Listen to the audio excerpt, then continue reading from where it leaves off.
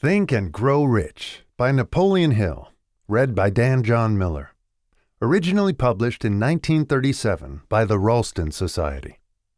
As a general disclaimer, the views and opinions expressed in this book belong to the author and may not always reflect those of Master Key Society or its affiliates.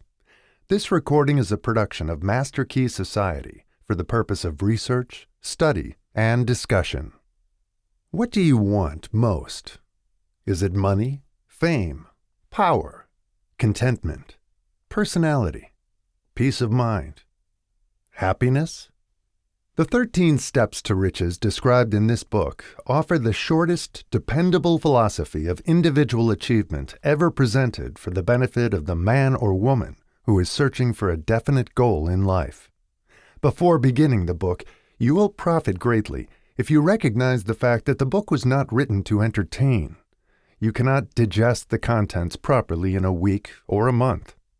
After reading the book thoroughly, Dr. Miller Reese Hutchison, nationally known consulting engineer and longtime associate of Thomas A. Edison, said, "This is not a novel. It is a textbook on individual achievement that came directly from the experiences of hundreds of America's most successful men. It should be studied, digested, and meditated upon. No more than one chapter should be read in a single night.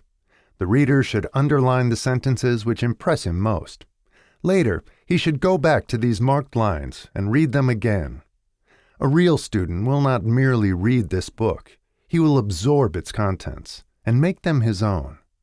This book should be adopted by all high schools, and no boy or girl should be permitted to graduate without having satisfactorily passed an examination on it. This philosophy will not take the place of the subjects taught in schools, but it will enable one to organize and apply the knowledge acquired, and convert it into useful service and adequate compensation without waste of time. Dr. John R. Turner, Dean of the College of the City of New York, after having read the book, said, "The very best example of the soundness of this philosophy is your own son, Blair, whose dramatic story you have outlined in the chapter on desire." Dr. Turner had reference to the author's son, who, born without normal hearing capacity, not only avoided becoming a deaf-mute, but actually converted his handicap into a priceless asset by applying the philosophy here described. After reading the story, starting on page 52, you will realize that you are about to come into possession of a philosophy which can be transmuted into material wealth, or serve as readily to bring you peace of mind, understanding, spiritual harmony, and in some instances, as in the case of the author's son, it can help you master physical affliction. The author discovered, through personally analyzing hundreds of successful men, that all of them followed the habit of exchanging ideas through what is commonly called conferences. When they had problems to be solved, they sat down together and talked freely until they discovered, from their joint contribution of ideas, a plan that would serve their purpose. You, who read this book, will get most out of it by putting into practice the mastermind principle described in the book. This you can do, as others are doing so successfully, by forming a study club consisting of any desired number of people who are friendly and harmonious. The club should have a meeting at regular periods, as often as once each week. The procedure should consist of reading one chapter of the book at each meeting, after which the contents of the chapter should be freely discussed by all members. Each member should make notes, putting down all ideas of his own inspired by the discussion. Each member should carefully read and analyze each chapter several days prior to its open reading and joint discussion in the club. The reading at the club should be done by someone who reads well and understands how to put color and feeling into the lines. By following this plan, every reader will get from its pages not only the sum total of the best knowledge organized from the experiences of hundreds of successful men, but more important by far, he will tap new sources of knowledge in his own mind, as well as acquire knowledge of priceless value from every other person present. If you follow this plan persistently, you will be almost certain to uncover and appropriate the secret formula by which Andrew Carnegie acquired his huge fortune, as referred to in the author's introduction. Publisher's Preface. This book conveys the experience of more than 500 men of great wealth who began at scratch with nothing to give in return for riches except thoughts, ideas, and organized plans. Here you have the entire philosophy of money-making, just as it was organized from the actual achievements of the most successful men known to the American people during the past 50 years. It describes what to do, also how to do it. It presents complete instructions on how to sell your personal services. It provides you with a perfect system of self-analysis that will readily disclose what has been standing between you and the big money in the past. It describes the famous Andrew Carnegie formula of personal achievement by which he accumulated hundreds of millions of dollars for himself and made no fewer than a score of millionaires of men to whom he taught his secret. Perhaps you do not need all that is to be found in the book. No one of the 500 men from whose experiences it was written did. But you may need one idea, plan, or suggestion to start you toward your goal. Somewhere in the book, you will find this needed stimulus. The book was inspired by Andrew Carnegie after he had made his millions and retired. It was written by the man to whom Carnegie disclosed the astounding secret of his riches, the same man to whom the 500 wealthy men revealed the source of their riches. In this volume will be found the 13 principles of money-making essential to every person who accumulates sufficient money to guarantee financial independence. It is estimated that the research which went into the preparation before the book was written, or could be written, research covering more than 25 years of continuous effort, could not be duplicated at a cost of less than $100,000. Moreover, the knowledge contained in the book never can be duplicated, at any cost, for the reason that more than half of the 500 men who supplied the information it brings have passed on. Riches cannot always be measured in money. Money and material things are essential for freedom of body and mind, but there are some who will feel that the greatest of all riches can be evaluated only in terms of lasting friendships, harmonious family relationships, sympathy and understanding between business associates, and introspective harmony, which brings one peace of mind measurable only in spiritual values. All who read, understand, and apply this philosophy will be better prepared to attract and enjoy these higher estates, which always have been and always will be denied to all except those who are ready for them. Be prepared, therefore, when you expose yourself to the influence of this philosophy, to experience a changed life, which may help you not only to negotiate your way through life with harmony and understanding, but also to prepare you for the accumulation of material riches in abundance. The Publisher. Author's Preface. In every chapter of this book, mention has been made of the money-making secret which has made fortunes for more than 500 exceedingly wealthy men, whom I have carefully analyzed over a long period of years. The secret was brought to my attention by Andrew Carnegie more than a quarter of a century ago. The canny, lovable old Scotsman carelessly tossed it into my mind when I was but a boy. Then he sat back in his chair with a merry twinkle in his eyes and watched carefully to see if I had brains enough to understand the full significance of what he had said to me. When he saw that I had grasped the idea, he asked if I would be willing to spend 20 years or more preparing myself to take it to the world, to men and women who, without the secret, might go through life as failures. I said I would, and with Mr. Carnegie's cooperation, I have kept my promise. This book contains this secret, after having been put to a practical test by thousands of people in almost every walk of life. It was Mr. Carnegie's idea that the magic formula, which gave him a stupendous fortune, ought to be placed within reach of people who did not have time to investigate how men make money, and it was his hope that I might test and demonstrate the soundness of the formula through the experience of men and women in every calling.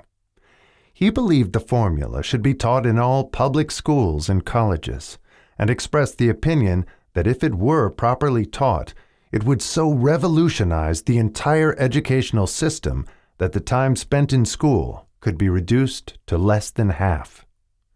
His experience with Charles M. Schwab and other young men of Mr. Schwab's type convinced Mr. Carnegie that much of that which is taught in the schools is of no value whatsoever in connection with the business of earning a living or accumulating riches.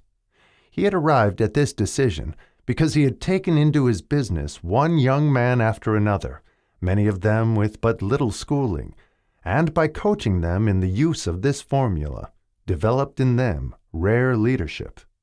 Moreover, his coaching made fortunes for every one of them who followed his instructions.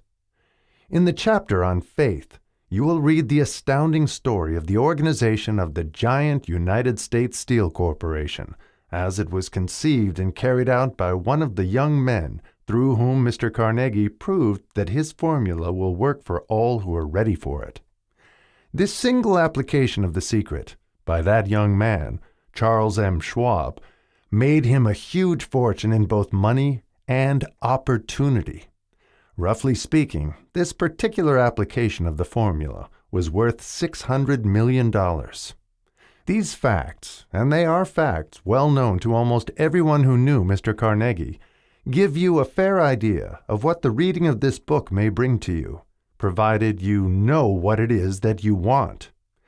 Even before it had undergone 20 years of practical testing, the secret was passed on to more than 100,000 men and women who have used it for their personal benefit, as Mr. Carnegie planned that they should. Some have made fortunes with it. Others have used it successfully in creating harmony in their homes. A clergyman used it so effectively that it brought him an income of upwards of $75,000 a year. Arthur Nash, a Cincinnati tailor, used his near-bankrupt business as a guinea pig on which to test the formula. The business came to life and made a fortune for its owners. It is still thriving, although Mr. Nash has gone. The experiment was so unique that newspapers and magazines gave it more than $1 million worth of laudatory publicity. The secret was passed on to Stuart Austin Weir of Dallas, Texas. He was ready for it, so ready that he gave up his profession and studied law. Did he succeed? That story is told too. I gave the secret to Jennings Randolph the day he graduated from college, and he has used it so successfully that he is now serving his third term as a member of Congress, with an excellent opportunity to keep on using it until it carries him to the White House. While serving as advertising manager of the LaSalle Extension University, when it was little more than a name, I had the privilege of seeing J.G. Chaplin, president of the university, use the formula so effectively that he has since made the LaSalle one of the great extension schools of the country. The secret to which I refer has been mentioned no fewer than 100 times throughout this book. It has not been directly named, for it seems to work more successfully when it is merely uncovered and left in sight, where those who are ready and searching for it may pick it up. That is why Mr. Carnegie tossed it to me so quietly, without giving me its specific name. If you are ready to put it to use, you will recognize this secret at least once in every chapter. I wish I might feel privileged to tell you how you will know if you are ready, but that would deprive you of much of the benefit you will receive when you make the discovery in your own way. While this book was being written, my own son, who was then finishing the last year of his college work, picked up the manuscript of Chapter 2, read it, and discovered the secret for himself. He used the information so effectively that he went directly into a responsible position at a beginning salary greater than the average man ever earns. His story has been briefly described in Chapter 2. When you read it, perhaps you will dismiss any feeling you may have had at the beginning of the book that it promised too much. And two, if you have ever been discouraged, if you have had difficulties to surmount which took the very soul out of you, if you have tried and failed, if you were ever handicapped by illness or physical affliction, this story of my son's discovery and use of the Carnegie formula may prove to be the oasis in the desert of lost hope for which you have been searching. This secret was extensively used by President Woodrow Wilson during the World War. It was passed on to every soldier who fought in the war, carefully wrapped in the training received before going to the front. President Wilson told me it was a strong factor in raising the funds needed for the war. More than 20 years ago, Honorary Manuel L. Quezon, then resident commissioner of the Philippine Islands, was inspired by the secret to gain freedom for his people. He has gained freedom for the Philippines and is the first president of the Free State. A peculiar thing about this secret is that those who once acquire it and use it find themselves literally swept on to success with but little effort, and they never again submit to failure. If you doubt this, study the names of those who have used it. Wherever they have been mentioned, check their records for yourself and be convinced. There is no such thing as something for nothing. The secret to which I refer cannot be had without a price, although the price is far less than its value. It cannot be had at any price by those who are not intentionally searching for it. It cannot be given away. It cannot be purchased for money, for the reason that it comes in two parts. One part is already in possession of those who are ready for it. The secret serves equally well all who are ready for it. Education has nothing to do with it. Long before I was born, the secret had found its way into the possession of Thomas A. Edison, and he used it so intelligently that he became the world's leading inventor, although he had but 3 months of schooling. The secret was passed on to a business associate of Mr. Edison. He used it so effectively that, although he was then making only $12,000 a year, he accumulated a great fortune and retired from active business while still a young man. You will find his story at the beginning of the first chapter. It should convince you that riches are not beyond your reach, that you can still be what you wish to be, that money, fame, recognition, and happiness can be had by all who are ready and determined to have these blessings. How do I know these things? You should have the answer before you finish this book. You may find it in the very first chapter, or on the last page. While I was performing the 20-year task of research, which I had undertaken at Mr. Carnegie's request, I analyzed hundreds of well-known men, many of whom admitted that they had accumulated their vast fortunes through the aid of the Carnegie secret. Among these men were Henry Ford, Theodore Roosevelt, James J. Hill, Elbert Hubbard, George Eastman, Charles M. Schwab, Luther Burbank, King Gillette, Thomas A. Edison, Edwin C. Barnes, F. W. Woolworth, Arthur Nash, and so many more, as you can read. These names represent but a small fraction of the hundreds of well-known Americans whose achievements, financially and otherwise, prove that those who understand and apply the Carnegie secret reach high stations in life. I have never known anyone who was inspired to use the secret who did not achieve noteworthy success in his chosen calling. I have never known any person to distinguish himself or to accumulate riches of any consequence without possession of the secret. From these two facts, I draw the conclusion that the secret is more important as a part of the knowledge essential for self-determination than any which one receives through what is popularly known as education. What is education, anyway? This has been answered in full detail. As far as schooling is concerned, many of these men had very little. John Wanamaker once told me that what little schooling he had, he acquired in very much the same manner as a modern locomotive takes on water, by scooping it up as it runs. Henry Ford never reached high school, let alone college. I am not attempting to minimize the value of schooling, but I am trying to express my earnest belief that those who master and apply the secret will reach high stations, accumulate riches, and bargain with life on their own terms, even if their schooling has been meager. Somewhere, as you read, the secret to which I refer will jump from the page and stand boldly before you. If you are ready for it, when it appears, you will recognize it.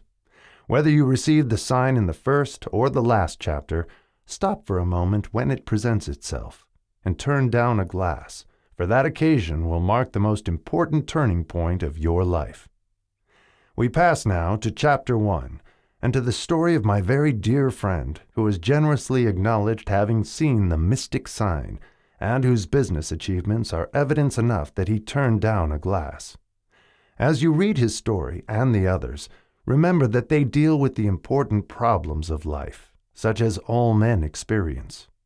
The problems arising from one's endeavor to earn a living, to find hope, courage, contentment, and peace of mind, to accumulate riches, and to enjoy freedom of body and spirit. Remember, too, as you go through the book, that it deals with facts and not with fiction, its purpose being ready to convey a great universal truth through which all who are ready may learn, not only what to do, but also how to do it, and receive as well the needed stimulus to make a start. As a final word of preparation, before you begin the first chapter, may I offer one brief suggestion which may provide a clue by which the Carnegie secret may be recognized? It is this: all achievement, all earned riches have their beginning in an idea. If you are ready for the secret, you already possess one half of it. Therefore, you will readily recognize the other half the moment it reaches your mind. The author. Chapter 1. Introduction. The man who thought his way into partnership with Thomas A. Edison. Truly, thoughts are things, and powerful things at that, when they are mixed with definiteness of purpose, persistence, and a burning desire for their translation into riches or other material objects. A little more than 30 years ago, Edwin C. Barnes discovered how true it is that men really do think and grow rich. His discovery did not come about at one sitting. It came little by little, beginning with a burning desire to become a business associate of the great Edison. One of the chief characteristics of Barnes' desire was that it was definite. He wanted to work with Edison, not for him. Observe carefully the description of how he went about translating his desire into reality, and you'll have a better understanding of the 13 principles which lead to riches. When this desire, or impulse of thought, first flashed into his mind, he was in no position to act upon it. Two difficulties stood in his way. He did not know Mr. Edison, and he did not have enough money to pay his railroad fare to Orange, New Jersey. These difficulties were sufficient to have discouraged the majority of men from making any attempt to carry out the desire. But his was no ordinary desire. He was so determined to find a way to carry out his desire that he finally decided to travel by blind baggage rather than be defeated. To the uninitiated, this means that he went to East Orange on a freight train. He presented himself at Mr. Edison's laboratory and announced he had come to go into business with the inventor. In speaking of the first meeting between Barnes and Edison years later, Mr. Edison said, "He stood there before me, looking like an ordinary tramp, but there was something in the expression of his face which conveyed the impression that he was determined to get what he had come after. I had learned, from years of experience with men, that when a man really desires a thing so deeply that he is willing to stake his entire future on a single turn of the wheel in order to get it, he is sure to win. I gave him the opportunity he asked for, because I saw he had made up his mind to stand by until he succeeded. Subsequent events proved that no mistake was made." Just what young Barnes said to Mr. Edison on that occasion was far less important than that which he thought. Edison himself said so. It could not have been the young man's appearance which got him his start in the Edison office, for that was definitely against him. It was what he thought that counted.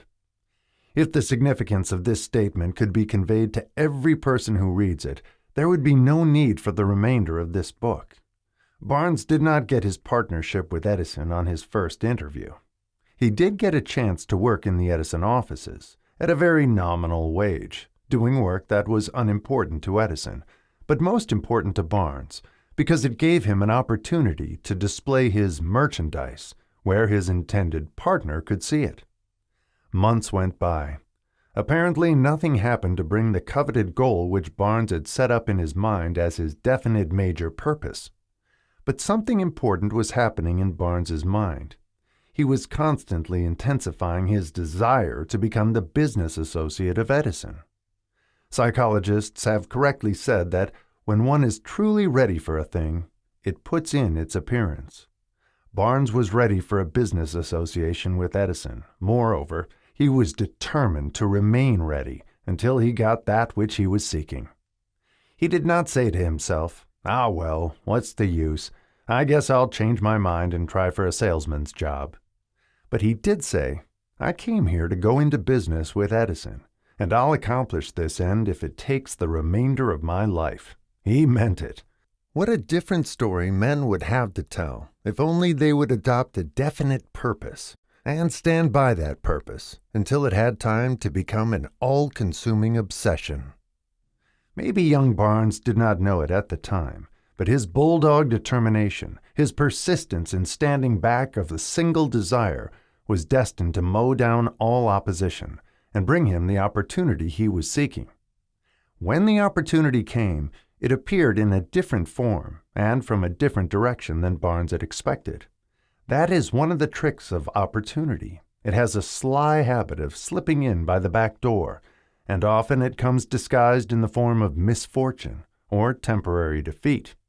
Perhaps this is why so many fail to recognize opportunity. Mr. Edison had just perfected a new office device, known at that time as the Edison dictating machine, now the Ediphone. His salesmen were not enthusiastic over the machine. They did not believe it could be sold without great effort. Barnes saw his opportunity. It had crawled in quietly, hidden in a queer-looking machine which interested no one but Barnes and the inventor. Barnes knew he could sell the Edison dictating machine. He suggested this to Edison and promptly got his chance. He did sell the machine. In fact, he sold it so successfully that Edison gave him a contract to distribute and market it all over the nation. Out of that business association grew the slogan, "Made by Edison and installed by Barnes." The business alliance has been in operation for more than 30 years. Out of it, Barnes has made himself rich in money, but he has done something infinitely greater. He has proved that one really may think and grow rich. How much actual cash that original desire of Barnes has been worth to him, I have no way of knowing. Perhaps it has brought him $2 or $3 million, but the amount, whatever it is, becomes insignificant when compared with the greater asset he acquired in the form of definite knowledge that an intangible impulse of thought can be transmuted into its physical counterpart by the application of known principles. Barnes literally thought himself into a partnership with the great Edison. He thought himself into a fortune. He had nothing to start with except the capacity to know what he wanted and the determination to stand by that desire until he realized it. He had no money to begin with. He had but little education. He had no influence. But he did have initiative, faith, and the will to win.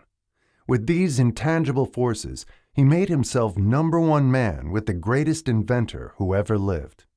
Now, let us look at a different situation and study a man who had plenty of tangible evidence of riches, but lost it because he stopped 3 feet short of the goal he was seeking. 3 feet from gold. One of the most common causes of failure is the habit of quitting when one is overtaken by temporary defeat. Every person is guilty of this mistake at one time or another.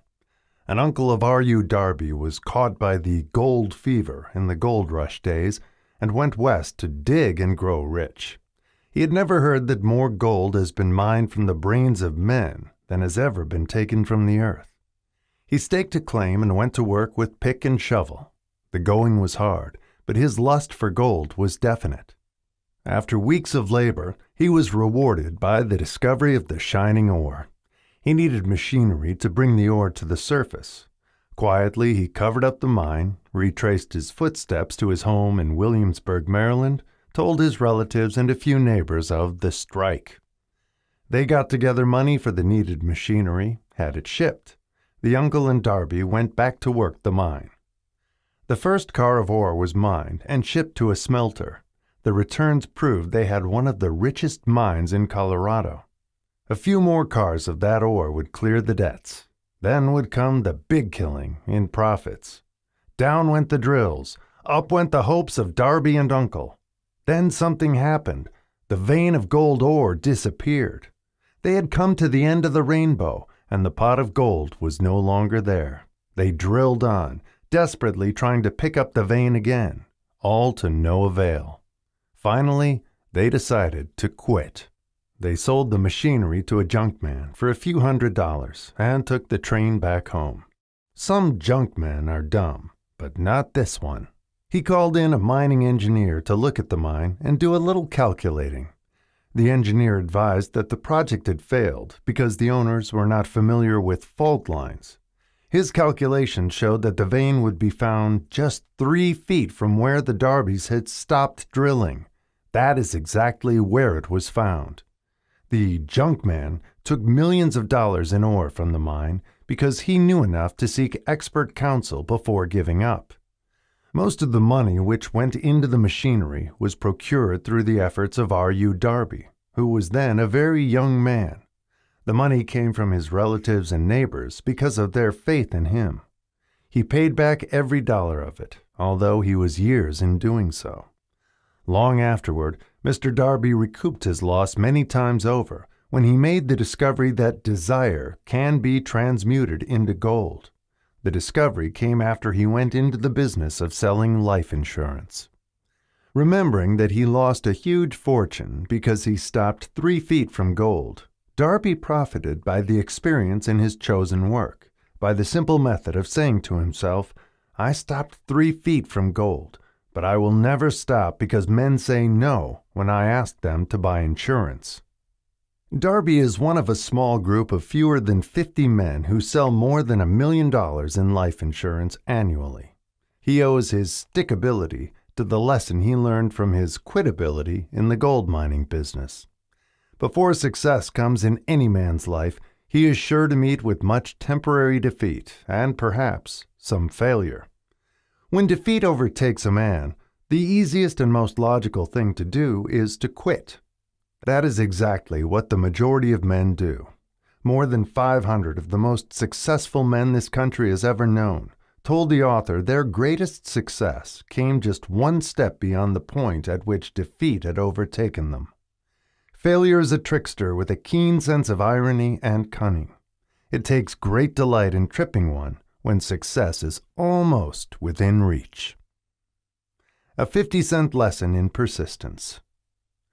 Shortly after Mr. Darby received his degree from the University of Hard Knocks and had decided to profit by his experience in the gold mining business, he had the good fortune to be present on an occasion that proved to him that no does not necessarily mean no. One afternoon he was helping his uncle grind wheat in an old-fashioned mill. The uncle operated a large farm on which a number of colored sharecrop farmers lived. Quietly, the door was opened, and a small colored child, the daughter of a tenant, walked in and took her place near the door. The uncle looked up, saw the child, and barked at her roughly. "What do you want?" Meekly, the child replied, "My mammy say send her 50 cents. "I'll not do it," the uncle retorted. "Now you run on home." "Yes, sir," the child replied. But she did not move. The uncle went ahead with his work, so busily engaged that he did not pay enough attention to the child to observe that she did not leave. When he looked up and saw her still standing there, he yelled at her, "I told you to go on home. Now go, or I'll take a switch to you." The little girl said, "Yes, sir," but she did not budge an inch. The uncle dropped a sack of grain he was about to pour into the mill hopper, picked up a barrel stave, and started toward the child with an expression on his face that indicated trouble. Darby held his breath. He was certain he was about to witness a murder. He knew his uncle had a fierce temper. He knew that colored children were not supposed to defy white people in that part of the country. When the uncle reached the spot where the child was standing, she quickly stepped forward 1 step, looked up into his eyes and screamed at the top of her shrill voice, "My mammy's gotta have that 50 cents. The uncle stopped, looked at her for a minute, then slowly laid the barrel stave on the floor, put his hand in his pocket, took out $50 and gave it to her.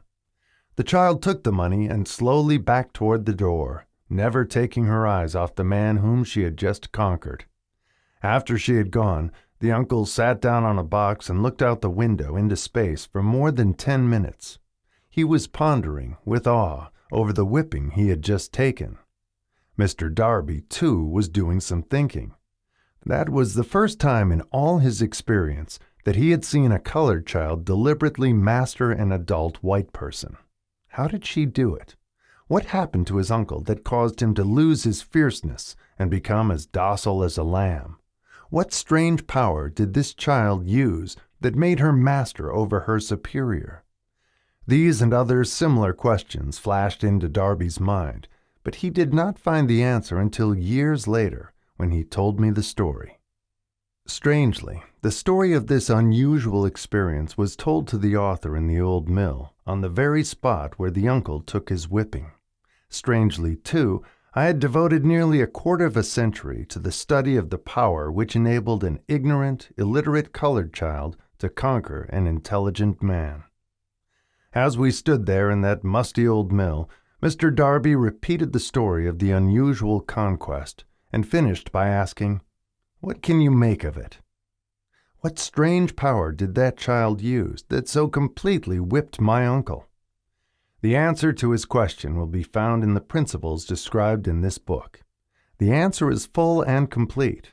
It contains details and instructions sufficient to enable anyone to understand and apply the same force which the little child accidentally stumbled upon. Keep your mind alert, and you will observe exactly what strange power came to the rescue of the child. You will catch a glimpse of this power in the next chapter. Somewhere in the book you will find an idea that will quicken your receptive powers and place at your command, for your own benefit, this same irresistible power. The awareness of this power may come to you in the first chapter, or it may flash into your mind in some subsequent chapter. It may come in the form of a single idea, or it may come in the nature of a plan or a purpose. Again, it may cause you to go back into your past experiences of failure or defeat and bring to the surface some lesson by which you can regain all that you lost through defeat. After I had described to Mr. Darby the power unwittingly used by the little colored child, he quickly retraced his 30 years of experience as a life insurance salesman and frankly acknowledged that his success in that field was due, in no small degree, to the lesson he had learned from the child. Mr. Darby pointed out, "Every time a prospect tried to bow me out without buying, I saw that child standing there in the old mill, her big eyes glaring in defiance, and I said to myself, I've got to make this sale. The better portion of all sales I have made were made after people had said no." He recalled, too, his mistake in having stopped only 3 feet from gold, but, he said, that experience was a blessing in disguise. It taught me to keep on keeping on, no matter how hard the going may be, a lesson I needed to learn before I could succeed in anything. This story of Mr. Darby and his uncle, the colored child and the gold mine, doubtless will be read by hundreds of men who make their living by selling life insurance. And to all of these, the author wishes to offer the suggestion that Darby owes to these 2 experiences his ability to sell more than $1 million of life insurance every year. Life is strange and often imponderable. Both the successes and the failures have their roots in simple experiences. Mr. Darby's experiences were commonplace and simple enough, yet they held the answer to his destiny in life. Therefore, they were as important to him as life itself. He profited by these 2 dramatic experiences because he analyzed them and found the lesson they taught. But what of the man who has neither the time nor the inclination to study failure in search of knowledge that may lead to success? Where and how is he to learn the art of converting defeat into stepping stones to opportunity? In answer to these questions, this book was written. The answer called for a description of 13 principles, but remember, as you read, the answer you may be seeking to the questions which have caused you to ponder over the strangeness of life may be found in your own mind through some idea, plan, or purpose which may spring into your mind as you read. One sound idea is all that one needs to achieve success. The principles described in this book contain the best and the most practical of all that is known concerning ways and means of creating useful ideas. Before we go any further in our approach to the description of these principles, we believe you are entitled to receive this important suggestion. When riches begin to come, they come so quickly, in such great abundance, that one wonders where they have been hiding during all those lean years. This is an astounding statement, and all the more so when we take into consideration the popular belief that riches come only to those who work hard and long. When you begin to think and grow rich, you will observe that riches begin with a state of mind, with definiteness of purpose, with little or no hard work. You and every other person ought to be interested in knowing how to acquire that state of mind which will attract riches. I spent 25 years in research, analyzing more than 25,000 people, because I, too, wanted to know how wealthy men become that way. Without that research, this book could not have been written. Here, take notice of a very significant truth, viz., the business depression started in 1929 and continued on to an all-time record of destruction until sometime after President Roosevelt entered office. Then the depression began to fade into nothingness. Just as an electrician in a theater raises the light so gradually that darkness is transmuted into light before you realize it, so did the spell of fear in the minds of the people gradually fade away and become faith. Observe very closely. As soon as you master the principles of this philosophy and begin to follow the instructions for applying those principles, your financial status will begin to improve, and everything you touch will begin to transmute itself into an asset for your benefit. Impossible? Not at all. One of the main weaknesses of mankind is the average man's familiarity with the word impossible. He knows all the rules which will not work. He knows all the things which cannot be done.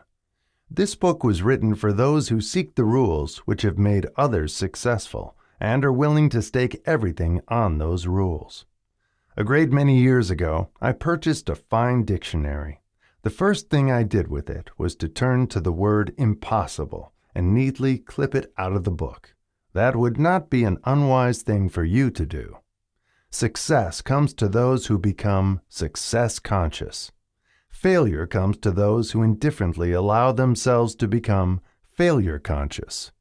The object of this book is to help all who seek it to learn the art of changing their minds from failure consciousness to success consciousness. Another weakness found in altogether too many people is the habit of measuring everything and everyone by their own impressions and beliefs. Some who will read this will believe that no one can think and grow rich. They cannot think in terms of riches because their thought habits have been steeped in poverty, want, misery, failure, and defeat. These unfortunate people remind me of a prominent Chinese who came to America to be educated in American ways. He attended the University of Chicago. One day President Harper met this young Oriental on the campus, stopped to chat with him for a few minutes, and asked what had impressed him as being the most noticeable characteristic of the American people. "Why," the Chinaman exclaimed, "the queer slant of your eyes. Your eyes are off slant." What do we say about the Chinese? We refuse to believe that which we do not understand. We foolishly believe that our own limitations are the proper measure of limitations. Sure, the other fellow's eyes are off slant because they are not the same as our own. Millions of people look at the achievements of Henry Ford after he has arrived and envy him because of his good fortune or luck or genius or whatever it is that they credit for Ford's fortune. Perhaps one person in every 100,000 knows the secret of Ford's success, and those who do know are too modest or too reluctant to speak of it because of its simplicity. A single transaction will illustrate the secret perfectly. A few years back, Ford decided to produce his now famous V8 motor. He chose to build an engine with the entire 8 cylinders cast in one block, and instructed his engineers to produce a design for the engine. The design was placed on paper, but the engineers agreed, to a man, that it was simply impossible to cast an 8-cylinder gas engine block in one piece. Ford said, "Produce it anyway." But they replied, "It's impossible." "Go ahead," Ford commanded, "and stay on the job until you succeed, no matter how much time is required." The engineers went ahead. There was nothing else for them to do if they were to remain on the Ford staff. 6 months went by. Nothing happened. Another 6 months passed, and still nothing happened. The engineers tried every conceivable plan to carry out the orders, but the thing seemed out of the question. Impossible. At the end of the year, Ford checked with his engineers, and again they informed him they had found no way to carry out his orders. "Go right ahead," said Ford. "I want it, and I'll have it." They went ahead, and then, as if by a stroke of magic, the secret was discovered. The Ford determination had won once more. This story may not be described with minute accuracy, but the sum and substance of it is correct. Deduce from it, you who wish to think and grow rich, the secret of the Ford millions, if you can. You'll not have to look very far. Henry Ford is a success because he understands and applies the principles of success. One of these is desire, knowing what one wants. Remember this Ford story as you read, and pick out the lines in which the secret of his stupendous achievement have been described. If you can do this, if you can lay your finger on the particular group of principles which made Henry Ford rich, you can equal his achievements in almost any calling for which you are suited. You are the master of your fate, the captain of your soul, because when Henley wrote the prophetic lines, "I am the master of my fate, I am the captain of my soul," he should have informed us that we are the masters of our fate, the captains of our souls, because we have the power to control our thoughts. He should have told us that the ether in which this little earth floats, in which we move and have our being, is a form of energy moving at an inconceivably high rate of vibration, and that the ether is filled with a form of universal power which adapts itself to the nature of the thoughts we hold in our minds, and influences us in natural ways to transmute our thoughts into their physical equivalent. If the poet had told us this great truth, we would know why it is that we are the masters of our fate, the captains of our souls. He should have told us with great emphasis that this power makes no attempt to discriminate between destructive thoughts and constructive thoughts, that it will urge us to translate into physical reality thoughts of poverty just as quickly as it will influence us to act upon thoughts of riches. He should have told us, too, that our brains become magnetized with the dominating thoughts which we hold in our minds, and, by means with which no man is familiar, these magnets attract to us the forces, the people, the circumstances of life which harmonize with the nature of our dominating thoughts. He should have told us that before we can accumulate riches in great abundance, we must magnetize our minds with intense desire for riches, that we must become money conscious until the desire for money drives us to create definite plans for acquiring it. But, being a poet, and not a philosopher, Henley contented himself by stating a great truth in poetic form, leaving those who followed him to interpret the philosophical meaning of his lines. Little by little, the truth has unfolded itself, until it now appears certain that the principles described in this book hold the secret of mastery over our economic fate. We are now ready to examine the first of these principles. Maintain a spirit of open-mindedness, and remember, as you read, they are the invention of no one man. The principles were gathered from the life experiences of more than 500 men who actually accumulated riches in huge amounts, men who began in poverty, with but little education, without influence. The principles worked for these men. You can put them to work for your own enduring benefit.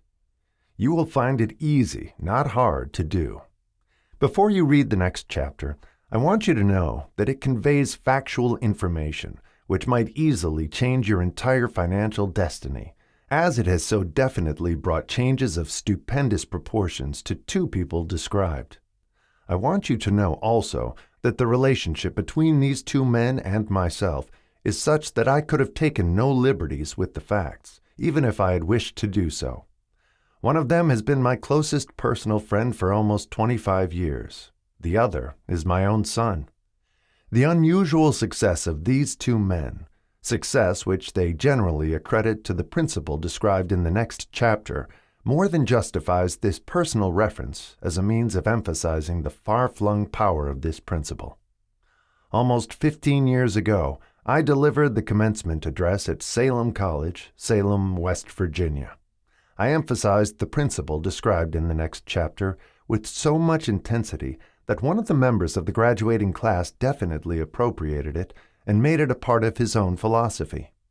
The young man is now a member of Congress and an important factor in the present administration. Just before this book went to the publisher, he wrote me a letter in which he so clearly stated his opinion of the principle outlined in the next chapter that I have chosen to publish his letter as an introduction to that chapter. It gives you an idea of the rewards to come. My dear Napoleon, my service as a member of Congress, having given me an insight into the problems of men and women, I am writing to offer a suggestion which may become helpful to thousands of worthy people. With apologies, I must state that the suggestion, if acted upon, will mean several years of labor and responsibility for you. But I am enheartened to make this suggestion because I know your great love for rendering useful service. In 1922, you delivered the commencement address at Salem College when I was a member of the graduating class. In that address, you planted in my mind an idea which has been responsible for the opportunity I now have to serve the people of my state, and will be responsible, in a very large measure, for whatever success I may have in the future. The suggestion I have in mind is that you put into a book the sum and substance of the address you delivered at Salem College, and in that way give the people of America an opportunity to profit by your many years of experience and association with the men who, by their greatness, have made America the richest nation on earth. I recall, as though it were yesterday, the marvelous description you gave of the method by which Henry Ford, with but little schooling, without a dollar, with no influential friends, rose to great heights. I made up my mind then, even before you had finished your speech, that I would make a place for myself, no matter how many difficulties I had to surmount.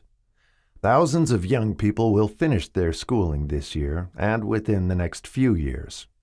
Every one of them will be seeking just such a message of practical encouragement as the one I received from you.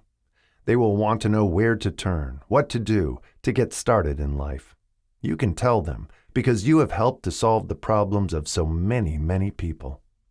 If there is any possible way that you can afford to render so great a service, may I offer the suggestion that you include with every book one of your personal analysis charts, in order that the purchaser of the book may have the benefit of a complete self-inventory, indicating, as you indicated to me years ago, exactly what is standing in the way of success. Such a service as this, providing the readers of your book with a complete, unbiased picture of their faults and their virtues, would mean to them the difference between success and failure. The service would be priceless.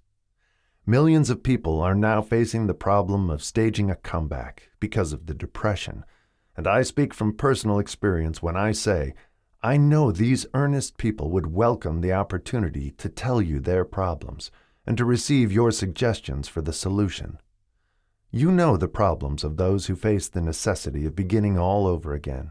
There are thousands of people in America today who would like to know how they can convert ideas into money, people who just start at scratch without finances and recoup their losses.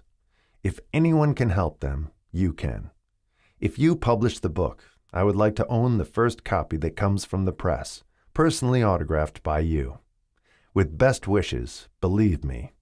Cordially yours, Jennings Randolph. Chapter 2. Desire. The starting point of all achievement. The first step toward riches.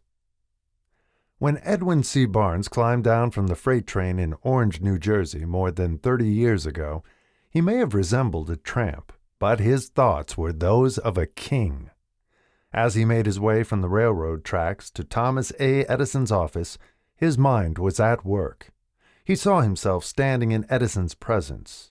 He heard himself asking Mr. Edison for an opportunity to carry out the one consuming obsession of his life, a burning desire to become the business associate of the great inventor. Barnes' desire was not a hope. It was not a wish. It was a keen, pulsating desire, which transcended everything else. It was definite. The desire was not new when he approached Edison. It had been Barnes' dominating desire for a long time. In the beginning, when the desire first appeared in his mind, it may have been, probably was, only a wish, but it was no mere wish when he appeared before Edison with it. A few years later, Edwin C. Barnes again stood before Edison in the same office where he first met the inventor. This time, his desire had been translated into reality. He was in business with Edison. The dominating dream of his life had become a reality. Today, people who know Barnes envy him because of the break life yielded him. They see him in the days of his triumph without taking the trouble to investigate the cause of his success. Barnes succeeded because he chose a definite goal, placed all his energy, all his willpower, all his effort, everything back of that goal. He did not become the partner of Edison the day he arrived. He was content to start in the most menial work, as long as it provided an opportunity to take even one step toward his cherished goal. 5 years passed before the chance he had been seeking made its appearance. During all those years, not one ray of hope, not one promise of attainment of his desire had been held out to him. To everyone, except himself, he appeared only another cog in the Edison business wheel. But in his own mind, he was the partner of Edison every minute of the time, from the very day that he first went to work there. It is a remarkable illustration of the power of a definite desire. Barnes won his goal because he wanted to be a business associate of Mr. Edison more than he wanted anything else. He created a plan by which to attain that purpose, but he burned all bridges behind him.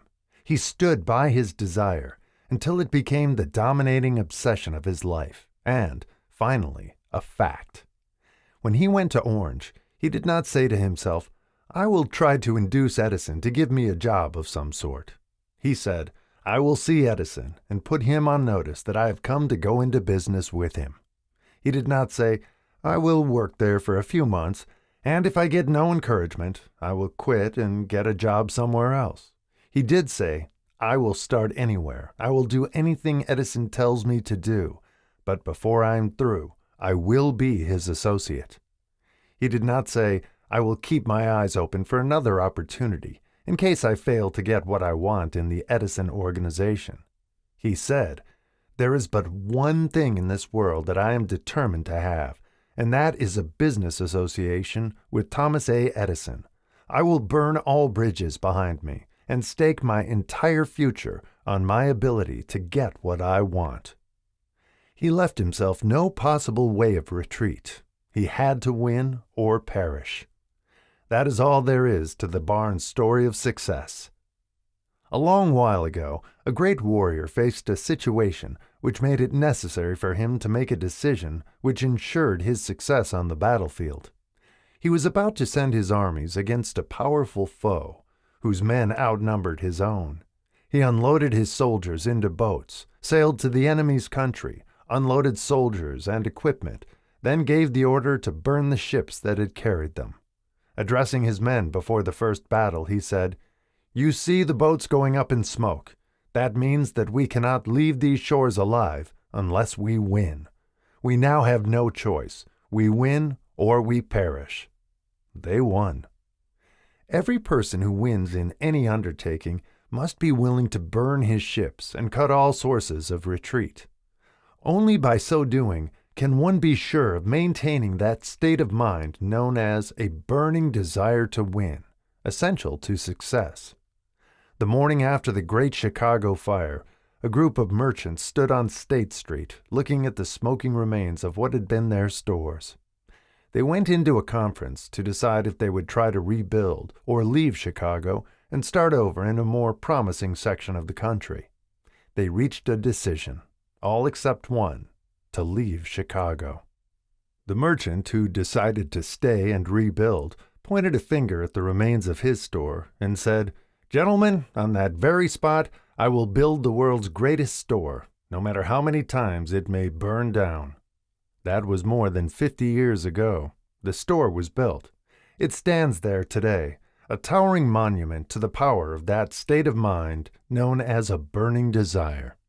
The easy thing for Marshall Field to have done would have been exactly what his fellow merchants did. When the going was hard and the future looked dismal, they pulled up and went where the going seemed easier. Mark well this difference between Marshall Field and the other merchants, because it is the same difference which distinguishes Edwin C. Barnes from thousands of other young men who have worked in the Edison organization. It is the same difference which distinguishes practically all who succeed from those who fail. Every human being who reaches the age of understanding of the purpose of money wishes for it. Wishing will not bring riches, but desiring riches with a state of mind that becomes an obsession, then planning definite ways and means to acquire riches, and backing those plans with persistence which does not recognize failure, will bring riches. The method by which desire for riches can be transmuted into its financial equivalent consists of 6 definite practical steps, viz. First, fix in your mind the exact amount of money you desire. It is not sufficient merely to say, "I want plenty of money." Be definite as to the amount. There is a psychological reason for definiteness, which will be described in a subsequent chapter. Second, determine exactly what you intend to give in return for the money you desire. There is no such reality as something for nothing. Third, establish a definite date when you intend to possess the money you desire. Fourth, create a definite plan for carrying out your desire, and begin at once, whether you are ready or not, to put this plan into action. Fifth, write out a clear, concise statement of the amount of money you intend to acquire. Name the time limit for its acquisition, state what you intend to give in return for the money, and describe clearly the plan through which you intend to accumulate it. Sixth, read your written statement aloud, twice daily, once just before retiring at night and once after arising in the morning. As you read, see and feel and believe yourself already in possession of the money. It is important that you follow the instructions described in these 6 steps. It is especially important that you observe and follow the instructions in the 6th paragraph. You may complain that it is impossible for you to see yourself in possession of money before you actually have it. Here is where a burning desire will come to your aid. If you truly desire money so keenly that your desire is an obsession, you will have no difficulty in convincing yourself that you will acquire it. The object is to want money and to become so determined to have it that you convince yourself you will have it. Only those who become money conscious ever accumulate great riches. Money consciousness means that the mind has become so thoroughly saturated with the desire for money that one can see oneself already in possession of it. To the uninitiated, who has not been schooled in the working principles of the human mind, these instructions may appear impractical.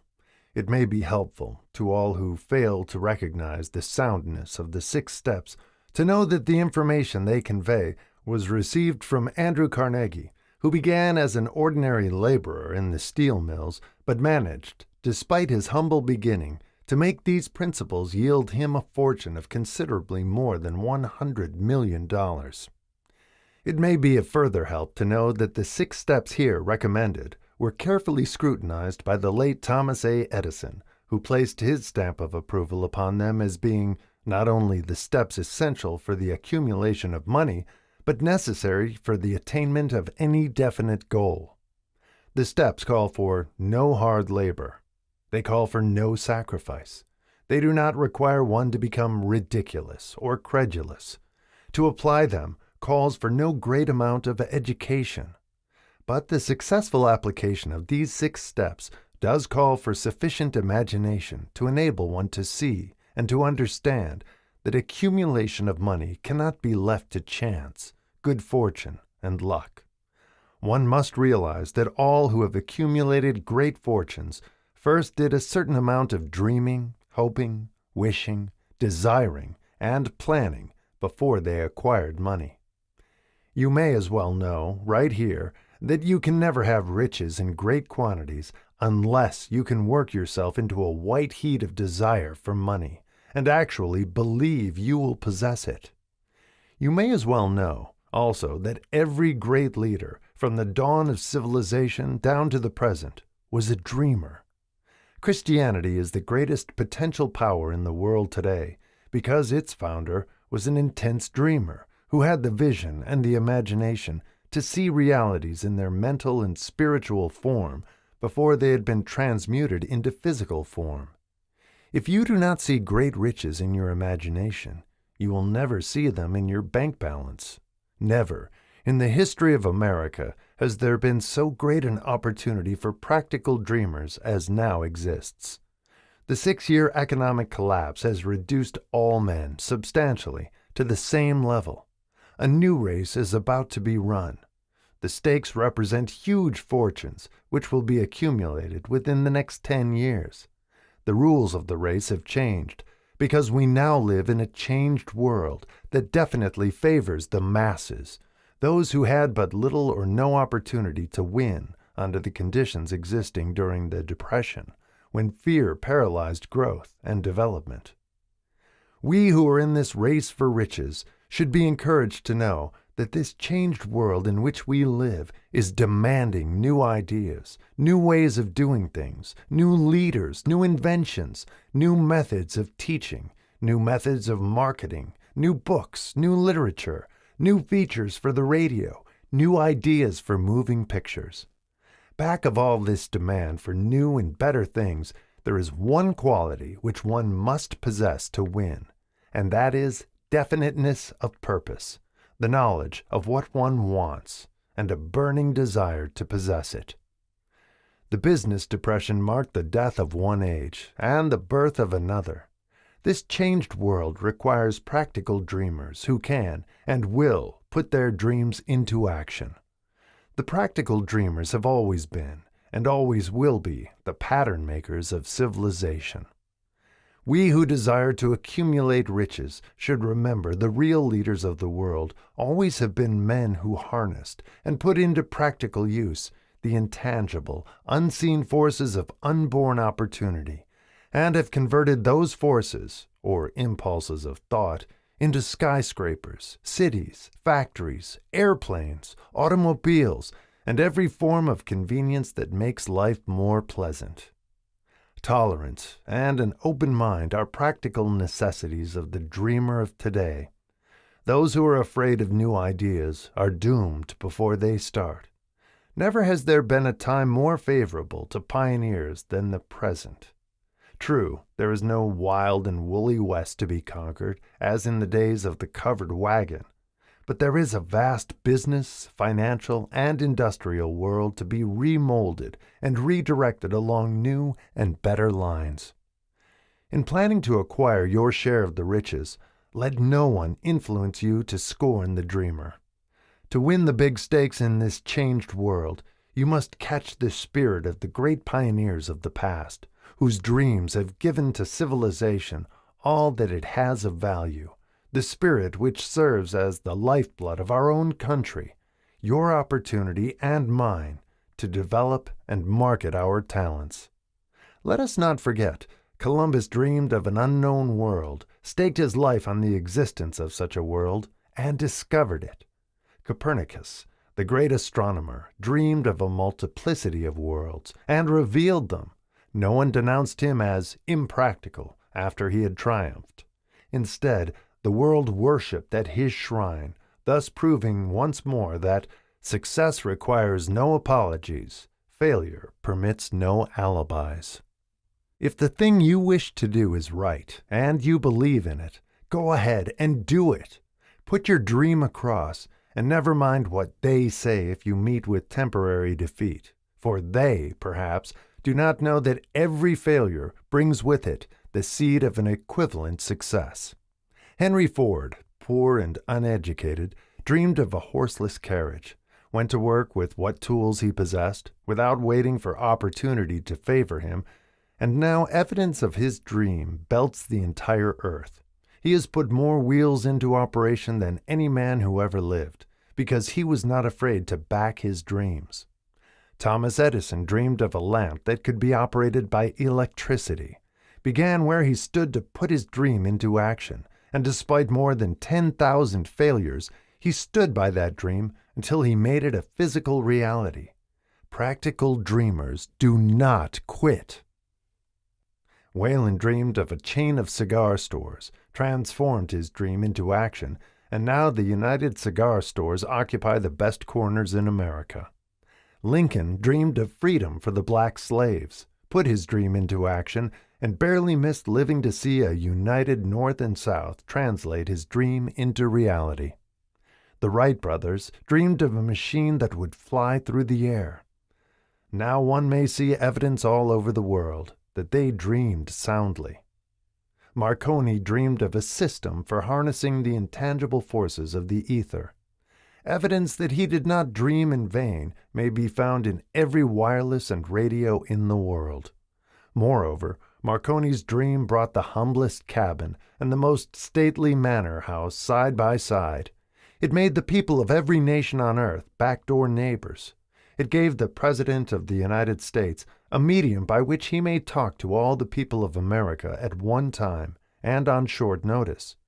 It may interest you to know that Marconi's friends had him taken into custody and examined in a psychopathic hospital when he announced he had discovered a principle through which he could send messages through the air without the aid of wires or other direct physical means of communication. The dreamers of today fare better. The world has become accustomed to new discoveries. Nay, it has shown a willingness to reward the dreamer who gives the world a new idea. The greatest achievement was, at first, and for a time, but a dream. The oak sleeps in the acorn, the bird waits in the egg, and in the highest vision of the soul, a waking angel stirs. Dreams are the seedlings of reality. Awake, arise, and assert yourself, you dreamers of the world. Your star is now in the ascendancy. The World Depression brought the opportunity you have been waiting for. It taught people humility, tolerance, and open-mindedness. The world is filled with an abundance of opportunity which the dreamers of the past never knew. A burning desire to be and to do is the starting point from which the dreamer must take off. Dreams are not born of indifference, laziness, or lack of ambition. The world no longer scoffs at the dreamer, nor calls him impractical. If you think it does, take a trip to Tennessee and witness what a dreamer president has done in the way of harnessing and using the great water power of America. A score of years ago, such a dream would have seemed like madness. You have been disappointed. You have undergone defeat during the Depression. You have felt the great heart within you crushed until it bled. Take courage, for these experiences have tempered the spiritual metal of which you are made. They are assets of incomparable value. Remember, too, that all who succeed in life get off to a bad start and pass through many heartbreaking struggles before they arrive. The turning point in the lives of those who succeed usually comes at the moment of some crisis through which they are introduced to their other selves. John Bunyan wrote The Pilgrim's Progress, which is among the finest of all English literature, after he had been confined in prison and sorely punished, because of his views on the subject of religion. O. Henry discovered the genius which slept within his brain after he had met with great misfortune and was confined in a prison cell in Columbus, Ohio. Being forced, through misfortune, to become acquainted with his other self and to use his imagination, he discovered himself to be a great author instead of a miserable criminal and outcast. Strange and varied are the ways of life, and stranger still are the ways of infinite intelligence, through which men are sometimes forced to undergo all sorts of punishment before discovering their own brains and their own capacity to create useful ideas through imagination. Edison, the world's greatest inventor and scientist, was a tramp telegraph operator. He failed innumerable times before he was driven, finally, to the discovery of the genius which slept within his brain. Charles Dickens began by pasting labels on blacking pots. The tragedy of his first love penetrated the depths of his soul and converted him into one of the world's truly great authors. That tragedy produced first David Copperfield, then a succession of other works that made this a richer and better world for all who read his books. Disappointment over love affairs generally has the effect of driving men to drink and women to ruin, and this because most people never learn the art of transmuting their strongest emotions into dreams of a constructive nature. Helen Keller became deaf, dumb, and blind shortly after birth. Despite her greatest misfortune, she has written her name indelibly in the pages of the history of the great. Her entire life has served as evidence that no one is ever defeated until defeat has been accepted as a reality. Robert Burns was an illiterate country lad. He was cursed by poverty and grew up to be a drunkard in the bargain. The world was made better for his having lived because he clothed beautiful thoughts in poetry and thereby plucked a thorn and planted a rose in its place. Booker T. Washington was born in slavery, handicapped by race and color. Because he was tolerant, had an open mind at all times, on all subjects, and was a dreamer, he left his impress for good on an entire race. Beethoven was deaf, Milton was blind, but their names will last as long as time endures, because they dreamed and translated their dreams into organized thought. Before passing to the next chapter, kindle anew in your mind the fire of hope, faith, courage, and tolerance. If you have these states of mind and a working knowledge of the principles described, all else that you need will come to you when you are ready for it. Let Emerson state the thought in these words: "Every proverb, every book, every byword that belongs to thee for aid and comfort shall surely come home through open or winding passages. Every friend whom not thy fantastic will, but the great and tender soul in thee craveth, shall lock thee in his embrace." There is no difference between wishing for a thing and being ready to receive it. No one is ready for a thing until he believes he can acquire it. The state of mind must be belief, not mere hope or wish. Open-mindedness is essential for belief. Closed minds do not inspire faith, courage, and belief. Remember, no more effort is required to aim high in life, to demand abundance and prosperity, than is required to accept misery and poverty. A great poet has correctly stated this universal truth through these lines: "I bargained with life for a penny, and life would pay no more. However, I begged at evening, when I counted my scanty store. For life is a just employer, he gives you what you ask, but once you have set the wages, why you must bear the task. I worked for a menial's hire, only to learn dismayed that any wage I had asked of life, life would have willingly paid." Desire outwits Mother Nature. As a fitting climax to this chapter, I wish to introduce one of the most unusual persons I have ever known. I first saw him 24 years ago, a few minutes after he was born. He came into the world without any physical sign of ears, and the doctor admitted, when pressed for an opinion, that the child might be deaf and mute for life. I challenged the doctor's opinion. I had the right to do so. I was the child's father. I too reached a decision and rendered an opinion, but I expressed the opinion silently, in the secrecy of my own heart. I decided that my son would hear and speak.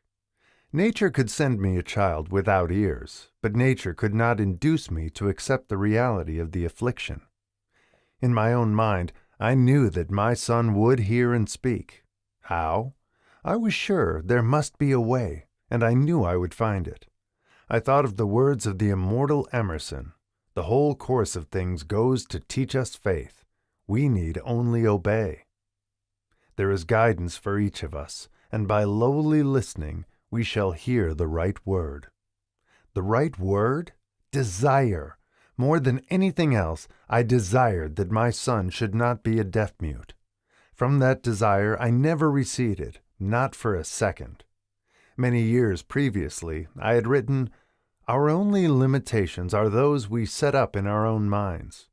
For the first time, I wondered if that statement were true. Lying on the bed in front of me was a newly born child, without the natural equipment of hearing. Even though he might hear and speak, he was obviously disfigured for life. Surely, this was a limitation which that child had not set up in his own mind. What could I do about it?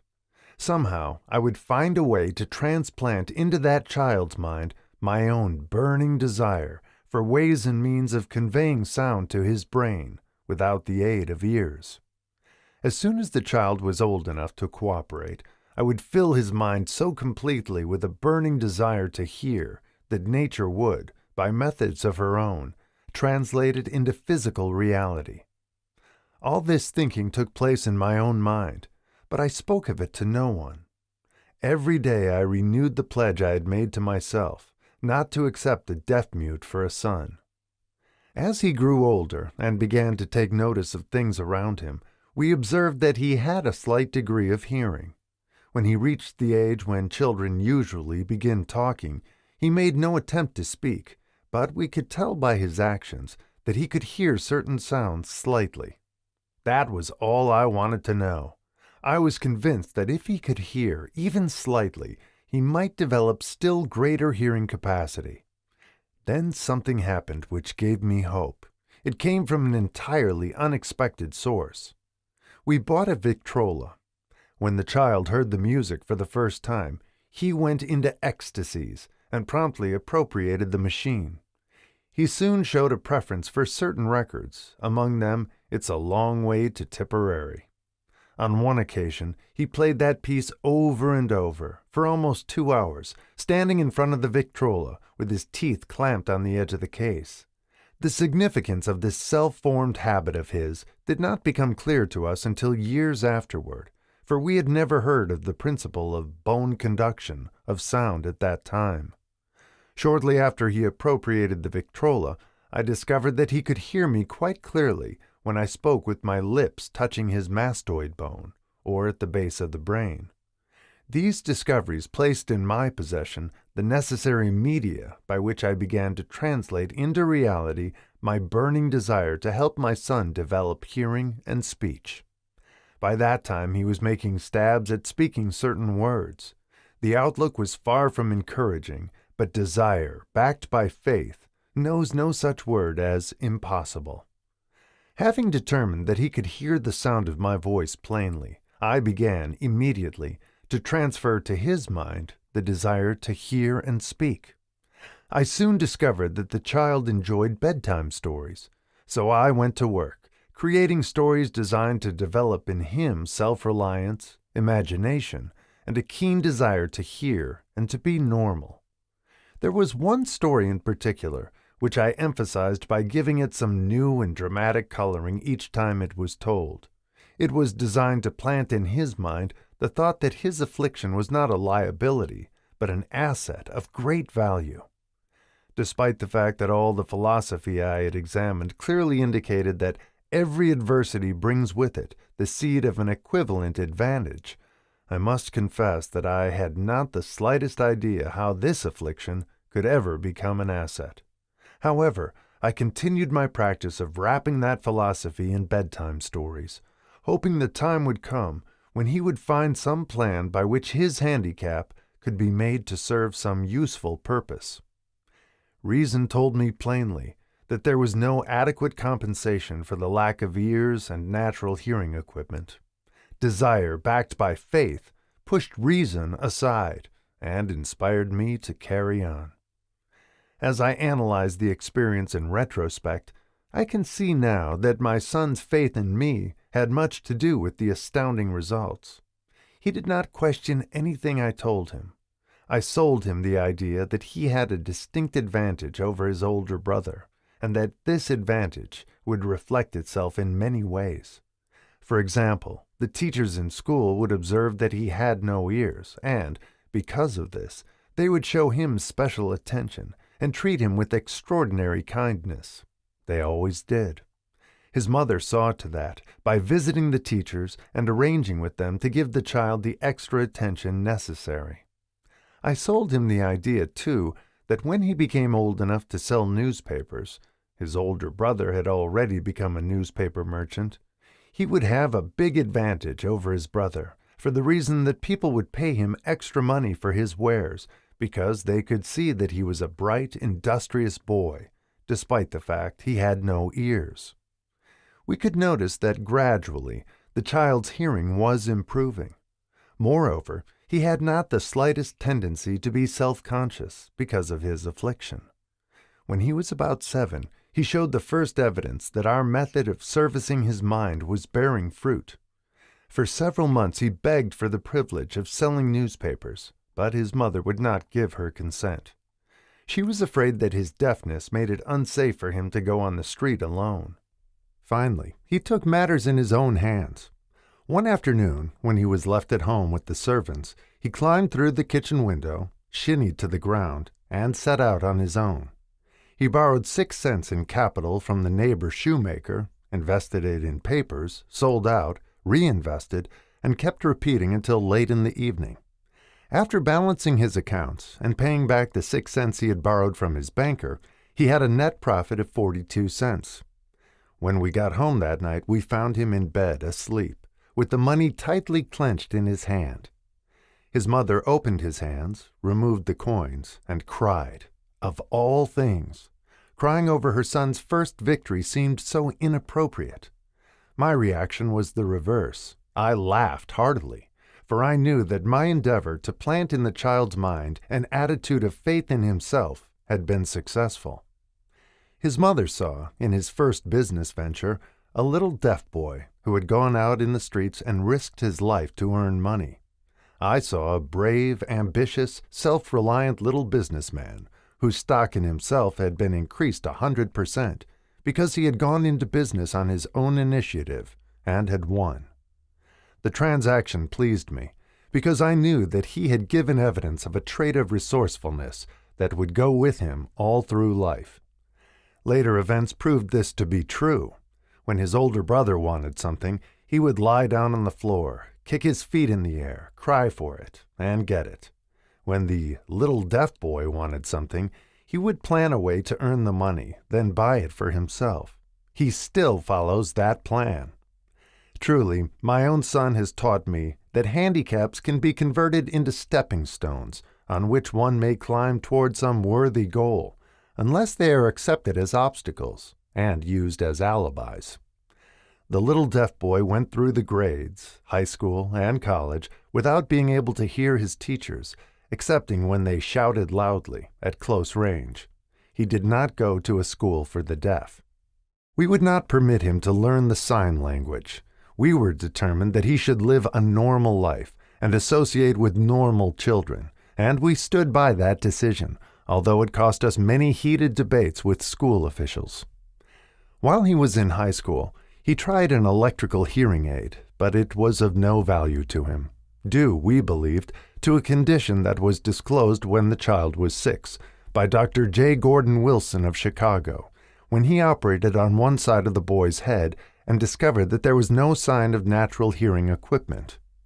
During his last week in college, 18 years after the operation, something happened which marked the most important turning point of his life. Through what seemed to be mere chance, he came into possession of another electrical hearing device, which was sent to him on trial. He was slow about testing it due to his disappointment with a similar device. Finally, he picked the instrument up and more or less carelessly placed it on his head, hooked up the battery, and lo, as if by a stroke of magic, his lifelong desire for normal hearing became a reality. For the first time in his life, he heard practically as well as any person with normal hearing. God moves in mysterious ways, his wonders to perform. Overjoyed because of the changed world which had been brought to him through his hearing device, he rushed to the telephone, called his mother, and heard her voice perfectly. The next day he plainly heard the voices of his professors in class for the first time in his life. Previously, he could hear them only when they shouted at short range. He heard the radio. He heard the talking pictures. For the first time in his life, he could converse freely with other people, without the necessity of their having to speak loudly. Truly, he had come into possession of a changed world. We had refused to accept nature's error, and, by persistent desire, we had induced nature to correct that error, through the only practical means available. Desire had commenced to pay dividends, but the victory was not yet complete. The boy still had to find a definite and practical way to convert his handicap into an equivalent asset. Hardly realizing the significance of what had already been accomplished, but intoxicated with the joy of his newly discovered world of sound, he wrote a letter to the manufacturer of the hearing aid, enthusiastically describing his experience. Something in his letter, something, perhaps, which was not written on the lines, but back of them, caused the company to invite him to New York. When he arrived, he was escorted through the factory, and while talking with the chief engineer, telling him about his changed world, a hunch, an idea, or an inspiration, call it what you wish, flashed into his mind. It was this impulse of thought which converted his affliction into an asset, destined to pay dividends in both money and happiness to thousands for all time to come. The sum and substance of that impulse of thought was this. It occurred to him that he might be of help to the millions of deafened people who go through life without the benefit of hearing devices, if he could find a way to tell them the story of his changed world. Then and there, he reached a decision to devote the remainder of his life to rendering useful service to the hard of hearing. For an entire month, he carried on an intensive research, during which he analyzed the entire marketing system of the manufacturer of the hearing device, and created ways and means of communicating with the hard of hearing all over the world for the purpose of sharing with them his newly discovered changed world. When this was done, he put in writing a 2-year plan based upon his findings. When he presented the plan to the company, he was instantly given a position for the purpose of carrying out his ambition. Little did he dream when he went to work that he was destined to bring hope and practical relief to thousands of deafened people who, without his help, would have been doomed forever to deaf-mutism. Shortly after he became associated with the manufacturer of his hearing aid, he invited me to attend a class conducted by his company for the purpose of teaching deaf-mutes to hear and to speak. I had never heard of such a form of education. Therefore, I visited the class, skeptical but hopeful that my time would not be entirely wasted. Here I saw a demonstration which gave me a greatly enlarged vision of what I had done to arouse and keep alive in my son's mind the desire for normal hearing. I saw deaf-mutes actually being taught to hear and to speak through application of the self-same principle I had used more than 20 years previously in saving my son from deaf-mutism.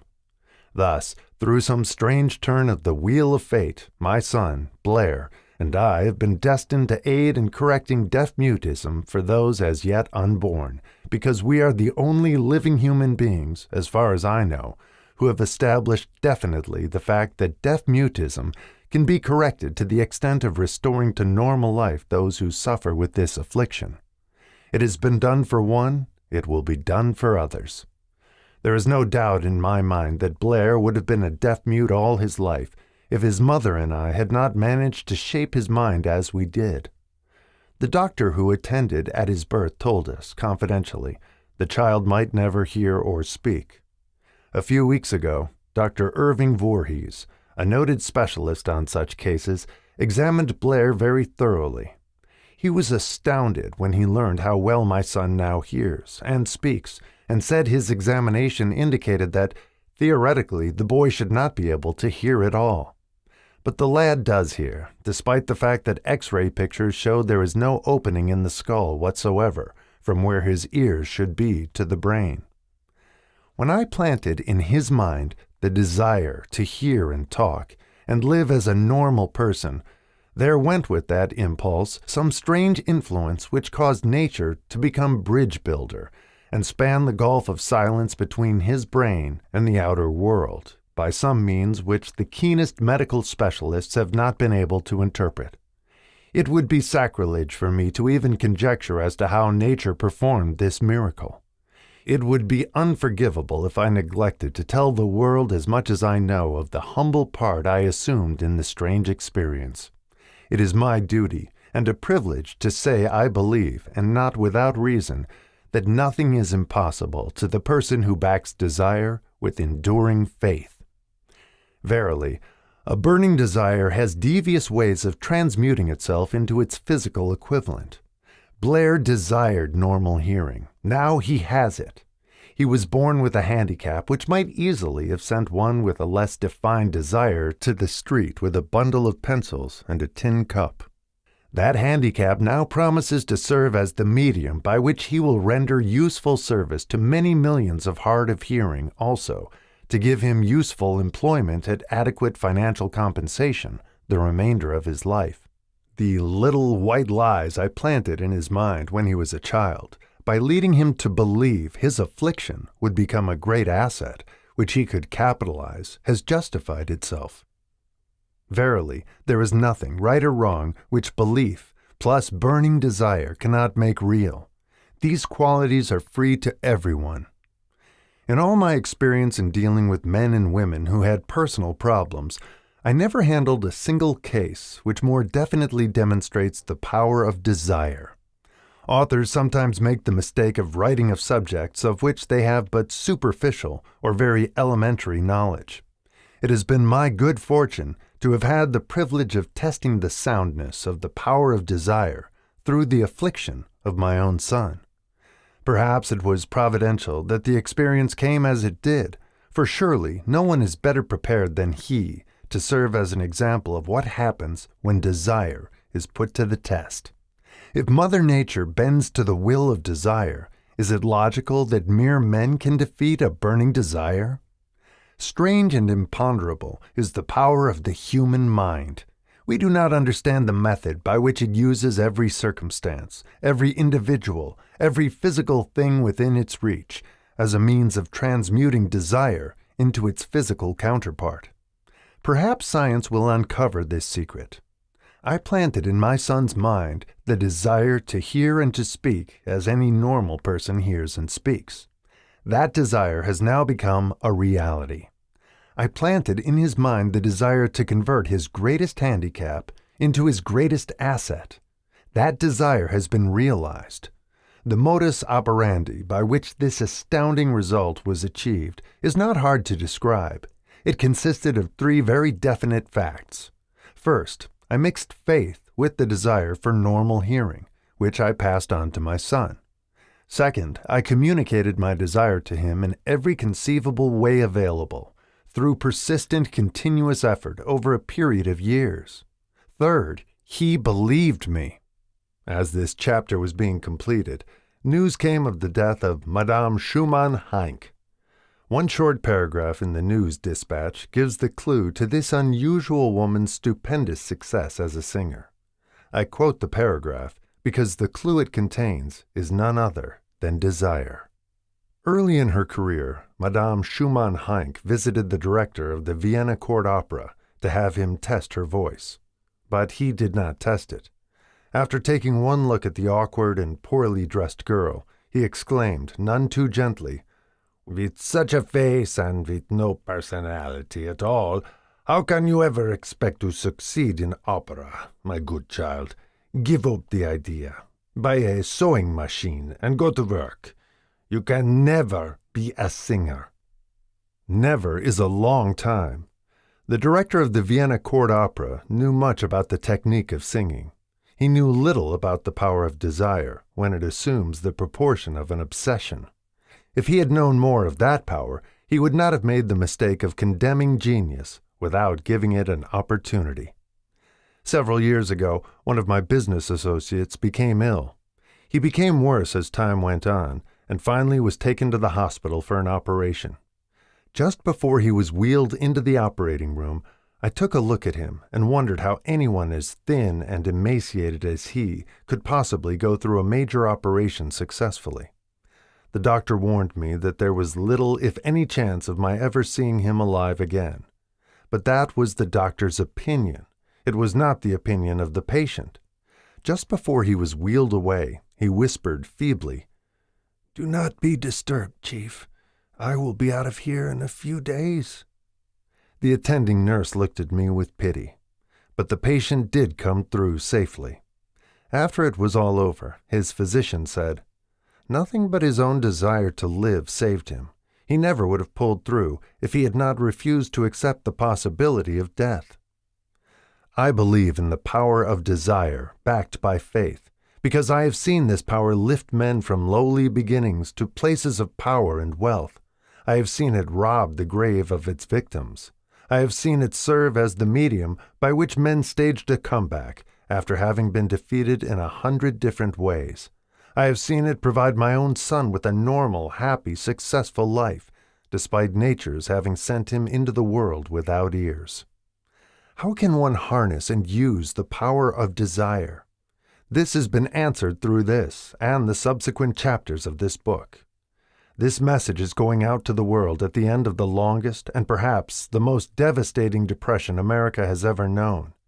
It is reasonable to presume that the message may come to the attention of many who have been wounded by the depression, those who have lost their fortunes, others who have lost their positions, and great numbers who must reorganize their plans and stage a comeback. To all these, I wish to convey the thought that all achievement, no matter what may be its nature or its purpose, must begin with an intense, burning desire for something definite. Through some strange and powerful principle of mental chemistry, which she has never divulged, nature wraps up in the impulse of strong desire that something which recognizes no such word as impossible and accepts no such reality as failure. Chapter 3. Faith. Visualization of and belief in attainment of desire. The second step toward riches. Faith is the head chemist of the mind. When faith is blended with the vibration of thought, the subconscious mind instantly picks up the vibration, translates it into its spiritual equivalent, and transmits it to infinite intelligence, as in the case of prayer. The emotions of faith, love, and sex are the most powerful of all the major positive emotions. When the three are blended, they have the effect of coloring the vibration of thought in such a way that it instantly reaches the subconscious mind, where it is changed into its spiritual equivalent, the only form that induces a response from infinite intelligence. Love and faith are psychic, related to the spiritual side of man. Sex is purely biological and related only to the physical. The mixing or blending of these three emotions has the effect of opening a direct line of communication between the finite, thinking mind of man and infinite intelligence. How to develop faith. There comes now a statement which will give a better understanding of the importance the principle of autosuggestion assumes in the transmutation of desire into its physical or monetary equivalent, namely, faith is a state of mind which may be induced or created by affirmation or repeated instructions to the subconscious mind through the principle of autosuggestion. As an illustration, consider the purpose for which you are presumably reading this book. The object is, naturally, to acquire the ability to transmute the intangible thought impulse of desire into its physical counterpart, money. By following the instructions laid down in the chapters on autosuggestion and the subconscious mind, as summarized in the chapter on autosuggestion, you may convince the subconscious mind that you believe you will receive that for which you ask, and it will act upon that belief, which your subconscious mind passes back to you in the form of faith, followed by definite plans for procuring that which you desire. The method by which one develops faith, where it does not already exist, is extremely difficult to describe, almost as difficult, in fact, as it would be to describe the color of red to a blind man who has never seen color and has nothing with which to compare what you describe to him. Faith is a state of mind which you may develop at will after you have mastered the 13 principles, because it is a state of mind which develops voluntarily through application and use of these principles. Repetition of affirmation of orders to your subconscious mind is the only known method of voluntary development of the emotion of faith. Perhaps the meaning may be made clearer through the following explanation as to the way men sometimes become criminals. Stated in the words of a famous criminologist, when men first come into contact with crime, they abhor it. If they remain in contact with crime for a time, they become accustomed to it and endure it. If they remain in contact with it long enough, they finally embrace it and become influenced by it. This is the equivalent of saying that any impulse of thought which is repeatedly passed on to the subconscious mind is, finally, accepted and acted upon by the subconscious mind, which proceeds to translate that impulse into its physical equivalent by the most practical procedure available. In connection with this, consider again the statement, all thoughts which have been emotionalized, given feeling, and mixed with faith begin immediately to translate themselves into their physical equivalent or counterpart. The emotions, or the feeling portion of thoughts, are the factors which give thoughts vitality, life, and action.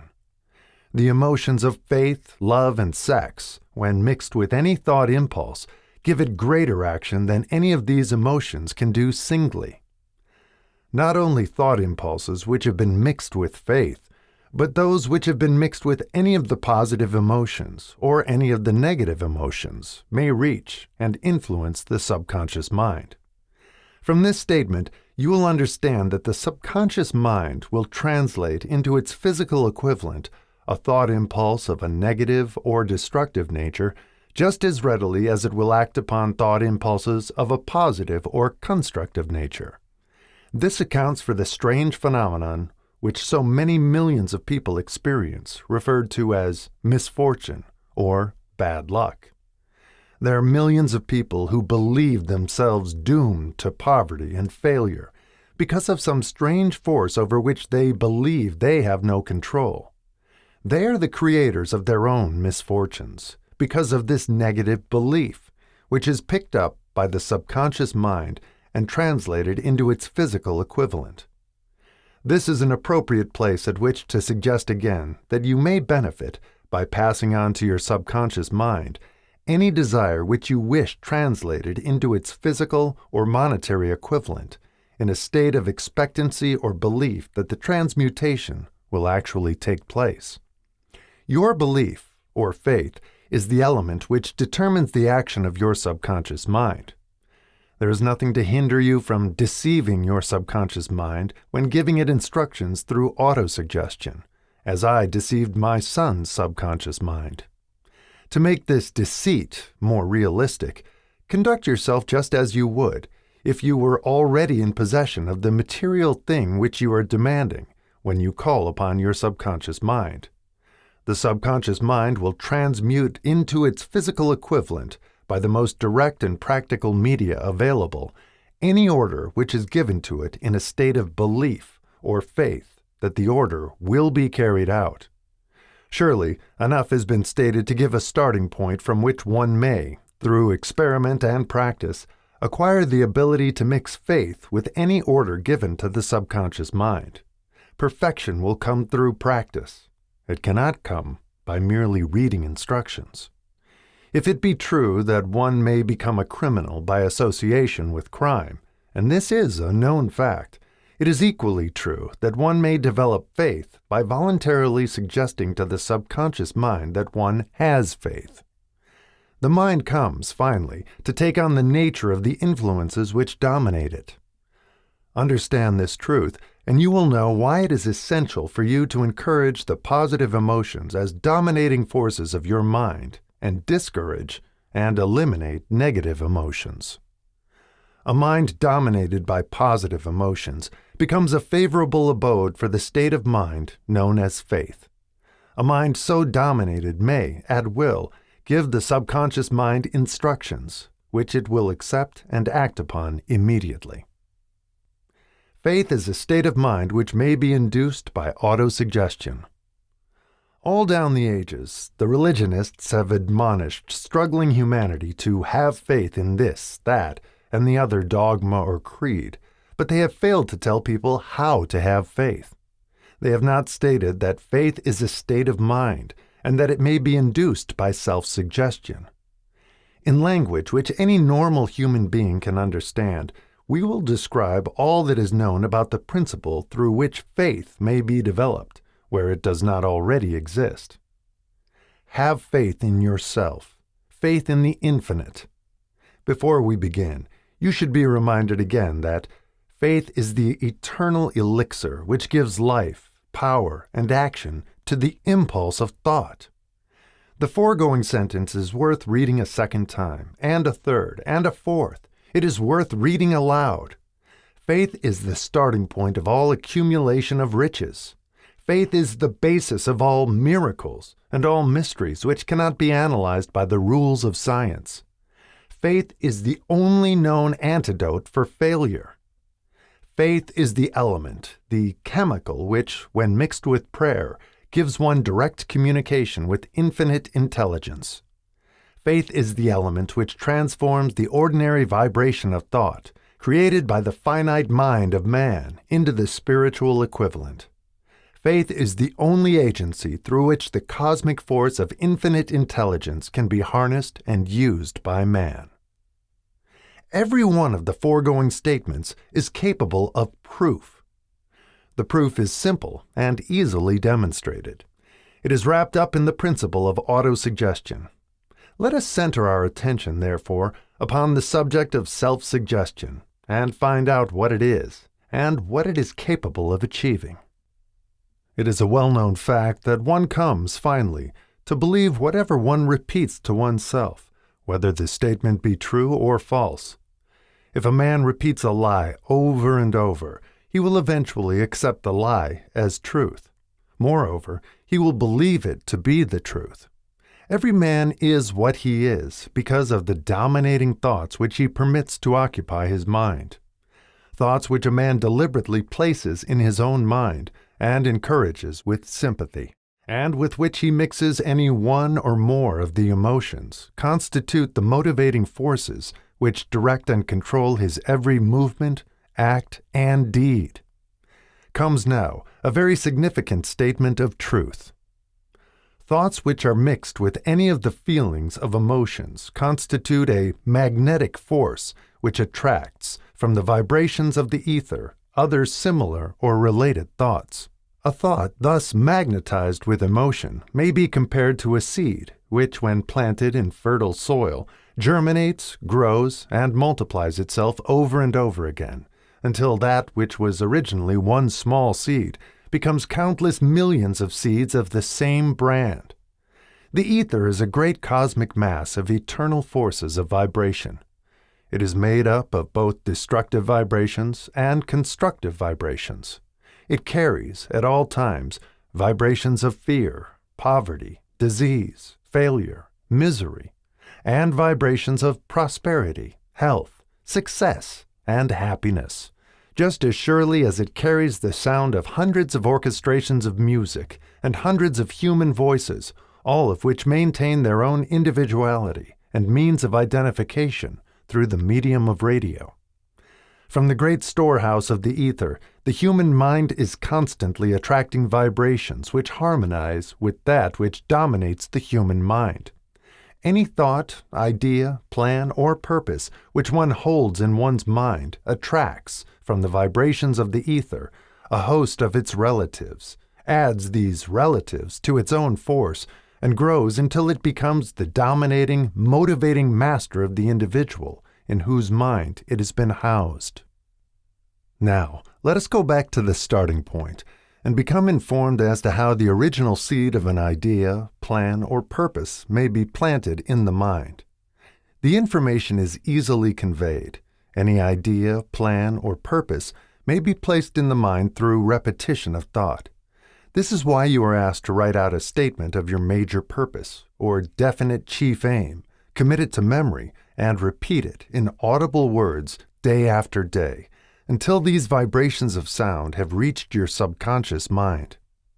We are what we are because of the vibrations of thought which we pick up and register through the stimuli of our daily environment. Resolve to throw off the influences of any unfortunate environment and to build your own life to order. Taking inventory of mental assets and liabilities, you will discover that your greatest weakness is lack of self-confidence. This handicap can be surmounted and timidity translated into courage through the aid of the principle of autosuggestion. The application of this principle may be made through a simple arrangement of positive thought impulses stated in writing, memorized, and repeated until they become a part of the working equipment of the subconscious faculty of your mind. Self-confidence formula. First, I know that I have the ability to achieve the object of my definite purpose in life. Therefore, I demand of myself persistent, continuous action toward its attainment, and I here and now promise to render such action. Second, I realize the dominating thoughts of my mind will eventually reproduce themselves in outward physical action, and gradually transform themselves into physical reality. Therefore, I will concentrate my thoughts for 30 minutes daily upon the task of thinking of the person I intend to become, thereby creating in my mind a clear mental picture of that person. Third, I know through the principle of autosuggestion any desire that I persistently hold in my mind will eventually seek expression through some practical means of attaining the object back of it. Therefore, I will devote 10 minutes daily to demanding of myself the development of self-confidence. Fourth, I have clearly written down a description of my definite chief aim in life, and I will never stop trying until I shall have developed sufficient self-confidence for its attainment. Fifth, I fully realize that no wealth or position can long endure unless built upon truth and justice. Therefore, I will engage in no transaction which does not benefit all whom it affects. I will succeed by attracting to myself the forces I wish to use and the cooperation of other people. I will induce others to serve me because of my willingness to serve others. I will eliminate hatred, envy, jealousy, selfishness, and cynicism by developing love for all humanity, because I know that a negative attitude toward others can never bring me success. I will cause others to believe in me, because I will believe in them and in myself. I will sign my name to this formula, commit it to memory, and repeat it aloud once a day with full faith that it will gradually influence my thoughts and actions so that I will become a self-reliant and successful person. Back of this formula is a law of nature which no man has yet been able to explain. It has baffled the scientists of all ages. The psychologists have named this law autosuggestion and let it go at that. The name by which one calls this law is of little importance. The important fact about it is, it works for the glory and success of mankind, if it is used constructively. On the other hand, if used destructively, it will destroy just as readily. In this statement may be found a very significant truth, namely, that those who go down in defeat and end their lives in poverty, misery, and distress do so because of negative application of the principle of autosuggestion. The cause may be found in the fact that all impulses of thought have a tendency to clothe themselves in their physical equivalent. The subconscious mind, the chemical laboratory in which all thought impulses are combined and made ready for translation into physical reality, makes no distinction between constructive and destructive thought impulses. It works with the material we feed it, through our thought impulses. The subconscious mind will translate into reality a thought driven by fear just as readily as it will translate into reality a thought driven by courage or faith. The pages of medical history are rich with illustrations of cases of suggestive suicide. A man may commit suicide through negative suggestion just as effectively as by any other means. In a Midwestern city, a man by the name of Joseph Grant, a bank official, borrowed a large sum of the bank's money without the consent of the directors. He lost the money through gambling. One afternoon, the bank examiner came and began to check the accounts. Grant left the bank, took a room in a local hotel, and when they found him 3 days later, he was lying in bed, wailing and moaning, repeating over and over these words, "My God, this will kill me. I cannot stand the disgrace." In a short time, he was dead. The doctors pronounced the case one of mental suicide. Just as electricity will turn the wheels of industry and render useful service if used constructively, or snuff out life if wrongly used, so will the law of autosuggestion lead you to peace and prosperity, or down into the valley of misery, failure, and death, according to your degree of understanding and application of it. If you fill your mind with fear, doubt, and unbelief in your ability to connect with and use the forces of infinite intelligence, the law of autosuggestion will take this spirit of unbelief and use it as a pattern by which your subconscious mind will translate it into its physical equivalent. This statement is as true as the statement that 2 and 2 are 4. Like the wind which carries one ship east and another west, the law of autosuggestion will lift you up or pull you down, according to the way you set your sails of thought. The law of autosuggestion, through which any person may rise to altitudes of achievement which stagger the imagination, is well described in the following verse. If you think you are beaten, you are. If you think you dare not, you don't. If you like to win, but you think you can't, it is almost certain you won't. If you think you'll lose, you're lost. For out of the world we find, success begins with a fellow's will. It's all in the state of mind. If you think you are outclassed, you are. You've got to think high to rise. You've got to be sure of yourself before you can ever win a prize. Life's battles don't always go to the stronger or faster man, but soon or late the man who wins is the man who thinks he can. Observe the words which have been emphasized, and you will catch the deep meaning which the poet had in mind.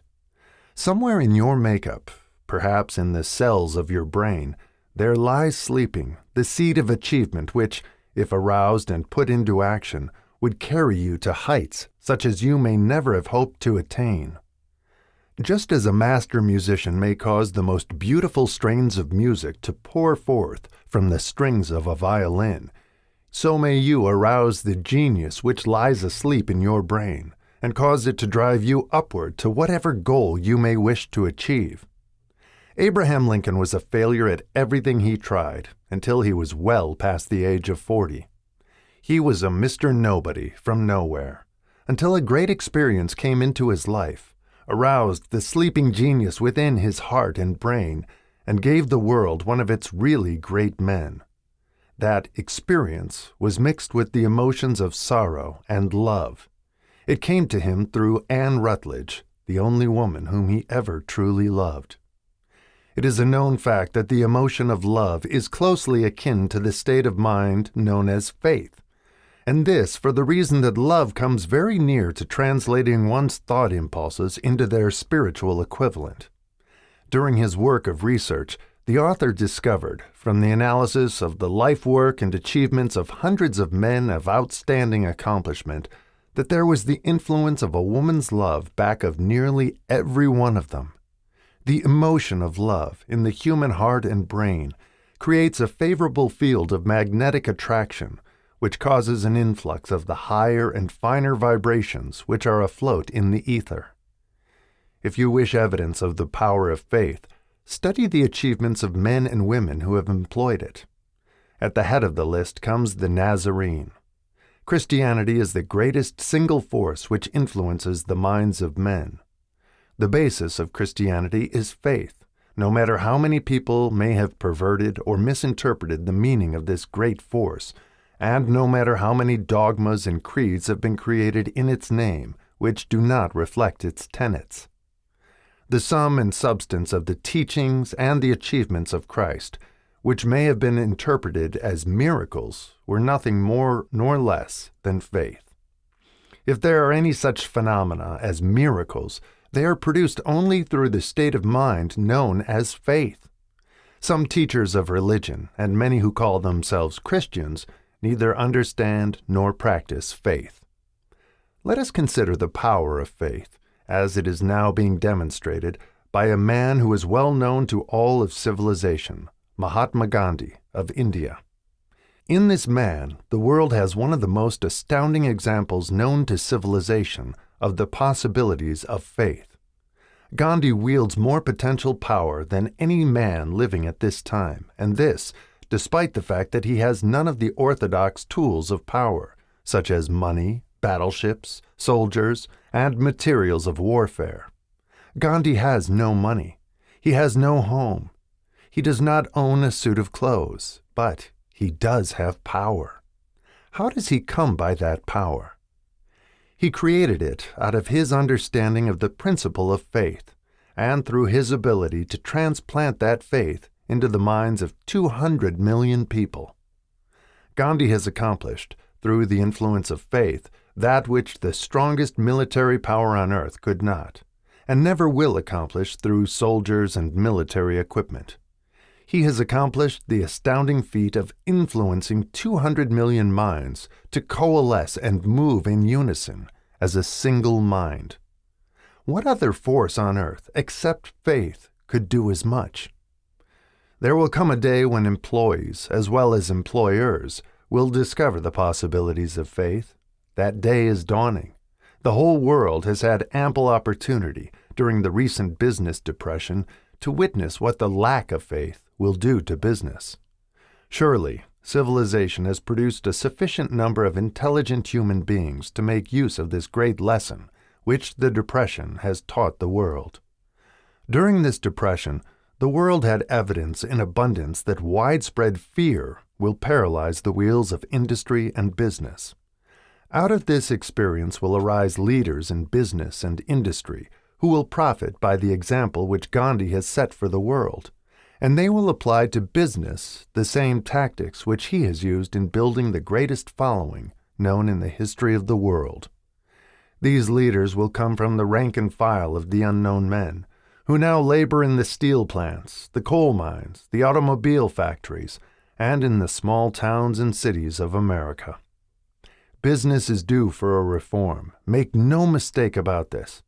The methods of the past, based upon economic combinations of force and fear, will be supplanted by the better principles of faith and cooperation. Men who labor will receive more than daily wages. They will receive dividends from the business, the same as those who supply the capital for business. But first, they must give more to their employers and stop this bickering and bargaining by force at the expense of the public. They must earn the right to dividends. Moreover, and this is the most important thing of all, they will be led by leaders who will understand and apply the principles employed by Mahatma Gandhi.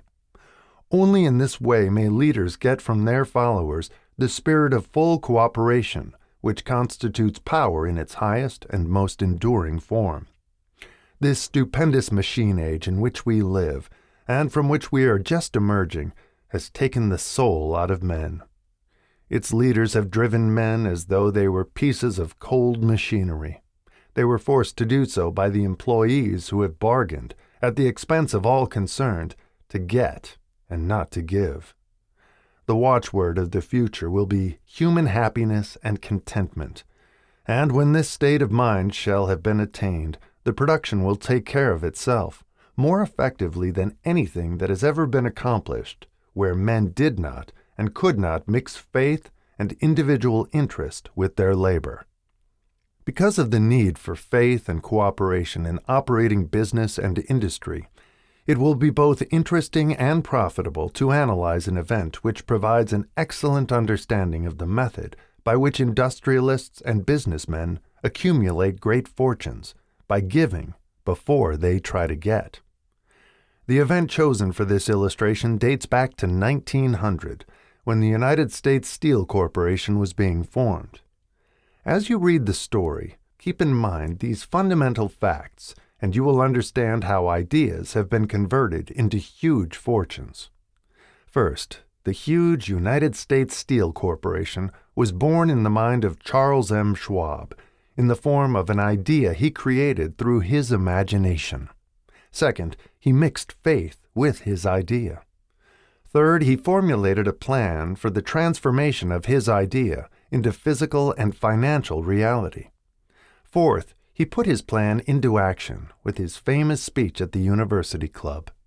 Fifth, he applied and followed through on his plan with persistence and backed it with firm decision until it had been fully carried out.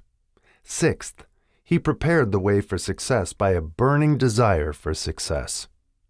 If you are one of those who have often wondered how great fortunes are accumulated, this story of the creation of the United States Steel Corporation will be enlightening. If you have any doubt that men can think and grow rich, this story should dispel that doubt, because you can plainly see in the story of the United States Steel the application of a major portion of the 13 principles described in this book. This astounding description of the power of an idea was dramatically told by John Lowell in the New York World Telegram, with whose courtesy it is here reprinted. A pretty after-dinner speech for $1 billion.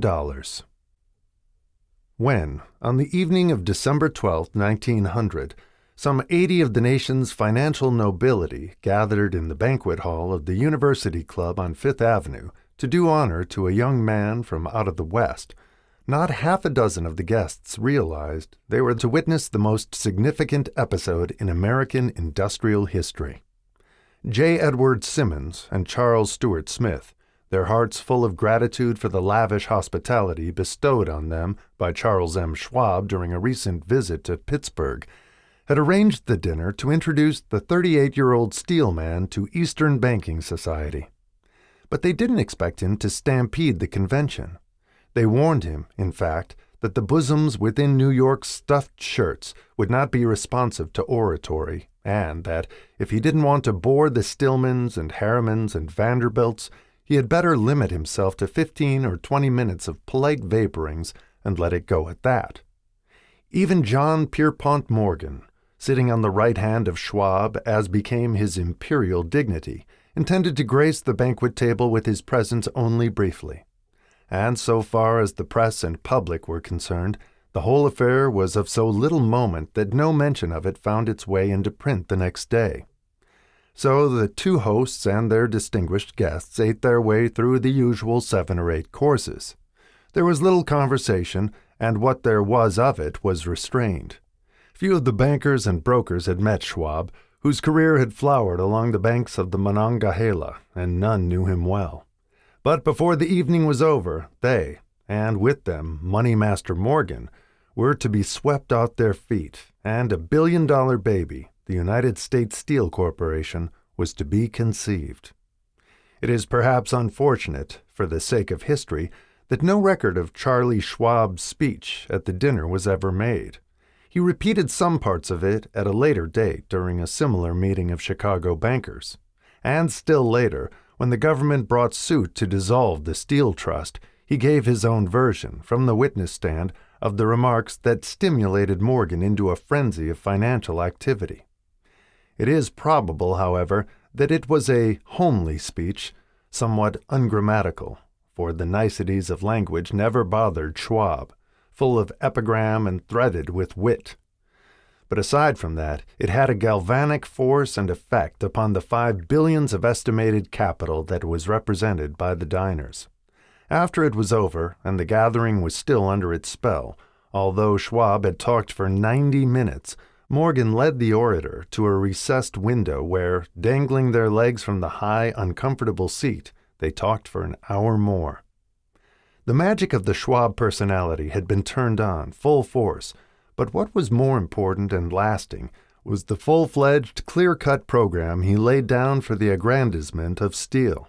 Many other men had tried to interest Morgan in slapping together a steel trust after the pattern of the biscuit, wire and hoop, sugar, rubber, whiskey, oil, or chewing gum combinations.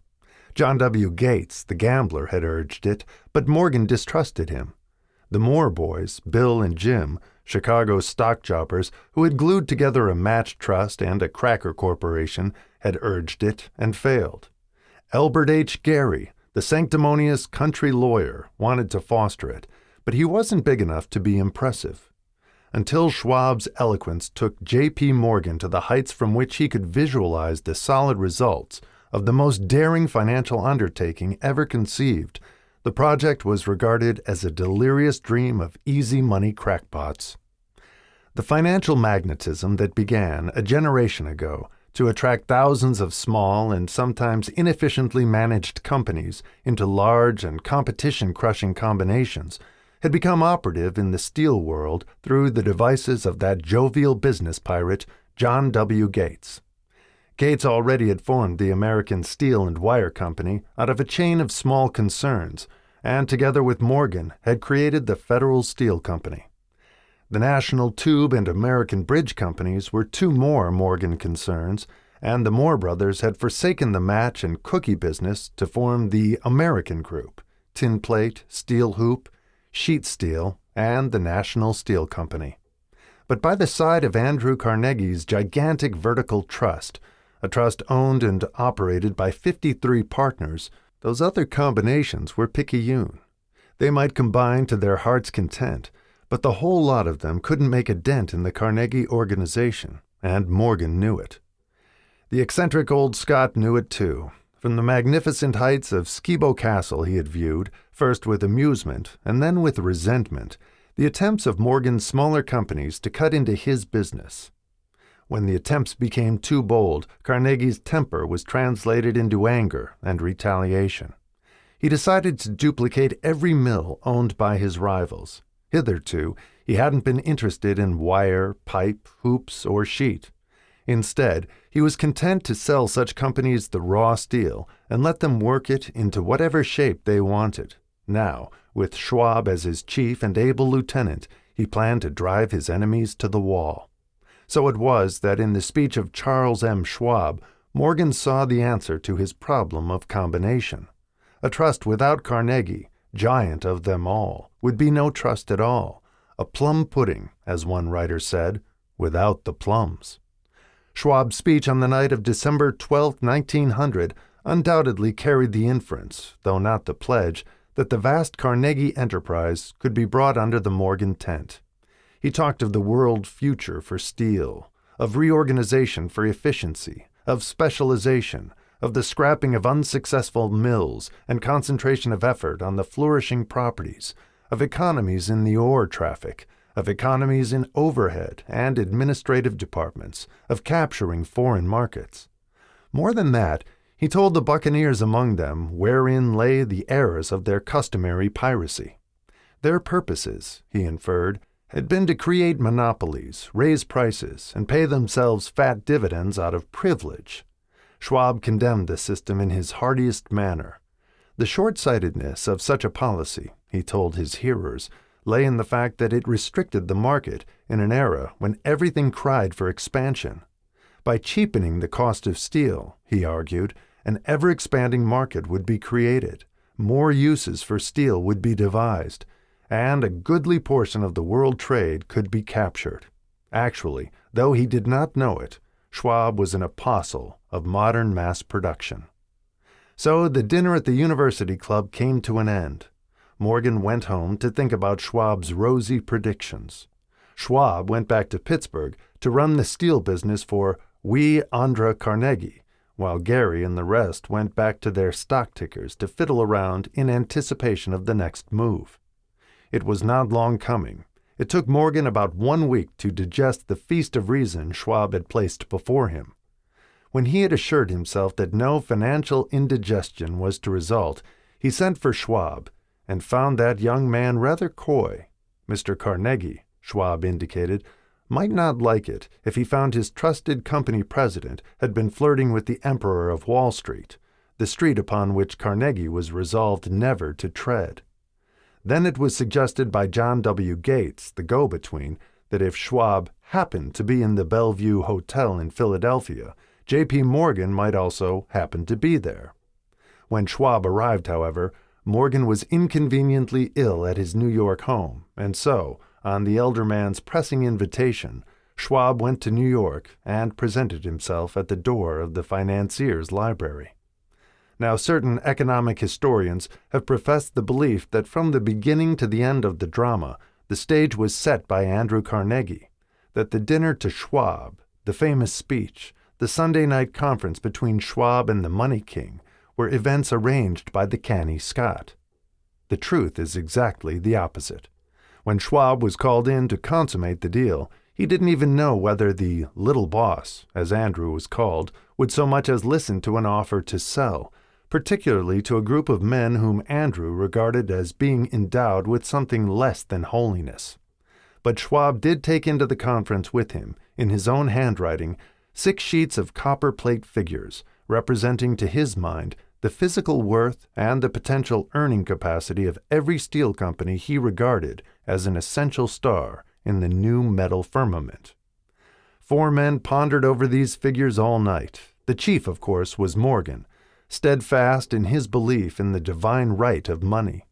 With him was his aristocratic partner, Robert Bacon, a scholar and a gentleman. The third was John W. Gates, whom Morgan scorned as a gambler and used as a tool. The fourth was Schwab, who knew more about the processes of making and selling steel than any whole group of men then living.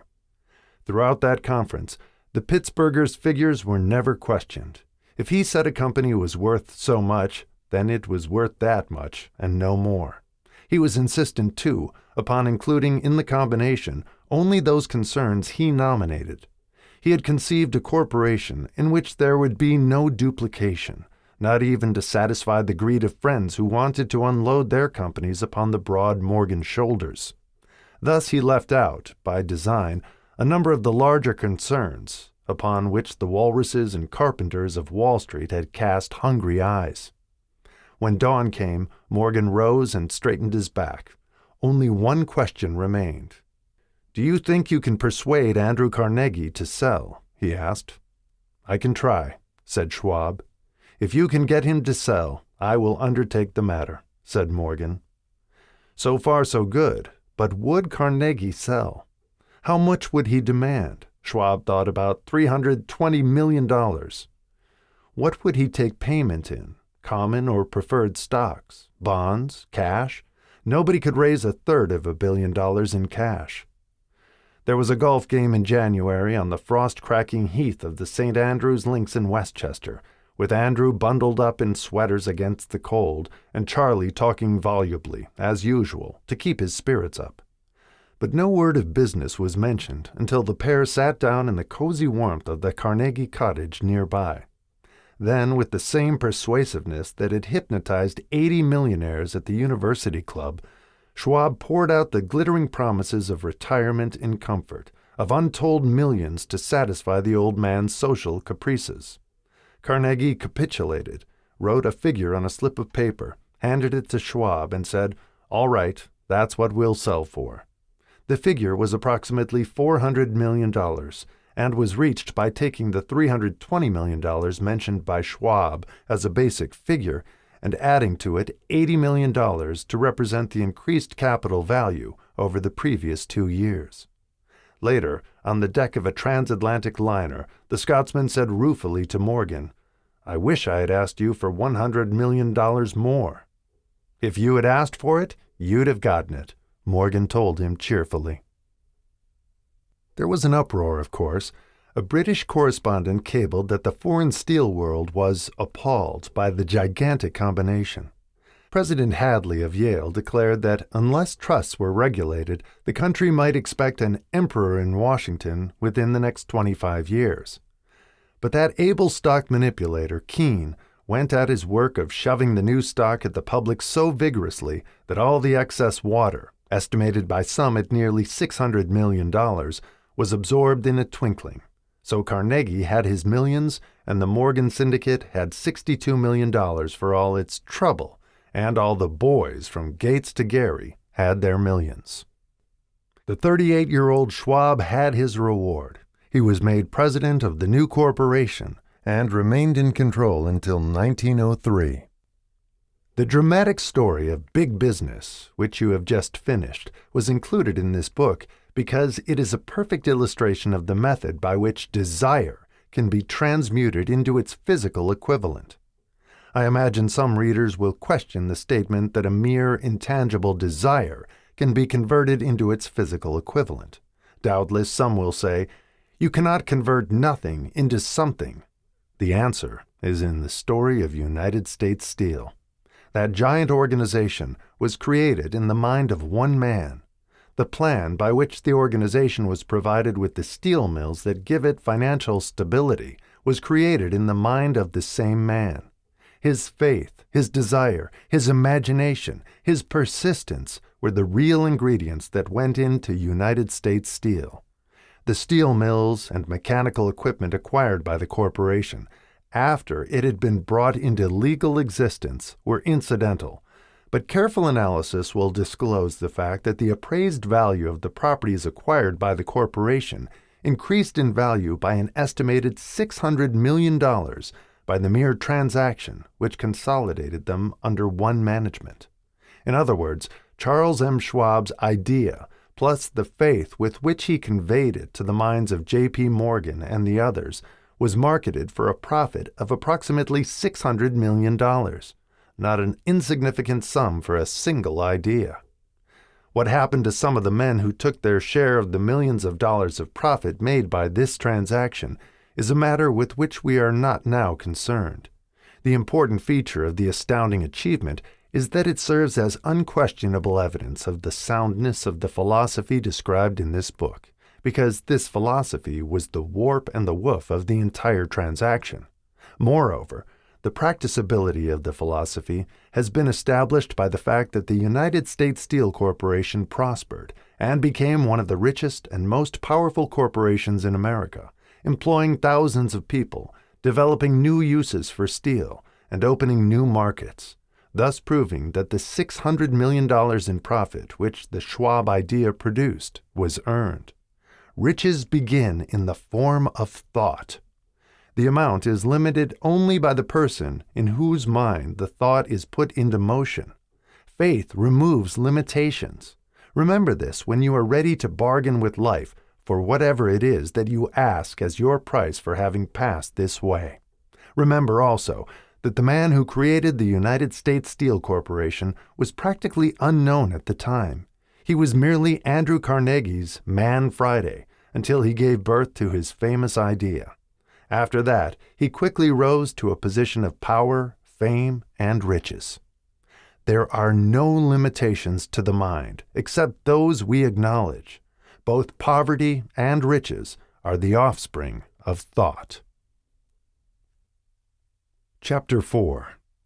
Autosuggestion. The medium for influencing the subconscious mind. The third step toward riches. Autosuggestion is a term which applies to all suggestions and all self-administered stimuli which reach one's mind through the five senses. Stated in another way, autosuggestion is self-suggestion. It is the agency of communication between that part of the mind where conscious thought takes place and that which serves as the seat of action for the subconscious mind. Through the dominating thoughts which one permits to remain in the conscious mind, whether these thoughts be negative or positive is immaterial, the principle of autosuggestion voluntarily reaches the subconscious mind and influences it with these thoughts. No thought, whether it be negative or positive, can enter the subconscious mind without the aid of the principle of autosuggestion, with the exception of thoughts picked up from the ether. Stated differently, all sense impressions which are perceived through the five senses are stopped by the conscious thinking mind, and may be either passed on to the subconscious mind or rejected at will. The conscious faculty serves, therefore, as an outer guard to the approach of the subconscious. Nature has so built man that he has absolute control over the material which reaches his subconscious mind through his five senses, although this is not meant to be construed as a statement that man always exercises this control. In the great majority of instances, he does not exercise it, which explains why so many people go through life in poverty. Recall what has been said about the subconscious mind resembling a fertile garden spot in which weeds will grow in abundance if the seeds of more desirable crops are not sown therein. Autosuggestion is the agency of control through which an individual may voluntarily feed his subconscious mind on thoughts of a creative nature, or by neglect, permit thoughts of a destructive nature to find their way into this rich garden of the mind.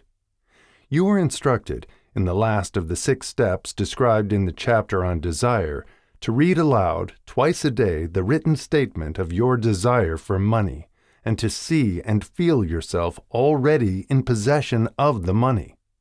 By following these instructions, you communicate the object of your desire directly to your subconscious mind in a spirit of absolute faith. Through repetition of this procedure, you voluntarily create thought habits which are favorable to your efforts to transmute desire into its monetary equivalent.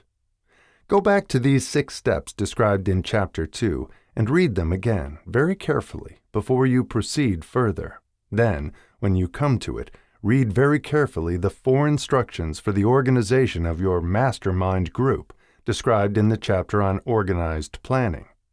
By comparing these 2 sets of instructions with that which has been stated on autosuggestion, you, of course, will see that the instructions involve the application of the principle of autosuggestion. Remember, therefore, when reading aloud the statement of your desire, through which you are endeavoring to develop a money consciousness, that the mere reading of the words is of no consequence, unless you mix emotion or feeling with your words.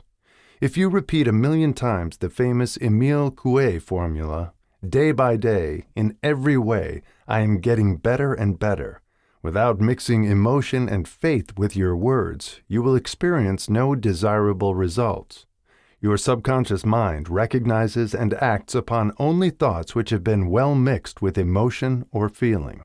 This is a fact of such importance as to warrant repetition in practically every chapter, because the lack of understanding of this is the main reason the majority of people who try to apply the principle of autosuggestion get no desirable results. Plain, unemotional words do not influence the subconscious mind. You will get no appreciable results until you learn to reach your subconscious mind with thoughts or spoken words which have been well emotionalized with belief. Do not become discouraged if you cannot control and direct your emotions the first time you try to do so. Remember, there is no such possibility as something for nothing. Ability to reach and influence your subconscious mind has its price, and you must pay that price. You cannot cheat, even if you desire to do so. The price of ability to influence your subconscious mind is everlasting persistence in applying the principles described here. You cannot develop the desired ability for a lower price. You, and you alone, must decide whether or not the reward for which you are striving, the money consciousness, is worth the price you must pay for it in effort. Wisdom and cleverness alone will not attract and retain money except in a few very rare instances where the law of averages favors the attraction of money through these sources. The method of attracting money described here does not depend upon the law of averages. Moreover, the method plays no favorites. It will work for one person as effectively as it will for another. Where failure is experienced, it is the individual, not the method, which has failed. If you try and fail, make another effort, and still another, until you succeed. Your ability to use the principle of autosuggestion will depend, very largely, upon your capacity to concentrate upon a given desire until that desire becomes a burning obsession. When you begin to carry out the instructions in connection with the 6 steps described in the 2nd chapter, it will be necessary for you to make use of the principle of concentration. Let us here offer suggestions for the effective use of concentration. When you begin to carry out the first of the 6 steps, which instructs you to fix in your own mind the exact amount of money you desire, hold your thoughts on that amount of money by concentration or fixation of attention with your eyes closed until you can actually see the physical appearance of the money. Do this at least once each day. As you go through these exercises, follow the instructions given in the chapter on faith and see yourself actually in possession of the money. Here is a most significant fact. The subconscious mind takes any orders given it in a spirit of absolute faith and acts upon those orders, although the orders often have to be presented over and over again through repetition before they are interpreted by the subconscious mind. Following the preceding statement, consider the possibility of playing a perfectly legitimate trick on your subconscious mind by making it believe, because you believe it, that you must have the amount of money you are visualizing, that this money is already awaiting your claim, that the subconscious mind must hand over to you practical plans for acquiring the money which is yours. Hand over the thought suggested in the preceding paragraph to your imagination and see what your imagination can or will do to create practical plans for the accumulation of money through transmutation of your desire. Do not wait for a definite plan through which you intend to exchange services or merchandise in return for the money you are visualizing, but begin at once to see yourself in possession of the money, demanding and expecting meanwhile that your subconscious mind will hand over the plan or plans you need. Be on the alert for these plans, and when they appear, put them into action immediately. When the plans appear, they will probably flash into your mind through the 6th sense, in the form of an inspiration. This inspiration may be considered a direct telegram or message from infinite intelligence. Treat it with respect and act upon it as soon as you receive it. Failure to do this will be fatal to your success.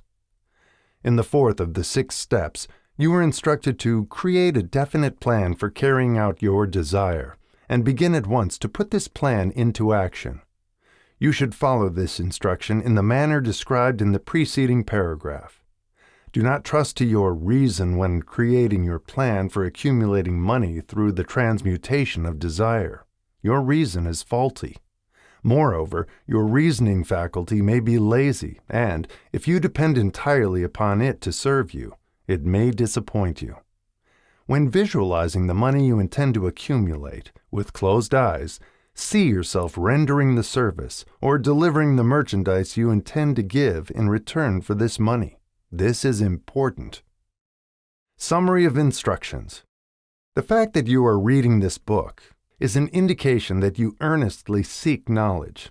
It is also an indication that you are a student of this subject. If you are only a student, there is a chance that you may learn much that you did not know, but you will learn only by assuming an attitude of humility.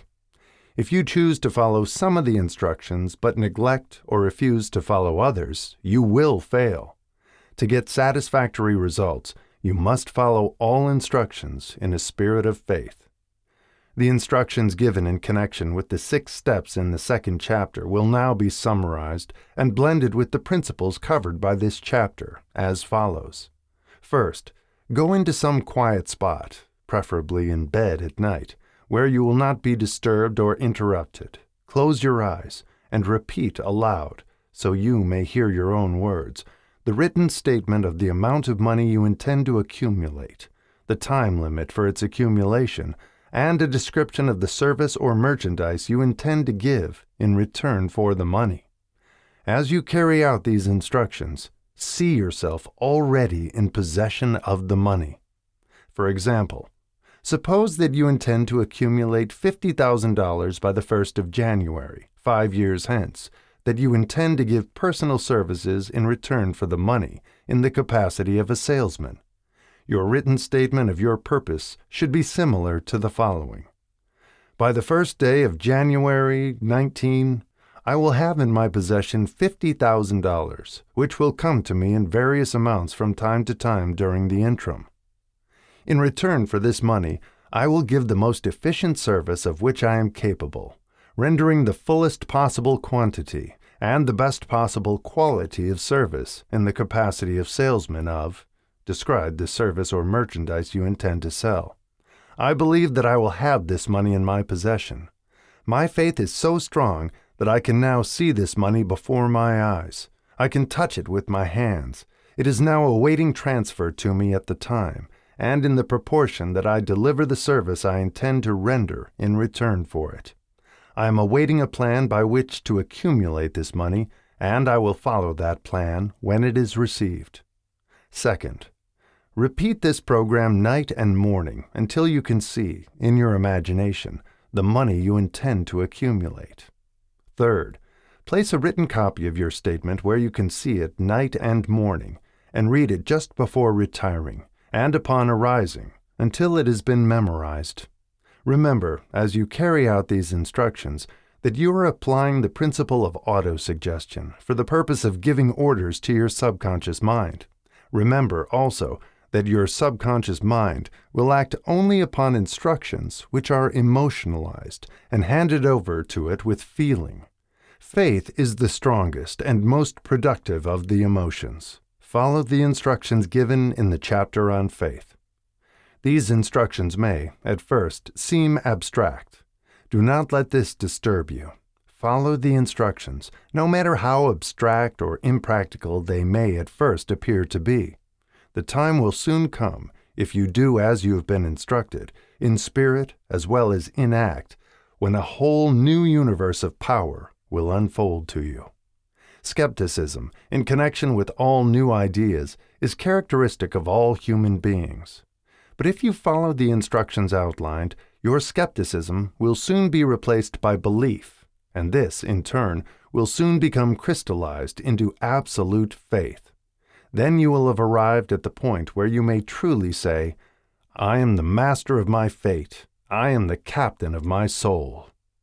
Many philosophers have made the statement that man is the master of his own earthly destiny, but most of them have failed to say why he is the master.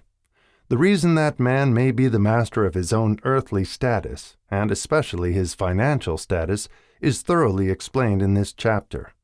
Man may become the master of himself and of his environment because he has the power to influence his own subconscious mind, and through it gain the cooperation of infinite intelligence. You are now reading the chapter, which represents the keystone to the arch of this philosophy. The instructions contained in this chapter must be understood and applied with persistence if you succeed in transmuting desire into money. The actual performance of transmuting desire into money involves the use of autosuggestion as an agency by which one may reach and influence the subconscious mind. The other principles are simply tools with which to apply autosuggestion. Keep this thought in mind, and you will, at all times, be conscious of the important part the principle of autosuggestion is to play in your efforts to accumulate money through the methods described in this book. Carry out these instructions as though you were a small child. Inject into your efforts something of the faith of a child. The author has been most careful to see that no impractical instructions were included because of his sincere desire to be helpful. After you have read the entire book, come back to this chapter and follow in spirit and in action this instruction.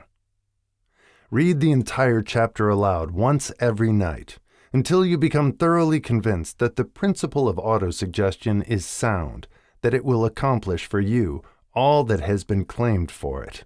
As you read, underscore with a pencil every sentence which impresses you favorably. Follow the foregoing instruction to the letter, and it will open the way for a complete understanding and mastery of the principles of success. Chapter 5. Specialized Knowledge. Personal experiences or observations. The fourth step toward riches. There are two kinds of knowledge. One is general, the other is specialized.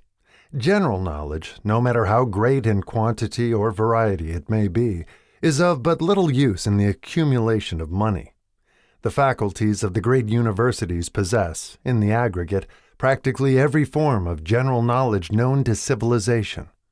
Most of the professors have but little or no money. They specialize on teaching knowledge, but they do not specialize on the organization or the use of knowledge. Knowledge will not attract money unless it is organized and intelligently directed through practical plans of action to the definite end of accumulation of money. Lack of understanding of this fact has been the source of confusion to millions of people who falsely believe that knowledge is power. It is nothing of the sort. Knowledge is only potential power. It becomes power only when and if it is organized into definite plans of action and directed to a definite end. This missing link in all systems of education known to civilization today may be found in the failure of educational institutions to teach their students how to organize and use knowledge after they acquire it. Many people make the mistake of assuming that because Henry Ford had but little schooling, he is not a man of education. Those who make this mistake do not know Henry Ford, nor do they understand the real meaning of the word educate. That word is derived from the Latin word educo, meaning to educe, to draw out, to develop from within. An educated man is not, necessarily, one who has an abundance of general or specialized knowledge. An educated man is one who has so developed the faculties of his mind that he may acquire anything he wants, or its equivalent, without violating the rights of others. Henry Ford comes well within the meaning of this definition. During the World War, a Chicago newspaper published certain editorials in which, among other statements, Henry Ford was called an ignorant pacifist. Mr. Ford objected to the statements and brought suit against the paper for libeling him. When the suit was tried in the courts, the attorneys for the paper pleaded justification and placed Mr. Ford himself on the witness stand for the purpose of proving to the jury that he was ignorant. The attorneys asked Mr. Ford a great variety of questions, all of them intended to prove, by his own evidence, that while he might possess considerable specialized knowledge pertaining to the manufacture of automobiles, he was, in the main, ignorant. Mr. Ford was plied with such questions as the following. Who was Benedict Arnold? And how many soldiers did the British send over to America to put down the rebellion of 1776? In answer to the last question, Mr. Ford replied, I do not know the exact number of soldiers the British sent over, but I have heard that it was a considerably larger number than ever went back. Finally, Mr. Ford became tired of this line of questioning, and in reply to a particularly offensive question, he leaned over, pointed his finger at the lawyer who had asked the question, and said, If I should really want to answer the foolish question you have just asked, or any of the other questions you have been asking me, let me remind you that I have a row of electric push buttons on my desk, and by pushing the right button, I can summon to my aid men who can answer any question I desire to ask concerning the business to which I am devoting most of my efforts. Now, will you kindly tell me why I should clutter up my mind with general knowledge for the purpose of being able to answer questions when I have men around me who can supply any knowledge I require? There certainly was good logic to that reply. That answer floored the lawyer. Every person in the courtroom realized it was the answer, not of an ignorant man, but of a man of education. Any man is educated who knows where to get knowledge when he needs it, and how to organize that knowledge into definite plans of action. Through the assistance of his mastermind group, Henry Ford had at his command all the specialized knowledge he needed to enable him to become one of the wealthiest men in America. It was not essential that he have this knowledge in his own mind. Surely no person who has sufficient inclination and intelligence to read a book of this nature can possibly miss the significance of this illustration. Before you can be sure of your ability to transmute desire into its monetary equivalent, you will require specialized knowledge of the service, merchandise, or profession which you intend to offer in return for fortune.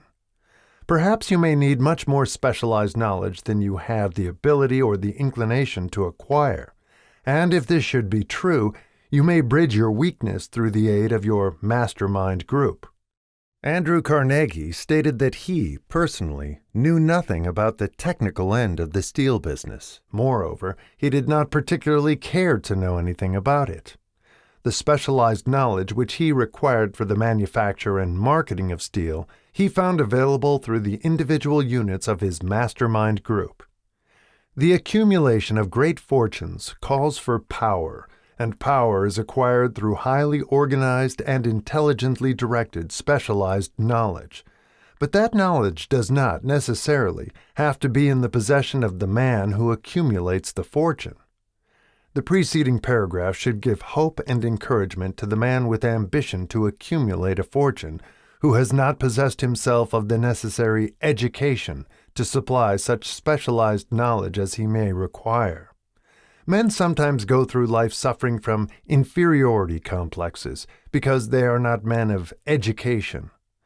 The man who can organize and direct a mastermind group of men who possess knowledge useful in the accumulation of money is just as much a man of education as any man in the group. Remember this: if you suffer from a feeling of inferiority because your schooling has been limited, Thomas Edison had only 3 months of schooling during his entire life. He did not lack education, neither did he die poor. Henry Ford had less than a 6th grade schooling, but he has managed to do pretty well by himself financially. Specialized knowledge is among the most plentiful and the cheapest forms of service which may be had. If you doubt this, consult the payroll of any university. It pays to know how to purchase knowledge. First of all, decide the sort of specialized knowledge you require and the purpose for which it is needed. To a large extent, your major purpose in life, the goal toward which you are working, will help determine what knowledge you need. With this question settled, your next move requires that you have accurate information concerning dependable sources of knowledge. The more important of these are A. One's own experience and education. B. Experience and education available through cooperation of others. Mastermind alliance. C. Colleges and universities. D. Public libraries, through books and periodicals in which may be found all the knowledge organized by civilization. E. Special training courses, through night schools and home study schools in particular. As knowledge is acquired, it must be organized and put into use for a definite purpose through practical plans. Knowledge has no value except that which can be gained from its application toward some worthy end.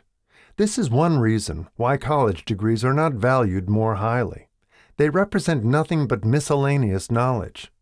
If you contemplate taking additional schooling, first determine the purpose for which you want the knowledge you are seeking, then learn where this particular sort of knowledge can be obtained from reliable sources. Successful men in all callings never stop acquiring specialized knowledge related to their major purpose, business, or profession. Those who are not successful usually make the mistake of believing the knowledge-acquiring period ends when one finishes school. The truth is that schooling does but little more than to put one in the way of learning how to acquire practical knowledge. With this changed world, which began at the end of the economic collapse, came also astounding changes in educational requirements. The order of the day is specialization. This truth was emphasized by Robert P. Moore, Secretary of Appointments of Columbia University. Specialists most sought. Particularly sought after by employing companies are candidates who have specialized in some field: business school graduates with training in accounting and statistics, engineers of all varieties, journalists, architects, chemists, and also outstanding leaders and activity men of the senior class. The man who has been active on the campus, whose personality is such that he gets along with all kinds of people, and who has done an adequate job with his studies, has a most decided edge over the strictly academic student.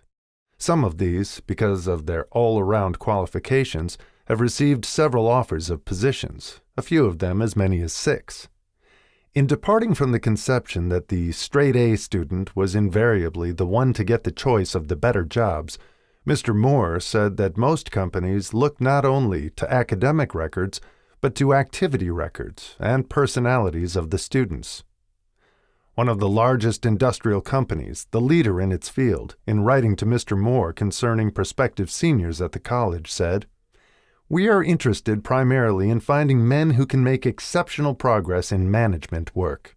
For this reason, we emphasize qualities of character, intelligence, and personality far more than specific educational background."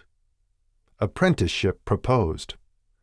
Proposing a system of apprenticing students in offices, stores, and industrial occupations during the summer vacation, Mr. Moore asserts that after the first 2 or 3 years of college, every student should be asked to choose a definite future course and to call a halt if he has been merely pleasantly drifting without purpose through an unspecialized academic curriculum.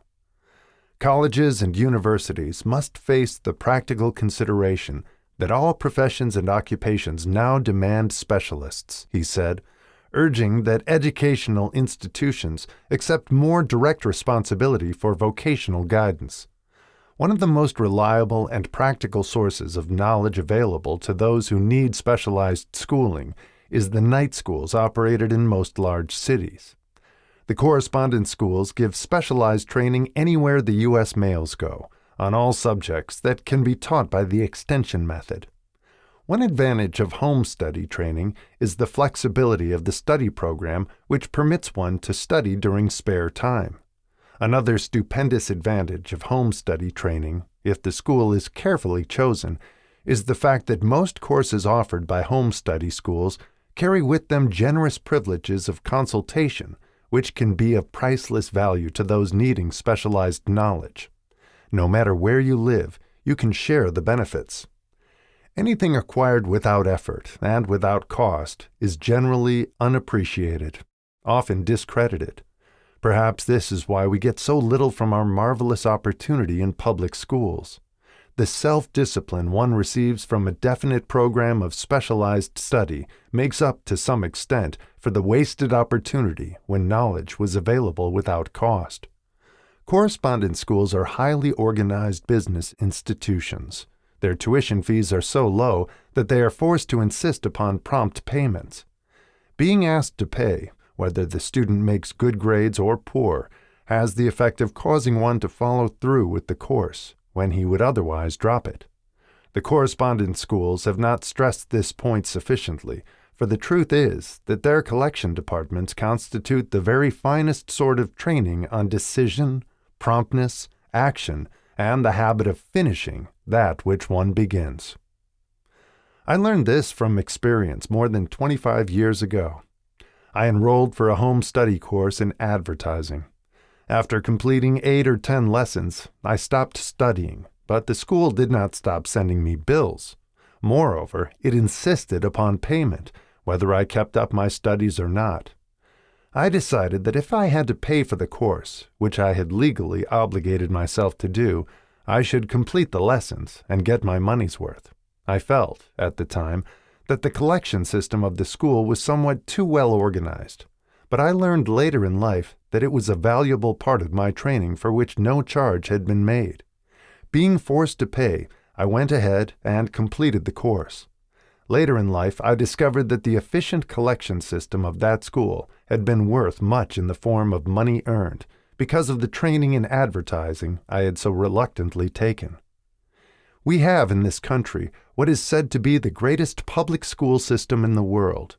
We have invested fabulous sums for fine buildings. We have provided convenient transportation for children living in the rural districts, so they may attend the best schools. But there is one astounding weakness to this marvelous system. It is free. One of the strange things about human beings is that they value only that which has a price. The free schools of America and the free public libraries do not impress people because they are free. This is the major reason why so many people find it necessary to acquire additional training after they quit school and go to work. It is also one of the major reasons why employers give greater consideration to employees who take home study courses. They have learned from experience that any person who has the ambition to give up a part of his spare time to studying at home has in him those qualities which make for leadership. This recognition is not a charitable gesture. It is sound business judgment upon the part of the employers. There is one weakness in people for which there is no remedy. It is the universal weakness of lack of ambition. Persons, especially salaried people, who schedule their spare time to provide for home study seldom remain at the bottom very long. Their action opens the way for the upward climb, removes many obstacles from their path, and gains the friendly interest of those who have the power to put them in the way of opportunity. The home study method of training is especially suited to the needs of employed people who find, after leaving school, that they must acquire additional specialized knowledge, but cannot spare the time to go back to school. The changed economic conditions prevailing since the Depression have made it necessary for thousands of people to find additional or new sources of income. For the majority of these, the solution to their problem may be found only by acquiring specialized knowledge. Many will be forced to change their occupations entirely.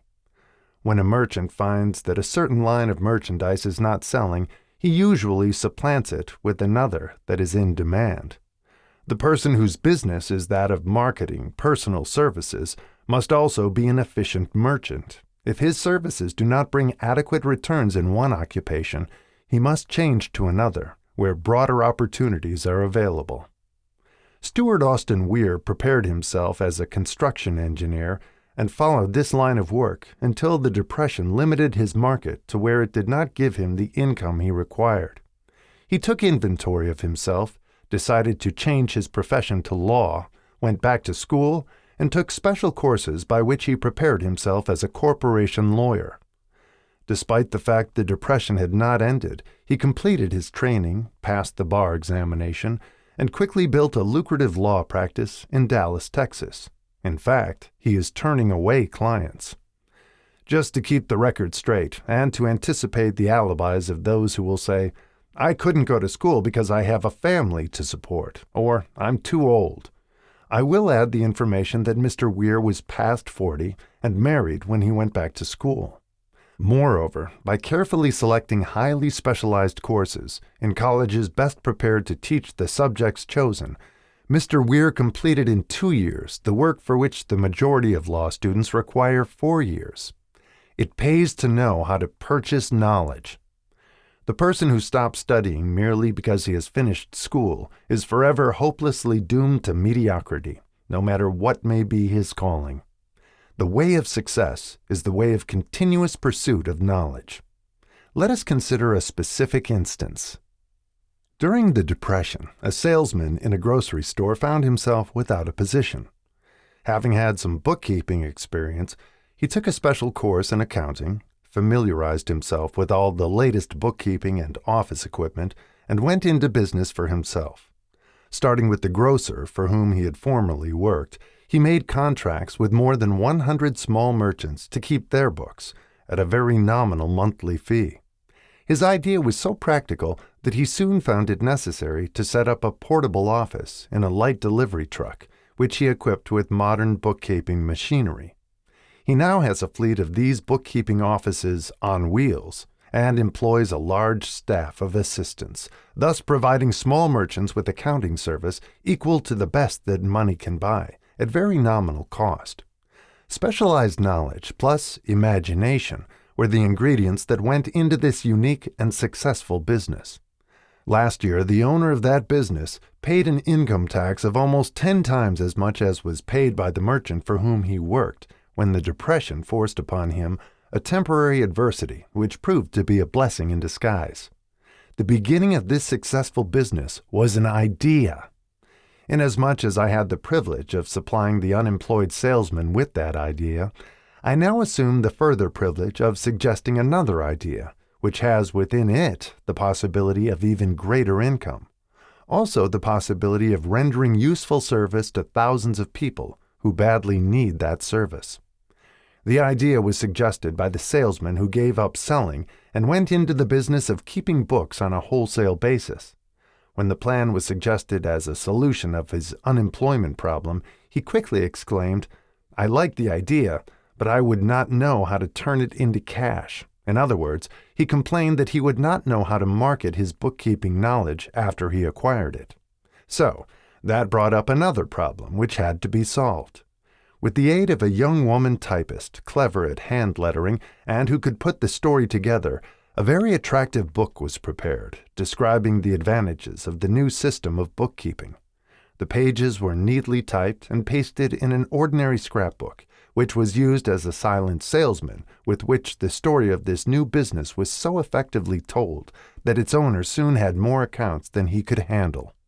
There are thousands of people all over the country who need the services of a merchandising specialist capable of preparing an attractive brief for use in marketing personal services. The aggregate annual income from such a service might easily exceed that received by the largest employment agency, and the benefits of the service might be made far greater to the purchaser than any to be obtained from an employment agency. The idea here described was born of necessity, to bridge an emergency which had to be covered, but it did not stop by merely serving one person. The woman who created the idea has a keen imagination. She saw in her newly born brainchild the making of a new profession, one that is destined to render valuable service to thousands of people who need practical guidance in marketing personal services. Spurred to action by the instantaneous success of her first prepared plan to market personal services, this energetic woman turned next to the solution of a similar problem for her son, who had just finished college, but had been totally unable to find a market for his services. The plan she originated for his use was the finest specimen of merchandising of personal services I have ever seen. When the plan book had been completed, it contained nearly 50 pages of beautifully typed, properly organized information, telling the story of her son's native ability, schooling, personal experiences, and a great variety of other information too extensive for description.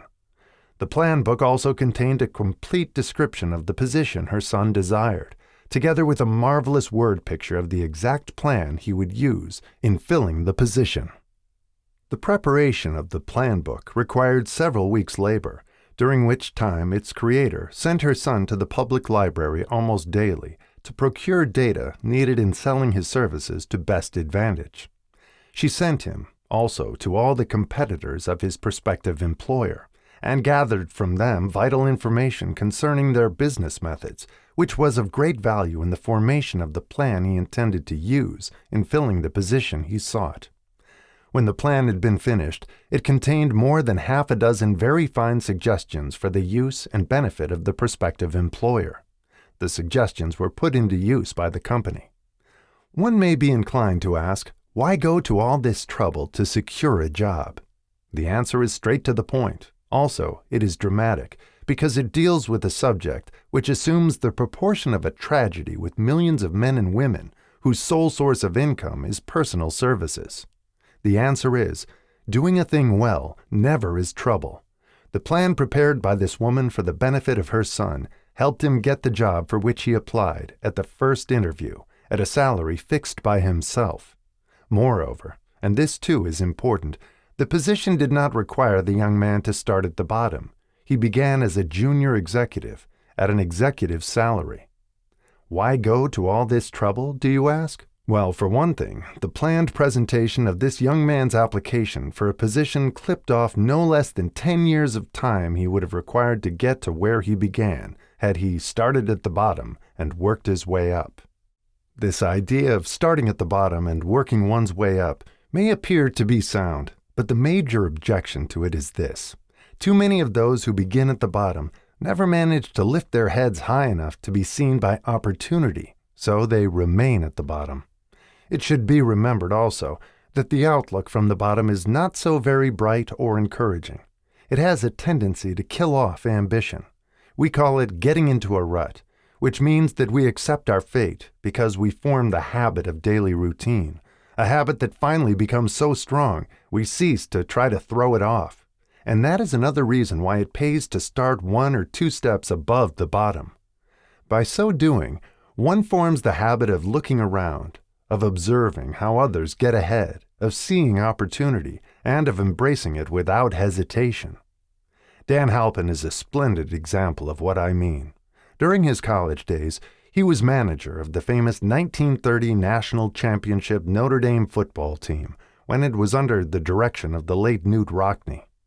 Perhaps he was inspired by the great football coach to aim high and not mistake temporary defeat for failure, just as Andrew Carnegie, the great industrial leader, inspired his young business lieutenants to set high goals for themselves. At any rate, young Halpin finished college at a mighty unfavorable time when the Depression had made jobs scarce. So, after a fling at investment banking and motion pictures, he took the first opening with a potential future he could find, selling electrical hearing aids on a commission basis. Anyone could start in that sort of job, and Halpin knew it, but it was enough to open the door of opportunity to him. For almost 2 years, he continued in a job not to his liking, and he would never have risen above that job if he had not done something about his dissatisfaction. He aimed first at the job of assistant sales manager of his company and got the job. That one step upward placed him high enough above the crowd to enable him to see still greater opportunity.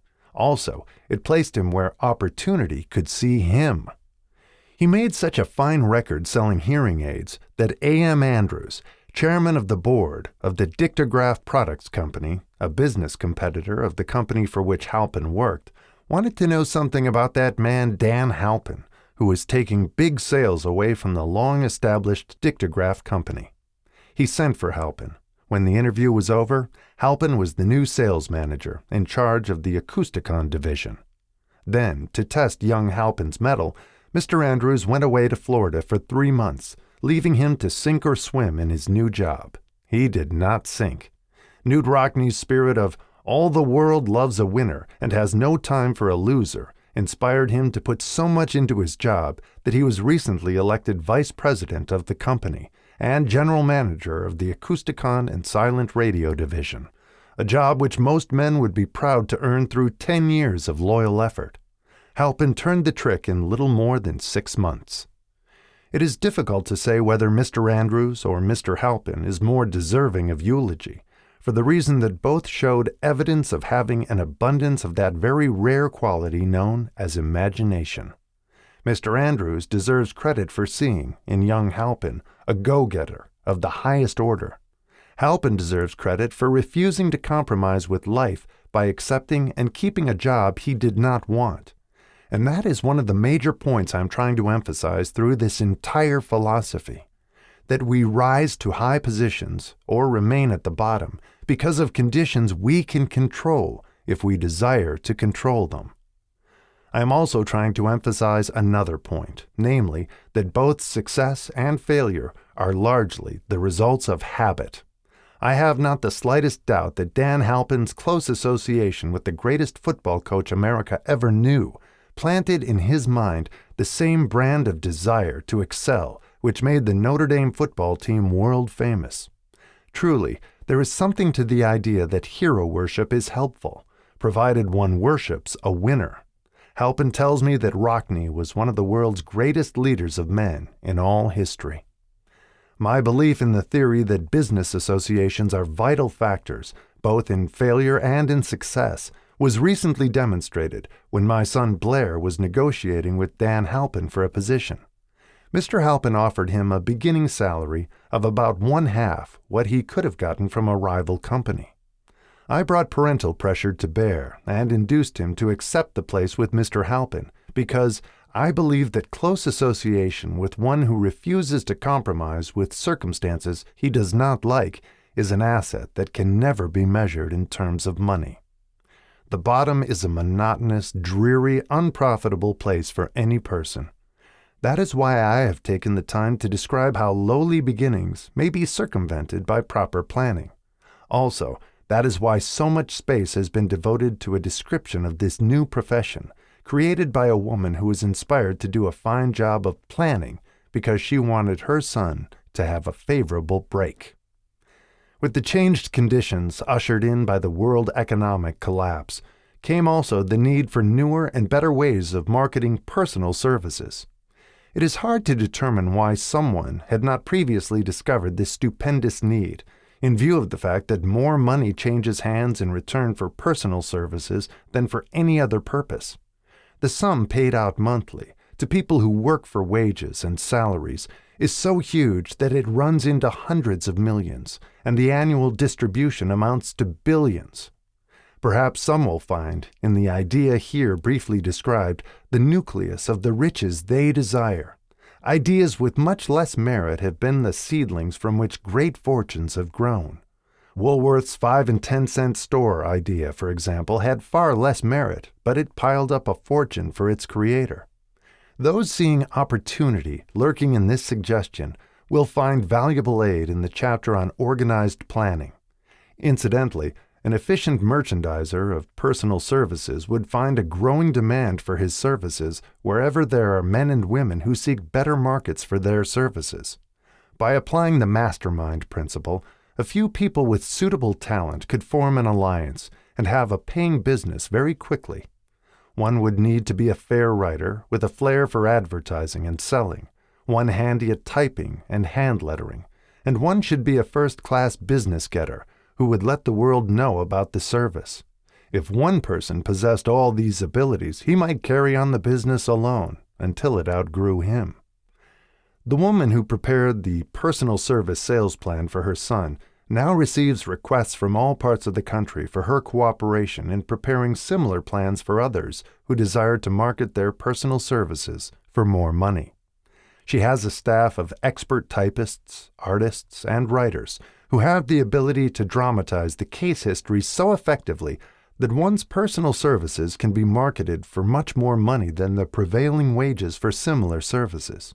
She is so confident of her ability that she accepts, as the major portion of her fee, a percentage of the increased pay she helps her clients to earn.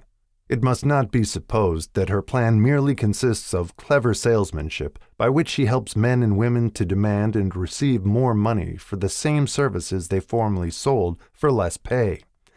She looks after the interests of the purchaser as well as the seller of personal services, and so prepares her plans that the employer receives full value for the additional money he pays.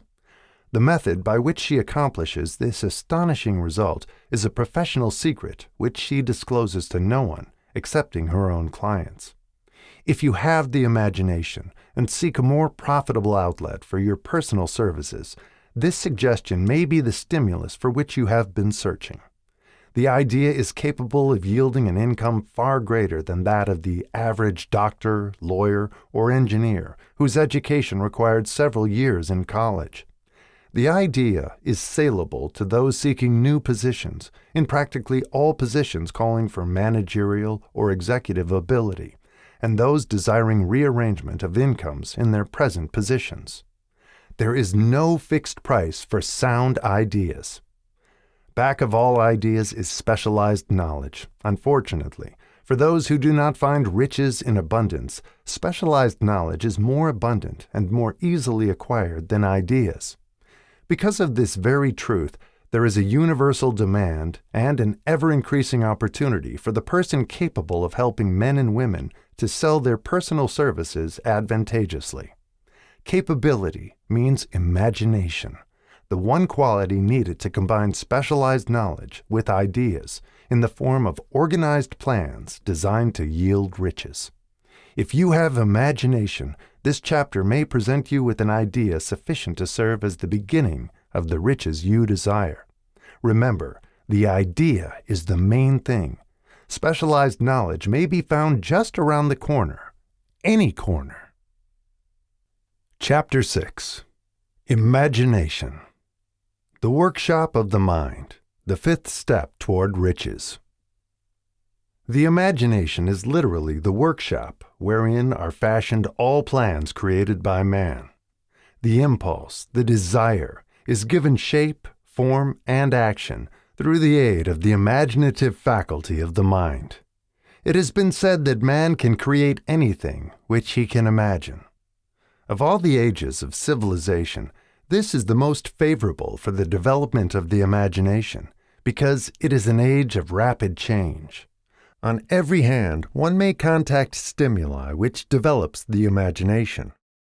Through the aid of his imaginative faculty, man has discovered and harnessed more of nature's forces during the past 50 years than during the entire history of the human race previous to that time. He has conquered the air so completely that the birds are a poor match for him in flying.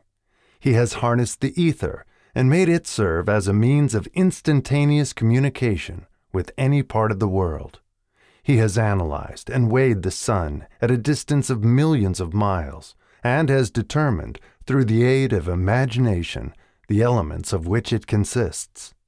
He has discovered that his own brain is both a broadcasting and a receiving station for the vibration of thought, and he is beginning now to learn how to make practical use of this discovery. He has increased the speed of locomotion until he may now travel at a speed of more than 300 miles an hour. The time will come soon when a man may breakfast in New York and lunch in San Francisco. Man's only limitation, within reason, lies in his development and use of his imagination. He has not yet reached the apex of development in the use of his imaginative faculty. He has merely discovered that he has an imagination, and has commenced to use it in a very elementary way. Two forms of imagination. The imaginative faculty functions in two forms. One is known as synthetic imagination, and the other as creative imagination. Synthetic imagination. Through this faculty, one may arrange old concepts, ideas, or plans into new combinations. This faculty creates nothing. It merely works with the material of experience, education, and observation with which it is fed. It is the faculty used most by the inventor, with the exception of the genius, who draws upon the creative imagination when he cannot solve his problem through synthetic imagination. Creative imagination. Through the faculty of creative imagination, the finite mind of man has direct communication with infinite intelligence. It is the faculty through which hunches and inspirations are received. It is by this faculty that all basic or new ideas are handed over to man.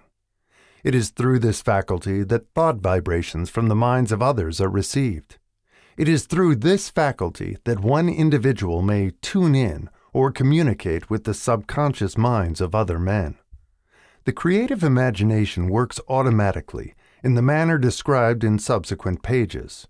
This faculty functions only when the conscious mind is vibrating at an exceedingly rapid rate, as, for example, when the conscious mind is stimulated through the emotion of a strong desire. The creative faculty becomes more alert, more receptive to vibrations from the sources mentioned in proportion to its development through use. This statement is significant.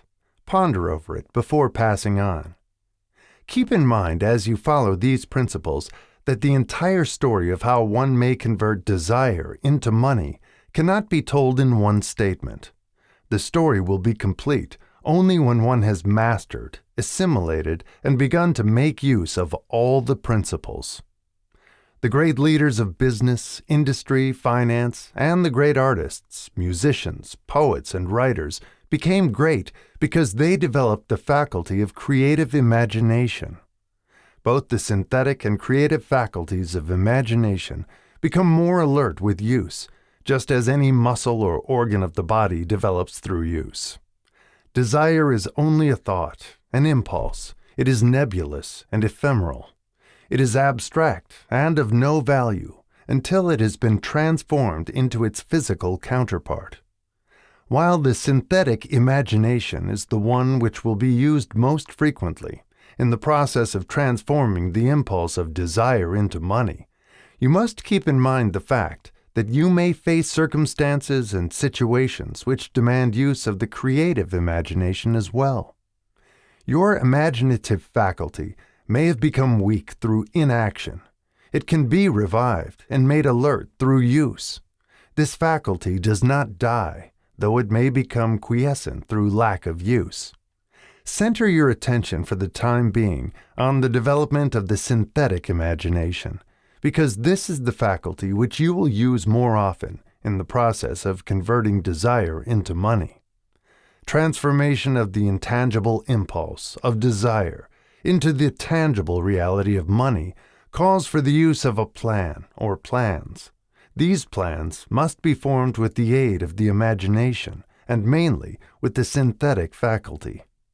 Read the entire book through, then come back to this chapter and begin at once to put your imagination to work on the building of a plan or plans for the transformation of your desire into money. Detailed instructions for the building of plans have been given in almost every chapter. Carry out the instructions best suited to your needs. Reduce your plan to writing if you have not already done so. The moment you complete this, you will have definitely given concrete form to the intangible desire. Read the preceding sentence once more. Read it aloud, very slowly. And as you do so, remember that the moment you reduce the statement of your desire and a plan for its realization to writing, you have actually taken the first of a series of steps which will enable you to convert the thought into its physical counterpart. The earth on which you live, you, yourself, and every other material thing are the result of evolutionary change, through which microscopic bits of matter have been organized and arranged in an orderly fashion. Moreover, and this statement is of stupendous importance, this earth, every one of the billions of individual cells of your body, and every atom of matter, began as an intangible form of energy. Desire is thought impulse. Thought impulses are forms of energy. When you begin with the thought impulse, desire, to accumulate money, you are drafting into your service the same stuff that nature used in creating this earth, and every material form in the universe, including the body and brain in which the thought impulses function. As far as science has been able to determine, the entire universe consists of but two elements, matter and energy. Through the combination of energy and matter has been created everything perceptible to man, from the largest star which floats in the heavens down to and including man himself. You are now engaged in the task of trying to profit by nature's method. You are, sincerely and earnestly we hope, trying to adapt yourself to nature's laws by endeavoring to convert desire into its physical or monetary equivalent. You can do it. It has been done before. You can build a fortune through the aid of laws, which are immutable. But first, you must become familiar with these laws and learn to use them. Through repetition and by approaching the description of these principles from every conceivable angle, the author hopes to reveal to you the secret through which every great fortune has been accumulated. Strange and paradoxical as it may seem, the secret is not a secret. Nature herself advertises it in the earth on which we live, the stars, the planets suspended within our view, in the elements above and around us, in every blade of grass, and every form of life within our vision. Nature advertises this secret in the terms of biology, in the conversion of a tiny cell, so small that it may be lost on the point of a pin, into the human being now reading this line. The conversion of desire into its physical equivalent is, certainly, no more miraculous. Do not become discouraged if you do not fully comprehend all that has been stated. Unless you have long been a student of the mind, it is not to be expected that you will assimilate all that is in this chapter upon a first reading. But you will, in time, make good progress. The principles which follow will open the way for understanding of imagination. Assimilate that which you understand as you read this philosophy for the first time. Then, when you reread and study it, you will discover that something has happened to clarify it and give you a broader understanding of the whole.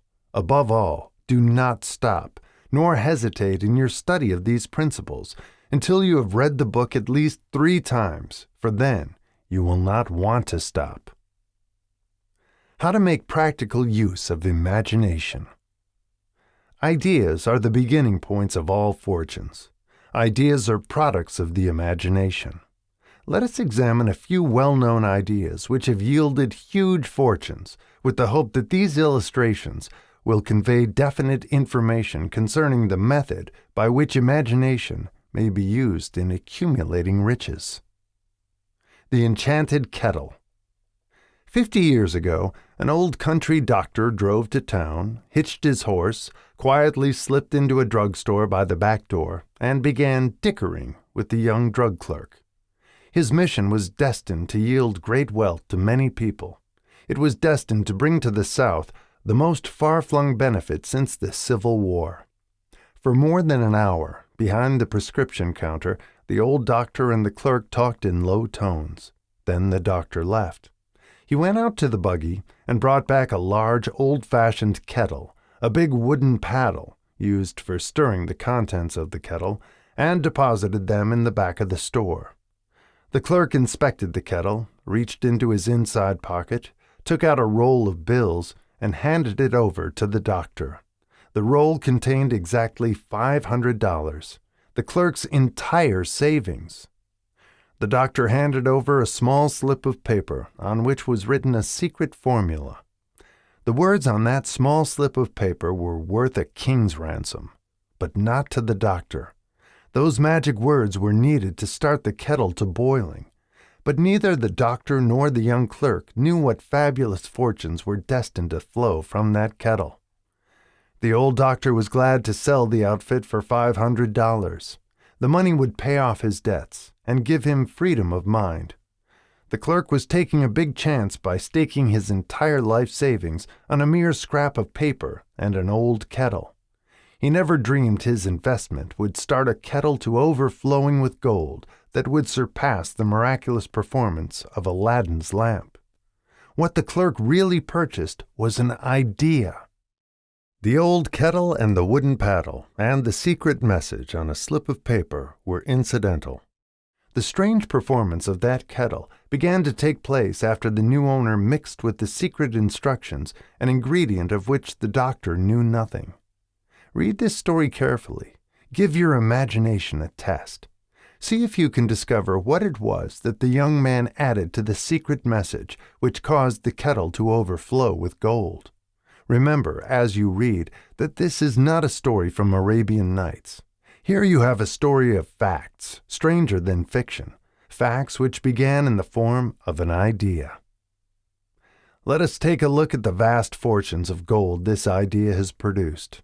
It has paid, and still pays, huge fortunes to men and women all over the world who distribute the contents of the kettle to millions of people. The old kettle is now one of the world's largest consumers of sugar, thus providing jobs of a permanent nature to thousands of men and women engaged in growing sugar cane and in refining and marketing sugar. The old kettle consumes annually millions of glass bottles, providing jobs to huge numbers of glass workers. The old kettle gives employment to an army of clerks, stenographers, copywriters, and advertising experts throughout the nation. It has brought fame and fortune to scores of artists who have created magnificent pictures describing the product. The old kettle has converted a small southern city into the business capital of the South, where it now benefits, directly or indirectly, every business and practically every resident of the city. The influence of this idea now benefits every civilized country in the world, pouring out a continuous stream of gold to all who touch it. Gold from the kettle built and maintains one of the most prominent colleges of the South, where thousands of young people receive the training essential for success. The old kettle has done other marvelous things. All through the World Depression, when factories, banks, and business houses were folding up and quitting by the thousands, the owner of this enchanted kettle went marching on, giving continuous employment to an army of men and women all over the world, and paying out extra portions of gold to those who, long ago, had faith in the idea. If the product of that old brass kettle could talk, it would tell thrilling tales of romance in every language. Romances of love, romances of business, romances of professional men and women who are daily being stimulated by it. The author is sure of at least one such romance, for he was a part of it, and it all began not far from the very spot on which the drug clerk purchased the old kettle. It was here that the author met his wife, and it was she who first told him of the enchanted kettle. It was the product of that kettle they were drinking when he asked her to accept him for better or worse.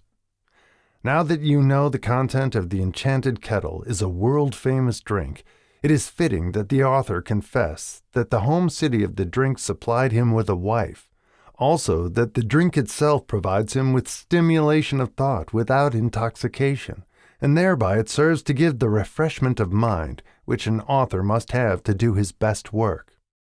Whoever you are, wherever you may live, whatever occupation you may be engaged in, just remember in the future, every time you see the words Coca-Cola, that its vast empire of wealth and influence grew out of a single idea, and that the mysterious ingredient the drug clerk, Asa Candler, mixed with the secret formula was imagination. Stop and think of that for a moment. Remember also that the 13 steps to riches described in this book were the media through which the influence of Coca-Cola has been extended to every city, town, village, and crossroads of the world, and that any idea you may create, as sound and meritorious as Coca-Cola, has the possibility of duplicating the stupendous record of this worldwide thirst killer. Truly, thoughts are things, and their scope of operation is the world itself. What I would do if I had $1 million. This story proves the truth of that old saying, where there's a will, there's a way. It was told to me by that beloved educator and clergyman, the late Frank W. Gonzalez, who began his preaching career in the Stockyards region of South Chicago. While Dr. Gonzalez was going through college, he observed many defects in our educational system, defects which he believed he could correct if he were the head of a college. His deepest desire was to become the directing head of an educational institution in which young men and women would be taught to learn by doing. He made up his mind to organize a new college in which he could carry out his ideas without being handicapped by orthodox methods of education. He needed $1 million to put the project across. Where was he to lay his hands on so large a sum of money? That was the question that absorbed most of this ambitious young preacher's thought. But he couldn't seem to make any progress. Every night he took that thought to bed with him. He got up with it in the morning. He took it with him everywhere he went. He turned it over and over in his mind until it became a consuming obsession with him. $1 million is a lot of money. He recognized that fact, but he also recognized the truth that the only limitation is that which one sets up in one's own mind. Being a philosopher as well as a preacher, Dr. Gonzalez recognized, as do all who succeed in life, that definiteness of purpose is the starting point from which one must begin. He recognized, too, that definiteness of purpose takes on animation, life, and power when backed by a burning desire to translate that purpose into its material equivalent. He knew all these great truths, yet he did not know where or how to lay his hands on $1 million. The natural procedure would have been to give up and quit by saying, well, my idea is a good one, but I cannot do anything with it because I never can procure the necessary $1 million. That is exactly what the majority of people would have said, but it is not what Dr. Gonzalez said. What he said and what he did are so important that I now introduce him and let him speak for himself. One Saturday afternoon I sat in my room thinking of ways and means of raising the money to carry out my plans. For nearly 2 years I had been thinking, but I had done nothing but think. The time had come for action. I made up my mind, then and there, that I would get the necessary $1 million within a week. How? I was not concerned about that. The main thing of importance was the decision to get the money within a specified time. And I want to tell you that the moment I reached a definite decision to get the money within a specified time, a strange feeling of assurance came over me, such as I had never before experienced. Something inside me seemed to say, "Why didn't you reach that decision a long time ago? The money was waiting for you all the time." Things began to happen in a hurry. I called the newspapers and announced I would preach a sermon the following morning entitled, "What I Would Do If I Had $1 Million."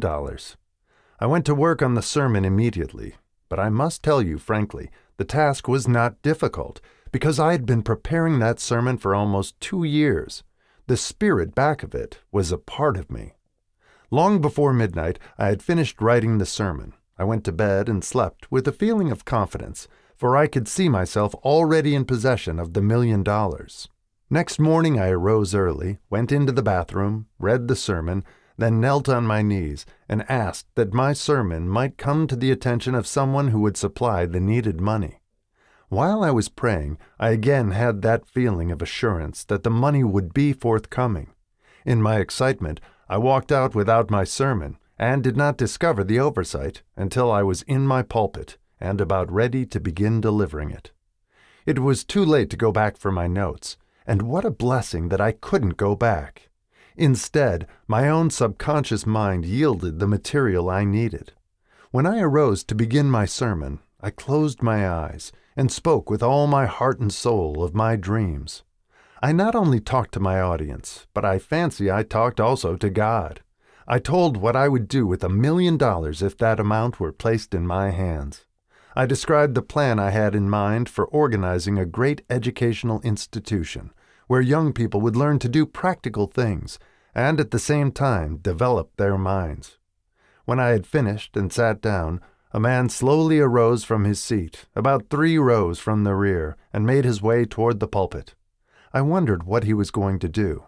He came into the pulpit, extended his hand, and said, "Reverend, I liked your sermon. I believe you can do everything you said you would if you had $1 million. To prove that I believe in you and your sermon, if you will come to my office tomorrow morning, I will give you the $1 million. My name is Philip D. Armour." Young Gonzalez went to Mr. Armour's office, and the $1 million was presented to him. With the money, he founded the Armour Institute of Technology. That is more money than the majority of preachers ever see in an entire lifetime.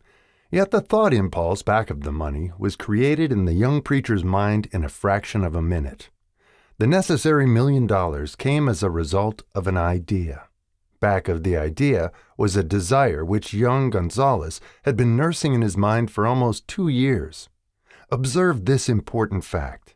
He got the money within 36 hours after he reached a definite decision in his own mind to get it and decided upon a definite plan for getting it. There was nothing new or unique about young Gonzalez's vague thinking about $1 million and weakly hoping for it. Others before him, and many since his time, have had similar thoughts. But there was something very unique and different about the decision he reached on that memorable Saturday, when he put vagueness into the background and definitely said, "I will get that money within a week." God seems to throw himself on the side of the man who knows exactly what he wants, if he is determined to get just that. Moreover, the principle through which Dr. Gonzalez got his $1 million is still alive. It is available to you. This universal law is as workable today as it was when the young preacher made use of it so successfully. This book describes, step by step, the 13 elements of this great law and suggests how they may be put to use. Observe that Asa Candler and Dr. Frank Gonzalez had one characteristic in common. Both knew the astounding truth that ideas can be transmuted into cash through the power of definite purpose, plus definite plans. If you are one of those who believe that hard work and honesty alone will bring riches, perish the thought. It is not true. Riches, when they come in huge quantities, are never the result of hard work. Riches come, if they come at all, in response to definite demands, based upon the application of definite principles, and not by chance or luck. Generally speaking, an idea is an impulse of thought that impels action by an appeal to the imagination. All master salesmen know that ideas can be sold where merchandise cannot. Ordinary salesmen do not know this. That is why they are ordinary. A publisher of books which sell for a nickel made a discovery that should be worth much to publishers generally. He learned that many people buy titles and not contents of books. By merely changing the name of one book that was not moving, his sales on that book jumped upward more than 1 million copies. The inside of the book was not changed in any way. He merely ripped off the cover bearing the title that did not sell and put on a new cover with a title that had box office value. That, as simple as it may seem, was an idea. It was imagination. There is no standard price on ideas. The creator of ideas makes his own price, and if he is smart, gets it. The moving picture industry created a whole flock of millionaires. Most of them were men who couldn't create ideas, but they had the imagination to recognize ideas when they saw them. The next flock of millionaires will grow out of the radio business, which is new and not overburdened with men of keen imagination. The money will be made by those who discover or create new and more meritorious radio programs, and have the imagination to recognize merit, and to give the radio listeners a chance to profit by it. The sponsor, that unfortunate victim who now pays the cost of all radio entertainment, soon will become idea conscious and demand something for his money. The man who beats the sponsor to the draw and supplies programs that render useful service is the man who will become rich in this new industry. Crooners and light chatter artists who now pollute the air with wisecracks and silly giggles will go the way of all light timbers, and their places will be taken by real artists who interpret carefully planned programs which have been designed to service the minds of men as well as provide entertainment. Here is a wide-open field of opportunity screaming its protest at the way it is being butchered because of lack of imagination and begging for rescue at any price. Above all, the thing that radio needs is new ideas. If this new field of opportunity intrigues you, perhaps you might profit by the suggestion that the successful radio programs of the future will give more attention to creating buyer audiences and less attention to listener audiences. Stated more plainly, the builder of radio programs who succeeds in the future must find practical ways to convert listeners into buyers. Moreover, the successful producer of radio programs in the future must key his features so that he can definitely show its effect upon the audience. Sponsors are becoming a bit weary of buying glib selling talks based upon statements grabbed out of thin air. They want, and in the future will demand, indisputable proof that the Who's It program not only gives millions of people the silliest giggle ever, but that the silly giggler can sell merchandise. Another thing that might as well be understood by those who contemplate entering this new field of opportunity, radio advertising is going to be handled by an entirely new group of advertising experts, separate and distinct from the old-time newspaper and magazine advertising agency men. The old-timers in the advertising game cannot read the modern radio scripts because they have been schooled to see ideas. The new radio technique demands men who can interpret ideas from a written manuscript in terms of sound. It cost the author a year of hard labor and many thousands of dollars to learn this. Radio right now is about where the moving pictures were when Mary Pickford and her curls first appeared on the screen. There is plenty of room in radio for those who can produce or recognize ideas. If the foregoing comment on the opportunities of radio has not started your idea factory to work, you had better forget it. Your opportunity is in some other field. If the comment intrigued you in the slightest degree, then go further into it, and you may find the one idea you need to round out your career. Never let it discourage you if you have no experience in radio. Andrew Carnegie knew very little about making steel. I have Carnegie's own word for this, but he made practical use of two of the principles described in this book, and made the steel business yield him a fortune. The story of practically every great fortune starts with the day when a creator of ideas and a seller of ideas got together and worked in harmony. Carnegie surrounded himself with men who could do all that he could not do, men who created ideas, and men who put ideas into operation, and made himself and the others fabulously rich.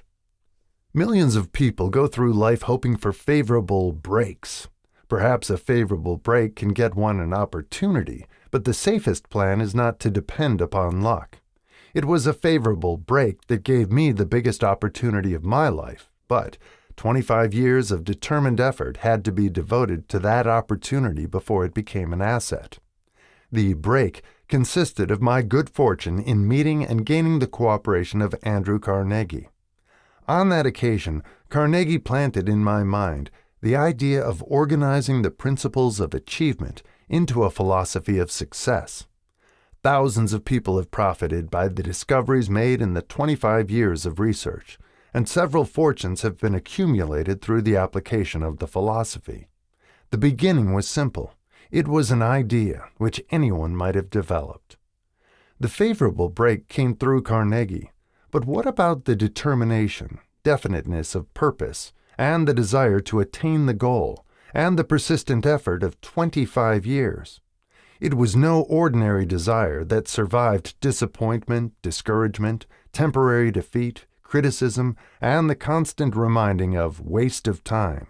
It was a burning desire, an obsession.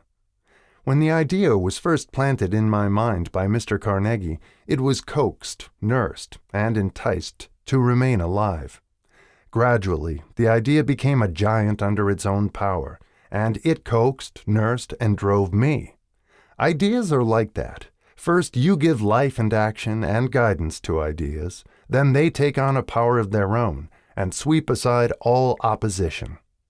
Ideas are intangible forces, but they have more power than the physical brains that give birth to them. They have the power to live on after the brain that creates them has returned to dust. For example, take the power of Christianity. That began with a simple idea, born in the brain of Christ. Its chief tenet was, "Do unto others as you would have others do unto you." Christ has gone back to the source from whence he came, but his idea goes marching on. Someday it may grow up and come into its own. Then it will have fulfilled Christ's deepest desire. The idea has been developing only 2,000 years. Give it time. Success requires no explanations. Failure permits no alibis. Chapter 7. Organized Planning. The crystallization of desire into action. The sixth step toward riches. You have learned that everything man creates or acquires begins in the form of desire. That desire is taken on the first lap of its journey, from the abstract to the concrete, into the workshop of the imagination, where plans for its transition are created and organized. In Chapter 2, you are instructed to take 6 definite practical steps as your first move in translating the desire for money into its monetary equivalent. One of these steps is the formation of a definite practical plan, or plans, through which this transformation may be made. You will now be instructed how to build plans which will be practical. Viz. A. Ally yourself with a group of as many people as you may need for the creation and carrying out of your plan or plans for the accumulation of money, making use of the mastermind principle described in a later chapter. Compliance with this instruction is absolutely essential. Do not neglect it. B. Before forming your mastermind alliance, decide what advantages and benefits you may offer the individual members of your group in return for their cooperation. No one will work indefinitely without some form of compensation. No intelligent person will either request or expect another to work without adequate compensation, although this may not always be in the form of money. C. Arrange to meet with the members of your mastermind group at least twice a week, and more often if possible, until you have jointly perfected the necessary plan or plans for the accumulation of money. D. Maintain perfect harmony between yourself and every member of your mastermind group. If you fail to carry out this instruction to the letter, you may expect to meet with failure. The mastermind principle cannot obtain where perfect harmony does not prevail. Keep in mind these facts. First, you are engaged in an undertaking of major importance to you. To be sure of success, you must have plans which are faultless. Second, you must have the advantage of the experience, education, native ability, and imagination of other minds. This is in harmony with the methods followed by every person who has accumulated a great fortune. No individual has sufficient experience, education, native ability, and knowledge to ensure the accumulation of a great fortune without the cooperation of other people. Every plan you adopt in your endeavor to accumulate wealth should be the joint creation of yourself and every other member of your mastermind group. You may originate your own plans, either in whole or in part, but see that those plans are checked and approved by the members of your mastermind alliance. If the first plan which you adopt does not work successfully, replace it with a new plan. If this new plan fails to work, replace it, in turn with still another, and so on, until you find a plan which does work. Right here is the point at which the majority of men meet with failure, because of their lack of persistence in creating new plans to take the place of those which fail. The most intelligent man living cannot succeed in accumulating money, nor in any other undertaking, without plans which are practical and workable. Just keep this fact in mind, and remember when your plans fail, that temporary defeat is not permanent failure. It may only mean that your plans have not been sound. Build other plans. Start all over again. Thomas A. Edison failed 10,000 times before he perfected the incandescent electric light bulb. That is, he met with temporary defeat 10,000 times before his efforts were crowned with success. Temporary defeat should mean only one thing: the certain knowledge that there is something wrong with your plan. Millions of men go through life in misery and poverty because they lack a sound plan through which to accumulate a fortune. Henry Ford accumulated a fortune not because of his superior mind, but because he adopted and followed a plan which proved to be sound. 1,000 men could be pointed out, each with a better education than Ford's, yet each of whom lives in poverty because he does not possess the right plan for the accumulation of money. Your achievement can be no greater than your plans are sound. That may seem to be an axiomatic statement, but it is true. Samuel Insull lost his fortune of over $100 million. The Insull fortune was built on plans which were sound. The business depression forced Mr. Insull to change his plans, and the change brought temporary defeat because his new plans were not sound. Mr. Insull is now an old man. He may, consequently, accept failure instead of temporary defeat, but if his experience turns out to be failure, it will be for the reason that he lacks the fire of persistence to rebuild his plans. No man is ever whipped until he quits in his own mind. This fact will be repeated many times because it is so easy to take the count at the first sign of defeat. James J. Hill met with temporary defeat when he first endeavored to raise the necessary capital to build a railroad from the east to the west, but he too turned defeat into victory through new plans. Henry Ford met with temporary defeat not only at the beginning of his automobile career, but after he had gone far toward the top. He created new plans and went marching on to financial victory. We see men who have accumulated great fortunes, but we often recognize only their triumph, overlooking the temporary defeats which they had to surmount before arriving. No follower of this philosophy can reasonably expect to accumulate a fortune without experiencing temporary defeat. When defeat comes, accept it as a signal that your plans are not sound. Rebuild those plans and set sail once more toward your coveted goal. If you give up before your goal has been reached, you are a quitter. A quitter never wins, and a winner never quits. Lift this sentence out, write it on a piece of paper in letters an inch high, and place it where you will see it every night before you go to sleep, and every morning before you go to work. When you begin to select members for your mastermind group, endeavor to select those who do not take defeat seriously. Some people foolishly believe that only money can make money. This is not true. Desire, transmuted into its monetary equivalent through the principles laid down here, is the agency through which money is made. Money of itself is nothing but inert matter. It cannot move, think, or talk, but it can hear when a man who desires it calls it to come. Planning the sale of services. The remainder of this chapter has been given over to a description of ways and means of marketing personal services. The information here conveyed will be of practical help to any person having any form of personal services to market, but it will be of priceless benefit to those who aspire to leadership in their chosen occupations. Intelligent planning is essential for success in any undertaking designed to accumulate riches.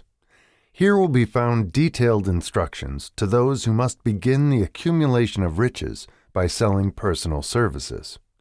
It should be encouraging to know that practically all the great fortunes began in the form of compensation for personal services, or from the sale of ideas. What else, except ideas and personal services, would one not possessed of property have to give in return for riches? Broadly speaking, there are two types of people in the world. One type is known as leaders, and the other as followers. Decide at the outset whether you intend to become a leader in your chosen calling or remain a follower. The difference in compensation is vast. The follower cannot reasonably expect the compensation to which a leader is entitled, although many followers make the mistake of expecting such pay. It is no disgrace to be a follower. On the other hand, it is no credit to remain a follower. Most great leaders began in the capacity of followers. They became great leaders because they were intelligent followers. With few exceptions, the man who cannot follow a leader intelligently cannot become an efficient leader. The man who can follow a leader most efficiently is usually the man who develops into leadership most rapidly. An intelligent follower has many advantages, among them the opportunity to acquire knowledge from his leader. The major attributes of leadership. The following are important factors of leadership. 1. Unwavering courage based upon knowledge of self and of one's occupation. No follower wishes to be dominated by a leader who lacks self-confidence and courage. No intelligent follower will be dominated by such a leader very long. 2. Self-control. The man who cannot control himself can never control others. Self-control sets a mighty example for one's followers, which the more intelligent will emulate. 3. A keen sense of justice. Without a sense of fairness and justice, no leader can command and retain the respect of his followers. 4. Definiteness of decision.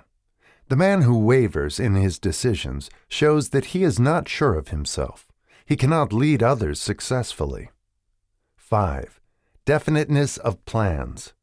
The successful leader must plan his work and work his plan.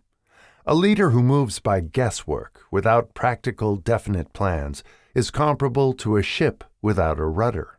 Sooner or later, he will land on the rocks. 6. The habit of doing more than paid for. One of the penalties of leadership is the necessity of willingness, upon the part of the leader, to do more than he requires of his followers. 7. A pleasing personality. No slovenly, careless person can become a successful leader. Leadership calls for respect. Followers will not respect a leader who does not grade high on all of the factors of a pleasing personality. 8. Sympathy and understanding. The successful leader must be in sympathy with his followers. Moreover, he must understand them and their problems. 9. Mastery of detail. Successful leadership calls for mastery of details of the leader's position. 10. Willingness to assume full responsibility. The successful leader must be willing to assume responsibility for the mistakes and the shortcomings of his followers. If he tries to shift this responsibility, he will not remain the leader. If one of his followers makes a mistake and shows himself incompetent, the leader must consider that it is he who failed. 11. Cooperation. The successful leader must understand and apply the principle of cooperative effort and be able to induce his followers to do the same. Leadership calls for power, and power calls for cooperation. There are two forms of leadership. The first, and by far the most effective, is leadership by consent of and with the sympathy of the followers. The second is leadership by force, without the consent and sympathy of the followers. History is filled with evidences that leadership by force cannot endure. The downfall and disappearance of dictators and kings is significant. It means that people will not follow forced leadership indefinitely.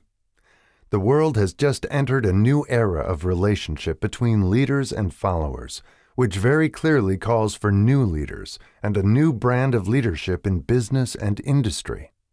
Those who belong to the old school of leadership by force must acquire an understanding of the new brand of leadership, cooperation, or be relegated to the rank and file of the followers. There is no other way out for them. The relationship of employer and employee, or of leader and follower, in the future, will be one of mutual cooperation based upon an equitable division of the profits of business. In the future, the relationship of employer and employee will be more like a partnership than it has been in the past.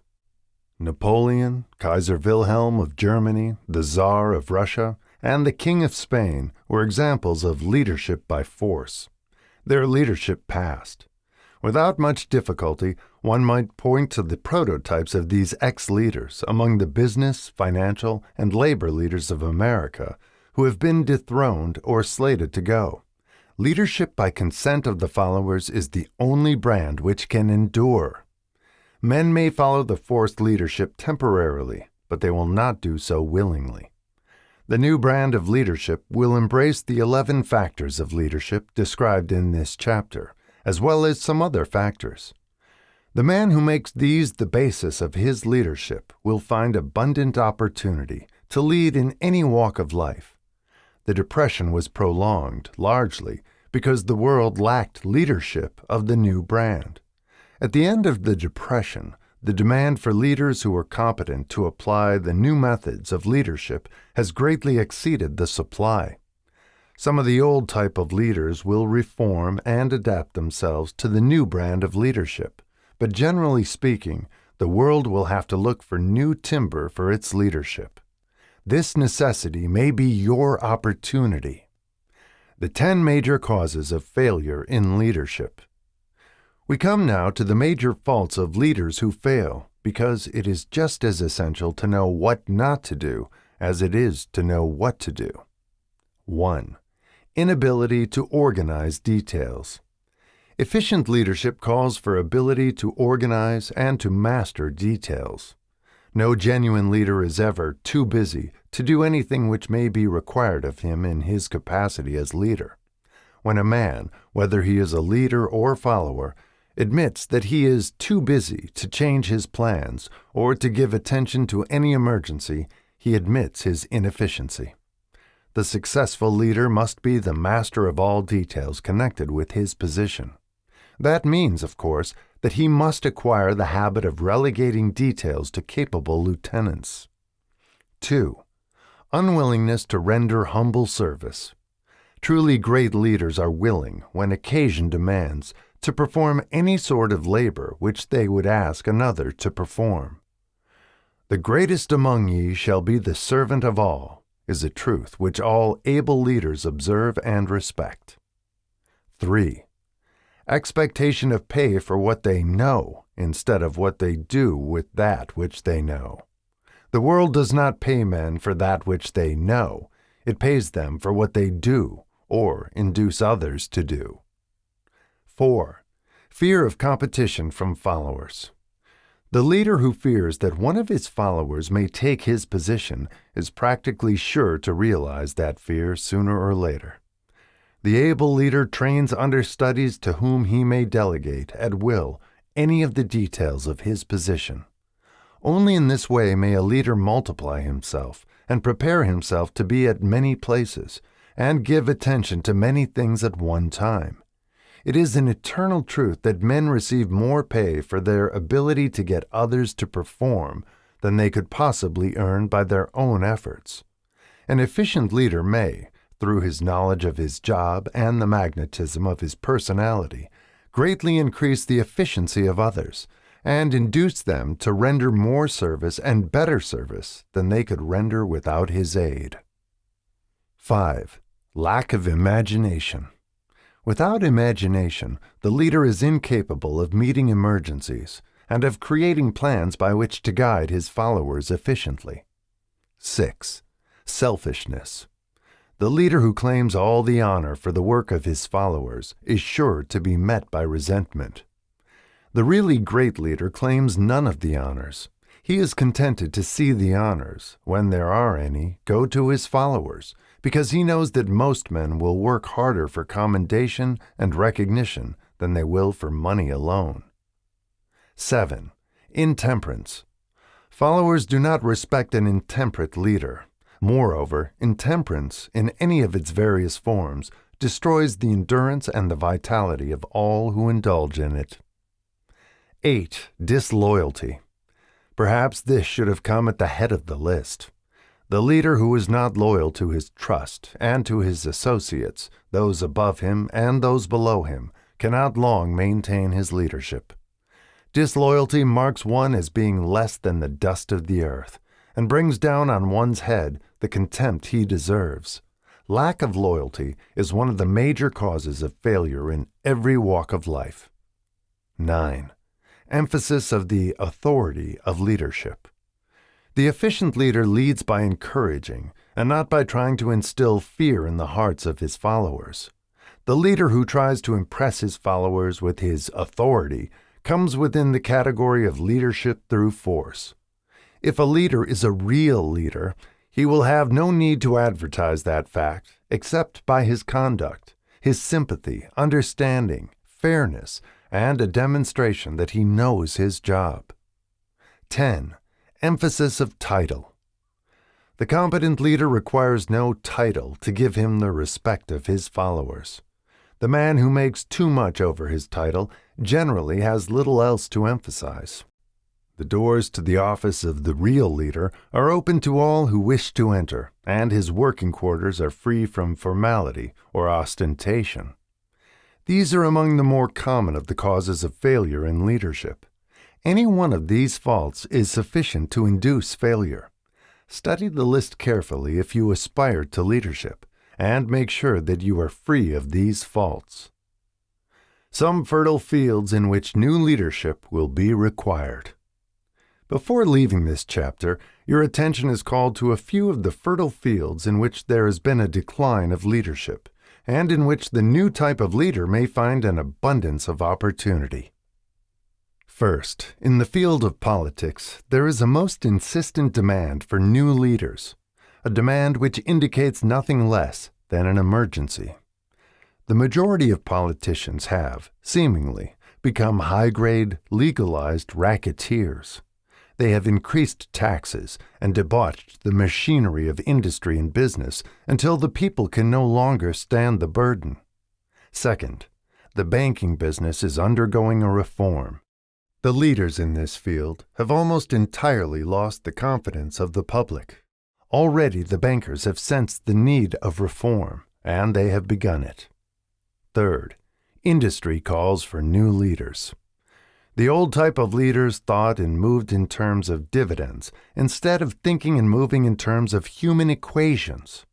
The future leader in industry, to endure, must regard himself as a quasi-public official whose duty it is to manage his trust in such a way that it will work hardship on no individual or group of individuals. Exploitation of working men is a thing of the past. Let the man who aspires to leadership in the field of business, industry, and labor remember this.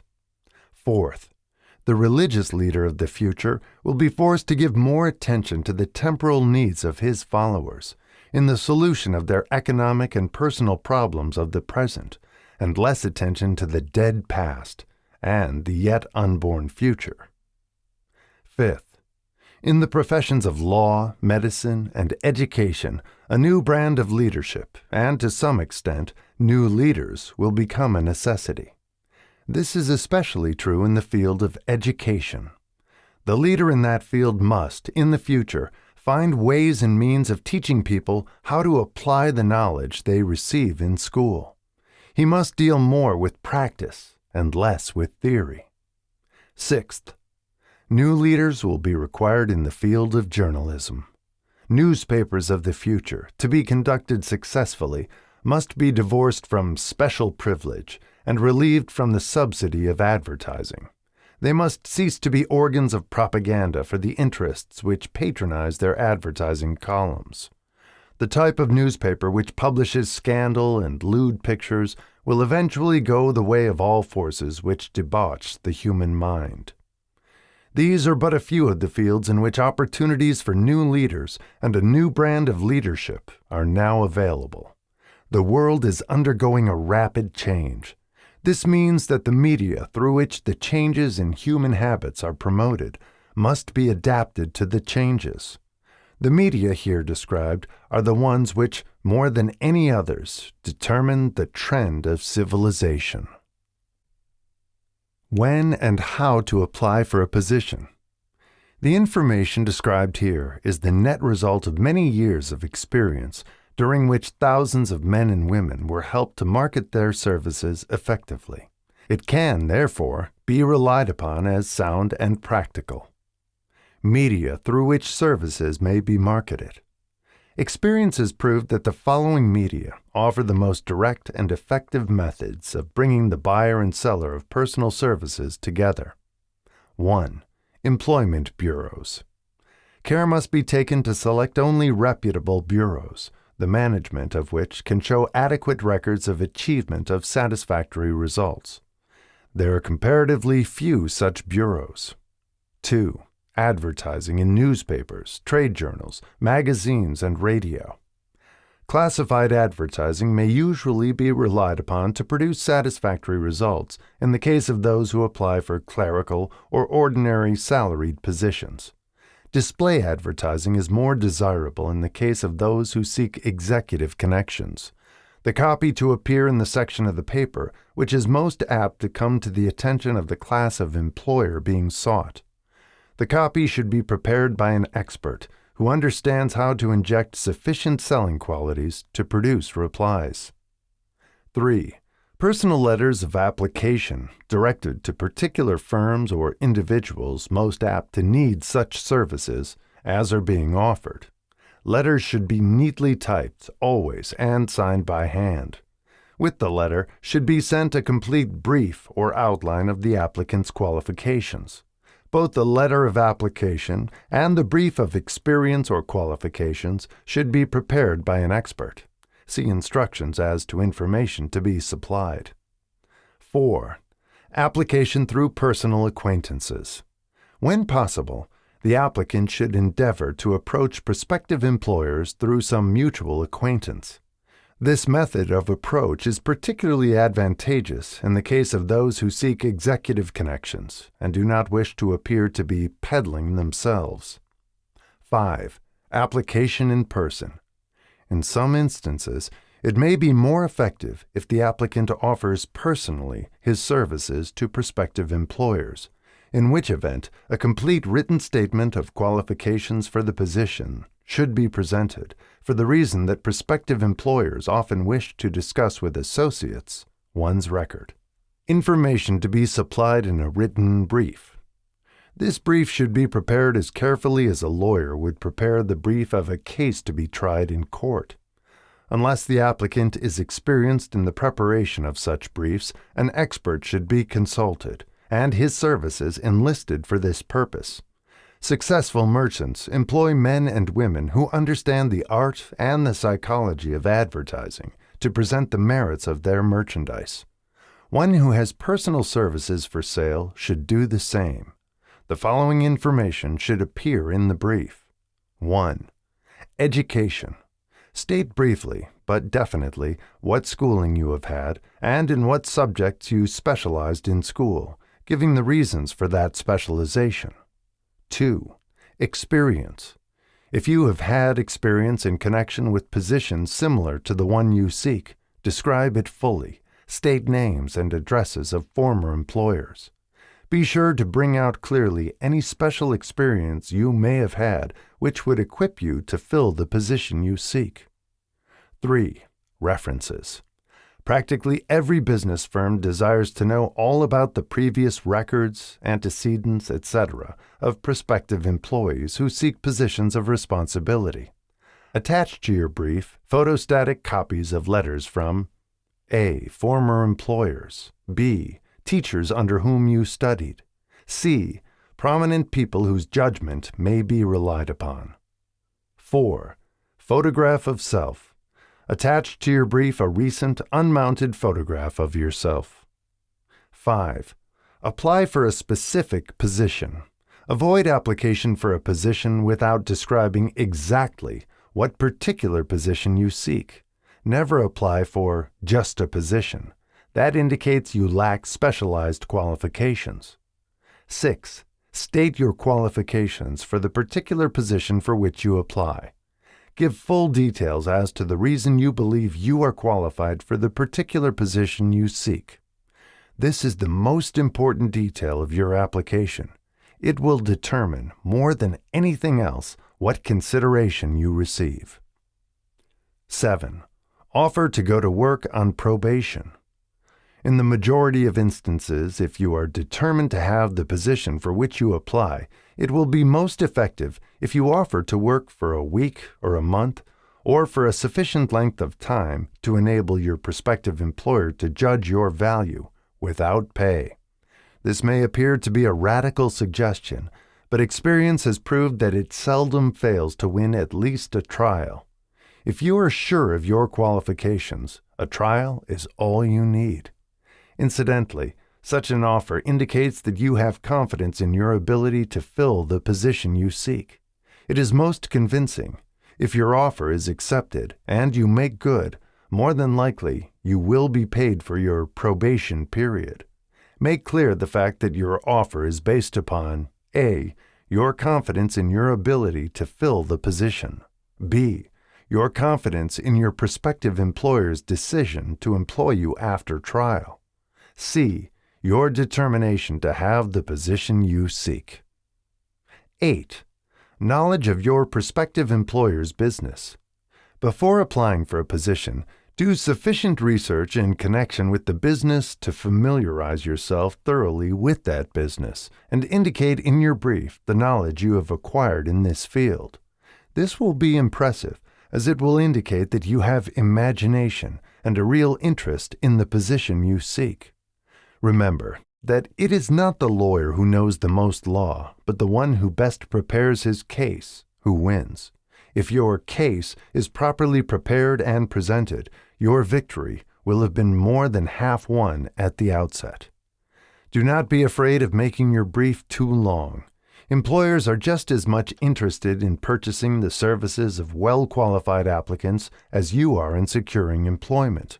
In fact, the success of most successful employers is due, in the main, to their ability to select well-qualified lieutenants.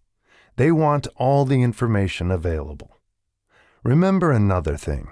Neatness in the preparation of your brief will indicate that you are a painstaking person. I have helped to prepare briefs for clients which were so striking and out of the ordinary that they resulted in the employment of the applicant without a personal interview. When your brief has been completed, have it neatly bound by an experienced binder and lettered by an artist or printer similar to the following. Brief of the qualifications of Robert K. Smith, applying for the position of Private Secretary to the President of the Blank Company, Incorporated. Change names each time brief is shown. This personal touch is sure to command attention. Have your brief neatly typed or mimeographed on the finest paper you can obtain, and bound with a heavy paper of the book cover variety, the binder to be changed, and the proper firm name to be inserted if it is to be shown to more than one company. Your photograph should be pasted on one of the pages of your brief.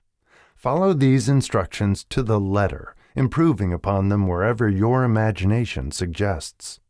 Successful salesmen groom themselves with care. They understand that first impressions are lasting. Your brief is your salesman.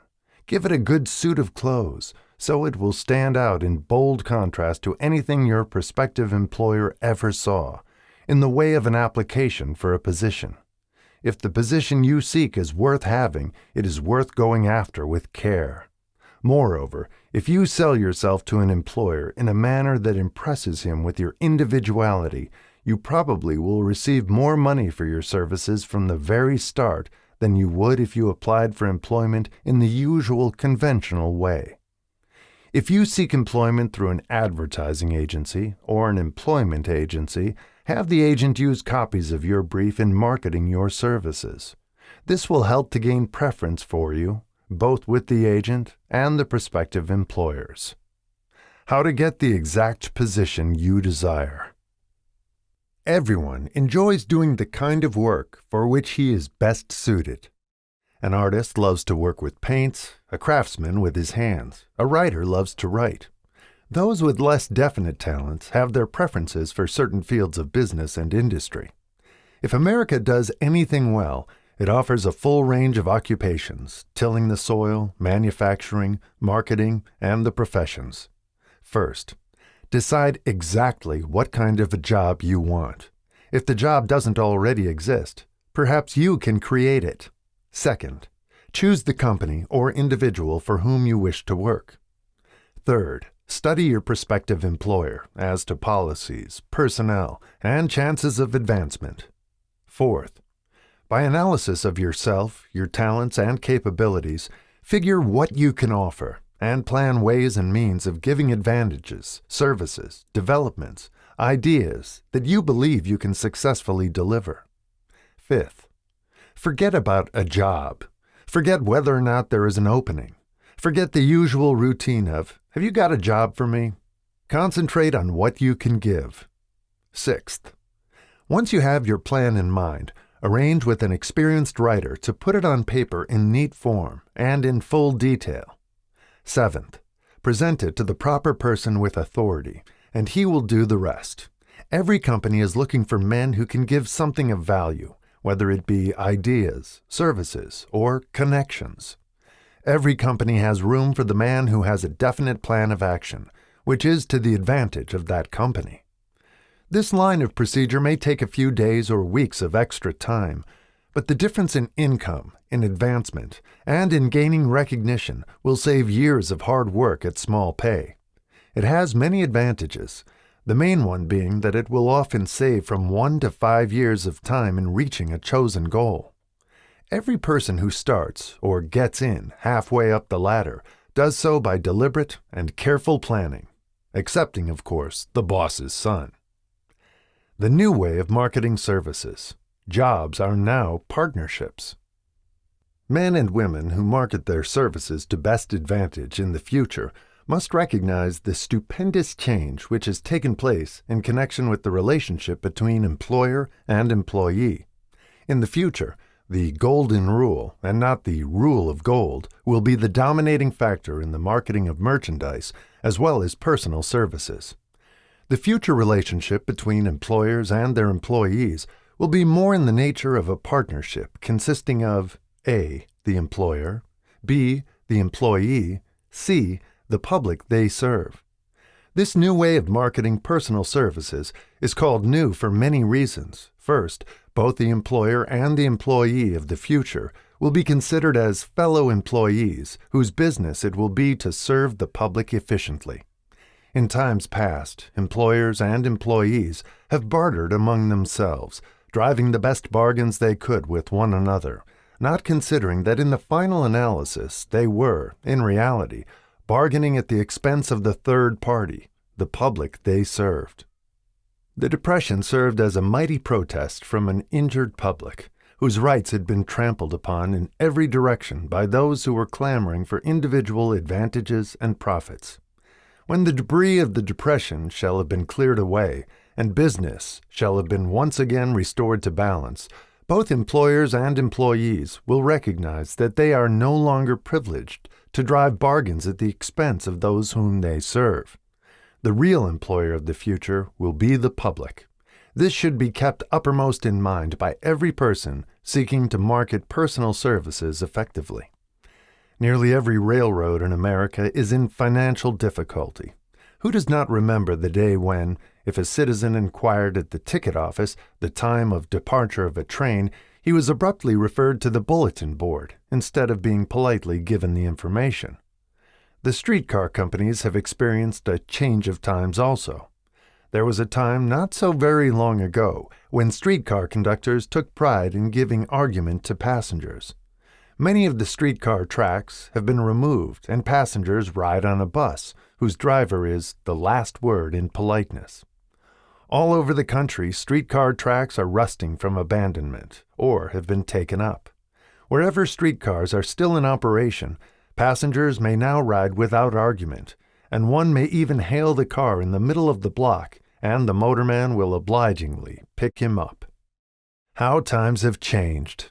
That is just the point I'm trying to emphasize. Times have changed. Moreover, the change is reflected not merely in railroad offices and on streetcars, but in other walks of life as well.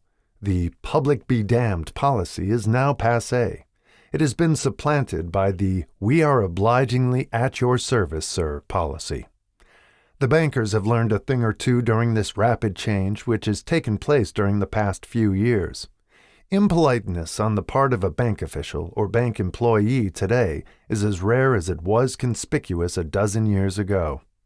In the years past, some bankers, not all of them, of course, carried an atmosphere of austerity, which gave every would-be borrower a chill when he even thought of approaching his banker for a loan. The thousands of bank failures during the Depression had the effect of removing the mahogany doors behind which bankers formerly barricaded themselves. They now sit at desks in the open, where they may be seen and approached at will by any depositor, or by anyone who wishes to see them, and the whole atmosphere of the bank is one of courtesy and understanding. It used to be customary for customers to have to stand and wait at the corner grocery until the clerks were through passing the time of day with friends, and the proprietor had finished making up his bank deposit before being waited upon. Chain stores, managed by courteous men who do everything in the way of service, short of shining the customer's shoes, have pushed the old-time merchants into the background. Time marches on. Courtesy and service are the watchwords of merchandising today, and apply to the person who is marketing personal services even more directly than to the employer whom he serves, because, in the final analysis, both the employer and his employee are employed by the public they serve. If they fail to serve well, they pay by the loss of their privilege of serving. We can all remember the time when the gas meter reader pounded on the door hard enough to break the panels. When the door was opened, he pushed his way in, uninvited, with a scowl on his face, which plainly said, "What the hell did you keep me waiting for?" All that has undergone a change. The meterman now conducts himself as a gentleman who is delighted to be at your service, sir. Before the gas companies learned that their scowling metermen were accumulating liabilities never to be cleared away, the polite salesman of oil burners came along and did a land office business. During the Depression, I spent several months in the anthracite coal region of Pennsylvania, studying conditions which all but destroyed the coal industry. Among several very significant discoveries was the fact that greed on the part of operators and their employees was the chief cause of the loss of business for the operators and loss of jobs for the miners. Through the pressure of a group of overzealous labor leaders representing the employees and the greed for profits on the part of the operators, the anthracite business suddenly dwindled. The coal operators and their employees drove sharp bargains with one another, adding the cost of the bargaining to the price of the coal, until finally they discovered they had built up a wonderful business for the manufacturers of oil-burning outfits and the producers of crude oil. The wages of sin is death. Many have read this in the Bible, but few have discovered its meaning. Now, and for several years, the entire world has been listening by force to a sermon which might well be called, "Whatsoever a man soweth, that shall he also reap." Nothing as widespread and effective as the Depression could possibly be just a coincidence. Behind the Depression was a cause. Nothing ever happens without a cause. In the main, the cause of the Depression is traceable directly to the worldwide habit of trying to reap without sowing. This should not be mistaken to mean that the Depression represents a crop which the world is being forced to reap without having sown. The trouble is that the world sowed the wrong sort of seed. Any farmer knows he cannot sow the seed of thistles and reap a harvest of grain. Beginning at the outbreak of the World War, the people of the world began to sow the seed of service inadequate in both quality and quantity. Nearly everyone was engaged in the pastime of trying to get without giving. These illustrations are brought to the attention of those who have personal services to market, to show that we are where we are, and what we are, because of our own conduct. If there is a principle of cause and effect which controls business, finance, and transportation, this same principle controls individuals and determines their economic status. What is your QQS rating? The causes of success in marketing services effectively and permanently have been clearly described. Unless those causes are studied, analyzed, understood, and applied, no man can market his services effectively and permanently. Every person must be his own salesman of personal services. The quality and the quantity of service rendered, and the spirit in which it is rendered, determine to a large extent the price and the duration of employment. To market personal services effectively, which means a permanent market at a satisfactory price under pleasant conditions, one must adopt and follow the QQS formula, which means that quality plus quantity plus the proper spirit of cooperation equals perfect salesmanship of service. Remember the QQS formula, but do more. Apply it as a habit. Let us analyze the formula to make sure we understand exactly what it means. 1. Quality of service shall be construed to mean the performance of every detail in connection with your position in the most efficient manner possible, with the object of greater efficiency always in mind. 2. Quantity of service shall be understood to mean the habit of rendering all the service of which you are capable at all times, with the purpose of increasing the amount of service rendered as greater skill is developed through practice and experience. Emphasis is again placed on the word habit. 3. Spirit of service shall be construed to mean the habit of agreeable, harmonious conduct, which will induce cooperation from associates and fellow employees. Adequacy of quality and quantity of service is not sufficient to maintain a permanent market for your services. The conduct, or the spirit in which you deliver service, is a strong determining factor in connection with both the price you receive and the duration of employment. Andrew Carnegie stressed this point more than others in connection with his description of the factors which lead to success in the marketing of personal services. He emphasized again and again the necessity for harmonious conduct. He stressed the fact that he would not retain any man, no matter how great a quantity or how efficient the quality of his work, unless he worked in a spirit of harmony. Mr. Carnegie insisted upon men being agreeable. To prove that he placed a high value upon this quality, he permitted many men who conformed to his standards to become very wealthy. Those who did not conform had to make room for others. The importance of a pleasing personality has been stressed because it is a factor which enables one to render service in the proper spirit. If one has a personality which pleases and renders service in a spirit of harmony, these assets often make up for deficiencies in both the quality and the quantity of service one renders. Nothing, however, can be successfully substituted for pleasing conduct. The capital value of your services.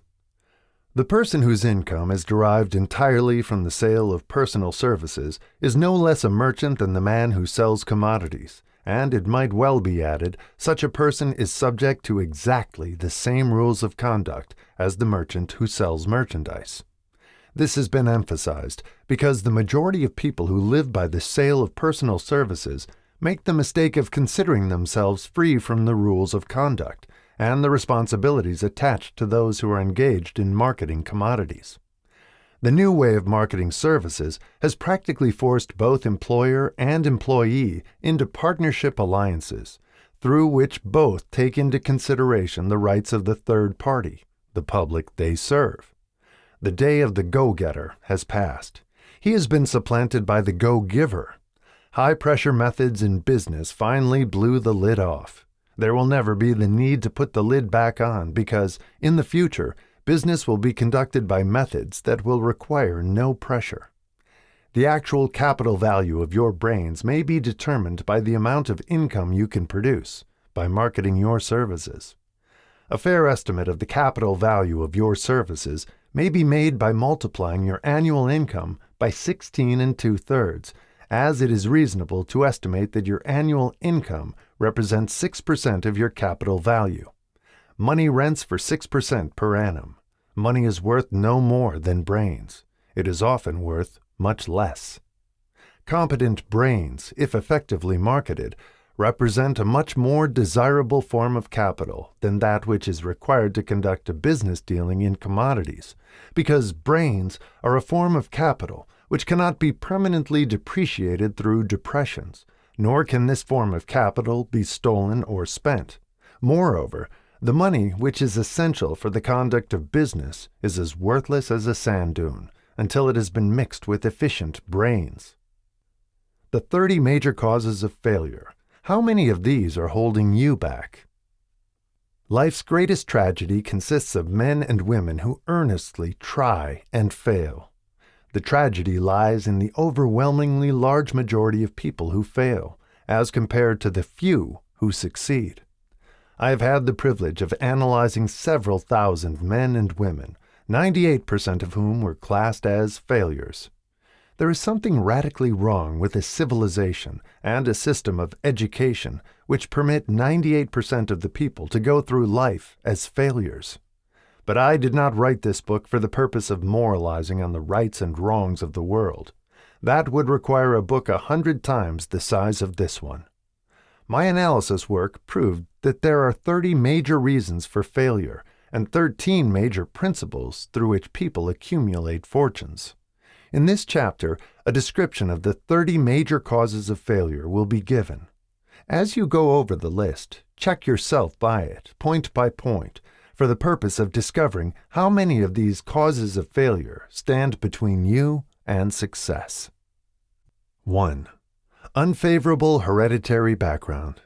There is but little, if anything, which can be done for people who are born with a deficiency in brain power. This philosophy offers but one method of bridging this weakness, through the aid of the mastermind. Observe with profit, however, that this is the only one of the 30 causes of failure which may not be easily corrected by any individual.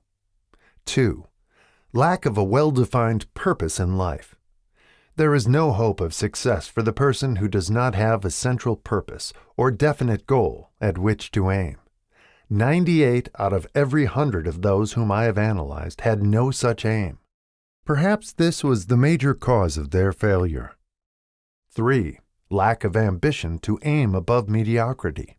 We offer no hope for the person who is so indifferent as not to want to get ahead in life, and who is not willing to pay the price. 4. Insufficient education.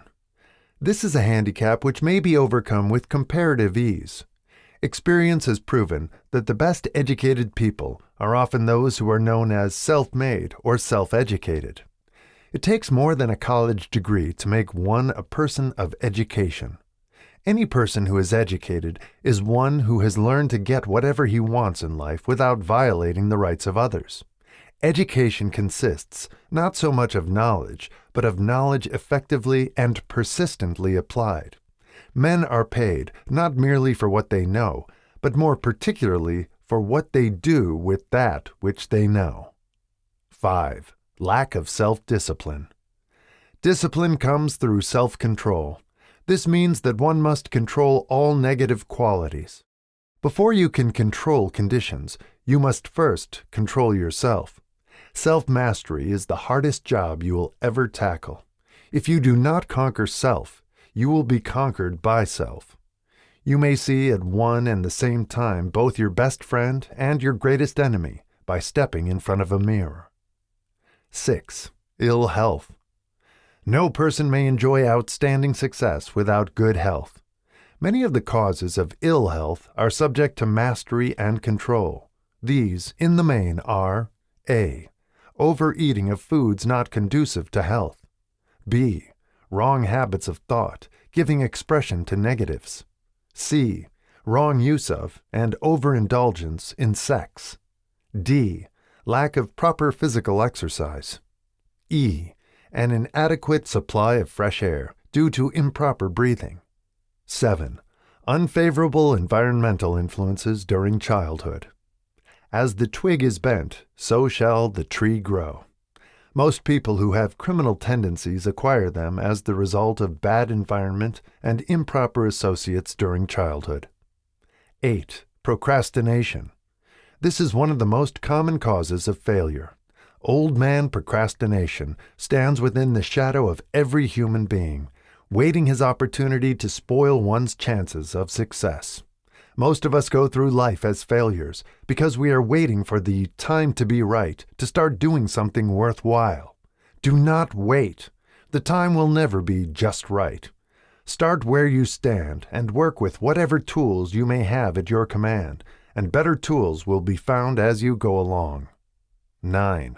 Lack of persistence. Most of us are good starters but poor finishers of everything we begin. Moreover, people are prone to give up at the first signs of defeat. There is no substitute for persistence. The person who makes persistence his watchword discovers that old man failure finally becomes tired and makes his departure. Failure cannot cope with persistence. 10. Negative personality. There is no hope of success for the person who repels people through a negative personality. Success comes through the application of power, and power is attained through the cooperative efforts of other people. A negative personality will not induce cooperation.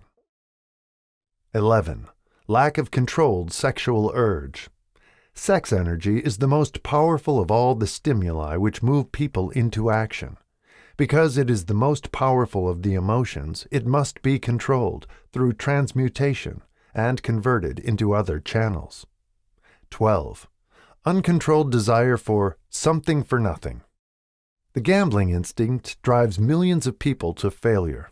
Evidence of this may be found in a study of the Wall Street crash of '29, during which millions of people tried to make money by gambling on stock margins. 13. Lack of a well-defined power of decision. Men who succeed reach decisions promptly and change them, if at all, very slowly. Men who fail reach decisions, if at all, very slowly, and change them frequently and quickly. Indecision and procrastination are twin brothers. Where one is found, the other may usually be found also. Kill off this pair before they completely hog-tie you to the treadmill of failure. 14.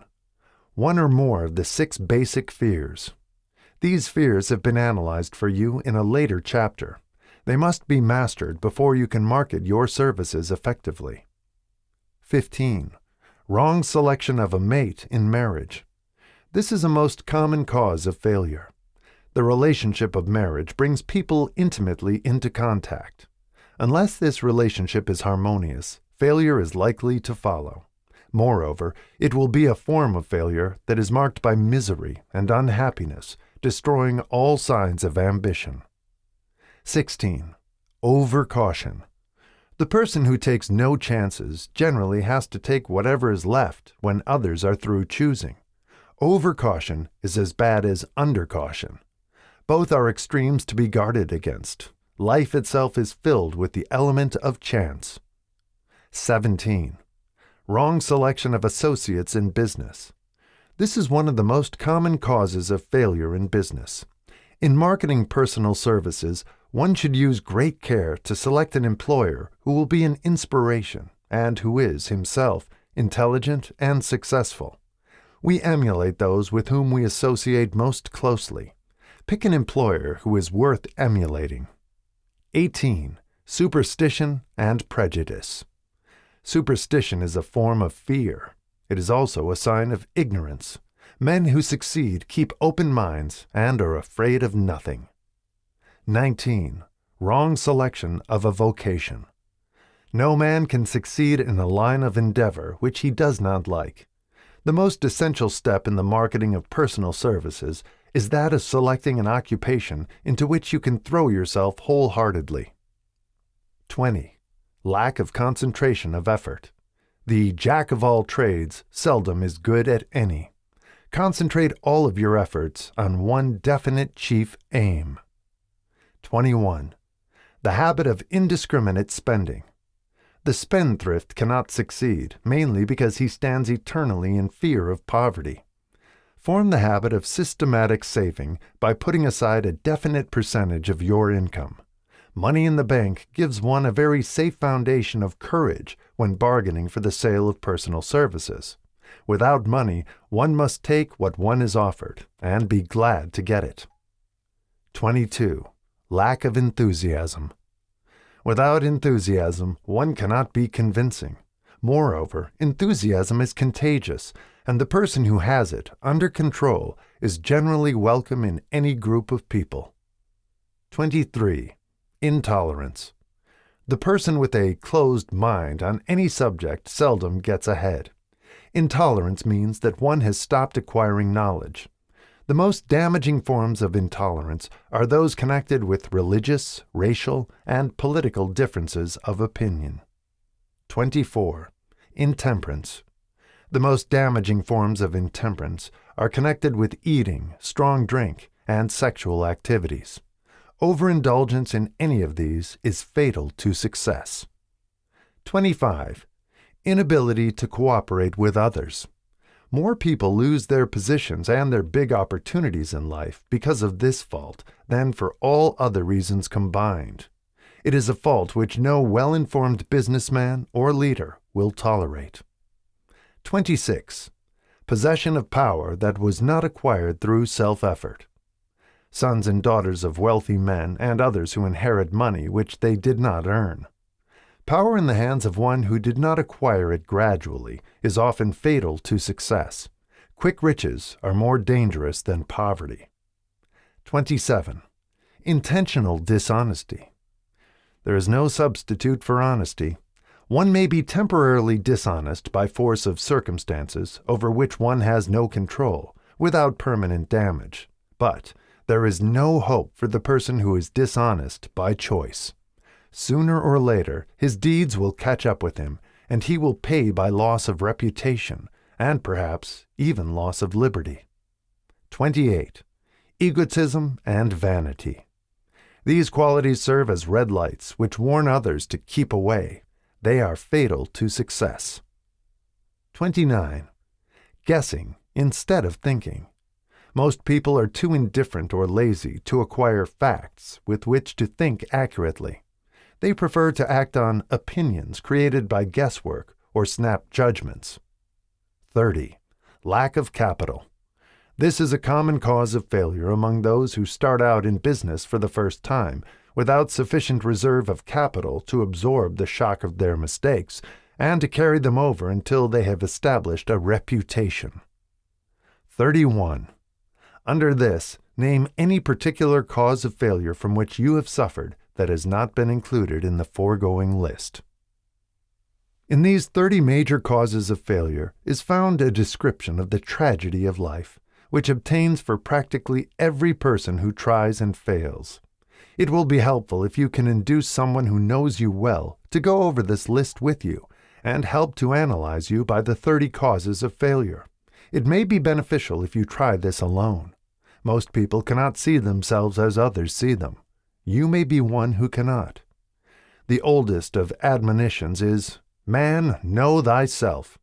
If you market merchandise successfully, you must know the merchandise. The same is true in marketing personal services. You should know all of your weaknesses in order that you may either bridge them or eliminate them entirely. You should know your strength in order that you may call attention to it when selling your services. You can know yourself only through accurate analysis. The folly of ignorance in connection with self was displayed by a young man who applied to the manager of a well-known business for a position. He made a very good impression until the manager asked him what salary he expected. He replied that he had no fixed sum in mind, lack of a definite aim. The manager then said, "We will pay you all you are worth after we try you out for a week." "I will not accept it," the applicant replied, "because I am getting more than that where I am now employed." Before you even start to negotiate for a readjustment of your salary in your present position or to seek employment elsewhere, be sure that you are worth more than you now receive. It is one thing to want money. Everyone wants more. But it is something entirely different to be worth more. Many people mistake their wants for their just dues. Your financial requirements or wants have nothing whatever to do with your worth.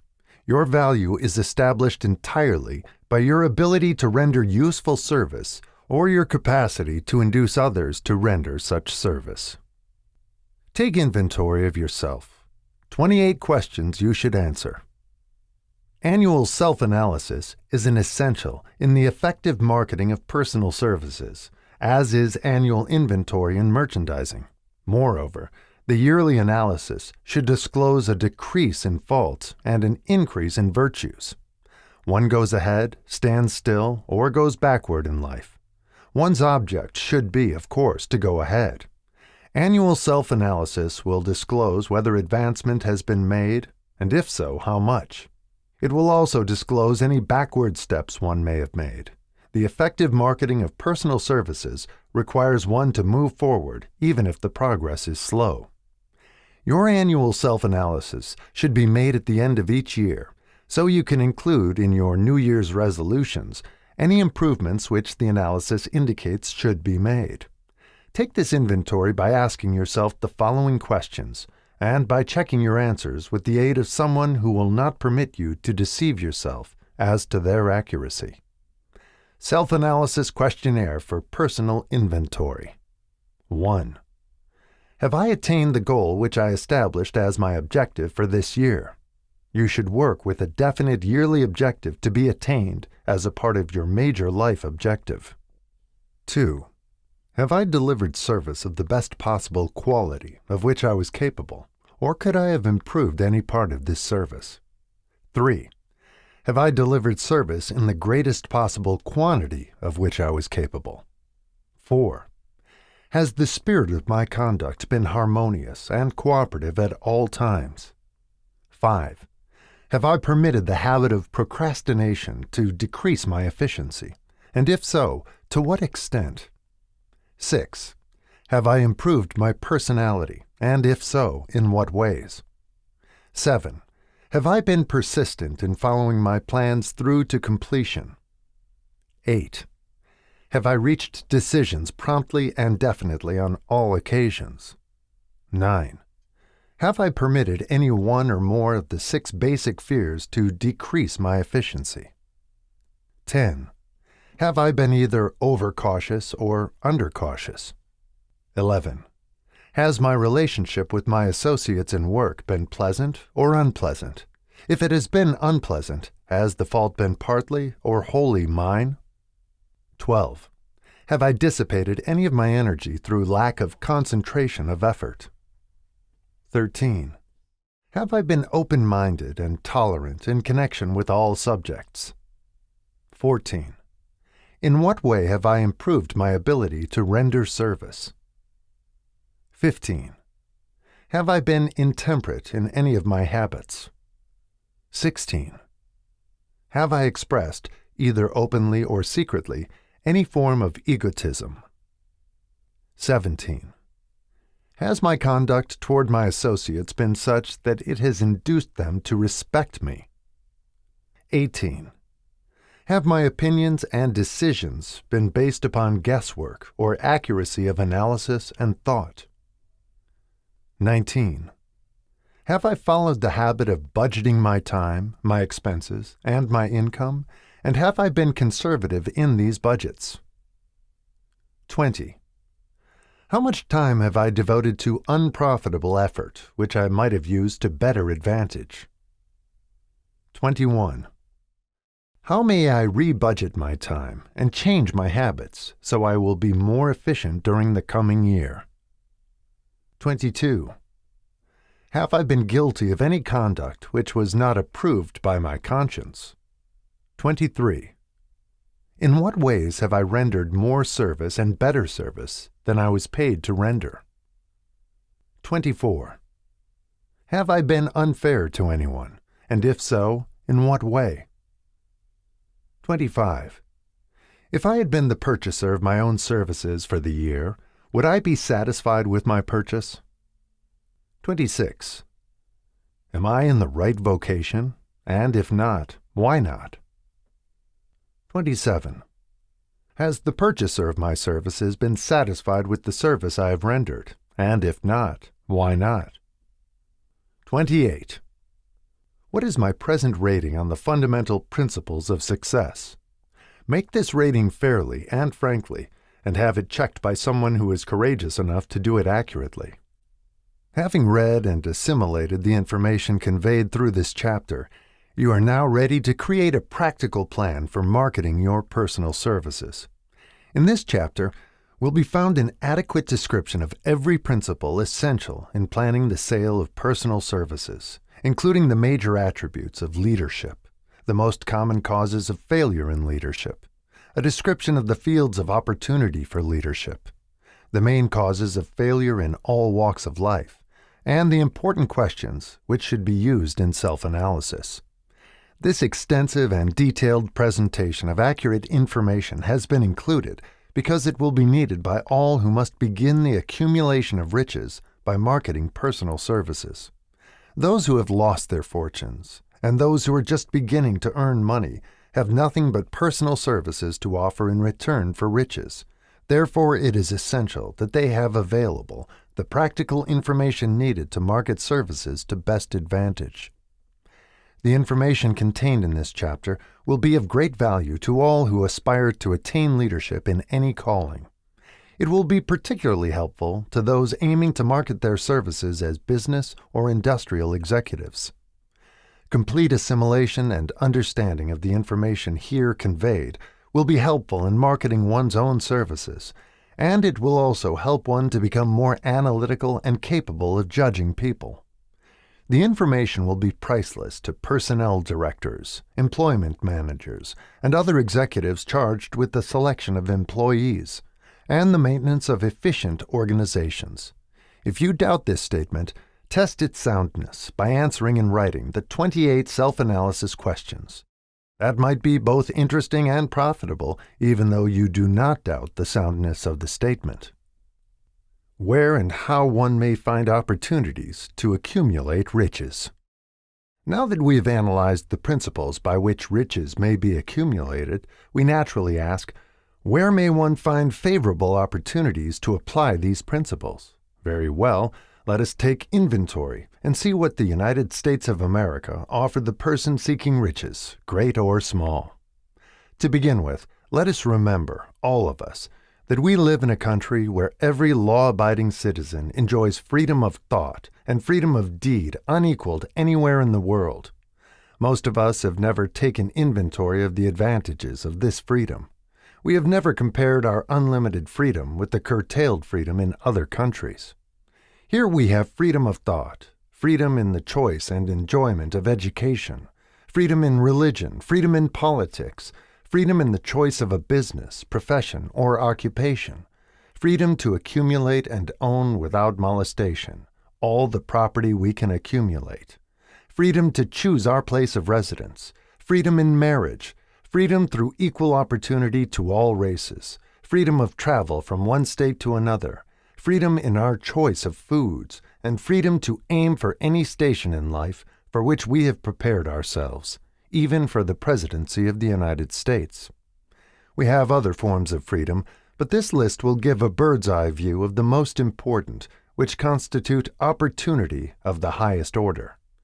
This advantage of freedom is all the more conspicuous because the United States is the only country guaranteeing to every citizen, whether native-born or naturalized, so broad and varied a list of freedom. Next, let us recount some of the blessings which our widespread freedom has placed within our hands.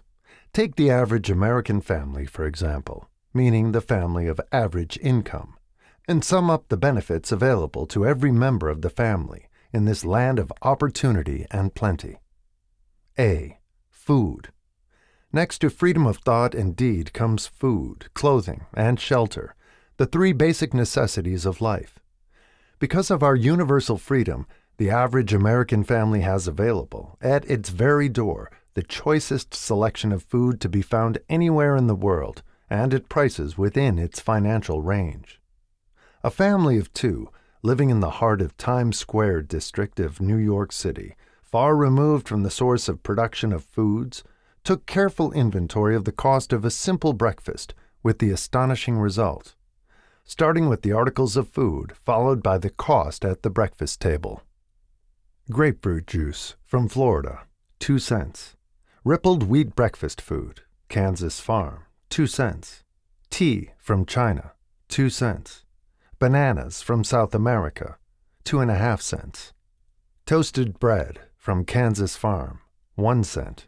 Fresh country eggs from Utah, 7 cents.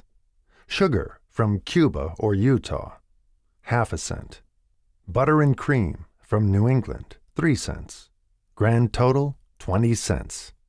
It is not very difficult to obtain food in a country where two people can have breakfast consisting of all they want or need for a dime apiece.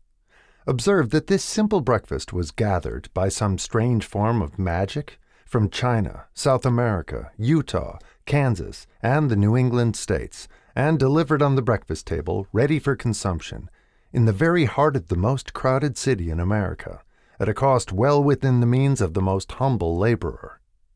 The cost included all federal, state, and city taxes. Here is a fact the politicians did not mention when they were crying out to the voters to throw their opponents out of office because the people were being taxed to death. B. Shelter. This family lives in a comfortable apartment, heated by steam, lighted with electricity, with gas for cooking, all for $65 a month. In a smaller city, or a more sparsely settled part of New York City, the same apartment could be had for as low as $20 a month. The toast they had for breakfast in the food estimate was toasted on an electric toaster, which cost but a few dollars. The apartment is cleaned with a vacuum sweeper that is run by electricity. Hot and cold water is available at all times in the kitchen and the bathroom. The food is kept cool in a refrigerator that is run by electricity. The wife curls her hair, washes her clothes, and irons them with easily operated electrical equipment on power obtained by sticking a plug in the wall. The husband shaves with an electric shaver, and they receive entertainment from all over the world 24 hours a day if they want it, without cost, by merely turning the dial of their radio. There are other conveniences in this apartment, but the foregoing list will give a fair idea of some of the concrete evidences of the freedom we, of America, enjoy. And this is neither political nor economic propaganda. C. Clothing. Anywhere in the United States, the woman of average clothing requirements can dress very comfortably and neatly for less than $200 a year, and the average man can dress for the same, or less. Only the three basic necessities of food, clothing, and shelter have been mentioned. The average American citizen has other privileges and advantages available in return for modest effort, not exceeding 8 hours per day of labor. Among these is the privilege of automobile transportation, with which one can go and come at will, at very small cost. The average American has security of property rights not found in any other country in the world. He can place his surplus money in a bank with the assurance that his government will protect it and make good to him if the bank fails. If an American citizen wants to travel from one state to another, he needs no passport, no one's permission. He may go when he pleases and return at will. Moreover, he may travel by train, private automobile, bus, airplane, or ship, as his pocketbook permits. In Germany, Russia, Italy, and most of the other European and Oriental countries, the people cannot travel with so much freedom and at so little cost. The miracle that has provided these blessings. We often hear politicians proclaiming the freedom of America when they solicit votes, but seldom do they take the time or devote sufficient effort to the analysis of the source or nature of this freedom. Having no axe to grind, no grudge to express, no ulterior motives to be carried out, I have the privilege of going into a frank analysis of that mysterious, abstract, greatly misunderstood something which gives to every citizen of America more blessings, more opportunities to accumulate wealth, more freedom of every nature than may be found in any other country. I have the right to analyze the source and nature of this unseen power because I know, and have known for more than a quarter of a century, many of the men who organized that power, and many who are now responsible for its maintenance. The name of this mysterious benefactor of mankind is capital. Capital consists not alone of money, but more particularly of highly organized, intelligent groups of men who plan ways and means of using money efficiently for the good of the public and profitably to themselves. These groups consist of scientists, educators, chemists, inventors, business analysts, publicity men, transportation experts, accountants, lawyers, doctors, and both men and women who have highly specialized knowledge in all fields of industry and business. They pioneer, experiment, and blaze trails in new fields of endeavor.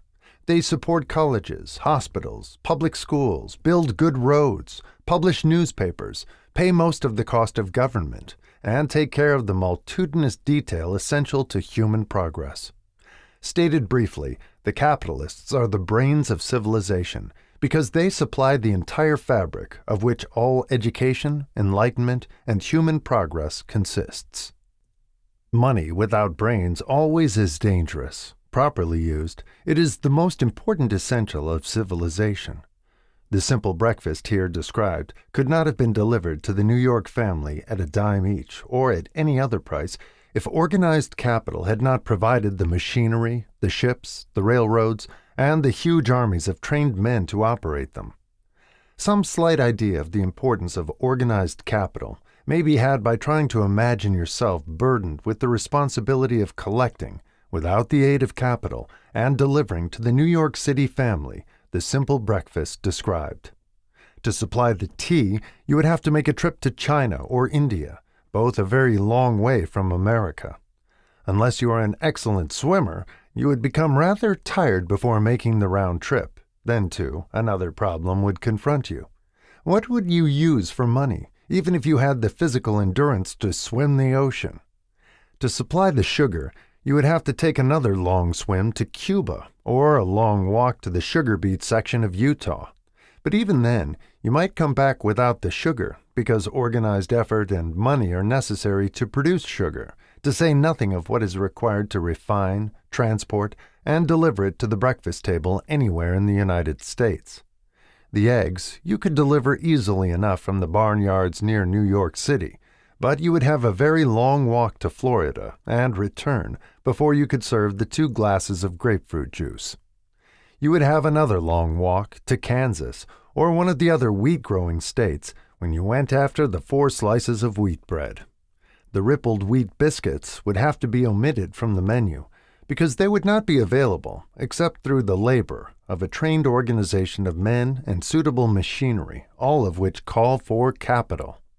While resting, you could take off for another little swim down to South America, where you would pick up a couple of bananas, and on your return, you could take a short walk to the nearest farm having a dairy and pick up some butter and cream. Then your New York City family would be ready to sit down and enjoy breakfast, and you could collect your 2 dimes for your labor. Seems absurd, doesn't it? Well, the procedure described would be the only possible way these simple items of food could be delivered to the heart of New York City if we had no capitalistic system. The sum of money required for the building and maintenance of the railroads and steamships used in the delivery of that simple breakfast is so huge that it staggers one's imagination. It runs into hundreds of millions of dollars, not to mention the armies of trained employees required to man the ships and trains. But transportation is only a part of the requirements of modern civilization in capitalistic America. Before there can be anything to haul, something must be grown from the ground or manufactured and prepared for market. This calls for more millions of dollars for equipment, machinery, boxing, marketing, and for the wages of millions of men and women. Steamships and railroads do not spring up from the earth and function automatically.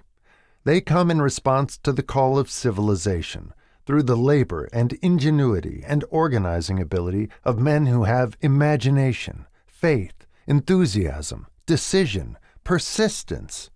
These men are known as capitalists. They are motivated by the desire to build, construct, achieve, render useful service, earn profits, and accumulate riches. And, because they render service without which there would be no civilization, they put themselves in the way of great riches. Just to keep the record simple and understandable, I will add that these capitalists are the selfsame men of whom most of us have heard soapbox orators speak. They are the same men to whom radicals, racketeers, dishonest politicians, and grafting labor leaders refer to as the predatory interests, or Wall Street. I am not attempting to present a brief for or against any group of men or any system of economics. I am not attempting to condemn collective bargaining when I refer to grafting labor leaders, nor do I aim to give a clean bill of health to all individuals known as capitalists. The purpose of this book, a purpose to which I have faithfully devoted over a quarter of a century, is to present to all who want the knowledge the most dependable philosophy through which individuals may accumulate riches in whatever amounts they desire. I have here analyzed the economic advantages of the capitalistic system for the twofold purpose of showing 1. That all who seek riches must recognize and adapt themselves to the system that controls all approaches to fortunes, large or small, and 2.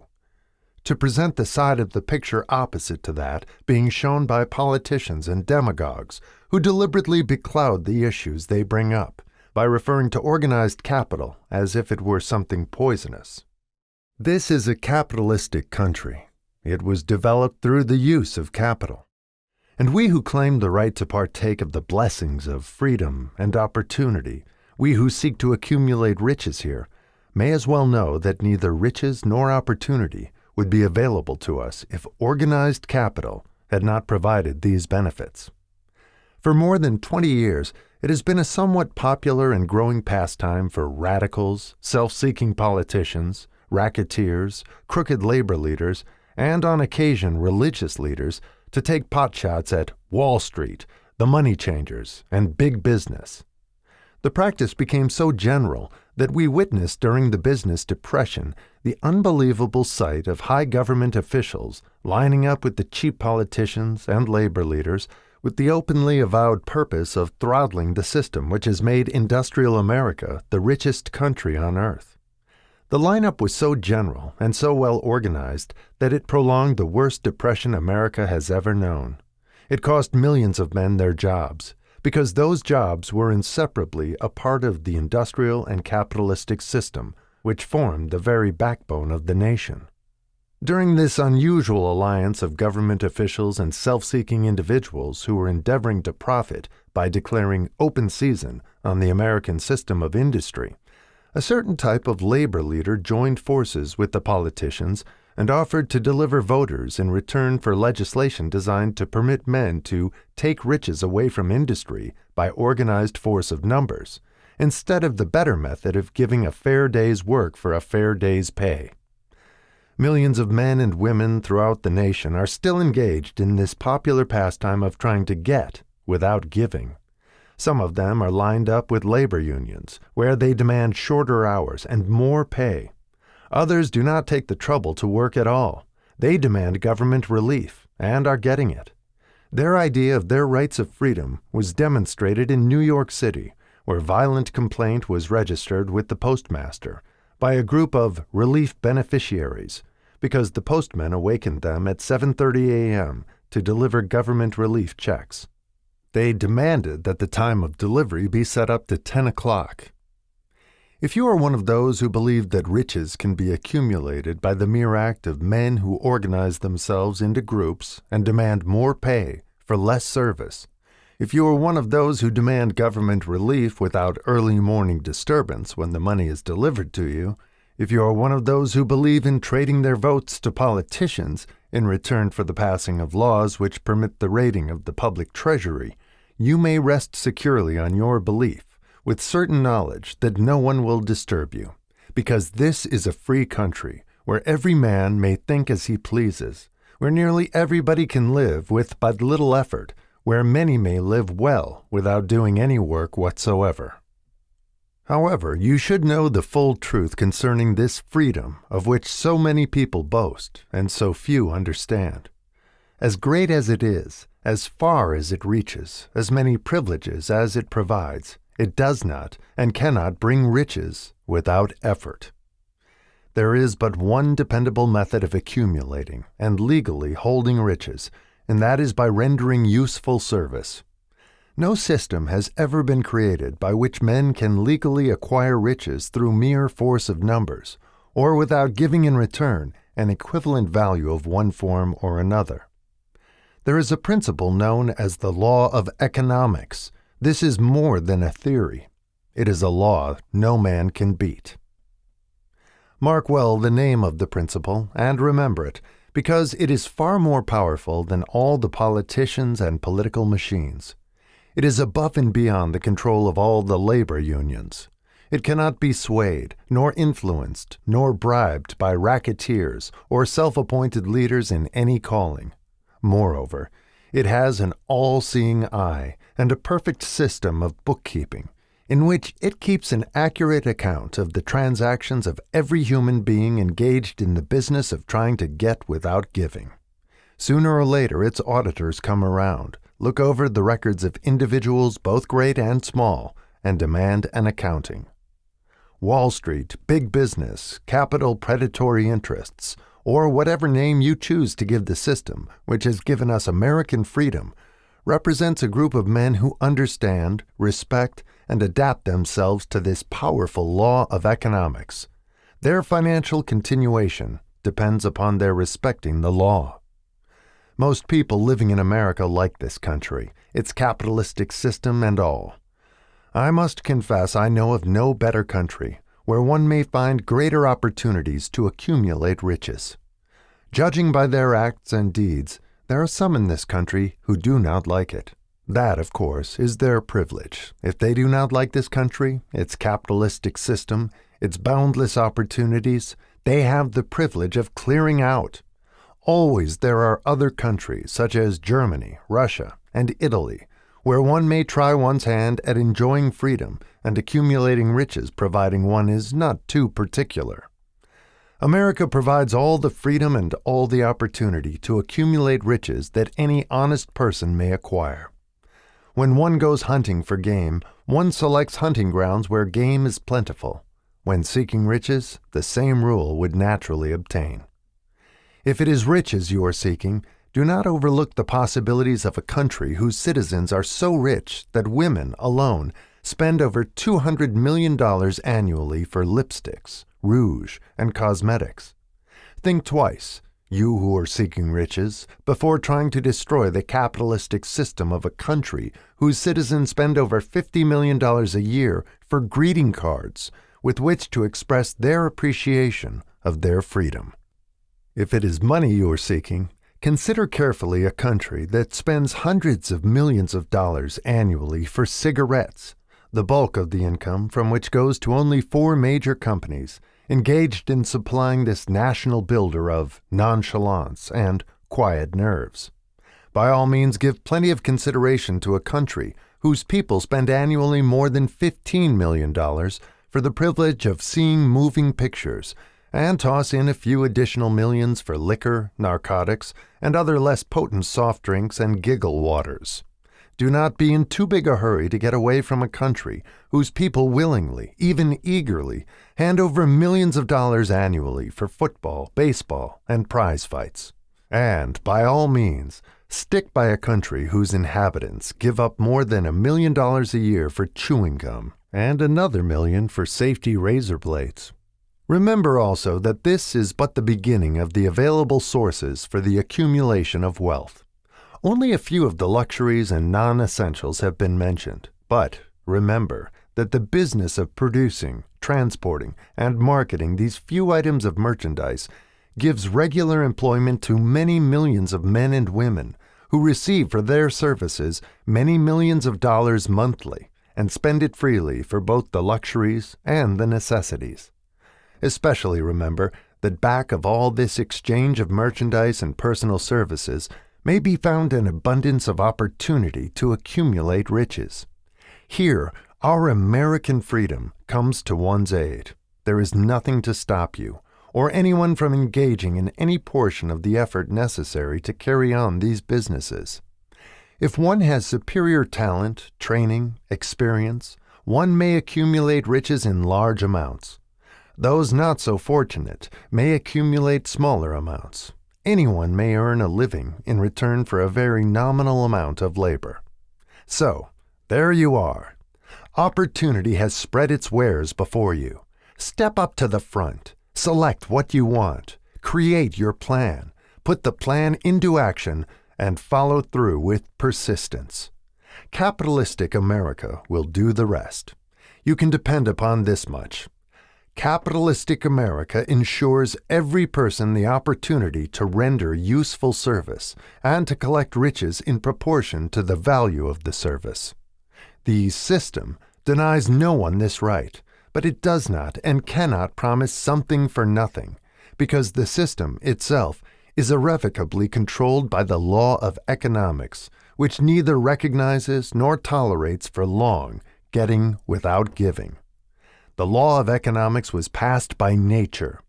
There is no Supreme Court to which violators of this law may appeal. The law hands out both penalties for its violation and appropriate rewards for its observance, without interference or the possibility of interference by any human being. The law cannot be repealed.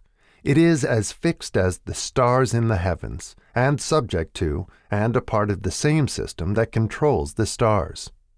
May one refuse to adapt oneself to the law of economics? Certainly, this is a free country, where all men are born with equal rights, including the privilege of ignoring the law of economics.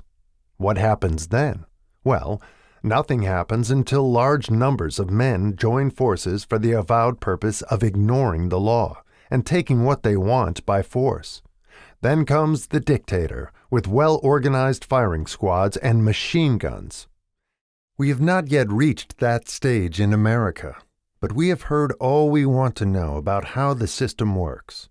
Perhaps we shall be fortunate enough not to demand personal knowledge of so gruesome a reality. Doubtless, we shall prefer to continue with our freedom of speech, freedom of deed, and freedom to render useful service in return for riches. The practice by government officials of extending to men and women the privilege of raiding the public treasury in return for votes sometimes results in election, but as night follows day, the final payoff comes, when every penny wrongfully used must be repaid with compound interest on compound interest. If those who make the grab are not forced to repay, the burden falls on their children and their children's children, even unto the third and fourth generations. There is no way to avoid the debt. Men can, and sometimes do, form themselves into groups for the purpose of crowding wages up and working hours down. There is a point beyond which they cannot go. It is the point at which the law of economics steps in, and the sheriff gets both the employer and the employees. For 6 years, from 1929 to 1935, the people of America, both rich and poor, barely missed seeing the old man economics hand over to the sheriff all the businesses and industries and banks. It was not a pretty sight. It did not increase our respect for mob psychology, through which men cast reason to the winds and start trying to get without giving. We who went through those 6 discouraging years, when fear was in the saddle and faith was on the ground, cannot forget how ruthlessly the law of economics exacted its toll from both the rich and poor, weak and strong, old and young. We shall not wish to go through another such experience. These observations are not founded upon short-time experience. They are the result of 25 years of careful analysis of the methods of both the most successful and the most unsuccessful men America has known. Chapter 8. Decision. The Mastery of Procrastination. The 7th Step Toward Riches. Accurate analysis of over 25,000 men and women who had experienced failure disclosed the fact that lack of decision was near the head of the list of the 30 major causes of failure. This is no mere statement of a theory. It is a fact. Procrastination, the opposite of decision, is a common enemy which practically every man must conquer. You will have an opportunity to test your capacity to reach quick and definite decisions when you finish reading this book and are ready to begin putting into action the principles which it describes. Analysis of several hundred people who had accumulated fortunes well beyond the $1 million mark disclosed the fact that every one of them had the habit of reaching decisions promptly and of changing these decisions slowly, if and when they were changed. People who fail to accumulate money, without exception, have the habit of reaching decisions, if at all, very slowly, and of changing these decisions quickly and often. One of Henry Ford's most outstanding qualities is his habit of reaching decisions quickly and definitely, and changing them slowly. This quality is so pronounced in Mr. Ford that it has given him the reputation of being obstinate. It was this quality which prompted Mr. Ford to continue to manufacture his famous Model T, the world's ugliest car, when all of his advisors and many of the purchasers of the car were urging him to change it.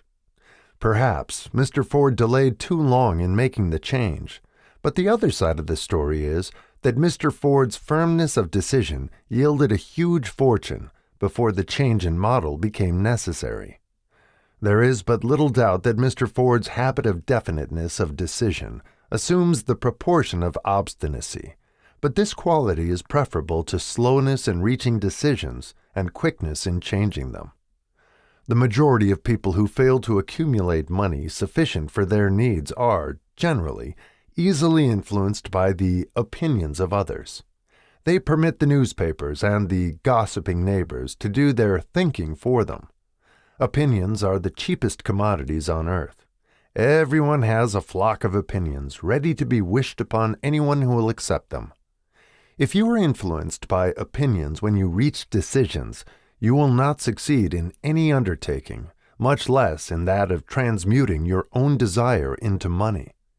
If you are influenced by the opinions of others, you will have no desire of your own. Keep your own counsel when you begin to put into practice the principles described here by reaching your own decisions and following them. Take no one into your confidence except the members of your mastermind group, and be very sure in your selection of this group that you choose only those who will be in complete sympathy and harmony with your purpose. Close friends and relatives, while not meaning to do so, often handicap one through opinions, and sometimes through ridicule, which is meant to be humorous. Thousands of men and women carry inferiority complexes with them all through life, because some well-meaning but ignorant person destroyed their confidence through opinions or ridicule. You have a brain and mind of your own. Use it, and reach your own decisions. If you need facts or information from other people to enable you to reach decisions, as you probably will in many instances, acquire these facts or secure the information you need quietly, without disclosing your purpose. It is characteristic of people who have but a smattering or a veneer of knowledge to try to give the impression that they have much knowledge. Such people generally do too much talking and too little listening. Keep your eyes and ears wide open and your mouth closed if you wish to acquire the habit of prompt decision. Those who talk too much do little else. If you talk more than you listen, you not only deprive yourself of many opportunities to accumulate useful knowledge, but you also disclose your plans and purposes to people who will take great delight in defeating you because they envy you. Remember also that every time you open your mouth in the presence of a person who has an abundance of knowledge, you display to that person your exact stock of knowledge, or your lack of it. Genuine wisdom is usually conspicuous through modesty and silence. Keep in mind the fact that every person with whom you associate is, like yourself, seeking the opportunity to accumulate money. If you talk about your plans too freely, you may be surprised when you learn that some other person has beaten you to your goal by putting into action ahead of you the plans of which you talked unwisely. Let one of your first decisions be to keep a closed mouth and open ears and eyes. As a reminder to yourself to follow this advice, it will be helpful if you copy the following epigram in large letters and place it where you will see it daily. Tell the world what you intend to do, but first show it. This is the equivalent of saying that deeds, and not words, are what count most. Freedom or death on a decision. The value of decisions depends upon the courage required to render them. The great decisions, which served as the foundation of civilization, were reached by assuming great risks, which often meant the possibility of death.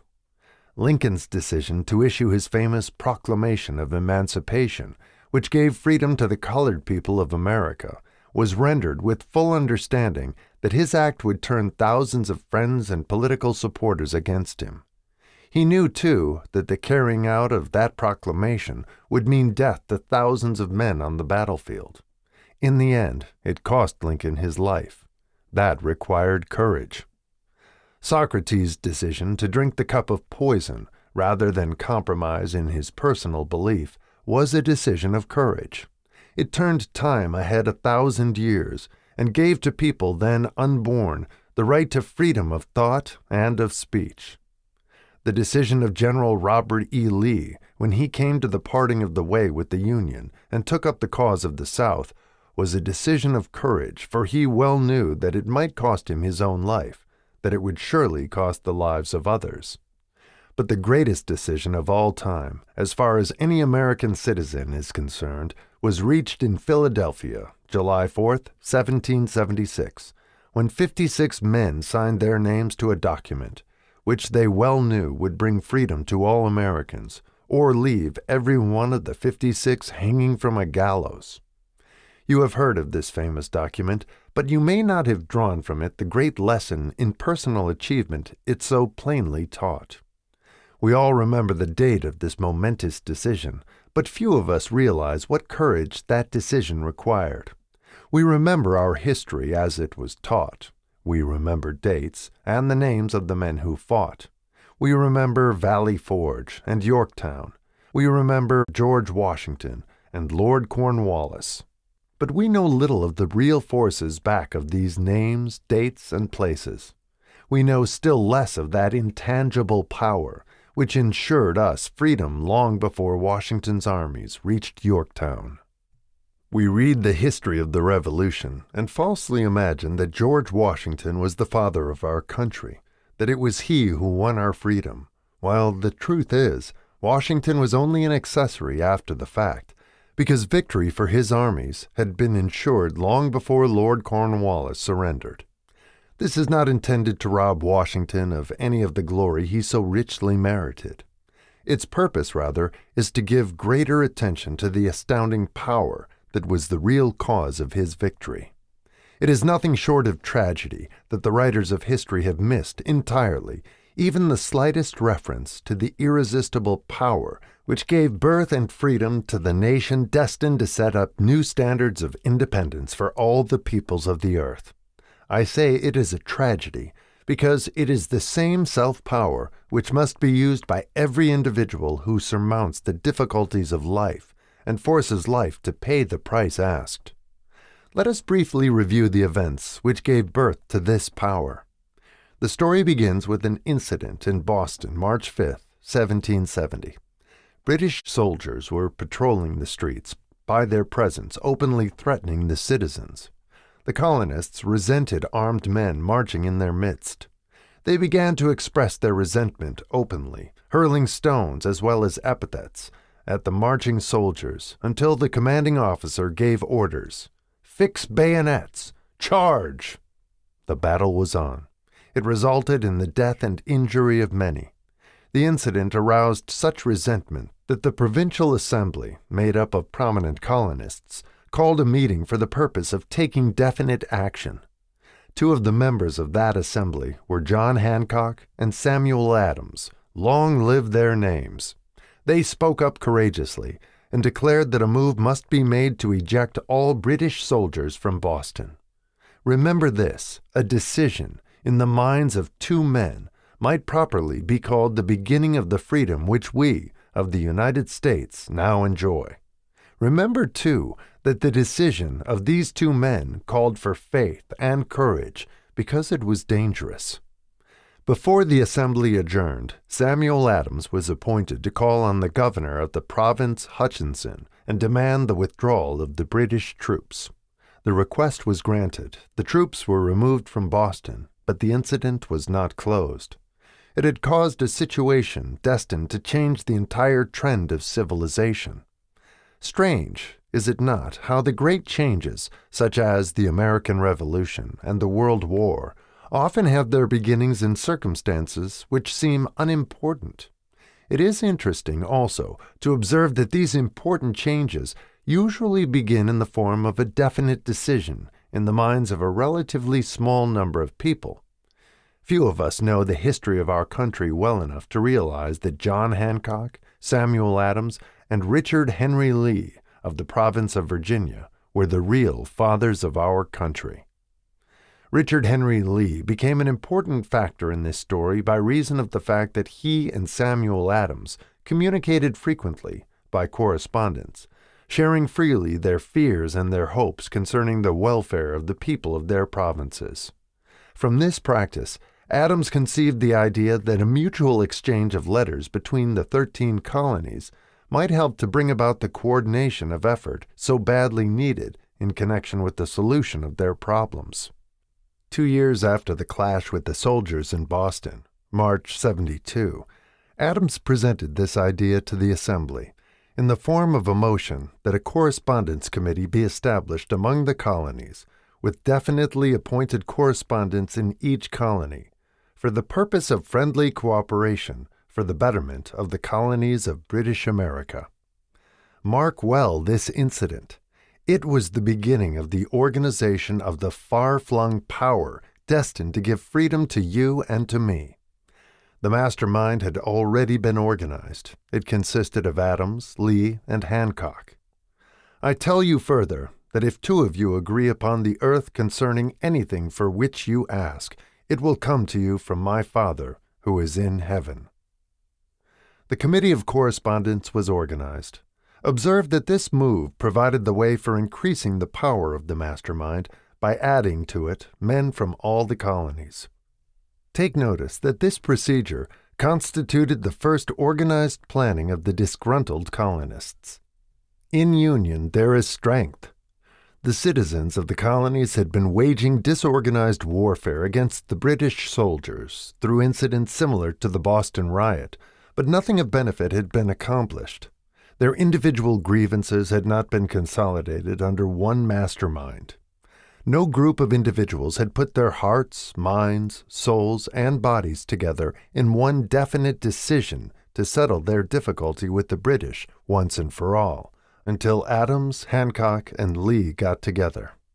Meanwhile, the British were not idle. They too were doing some planning and masterminding on their own account, with the advantage of having back of them money and organized soldiery. The Crown appointed Gage to supplant Hutchinson as the governor of Massachusetts. One of the new governor's first acts was to send a messenger to call on Samuel Adams for the purpose of endeavoring to stop his opposition by fear.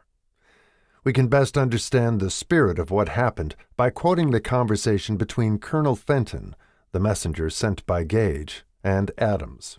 Colonel Fenton: "I have been authorized by Governor Gage to assure you, Mr. Adams, that the governor has been empowered to confer upon you such benefits as would be satisfactory.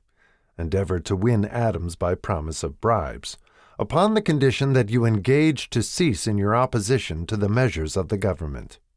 It is the governor's advice to you, sir, not to incur the further displeasure of His Majesty.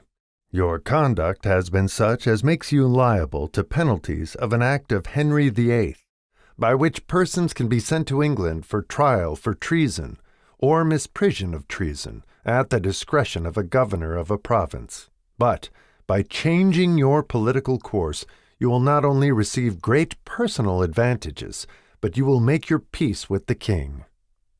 Samuel Adams had the choice of two decisions. He could cease his opposition and receive personal bribes, or he could continue and run the risk of being hanged. Clearly, the time had come when Adams was forced to reach instantly a decision which could have cost his life. The majority of men would have found it difficult to reach such a decision. The majority would have sent back an evasive reply, but not Adams. He insisted upon Colonel Fenton's word of honor that the colonel would deliver to the governor the answer exactly as Adams would give it to him. Adams' answer: "Then you may tell Governor Gage that I trust I have long since made my peace with the King of Kings. No personal consideration shall induce me to abandon the righteous cause of my country. And tell Governor Gage it is the advice of Samuel Adams to him no longer to insult the feelings of an exasperated people." Comment as to the character of this man seems unnecessary. It must be obvious to all who read this astounding message that its sender possessed loyalty of the highest order. This is important. Racketeers and dishonest politicians have prostituted the honor for which such men as Adams died. When Governor Gage received Adams' caustic reply, he flew into a rage and issued a proclamation which read, "I do hereby, in His Majesty's name, offer and promise His most gracious pardon to all persons who shall forthwith lay down their arms and return to the duties of peaceable subjects, excepting only from the benefit of such pardon Samuel Adams and John Hancock, whose offenses are of too flagitious a nature to admit of any other consideration but that of condign punishment." As one might say in modern slang, Adams and Hancock were on the spot. The threat of the irate governor forced the two men to reach another decision, equally as dangerous. They hurriedly called a secret meeting of their staunchest followers. Here the mastermind began to take on momentum. After the meeting had been called to order, Adams locked the door, placed the key in his pocket, and informed all present that it was imperative that a Congress of the colonists be organized, and that no man should leave the room until the decision for such a Congress had been reached. Great excitement followed. Some weighed the possible consequences of such radicalism, old man fear. Some expressed grave doubt as to the wisdom of so definite a decision in defiance of the Crown. Locked in that room were two men immune to fear, blind to the possibility of failure, Hancock and Adams. Through the influence of their minds, the others were induced to agree that, through the Correspondence Committee, arrangements should be made for a meeting of the First Continental Congress to be held in Philadelphia, September 5th, 1774. Remember this date. It is more important than July 4th, 1776. If there had been no decision to hold a Continental Congress, there could have been no signing of the Declaration of Independence. Before the first meeting of the new Congress, another leader, in a different section of the country, was deep in the throes of publishing a summary view of the rights of British America. He was Thomas Jefferson, of the province of Virginia, whose relationship to Lord Dunmore, representative of the Crown in Virginia, was as strained as that of Hancock and Adams with their governor. Shortly after his famous Summary of Rights was published, Jefferson was informed that he was subject to prosecution for high treason against His Majesty's government. Inspired by the threat, one of Jefferson's colleagues, Patrick Henry, boldly spoke his mind, concluding his remarks with a sentence which shall remain forever a classic. "If this be treason, then make the most of it." It was such men as these who, without power, without authority, without military strength, without money, sat in solemn consideration of the destiny of the colonies, beginning at the opening of the First Continental Congress, and continuing at intervals for 2 years, until on June 7th, 1776, Richard Henry Lee arose, addressed the chair, and to the startled assembly made this motion: "Gentlemen, I make the motion that these united colonies are, and of right ought to be, free and independent states, that they be absolved from all allegiance to the British Crown, and that all political connection between them and the state of Great Britain is, and ought to be, totally dissolved." Lee's astounding motion was discussed fervently, and at such length that he began to lose patience. Finally, after days of argument, he again took the floor and declared in a clear, firm voice, "Mr. President, we have discussed this issue for days. It is the only course for us to follow. Why then, sir, do we longer delay? Why still deliberate? Let this happy day give birth to an American republic. Let her arise, not to devastate and to conquer, but to reestablish the reign of peace and of law. The eyes of Europe are fixed upon us. She demands of us a living example of freedom that may exhibit a contrast in the felicity of the citizen to the ever-increasing tyranny." Before his motion was finally voted upon, Lee was called back to Virginia because of serious family illness, but before leaving, he placed his cause in the hands of his friend, Thomas Jefferson, who promised to fight until favorable action was taken. Shortly thereafter, the President of the Congress, Hancock, appointed Jefferson as chairman of a committee to draw up a Declaration of Independence. Long and hard the committee labored on a document which would mean, when accepted by the Congress, that every man who signed it would be signing his own death warrant should the colonies lose in the fight with Great Britain, which was sure to follow. The document was drawn, and on June 28th, the original draft was read before the Congress. For several days it was discussed, altered, and made ready. On July 4th, 1776, Thomas Jefferson stood before the Assembly and fearlessly read the most momentous decision ever placed upon paper. "When in the course of human events it is necessary for one people to dissolve the political bands which have connected them with another, and to assume, among the powers of the earth, the separate and equal station to which the laws of nature and of nature's God entitle them, a decent respect to the opinions of mankind requires that they should declare the causes which impelled them to the separation. When Jefferson finished, the document was voted upon, accepted, and signed by the 56 men, every one staking his own life upon his decision to write his name. By that decision came into existence a nation destined to bring to mankind forever the privilege of making decisions. By decisions made in a similar spirit of faith, and only by such decisions, can men solve their personal problems and win for themselves high estates of material and spiritual wealth. Let us not forget this. Analyze the events which led to the Declaration of Independence, and be convinced that this nation, which now holds a position of commanding respect and power among all nations of the world, was born of a decision created by a mastermind consisting of 56 men.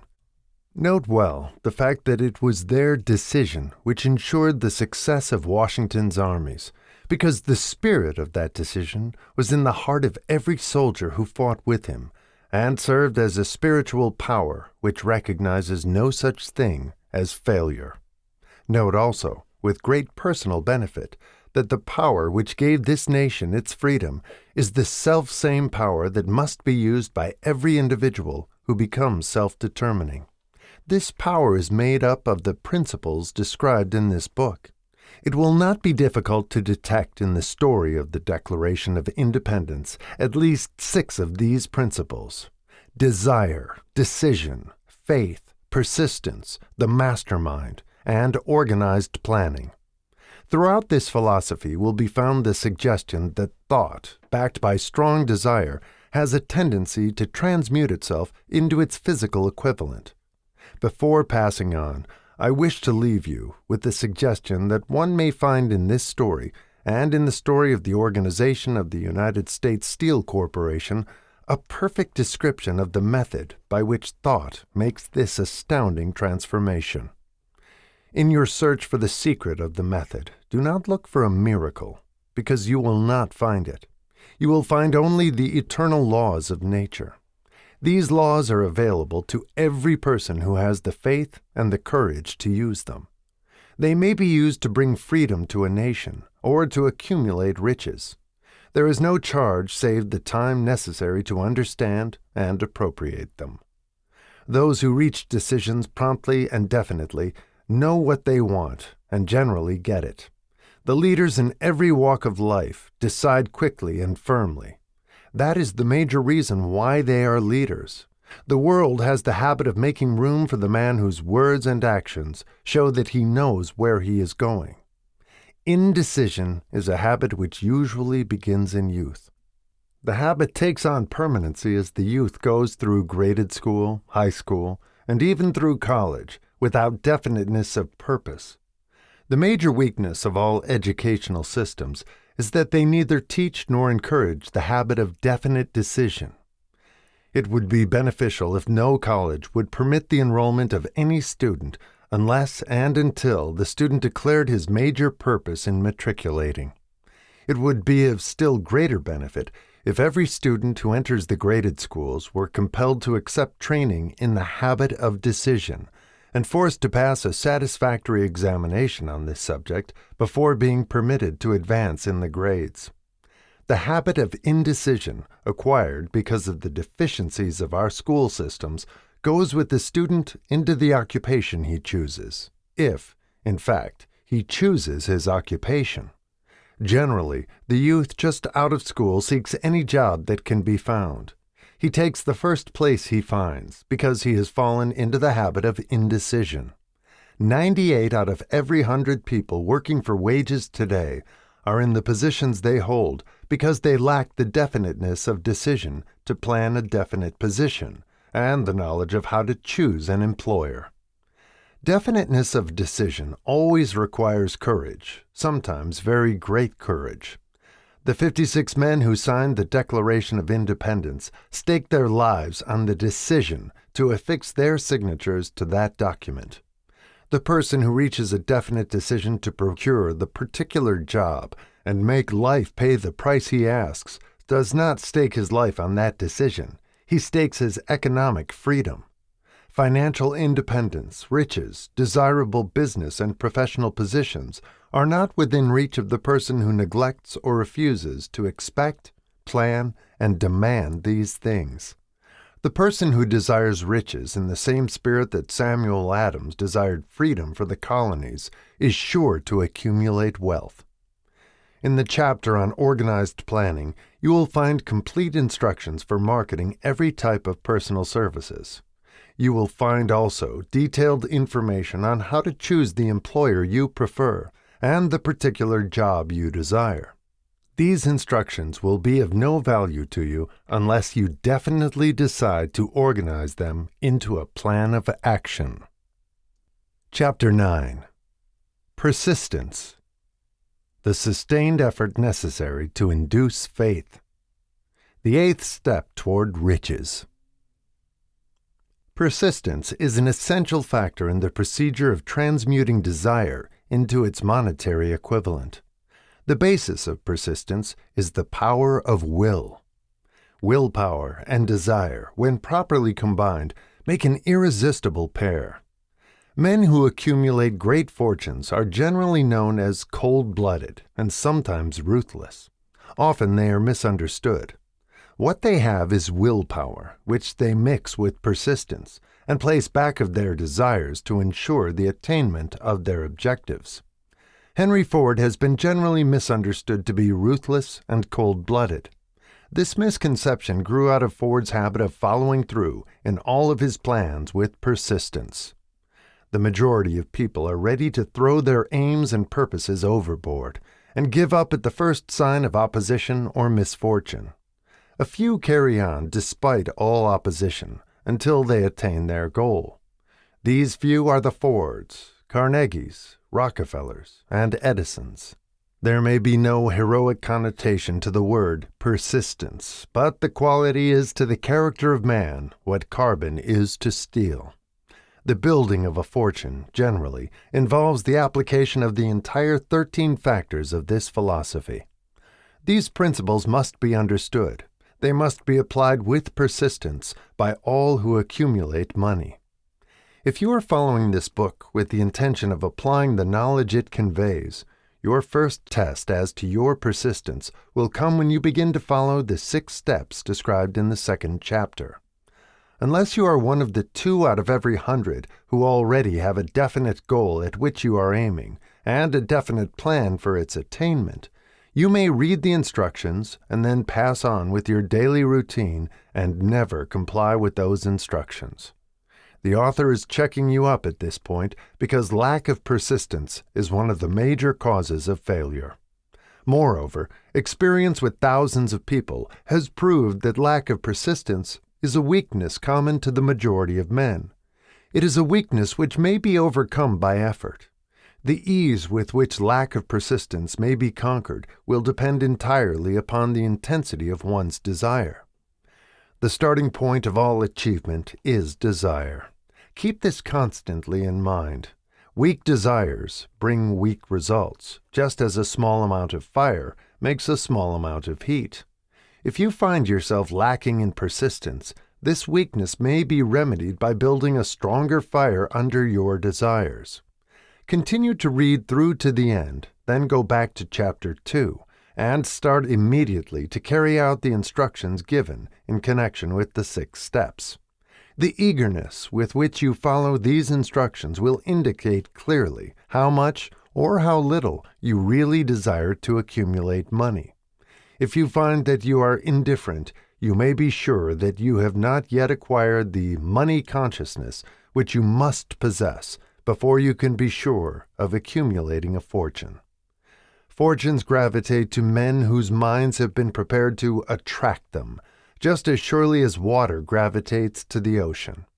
In this book may be found all the stimuli necessary to attune any normal mind to the vibrations which will attract the object of one's desires.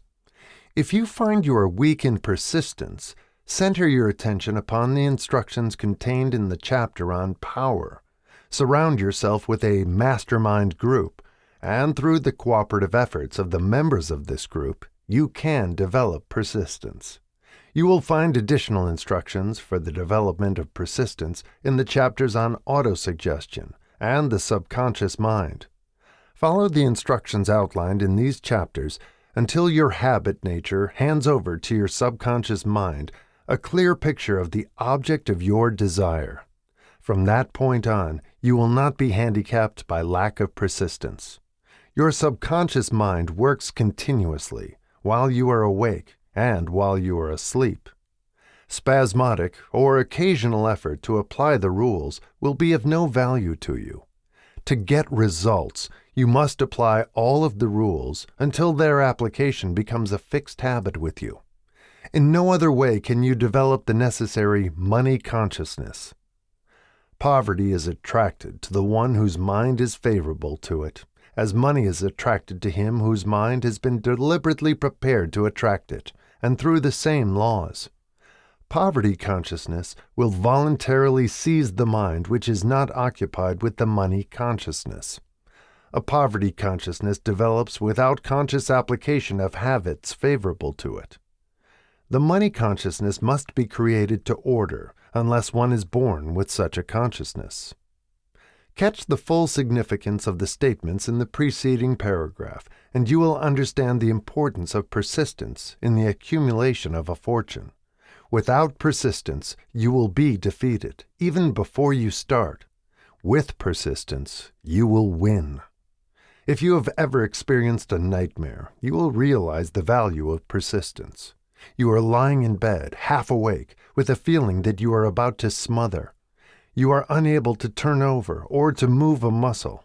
You realize that you must begin to regain control over your muscles. Through persistent effort of willpower, you finally manage to move the fingers of one hand.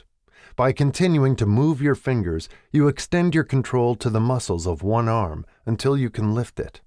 Then you gain control of the other arm in the same manner.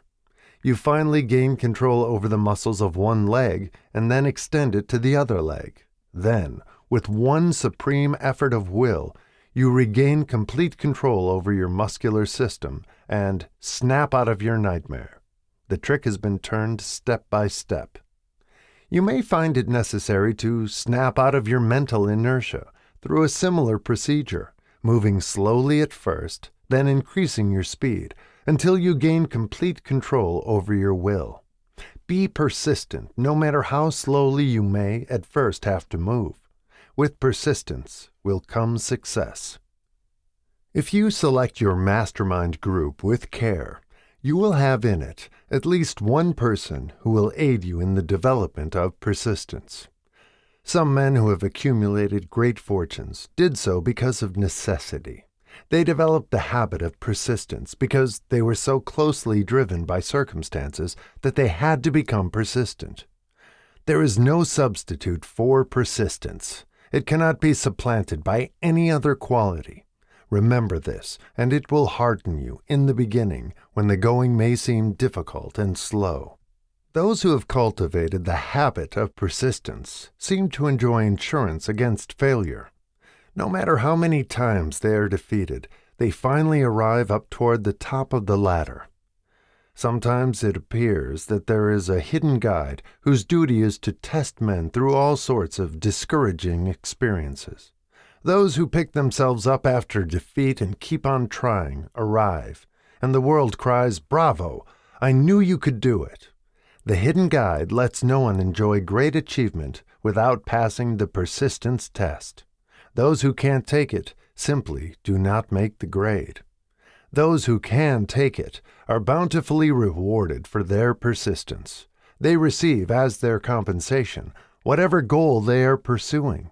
That is not all. They receive something infinitely more important than material compensation: the knowledge that every failure brings with it the seed of an equivalent advantage. There are exceptions to this rule. A few people know from experience the soundness of persistence. They are the ones who have not accepted defeat as being anything more than temporary. They are the ones whose desires are so persistently applied that defeat is finally changed into victory. We who stand on the sidelines of life see the overwhelmingly large number who go down in defeat, never to rise again. We see the few who take the punishment of defeat as an urge to greater effort. These, fortunately, never learn to accept life's reverse gear.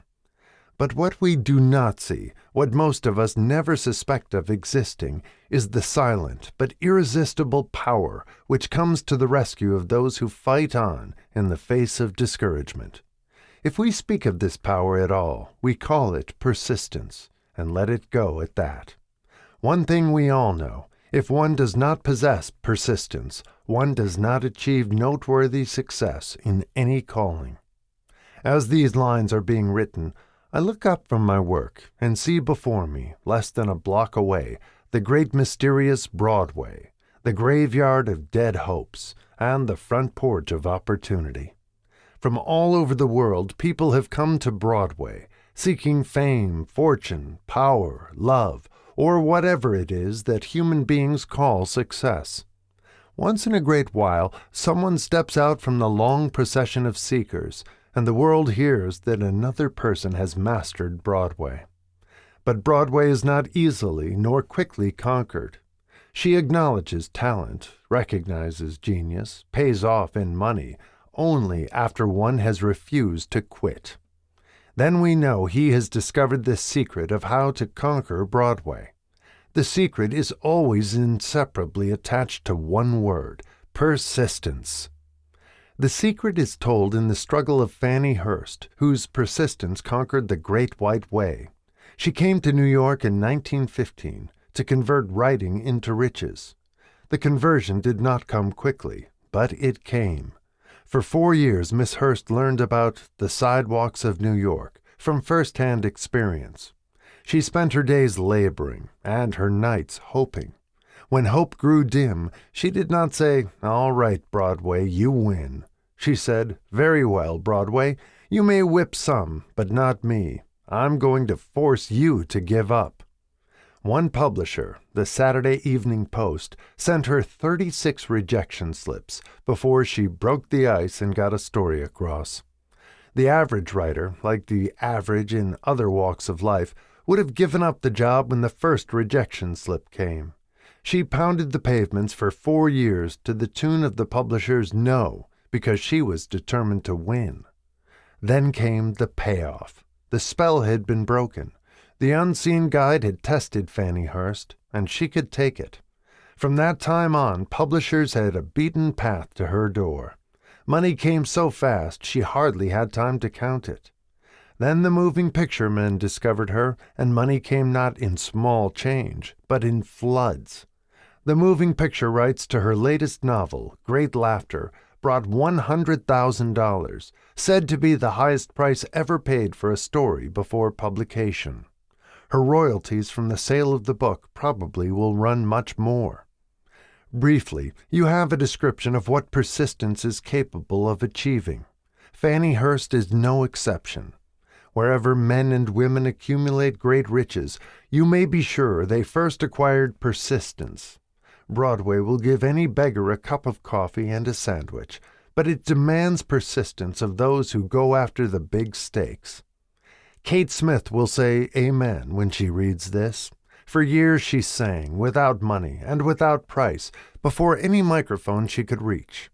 Broadway said to her, "Come and get it, if you can take it." She did take it, until one happy day Broadway got tired and said, "Oh, what's the use? You don't know when you're whipped, so name your price and go to work in earnest." Miss Smith named her price. It was plenty. Way up in figures so high that 1 week's salary is far more than most people make in a whole year. Verily, it pays to be persistent. And here is an encouraging statement which carries with it a suggestion of great significance. Thousands of singers who excel Kate Smith are walking up and down Broadway looking for a break without success. Countless others have come and gone. Many of them sang well enough, but they failed to make the grade because they lacked the courage to keep on keeping on until Broadway became tired of turning them away. Persistence is a state of mind. Therefore, it can be cultivated. Like all states of mind, Persistence is based upon definite causes, among them these. A. Definiteness of purpose. Knowing what one wants is the first and perhaps the most important step toward the development of persistence. A strong motive forces one to surmount many difficulties. B. Desire. It is comparatively easy to acquire and to maintain persistence in pursuing the object of intense desire. C. Self-reliance. Belief in one's ability to carry out a plan encourages one to follow the plan through with persistence. Self-reliance can be developed through the principle described in the chapter on autosuggestion. D. Definiteness of plans. Organized plans, even though they may be weak and entirely impractical, encourage persistence. E. Accurate knowledge. Knowing that one's plans are sound, based upon experience or observation, encourages persistence. Guessing, instead of knowing, destroys persistence. F. Cooperation. Sympathy, understanding, and harmonious cooperation with others tend to develop persistence. G. Willpower. The habit of concentrating one's thoughts upon the building of plans for the attainment of a definite purpose leads to persistence. H. Habit. Persistence is the direct result of habit. The mind absorbs and becomes a part of the daily experiences upon which it feeds. Fear, the worst of all enemies, can be effectively cured by forced repetition of acts of courage. Everyone who has seen active service in war knows this. Before leaving the subject of persistence, take inventory of yourself and determine in what particular, if any, you are lacking in this essential quality. Measure yourself courageously, point by point, and see how many of the 8 factors of persistence you lack. The analysis may lead to discoveries that will give you a new grip on yourself. Symptoms of lack of persistence.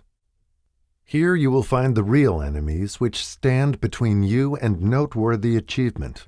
Here you will find not only the symptoms indicating weakness of persistence, but also the deeply seated subconscious causes of this weakness. Study the list carefully and face yourself squarely if you really wish to know who you are and what you are capable of doing. These are the weaknesses which must be mastered by all who accumulate riches. Number 1. Failure to recognize and to clearly define exactly what one wants. 2. Procrastination, with or without cause, usually backed up with a formidable array of alibis and excuses. 3. Lack of interest in acquiring specialized knowledge. 4. Indecision, the habit of passing the buck on all occasions instead of facing issues squarely, also backed by alibis. 5. The habit of relying upon alibis instead of creating definite plans for the solution of problems. 6. Self-satisfaction. There is but little remedy for this affliction and no hope for those who suffer from it. 7. Indifference. Usually reflected in one's readiness to compromise on all occasions, rather than meet opposition and fight it. 8. The habit of blaming others for one's mistakes and accepting unfavorable circumstances as being unavoidable. 9. Weakness of desire, due to neglect in the choice of motives that impel action. 10. Willingness, even eagerness, to quit at the first sign of defeat, based upon one or more of the 6 basic fears. 11. Lack of organized plans, placed in writing where they may be analyzed. 12. The habit of neglecting to move on ideas or to grasp opportunity when it presents itself. 13. Wishing instead of willing. 14. The habit of compromising with poverty instead of aiming at riches. General absence of ambition to be, to do, and to own. 15. Searching for all the shortcuts to riches, trying to get without giving a fair equivalent, usually reflected in the habit of gambling, endeavoring to drive sharp bargains. 16. Fear of criticism, failure to create plans and to put them into action because of what other people will think, do, or say. This enemy belongs at the head of the list because it generally exists in one's subconscious mind, where its presence is not recognized. See the 6 basic fears in a later chapter. Let us examine some of the symptoms of the fear of criticism. The majority of people permit relatives, friends, and the public at large to so influence them that they cannot live their own lives because they fear criticism. Huge numbers of people make mistakes in marriage, stand by the bargain, and go through life miserable and unhappy because they fear criticism which may follow if they correct the mistake. Anyone who is submitted to this form of fear knows the irreparable damage it does by destroying ambition, self-reliance, and the desire to achieve. Millions of people neglect to acquire belated educations after having left school because they fear criticism. Countless numbers of men and women, both young and old, permit relatives to wreck their lives in the name of duty because they fear criticism. Duty does not require any person to submit to the destruction of his personal ambitions and the right to live his own life in his own way. People refuse to take chances in business because they fear the criticism which may follow if they fail. The fear of criticism, in such cases, is stronger than the desire for success. Too many people refuse to set high goals for themselves, or even neglect selecting a career because they fear the criticism of relatives and friends who may say, "Don't aim so high, people will think you are crazy." When Andrew Carnegie suggested that I devote 20 years to the organization of a philosophy of individual achievement, my first impulse of thought was fear of what people might say. The suggestion set up a goal for me, far out of proportion to any I had ever conceived. As quick as a flash, my mind began to create alibis and excuses, all of them traceable to the inherent fear of criticism. Something inside of me said, "You can't do it. The job is too big and requires too much time. What will your relatives think of you? How will you earn a living? No one has ever organized a philosophy of success. What right have you to believe you can do it? Who are you anyway, to aim so high? Remember your humble birth. What do you know about philosophy? People will think you are crazy." And they did. Why hasn't some other person done this before now? These and many other questions flashed into my mind and demanded attention. It seemed as if the whole world had suddenly turned its attention to me with the purpose of ridiculing me into giving up all desire to carry out Mr. Carnegie's suggestion. I had a fine opportunity, then and there, to kill off ambition before it gained control of me. Later in life, after having analyzed thousands of people, I discovered that most ideas are stillborn and need the breath of life injected into them through definite plans of immediate action. The time to nurse an idea is at the time of its birth. Every minute it lives gives it a better chance of surviving. The fear of criticism is at the bottom of the destruction of most ideas which never reach the planning and action stage. Many people believe that material success is the result of favorable breaks. There is an element of ground for the belief, but those depending entirely upon luck are nearly always disappointed, because they overlook another important factor which must be present before one can be sure of success. It is the knowledge with which favorable breaks can be made to order. During the Depression, W.C. Fields, the comedian, lost all his money and found himself without income, without a job, and his means of earning a living, vaudeville, no longer existed. Moreover, he was past 60, when many men consider themselves old. He was so eager to stage a comeback that he offered to work without pay in a new field, movies. In addition to his other troubles, he fell and injured his neck. To many that would have been the place to give up and quit. But Fields was persistent. He knew that if he carried on, he would get the breaks sooner or later, and he did get them, but not by chance. Marie Dressler found herself down and out, with her money gone, with no job, when she was about 60. She too went after the breaks and got them. Her persistence brought an astounding triumph late in life, long beyond the age when most men and women are done with ambition to achieve. Eddie Cantor lost his money in the 1929 stock crash, but he still had his persistence and his courage. With these, plus 2 prominent eyes, he exploited himself back into an income of $10,000 a week. Verily, if one has persistence, one can get along very well without many other qualities. The only break anyone can afford to rely upon is a self-made break. These come through the application of persistence. The starting point is definiteness of purpose. Examine the first 100 people you meet. Ask them what they want most in life, and 98 of them will not be able to tell you. If you press them for an answer, some will say security, many will say money, a few will say happiness, others will say fame and power, and still others will say social recognition, ease in living, ability to sing, dance, or write, but none of them will be able to define these terms or give the slightest indication of a plan by which they hope to attain these vaguely expressed wishes. Riches do not respond to wishes. They respond only to definite plans, backed by definite desires, through constant persistence. How to develop persistence. There are 4 simple steps which lead to the habit of persistence.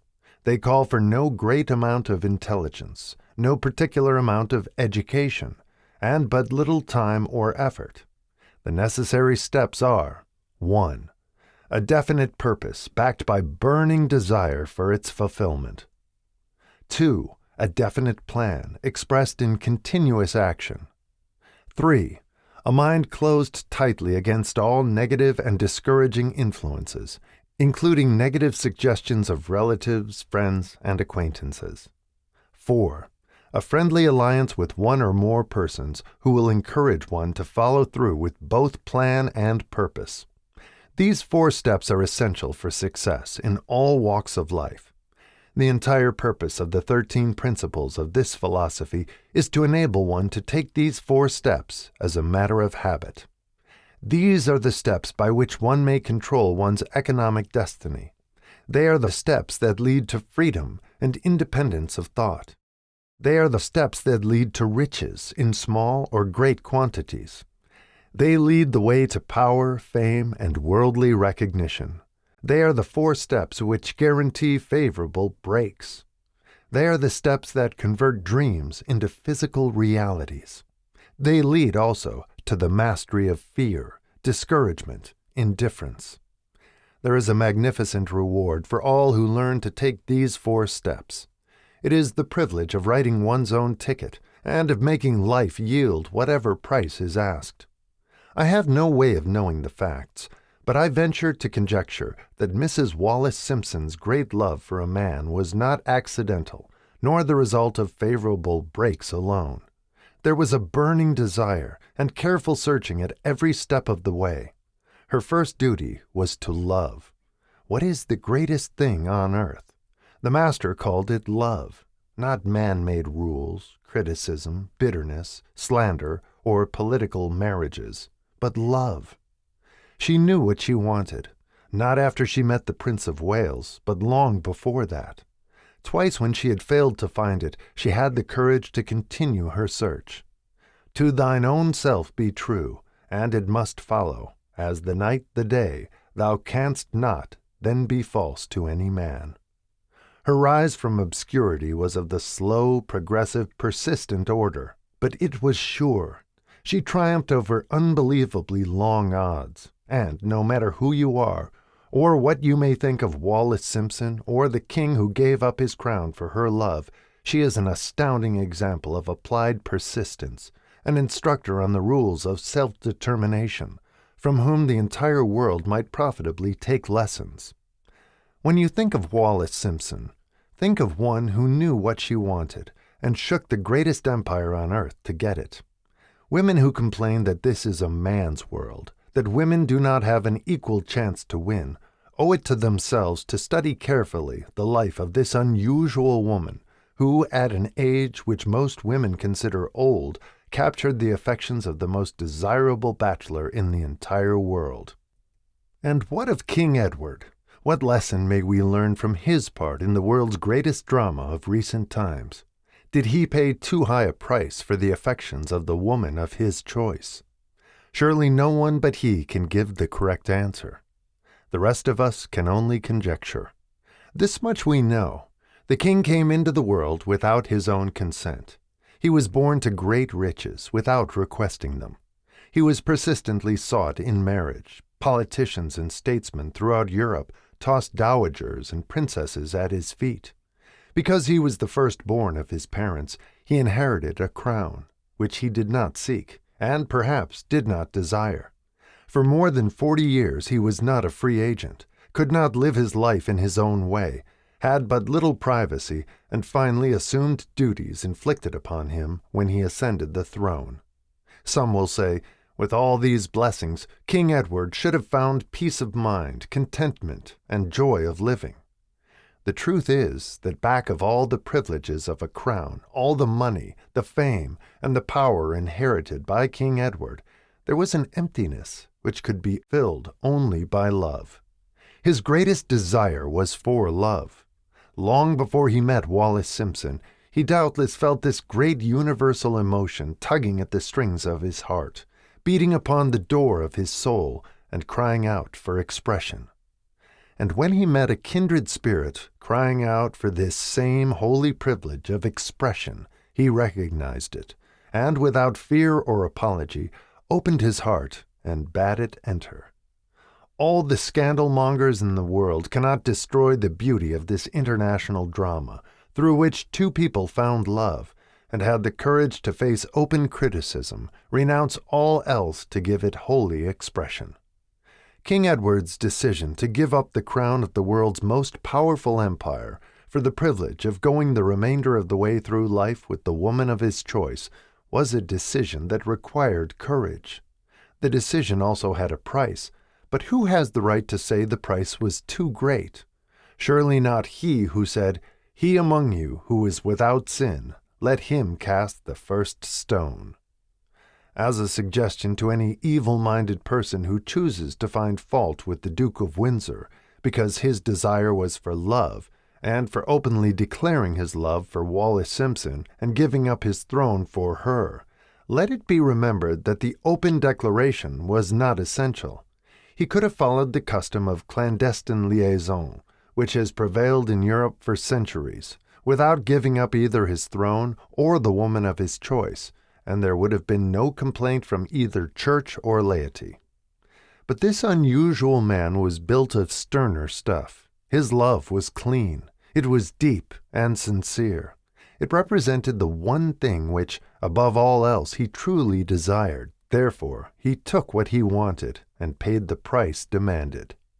If Europe had been blessed with more rulers with the human heart and the traits of honesty of ex-King Edward for the past century, that unfortunate hemisphere, now seething with greed, hate, lust, political connivance, and threats of war, would have a different and a better story to tell, a story in which love and not hate would rule. In the words of Stuart Austin Weir, we raise our cup and drink this toast to ex-King Edward and Wallis Simpson. Blessed is the man who has come to know that our muted thoughts are our sweetest thoughts. Blessed is the man who, from the blackest depths, can see the luminous figure of love, and seeing, sing, and singing say, "Sweeter far than uttered lays are the thoughts I have of you." In these words would we pay tribute to the two people who, more than all others of modern times, have been the victims of criticism and recipients of abuse, because they found life's greatest treasure and claimed it. Note that Mrs. Simpson read and approved this analysis. Most of the world will applaud the Duke of Windsor and Wallis Simpson because of their persistence in searching until they found life's greatest reward. All of us can profit by following their example in our own search for that which we demand of life. What mystical power gives to men of persistence the capacity to master difficulties? does the quality of persistence set up in one's mind some form of spiritual, mental, or chemical activity which gives one access to supernatural forces? Does infinite intelligence throw itself on the side of the person who still fights on, after the battle has been lost, with the whole world on the opposing side? These and many other similar questions have arisen in my mind as I have observed men like Henry Ford, who started at scratch and built an industrial empire of huge proportions, with little else in the way of a beginning but persistence; or Thomas A. Edison, who, with less than 3 months of schooling, became the world's leading inventor and converted persistence into the talking machine, the moving picture machine, and the incandescent light, to say nothing of 100 other useful inventions. I had the happy privilege of analyzing both Mr. Edison and Mr. Ford, year by year, over a long period of years, and therefore the opportunity to study them at close range, so I speak from actual knowledge when I say that I found no quality save persistence in either of them that even remotely suggested the major source of their stupendous achievements. As one makes an impartial study of the prophets, philosophers, miracle men, and religious leaders of the past, one is drawn to the inevitable conclusion that persistence, concentration of effort, and definiteness of purpose were the major sources of their achievements. Consider, for example, the strange and fascinating story of Muhammad. Analyze his life. Compare him with men of achievement in this modern age of industry and finance, and observe how they have one outstanding trait in common: persistence. If you are keenly interested in studying the strange power which gives potency to persistence, read a biography of Muhammad, especially the one by Isad Bey. This brief review of that book by Thomas Sugrue in the Herald Tribune will provide a preview of the rare treat in store for those who take the time to read the entire story of one of the most astounding examples of the power of persistence known to civilization. The Last Great Prophet, reviewed by Thomas Sugrue. Muhammad was a prophet, but he never performed a miracle. He was not a mystic. He had no formal schooling. He did not begin his mission until he was 40. When he announced that he was the messenger of God, bringing word of the true religion, he was ridiculed and labeled a lunatic. Children tripped him, and women threw filth upon him. He was banished from his native city, Mecca, and his followers were stripped of their worldly goods and sent into the desert after him. When he had been preaching 10 years, he had nothing to show for it but banishment, poverty, and ridicule.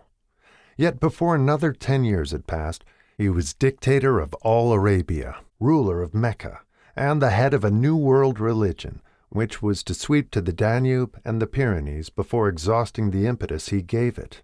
That impetus was threefold: the power of words, the efficacy of prayer, and man's kinship with God. His career never made sense. Muhammad was born to impoverished members of a leading family of Mecca. Because Mecca, the crossroads of the world, home of the magic stone called the Kaaba, great city of trade and the center of trade routes, was unsanitary, its children were sent to be raised in the desert by Bedouins. Muhammad was thus nurtured, drawing strength and health from the milk of nomad, vicarious mothers. He tended sheep and soon hired out to a rich widow as leader of her caravans. He traveled to all parts of the Eastern world, talked with many men of diverse beliefs, and observed the decline of Christianity into warring sects. When he was 28, Khadijah, the widow, looked upon him with favor and married him. Her father would have objected to such a marriage, so she got him drunk and held him up while he gave the paternal blessing. For the next 12 years, Muhammad lived as a rich and respected and very shrewd trader. Then he took to wandering in the desert, and one day he returned with the first verse of the Koran and told Khadijah that the archangel Gabriel had appeared to him and said that he was to be the messenger of God. The Koran, the revealed word of God, was the closest thing to a miracle in Muhammad's life. He had not been a poet. He had no gift of words. Yet the verses of the Koran, as he received them and recited them to the faithful, were better than any verses which the professional poets of the tribes could produce. This, to the Arabs, was a miracle. To them the gift of words was the greatest gift. The poet was all-powerful. In addition, the Quran said that all men were equal before God, that the world should be a democratic state, Islam. It was this political heresy, plus Muhammad's desire to destroy all the 360 idols in the courtyard of the Kaaba, which brought about his banishment. The idols brought the desert tribes to Mecca, and that meant trade. So the businessmen of Mecca, the capitalists, of which he had been one, set upon Muhammad. Then he retreated to the desert and demanded sovereignty over the world. The rise of Islam began. Out of the desert came a flame which would not be extinguished, a democratic army fighting as a unit and prepared to die without wincing. Muhammad had invited the Jews and Christians to join him, for he was not building a new religion. He was calling all who believed in one God to join in a single faith. If the Jews and Christians had accepted his invitation, Islam would have conquered the world. They didn't. They would not even accept Muhammad's innovation of humane warfare. When the armies of the Prophet entered Jerusalem, not a single person was killed because of his faith. When the Crusaders entered the city centuries later, not a Muslim man, woman, or child was spared. But the Christians did accept one Muslim idea, the place of learning, the university. Chapter 10. Power of the Mastermind. The driving force, the ninth step toward riches. Power is essential for success in the accumulation of money. Plans are inert and useless without sufficient power to translate them into action. This chapter will describe the method by which an individual may attain and apply power. Power may be defined as organized and intelligently directed knowledge. Power, as the term is here used, refers to organized effort, sufficient to enable an individual to transmute desire into its monetary equivalent. Organized effort is produced through the coordination of effort of two or more people who work toward a definite end in a spirit of harmony. Power is required for the accumulation of money. Power is necessary for the retention of money after it has been accumulated. Let us ascertain how power may be acquired. If power is organized knowledge, let us examine the sources of knowledge. A. Infinite intelligence. This source of knowledge may be contacted through the procedure described in another chapter, with the aid of creative imagination. B. Accumulated experience. The accumulated experience of man, or that portion of it which has been organized and recorded, may be found in any well-equipped public library. An important part of this accumulated experience is taught in public schools and colleges, where it has been classified and organized. C. Experiment and research. In the field of science, and in practically every other walk of life, men are gathering, classifying, and organizing new facts daily. This is the source to which one must turn when knowledge is not available through accumulated experience.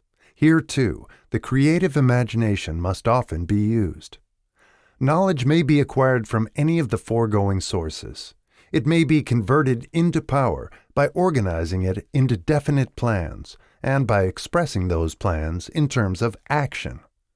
Examination of the three major sources of knowledge will readily disclose the difficulty an individual would have if he depended upon his efforts alone in assembling knowledge and expressing it through definite plans in terms of action. If his plans are comprehensive, and if they contemplate large proportions, he must, generally, induce others to cooperate with him before he can inject into them the necessary element of power. Gaining power through the mastermind. The mastermind may be defined as coordination of knowledge and effort in a spirit of harmony between two or more people for the attainment of a definite purpose. No individual may have great power without availing himself of the mastermind. In a preceding chapter, Instructions were given for the creation of plans for the purpose of translating desire into its monetary equivalent. If you carry out these instructions with persistence and intelligence and use discrimination in the selection of your mastermind group, your objective will have been halfway reached, even before you begin to recognize it. So you may better understand the intangible potentialities of power available to you through a properly chosen mastermind group. We will here explain the two characteristics of the mastermind principle, one of which is economic in nature and the other psychic. The economic feature is obvious. Economic advantages may be created by any person who surrounds himself with the advice, counsel, and personal cooperation of a group of men who are willing to lend him wholehearted aid in a spirit of perfect harmony. This form of cooperative alliance has been the basis of nearly every great fortune. Your understanding of this great truth may definitely determine your financial status. The psychic phase of the mastermind principle is much more abstract, much more difficult to comprehend, because it has reference to the spiritual forces with which the human race, as a whole, is not well acquainted. You may catch a significant suggestion from this statement. No two minds ever come together without, thereby, creating a third, invisible, intangible force, which may be likened to a third mind. Keep in mind the fact that there are only two known elements in the whole universe, energy and matter. It is a well-known fact that matter may be broken down into units of molecules, atoms, and electrons. There are units of matter which may be isolated, separated, and analyzed. Likewise, there are units of energy. The human mind is a form of energy, a part of it being spiritual in nature. When the minds of two people are coordinated in a spirit of harmony, the spiritual units of energy of each mind form an affinity, which constitutes the psychic phase of the mastermind. The mastermind principle, or rather the economic feature of it, was first called to my attention by Andrew Carnegie over 25 years ago. Discovery of this principle was responsible for the choice of my life's work. Mr. Carnegie's mastermind group consisted of a staff of approximately 50 men with whom he surrounded himself for the definite purpose of manufacturing and marketing steel. He attributed his entire fortune to the power he accumulated through this mastermind. Analyze the record of any man who has accumulated a great fortune and many of those who have accumulated modest fortunes, and you will find that they have either consciously or unconsciously employed the mastermind principle. Great power can be accumulated through no other principle. Energy is nature's universal set of building blocks, out of which she constructs every material thing in the universe, including man, and every form of animal and vegetable life. Through a process which only nature completely understands, she translates energy into matter. Nature's building blocks are available to man in the energy involved in thinking. Man's brain may be compared to an electric battery. It absorbs energy from the ether, which permeates every atom of matter and fills the entire universe. It is a well-known fact that a group of electric batteries will provide more energy than a single battery. It is also a well-known fact that an individual battery will provide energy in proportion to the number and capacity of the cells it contains. The brain functions in a similar fashion. This accounts for the fact that some brains are more efficient than others, and leads to this significant statement. A group of brains coordinated or connected in a spirit of harmony will provide more thought energy than a single brain, just as a group of electric batteries will provide more energy than a single battery. Through this metaphor, it becomes immediately obvious that the mastermind principle holds the secret of the power wielded by men who surround themselves with other men of brains. There follows now another statement, which will lead still nearer to an understanding of the psychic phase of the mastermind principle. When a group of individual brains are coordinated and function in harmony, the increased energy created through that alliance becomes available to every individual brain in the group. It is a well-known fact that Henry Ford began his business career under the handicap of poverty, illiteracy, and ignorance. It is an equally well-known fact that, within the inconceivably short period of 10 years, Mr. Ford mastered these three handicaps, and that within 25 years he made himself one of the richest men in America. Connect with this fact the additional knowledge that Mr. Ford's most rapid strides became noticeable from the time he became a personal friend of Thomas A. Edison, and you will begin to understand what the influence of one mind upon another can accomplish. Go a step further and consider the fact that Mr. Ford's most outstanding achievements began from the time that he formed the acquaintances of Harvey Firestone, John Burroughs, and Luther Burbank, each a man of great brain capacity, and you will have further evidence that power may be produced through friendly alliance of minds. There is little, if any, doubt that Henry Ford is one of the best informed men in the business and industrial world. The question of his wealth needs no discussion. Analyze Mr. Ford's intimate personal friends, some of whom have already been mentioned, and you will be prepared to understand the following statement.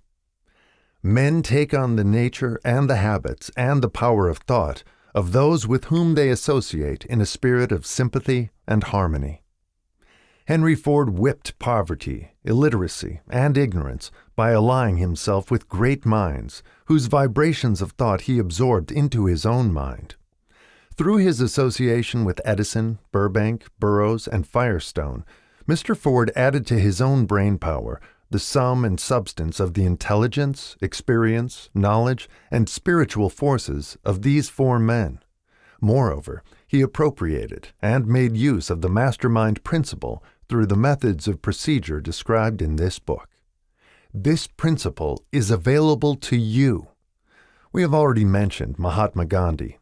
Perhaps the majority of those who have heard of Gandhi look upon him as merely an eccentric little man who goes around without formal wearing apparel and makes trouble for the British government.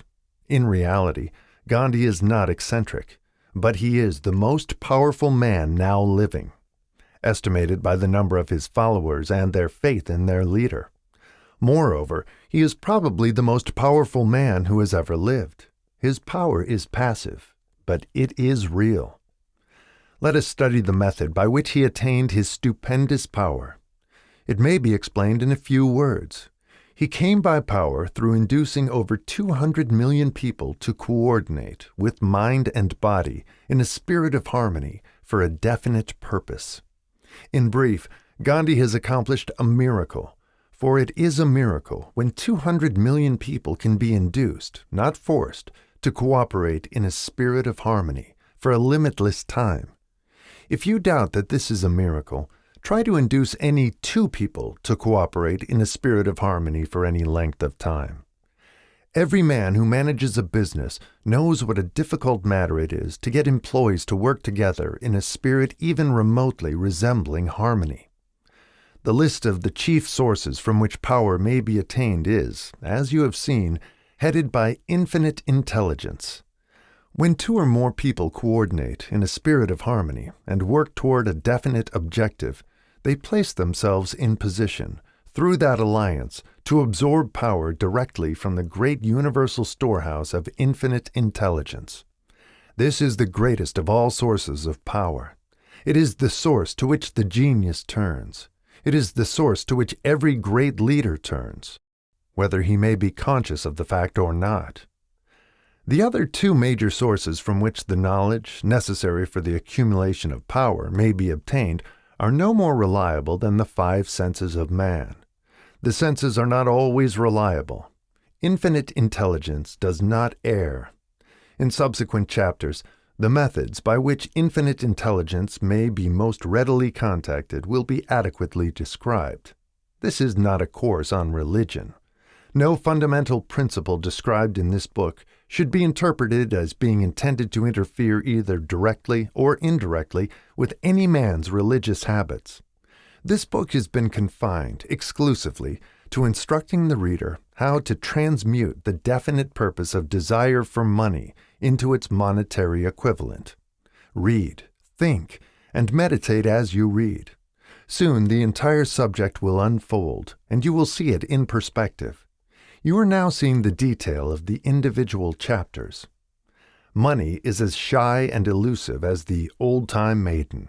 It must be wooed and won by methods not unlike those used by a determined lover in pursuit of the girl of his choice. And, coincidental as it is, the power used in the wooing of money is not greatly different from that used in wooing a maiden. That power, when successfully used in the pursuit of money, must be mixed with faith. It must be mixed with desire. It must be mixed with persistence. It must be applied through a plan, and that plan must be set into action. When money comes in quantities known as the big money, it flows to the one who accumulates it as easily as water flows downhill. There exists a great unseen stream of power which may be compared to a river, except that one side flows in one direction, carrying all who get into that side of the stream onward and upward to wealth, and the other side flows in the opposite direction, carrying all who are unfortunate enough to get into it and not be able to extricate themselves from it downward to misery and poverty. Every man who has accumulated a great fortune has recognized the existence of this stream of life. It consists of one's thinking process. The positive emotions of thought form the side of the stream which carries one to fortune, the negative emotions from the side which carries one down to poverty. This carries a thought of stupendous importance to the person who is following this book with the object of accumulating a fortune. If you are in the side of the stream of power which leads to poverty, this may serve as an oar, by which you may propel yourself over into the other side of the stream. It can serve you only through the application and use. Merely reading and passing judgment on it, either one way or another, will in no way benefit you. Some people undergo the experience of alternating between the positive and negative sides of the stream, being at times on the positive side and at times on the negative side. The Wall Street crash of '29 swept millions of people from the positive side to the negative side of the stream. These millions are struggling, some of them in desperation and fear, to get back to the positive side of the stream. This book was written especially for those millions. Poverty and riches often change places. The crash taught the world this truth, although the world will not long remember the lesson. Poverty may, and generally does, voluntarily take the place of riches. When riches take the place of poverty, the change is usually brought about through well-conceived and carefully executed plans. Poverty needs no plan. It needs no one to aid it because it is bold and ruthless. Riches are shy and timid. They have to be attracted. Anybody can wish for riches, and most people do, but only a few know that a definite plan, plus a burning desire for wealth, are the only dependable means of accumulating wealth. Chapter 11. The Mystery of Sex Transmutation. The 10th Step Toward Riches. The meaning of the word transmute is, in simple language, the changing or transferring of one element or form of energy into another. The emotion of sex brings into being a state of mind. Because of ignorance on the subject, this state of mind is generally associated with the physical, and because of improper influences to which most people have been subjected in acquiring knowledge of sex, things essentially physical have highly biased the mind. The emotion of sex has back of it the possibility of 3 constructive potentialities. They are: 1. The perpetuation of mankind. 2. The maintenance of health. As a therapeutic agency, it has no equal. 3. The transformation of mediocrity into genius through transmutation. Sex transmutation is simple and easily explained. It means the switching of the mind from thoughts of physical expression to thoughts of some other nature. Sex desire is the most powerful of human desires. When driven by this desire, men develop keenness of imagination, courage, willpower, persistence, and creative ability unknown to them at other times. So strong and impelling is the desire for sexual contact that men freely run the risk of life and reputation to indulge it. When harnessed and redirected along other lines, this motivating force maintains all of its attributes of keenness of imagination, courage, etc., which may be used as powerful creative forces in literature, art, or in any other profession or calling, including, of course, the accumulation of riches. The transmutation of sex energy calls for the exercise of willpower, to be sure, but the reward is worth the effort. The desire for sexual expression is inborn and natural. The desire cannot and should not be submerged or eliminated, but it should be given an outlet through forms of expression which enrich the body, mind, and spirit of man. If not given this form of outlet through transmutation, it will seek outlets through purely physical channels. A river may be dammed and its water controlled for a time, but eventually it will force an outlet. The same is true of the emotion of sex. It may be submerged and controlled for a time, but its very nature causes it to be ever-seeking means of expression. If it is not transmuted into some creative effort, it will find a less worthy outlet. Fortunate, indeed, is the person who has discovered how to give sex emotion an outlet through some form of creative effort, for he has, by that discovery, lifted himself to the status of a genius. Scientific research has disclosed these significant facts. 1. The men of greatest achievement are men with highly developed sex natures, men who have learned the art of sex transmutation. 2. The men who have accumulated great fortunes and achieved outstanding recognition in literature, art, industry, architecture, and the professions were motivated by the influence of a woman. The research from which these astounding discoveries were made went back through the pages of biography and history for more than 2,000 years. Wherever there was evidence available in connection with the lives of men and women of great achievement, it indicated most convincingly that they possessed highly developed sex natures. The emotion of sex is an irresistible force, against which there can be no such opposition as an immovable body. When driven by this emotion, men become gifted with a superpower for action. Understand this truth, and you will catch the significance of the statement that sex transmutation will lift one to the status of a genius. The emotion of sex contains the secret of creative ability. Destroy the sex glands, whether in man or beast, and you have removed the major source of action. For proof of this, observe what happens to any animal after it has been castrated. A bull becomes as docile as a cow after it has been altered sexually. Sex alteration takes out of the male, whether man or beast, all the fight that was in him. Sex alteration of the female has the same effect. The 10 mind stimuli. The human mind responds to stimuli through which it may be keyed up to high rates of vibration, known as enthusiasm, creative imagination, intense desire, etc. The stimuli to which the mind responds most freely are 1. The desire for sex expression. 2. Love. 3. A burning desire for fame, power, or financial gain, money. 4. Music. 5. Friendship between either those of the same sex or those of the opposite sex. 6.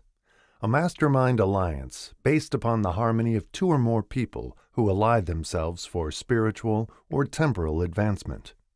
7. Mutual suffering, such as that experienced by people who are persecuted. 8. Autosuggestion. 9.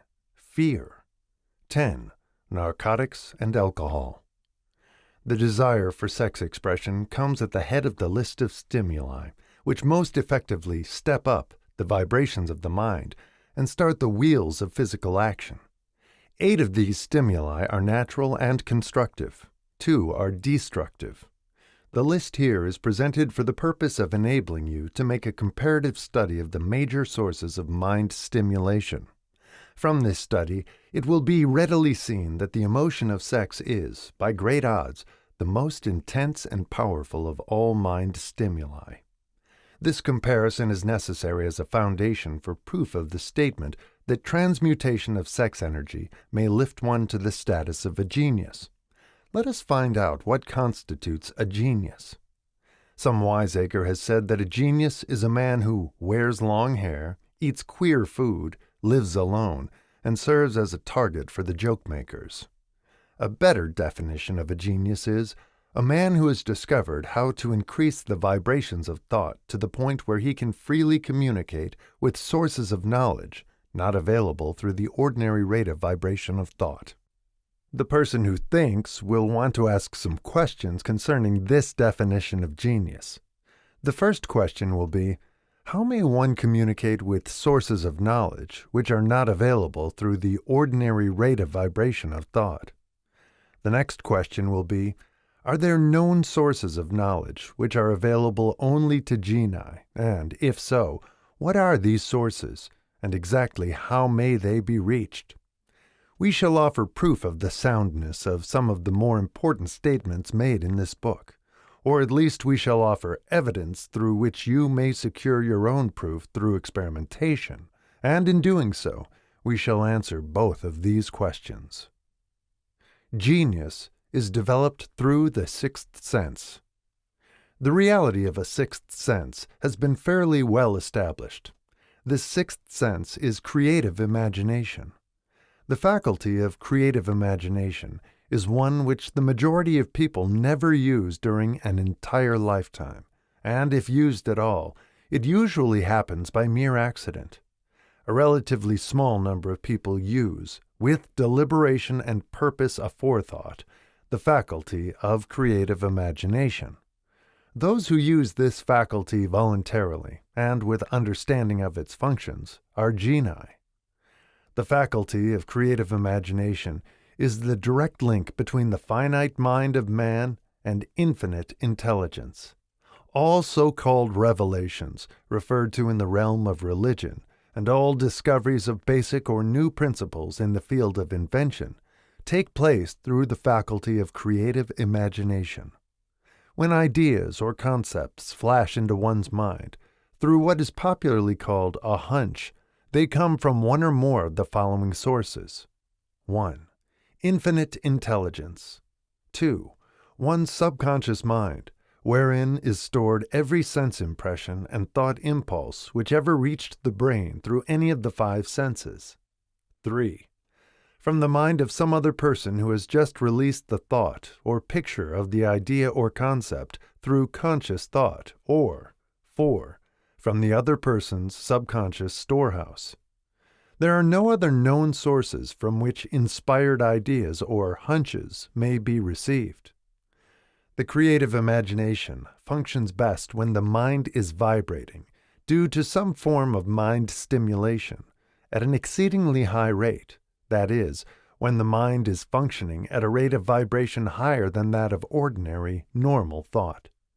When brain action has been stimulated through one or more of the 10 mind stimulants, it has the effect of lifting the individual far above the horizon of ordinary thought, and permits him to envision distance, scope, and quality of thoughts not available on the lower plane, such as that occupied while one is engaged in the solution of the problems of business and professional routine. When lifted to this higher level of thought, through any form of mind stimulation, an individual occupies, relatively, the same position as one who has ascended in an airplane to a height from which he may see over and beyond the horizon line, which limits his vision while on the ground. Moreover, while on this higher level of thought, the individual is not hampered or bound by any of the stimuli which circumscribe and limit his vision while wrestling with the problems of gaining the 3 basic necessities of food, clothing, and shelter. He is in a world of thought in which the ordinary workaday thoughts have been as effectively removed as are the hills and valleys and other limitations of physical vision when he rises in an airplane. While on this exalted plane of thought, The creative faculty of the mind is given freedom for action. The way has been cleared for the sixth sense to function. It becomes receptive to ideas which could not reach the individual under any other circumstances. The sixth sense is the faculty which marks the difference between a genius and an ordinary individual. The creative faculty becomes more alert and receptive to vibrations originating outside the individual's subconscious mind. The more this faculty is used, and the more the individual relies upon it, and makes demands upon it for thought impulses. This faculty can be cultivated and developed only through use. That which is known as one's conscience operates entirely through the faculty of the sixth sense. The great artists, writers, musicians, and poets became great because they acquire the habit of relying upon the still small voice which speaks from within through the faculty of creative imagination. It is a fact well known to people who have keen imaginations that their best ideas come through so-called hunches. There is a great orator who does not attain to greatness until he closes his eyes and begins to rely entirely upon the faculty of creative imagination. When asked why he closed his eyes just before the climaxes of his oratory, he replied, "I do it because then I speak through ideas which come to me from within." One of America's most successful and best-known financiers followed the habit of closing his eyes for 2 or 3 minutes before making a decision. When asked why he did this, he replied, "With my eyes closed, I am able to draw upon a source of superior intelligence."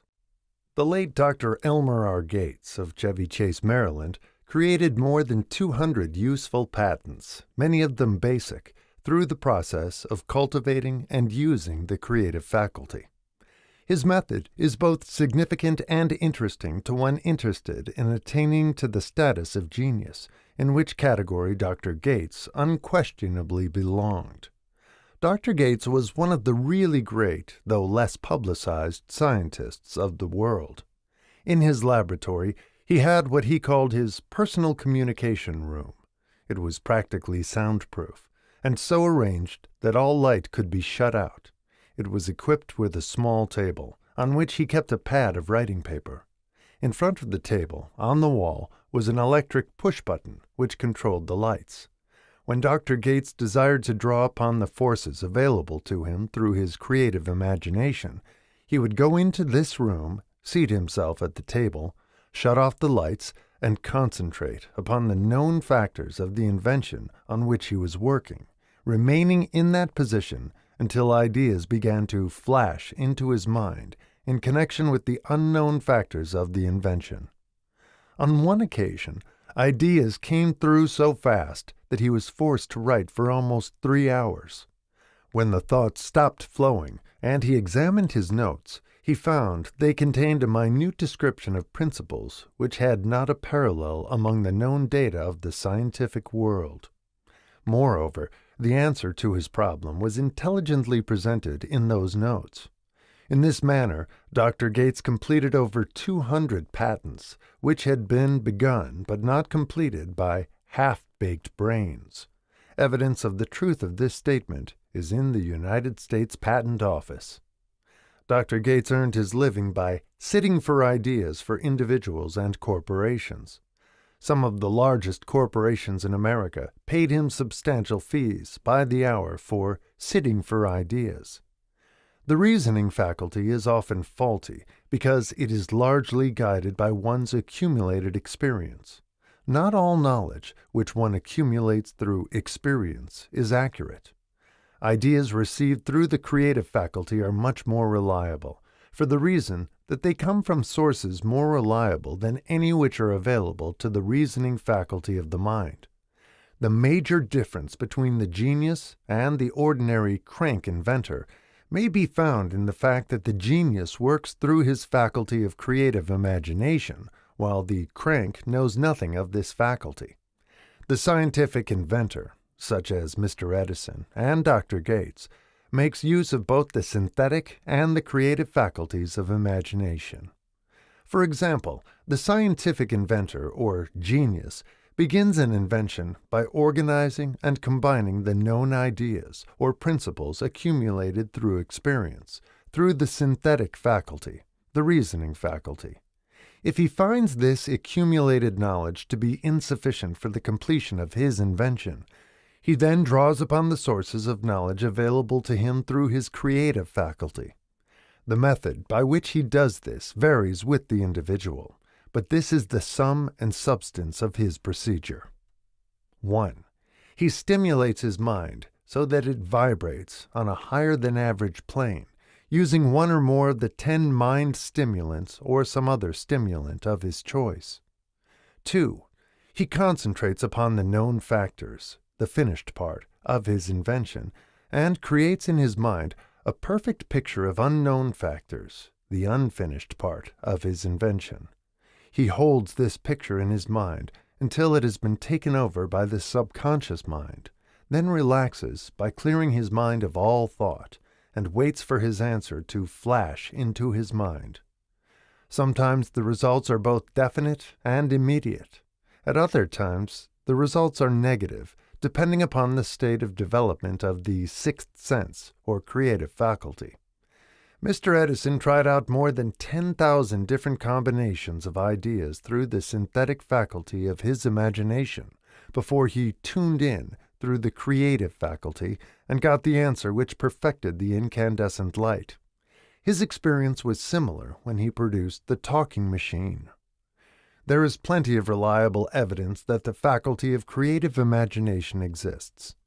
This evidence is available through accurate analysis of men who have become leaders in their respective callings, without having had extensive educations. Lincoln was a notable example of a great leader who achieved greatness through the discovery and use of his faculty of creative imagination.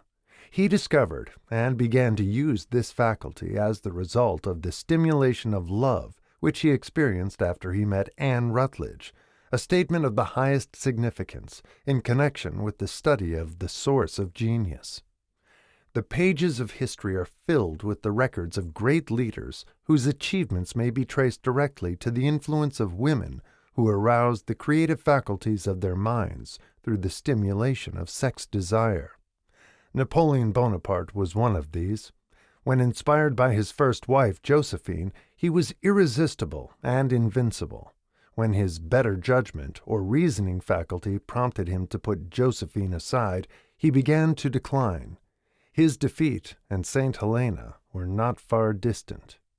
If good taste would permit, we might easily mention scores of men, well known to the American people, who climbed to great heights of achievement under the stimulating influence of their wives, only to drop back to destruction after money and power went to their heads, and they put aside the old wife for a new one.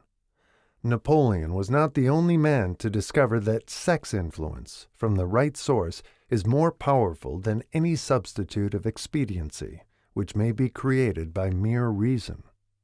The human mind responds to stimulation. Among the greatest and most powerful of these stimuli is the urge of sex. When harnessed and transmuted, this driving force is capable of lifting men into that higher sphere of thought, which enables them to master the sources of worry and petty annoyance which beset their pathway on the lower plane. Unfortunately, only the genii have made the discovery. Others have accepted the experience of sex urge without discovering one of its major potentialities, a fact which accounts for the great number of others as compared to the limited number of genii. For the purpose of refreshing the memory, in connection with the facts available from the biographies of certain men, we here present the names of a few men of outstanding achievement, each of whom was known to have been of a highly sexed nature. The genius which was theirs undoubtedly found its source of power in transmuted sex energy. George Washington, Napoleon Bonaparte, William Shakespeare, Abraham Lincoln, Ralph Waldo Emerson, Robert Burns, Thomas Jefferson, Albert Hubbard, Albert H. Gary, Oscar Wilde, Woodrow Wilson, John H. Patterson, Andrew Jackson, Enrico Caruso. Your own knowledge of biography will enable you to add to this list. Find, if you can, a single man in all history of civilization who achieved outstanding success in any calling who was not driven by a well-developed sex nature. If you do not wish to rely upon biographies of men not now living, take inventory of those whom you know to be men of great achievement, and see if you can find one among them who is not highly sexed. Sex energy is the creative energy of all genii. There never has been, and never will be, a great leader, builder, or artist lacking in this driving force of sex. Surely no one will misunderstand these statements to mean that all who are highly sexed are genii. Man attains to the status of a genius only when, and if, he stimulates his mind so that it draws upon the forces available through the creative faculty of the imagination. Chief among the stimuli with which this stepping up of the vibrations may be produced is sex energy. The mere possession of this energy is not sufficient to produce a genius. The energy must be transmuted from desire for physical contact into some other form of desire and action before it will lift one to the status of a genius. Far from becoming genii because of great sex desires, the majority of men lower themselves through misunderstanding and misuse of this great force to the status of the lower animals. Why men seldom succeed before 40. I discovered from the analysis of over 25,000 people that men who succeed in an outstanding way seldom do so before the age of 40, and more often they do not strike their real pace until they are well beyond the age of 50. This fact was so astounding that it prompted me to go into the study of its cause most carefully, carrying the investigation over a period of more than 12 years. This study disclosed the fact that the major reason why the majority of men who succeed do not begin to do so before the age of 40 to 50 is their tendency to dissipate their energies through overindulgence in physical expression of the emotion of sex. The majority of men never learn that the urge of sex has other possibilities, which far transcend in importance that of mere physical expression. The majority of those who make this discovery do so after having wasted many years at a period when the sex energy is at its height prior to the age of 45 to 50. This usually is followed by noteworthy achievement. The lives of many men up to, and sometimes well past the age of 40, reflect a continued dissipation of energies, which could have been more profitably turned into better channels. Their finer and more powerful emotions are sown wildly to the four winds. Out of this habit of the male grew the term sowing his wild oats. The desire for sexual expression is by far the strongest and most impelling of all the human emotions, and for this very reason this desire, when harnessed and transmuted into action other than that of physical expression, may raise one to the status of a genius. One of America's most able businessmen frankly admitted that his attractive secretary was responsible for most of the plans he created. He admitted that her presence lifted him to heights of creative imagination, such as he could experience under no other stimulus. One of the most successful men in America owes most of his success to the influence of a very charming young woman who has served as his source of inspiration for more than 12 years. Everyone knows the man to whom this reference is made, but not everyone knows the real source of his achievements. History is not lacking in examples of men who attained to the status of genii as the result of the use of artificial mind stimulants in the form of alcohol and narcotics.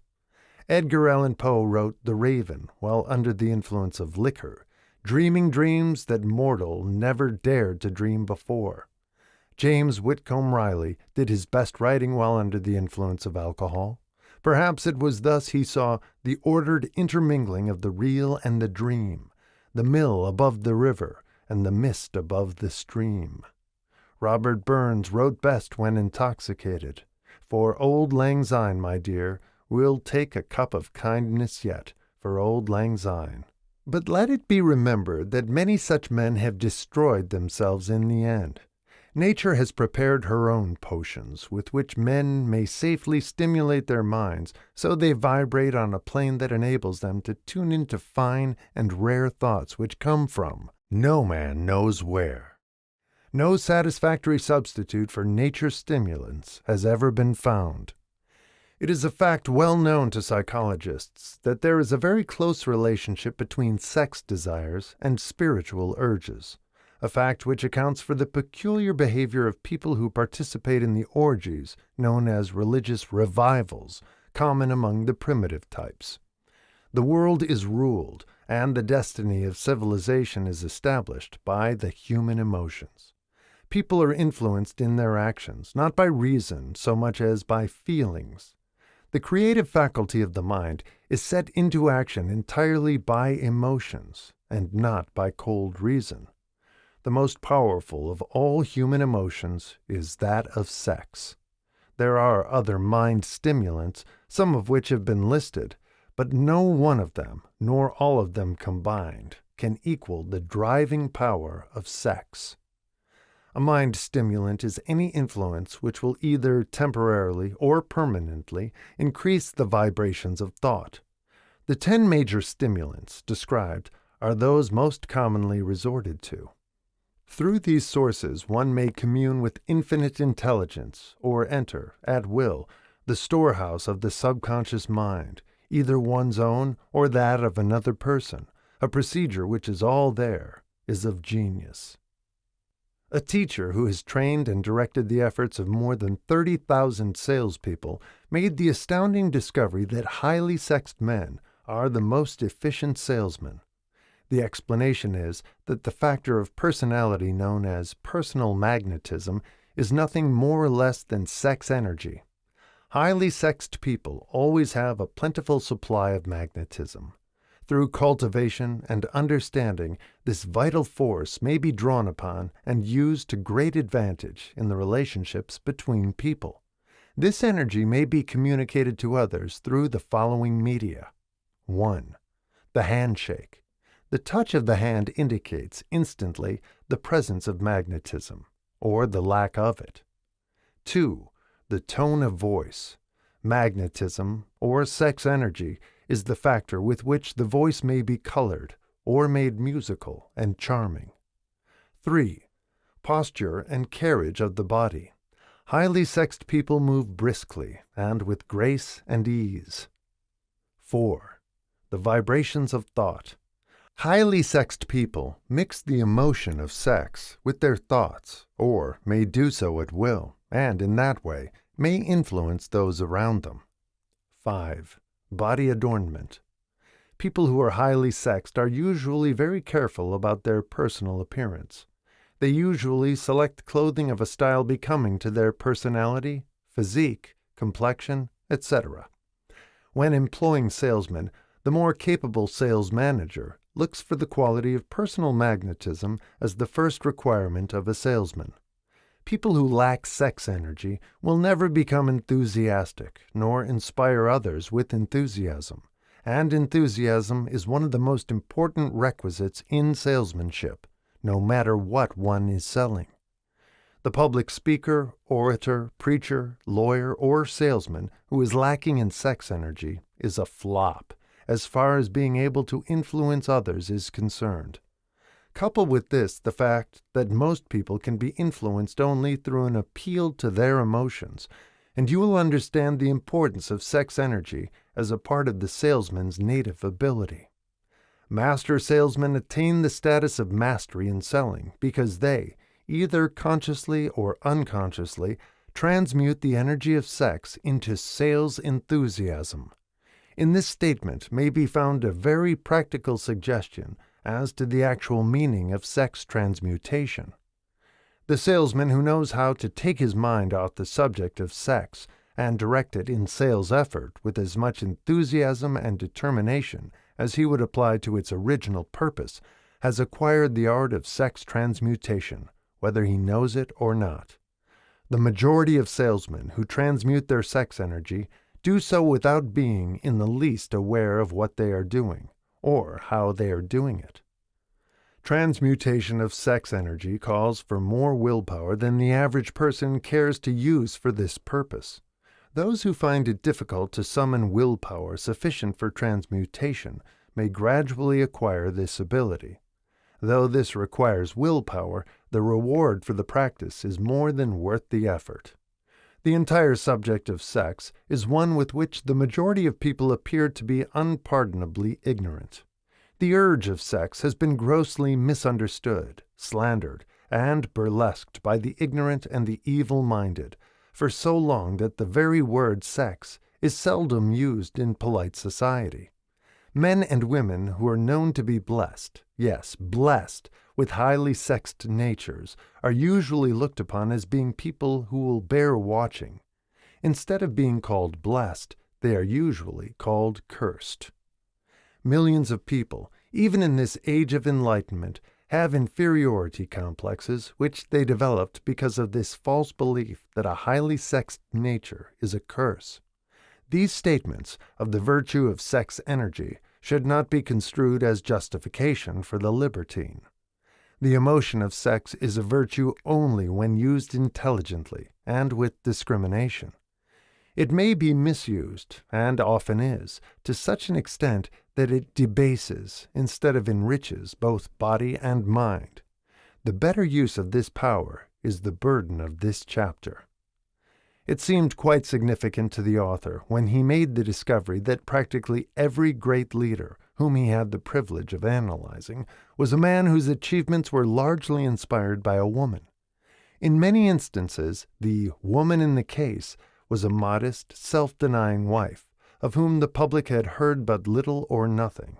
In a few instances, the source of inspiration has been traced to the other woman.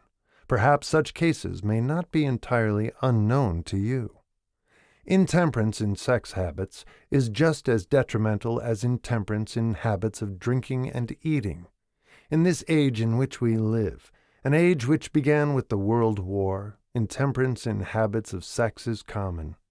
This orgy of indulgence may account for the shortage of great leaders.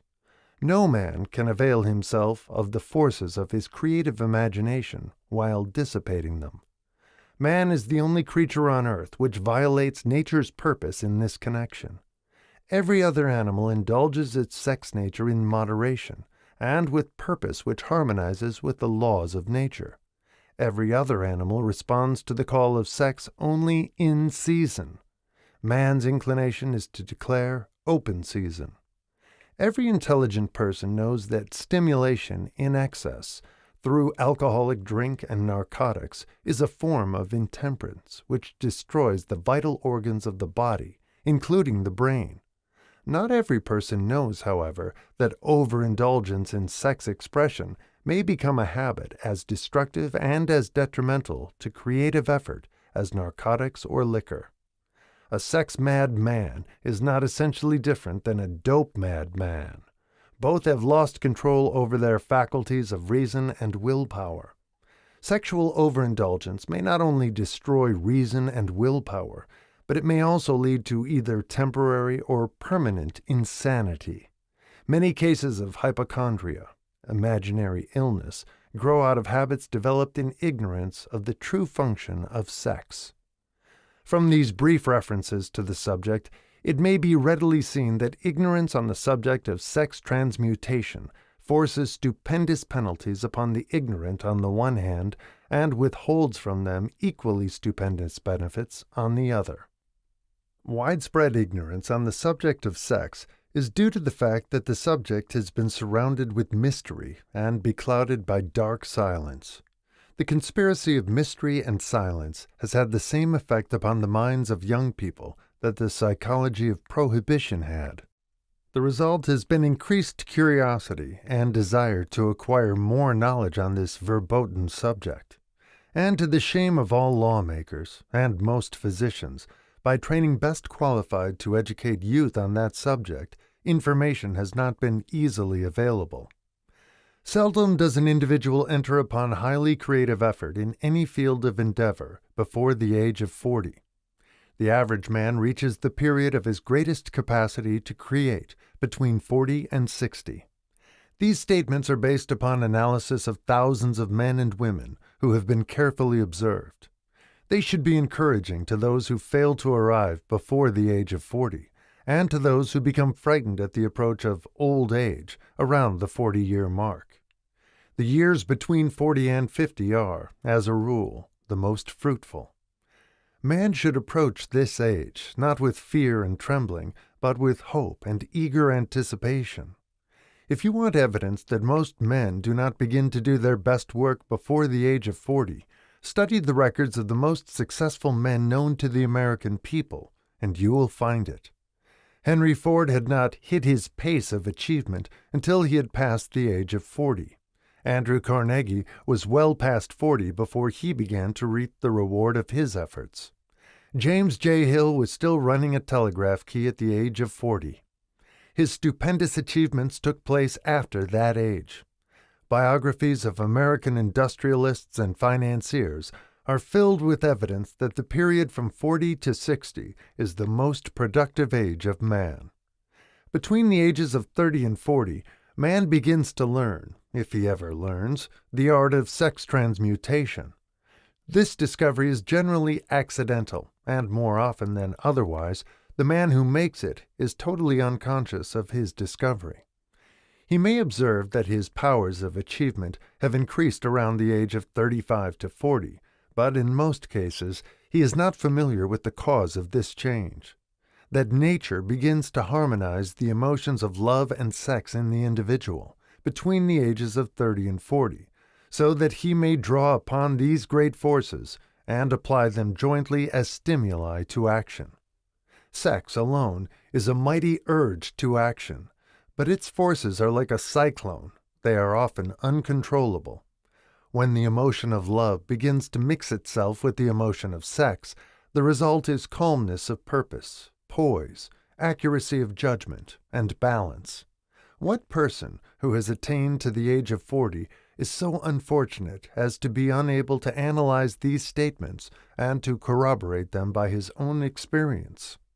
When driven by his desire to please a woman, based solely upon the emotion of sex, a man may be, and usually is, capable of great achievement, but his actions may be disorganized, distorted, and totally destructive. When driven by his desire to please a woman, based upon the motive of sex alone, a man may steal, cheat, and even commit murder. But when the emotion of love is mixed with the emotion of sex, that same man will guide his actions with more sanity, balance, and reason. Criminologists have discovered that the most hardened criminals can be reformed through the influence of a woman's love. There is no record of a criminal having been reformed solely through the sex influence. These facts are well known, but their cause is not.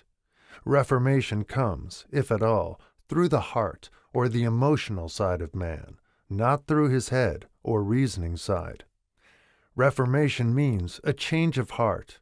It does not mean a change of head. A man may, because of reason, make certain changes in his personal conduct to avoid the consequences of undesirable effects, but genuine reformation comes only through a change of heart, through a desire to change. Love, romance, and sex are all emotions capable of driving men to heights of superachievement. Love is the emotion which serves as a safety valve and ensures balance, poise, and constructive effort. When combined, these three emotions may lift one to an altitude of a genius. There are genii, however, who know but little of the emotion of love. Most of them may be found engaged in some form of action which is destructive, or at least not based upon justice and fairness toward others.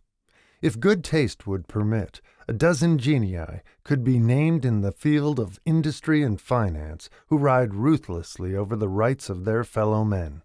They seem totally lacking in conscience. The reader can easily supply his own list of such men. The emotions are states of mind. Nature has provided man with a chemistry of the mind, which operates in a manner similar to the principles of chemistry of matter. It is a well-known fact that Through the aid of chemistry of matter, a chemist may create a deadly poison by mixing certain elements, none of which are, in themselves, harmful in the right proportions. The emotions may, likewise, be combined so as to create a deadly poison. The emotions of sex and jealousy, when mixed, may turn a person into an insane beast. The presence of any one or more of the destructive emotions in the human mind, through the chemistry of the mind, sets up a poison which may destroy one's sense of justice and fairness. In extreme cases, the presence of any combination of these emotions in the mind may destroy one's reason. The road to genius consists of the development, control, and use of sex, love, and romance. Briefly, the process may be stated as follows. Encourage the presence of these emotions as the dominating thoughts in one's mind, and discourage the presence of all the destructive emotions. The mind is a creature of habit. It thrives upon the dominating thoughts fed it. Through the faculty of willpower, one may discourage the presence of any emotion and encourage the presence of any other. Control of the mind through the power of will is not difficult.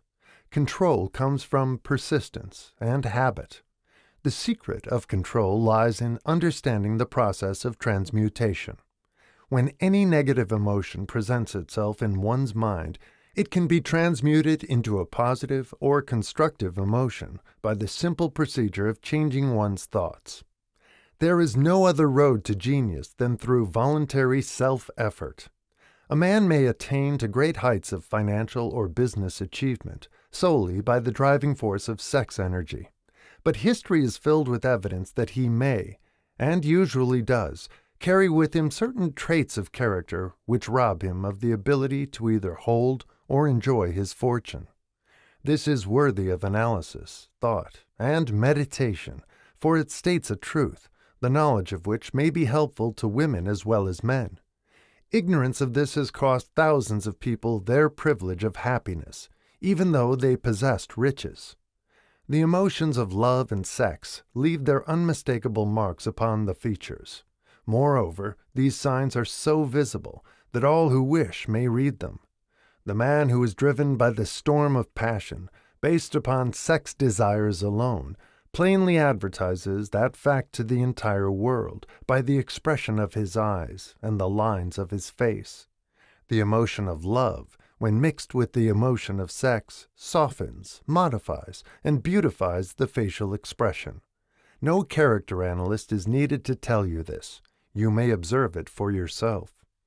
The emotion of love brings out and develops the artistic and the aesthetic nature of man. It leaves its impress upon one's very soul, even after the fire has been subdued by time and circumstance. Memories of love never pass. They linger, guide, and influence long after the source of stimulation has faded. There is nothing new in this. Every person who has been moved by genuine love knows that it leaves enduring traces upon the human heart. The effect of love endures because love is spiritual in nature. The man who cannot be stimulated to great heights of achievement by love is hopeless. He is dead, though he may seem to live. Even the memories of love are sufficient to lift one to a higher plane of creative effort. The major force of love may spend itself and pass away, like a fire which has burned itself out, but it leaves behind indelible marks as evidence that it passed that way. Its departure often prepares the human heart for a still greater love. Go back into your yesterdays, at times, and bathe your mind in the beautiful memories of past love. It will soften the influence of the present worries and annoyances. It will give you a source of escape from the unpleasant realities of life, and maybe, who knows, your mind will yield to you during this temporary retreat into the world of fantasy, ideas, or plans, which may change the entire financial or spiritual status of your life. If you believe yourself unfortunate because you have loved and lost, perish the thought. One who has loved truly can never lose entirely. Love is whimsical and temperamental. Its nature is ephemeral and transitory. It comes when it pleases and goes away without warning. Accept and enjoy it while it remains, but spend no time worrying about its departure. Worry will never bring it back. Dismiss also the thought that love never comes but once. Love may come and go, times without number, but there are no two love experiences which affect one in just the same way. There may be, and there usually is, one love experience which leaves a deeper imprint on the heart than all the others, but all love experiences are beneficial, except to the person who becomes resentful and cynical when love makes its departure. There should be no disappointment over love, and there would be none if people understood the difference between the emotions of love and sex. The major difference is that love is spiritual, while sex is biological. No experience which touches the human heart with a spiritual force can possibly be harmful, except through ignorance or jealousy. Love is, without question, life's greatest experience. It brings one into communion with infinite intelligence. When mixed with the emotions of romance and sex, it may lead one far up the ladder of creative effort. The emotions of love, sex, and romance are sides of the eternal triangle of achievement-building genius. Nature creates genii through no other force. Love is an emotion with many sides, shades, and colors. The love which one feels for parents or children is quite different from that which one feels for one's sweetheart. The one is mixed with the emotion of sex, while the other is not. The love which one feels in true friendship is not the same as that felt for one's sweetheart, parents, or children, but it, too, is a form of love. Then, there is the emotion of love for things inanimate, such as the love of nature's handiwork. But the most intense and burning of all these various kinds of love is that experienced in the blending of the emotions of love and sex. Marriages, not blessed with the eternal affinity of love, properly balanced and proportioned, with sex, cannot be happy ones, and seldom endure. Love alone will not bring happiness in marriage, nor will sex alone. When these two beautiful emotions are blended, marriage may bring about a state of mind closest to the spiritual that one may ever know on this earthly plane. When the emotion of romance is added to those of love and sex, the obstructions between the finite mind of man and infinite intelligence are removed. Then a genius has been born. What a different story is this than those usually associated with the emotion of sex. Here is an interpretation of the emotion which lifts it out of the commonplace and makes of it potter's clay in the hands of God, from which he fashions all that is beautiful and inspiring. It is an interpretation which would, when properly understood, bring harmony out of the chaos which exists in too many marriages. The disharmonies often expressed in the form of nagging may usually be traced to lack of knowledge on the subject of sex. Where love, romance, and the proper understanding of the emotion and function of sex abide, there is no disharmony between married people. Fortunate is the husband whose wife understands the true relationship between the emotions of love, sex, and romance. When motivated by this holy triumvirate, no form of labor is burdensome, because even the most lowly form of effort takes on the nature of a labor of love. It is a very old saying that a man's wife may either make him or break him, but the reason is not always understood. The making and breaking is the result of the wife's understanding, or lack of understanding, of the emotions of love, sex, and romance. Despite the fact that men are polygamous by the very nature of their biological inheritance, it is true that no woman has as great an influence on a man as his wife, unless he is married to a woman totally unsuited to his nature. If a woman permits her husband to lose interest in her and become more interested in other women, it is usually because of her ignorance or indifference toward the subjects of sex, love, and romance. This statement presupposes, of course, that genuine love once existed between a man and his wife. The facts are equally applicable to a man who permits his wife's interest in him to die. Married people often bicker over a multitude of trivialities. If these are analyzed accurately, the real cause of the trouble will often be found to be indifference or ignorance on these subjects. Man's greatest motivating force is his desire to please woman. The hunter who excelled during prehistoric days, before the dawn of civilization, did so because of his desire to appear great in the eyes of woman. Man's nature has not changed in this respect. The hunter of today brings home no skins of wild animals, but he indicates his desire for her favor by supplying fine clothes, motor cars, and wealth. Man has the same desire to please woman that he had before the dawn of civilization. The only thing that has changed is his method of pleasing. Men who accumulate large fortunes and attain to great heights of power and fame do so mainly to satisfy their desire to please women. Take women out of their lives, and great wealth would be useless to most men. It is this inherent desire of man to please woman which gives woman the power to make or break a man. The woman who understands man's nature and tactfully caters to it need have no fear of competition from other women. Men may be giants with indomitable willpower when dealing with other men, but they are easily managed by the women of their choice. Most men will not admit that they are easily influenced by the women they prefer, because it is in the nature of the male to want to be recognized as the stronger of the species. Moreover, the intelligent woman recognizes this manly trait and very wisely makes no issue of it.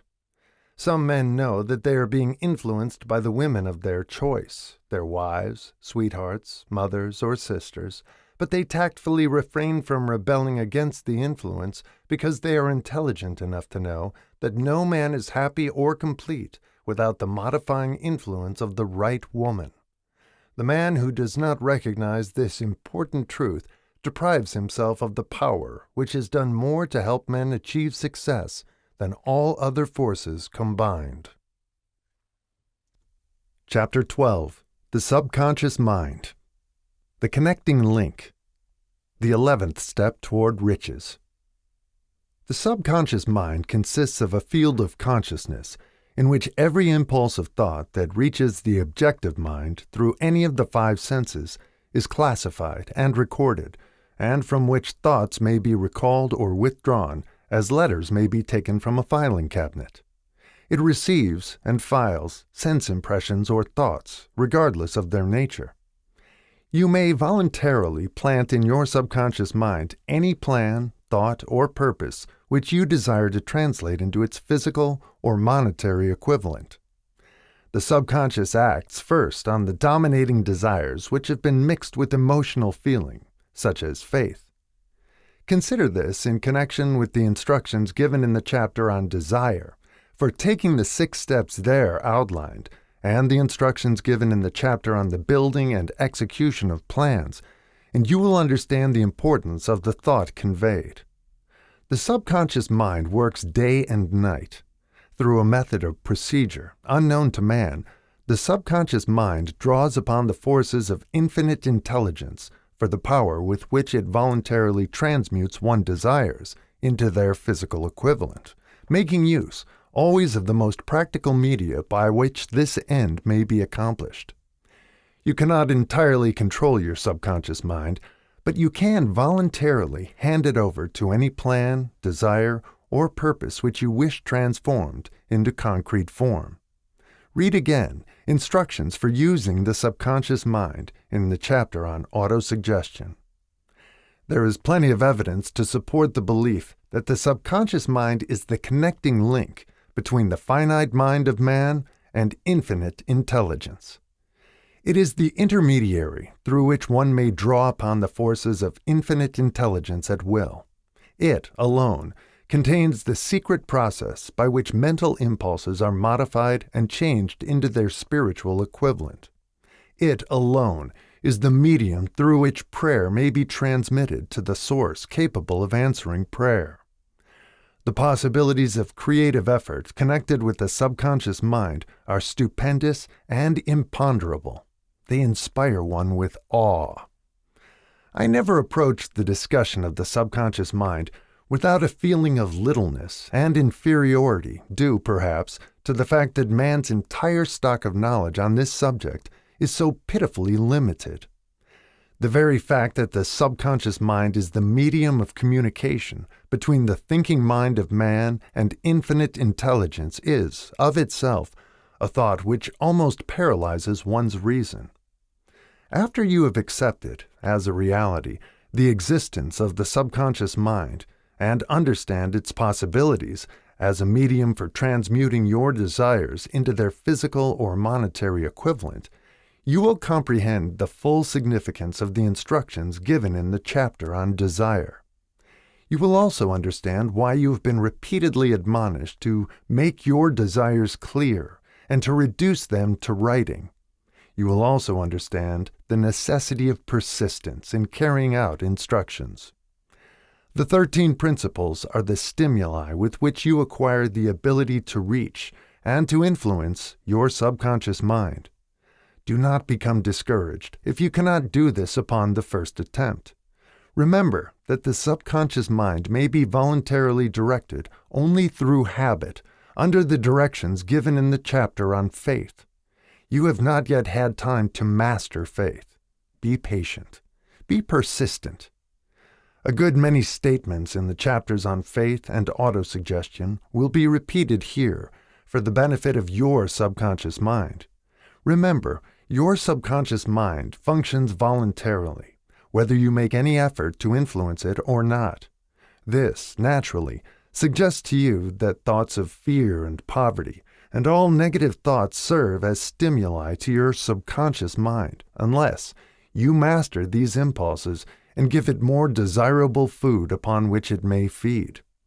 The subconscious mind will not remain idle. If you fail to plant desires in your subconscious mind, it will feed upon the thoughts which reach it as the result of your neglect. We have already explained that thought impulses, both negative and positive, are reaching the subconscious mind continuously from the 4 sources which were mentioned in the chapter on sex transmutation. For the present, it is sufficient if you remember that you are living daily in the midst of all manner of thought impulses, which are reaching your subconscious mind without your knowledge. Some of these impulses are negative, some are positive. You are now engaged in trying to help shut off the flow of negative impulses and to aid in voluntarily influencing your subconscious mind through positive impulses of desire. When you achieve this, you will possess the key which unlocks the door to your subconscious mind.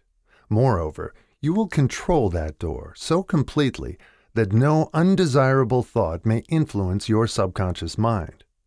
Everything which man creates begins in the form of a thought impulse. Man can create nothing which he does not first conceive in thought. Through the aid of the imagination, thought impulses may be assembled into plans. The imagination, when under control, may be used for the creation of plans or purposes that lead to success in one's chosen occupation. All thought impulses, intended for transmutation into their physical equivalent, voluntarily planted in the subconscious mind, must pass through the imagination and be mixed with faith. The mixing of faith with a plan or purpose intended for submission to the subconscious mind may be done only through the imagination. From these statements, you will readily observe that voluntary use of the subconscious mind calls for coordination and application of all the principles. Ella Wheeler Wilcox gave evidence of her understanding of the power of the subconscious mind when she wrote, "You never can tell what a thought will do in bringing you hate or love. For thoughts are things, and their airy wings are swifter than carrier doves. They follow the law of the universe. Each thing creates its kind, and they speed o'er the track to bring you back whatever went out from your mind." Mrs. Wilcox understood the truth. that thoughts which go out from one's mind also embed themselves deeply in one's subconscious mind, where they serve as a magnet, pattern, or blueprint by which the subconscious mind is influenced while translating them into their physical equivalent.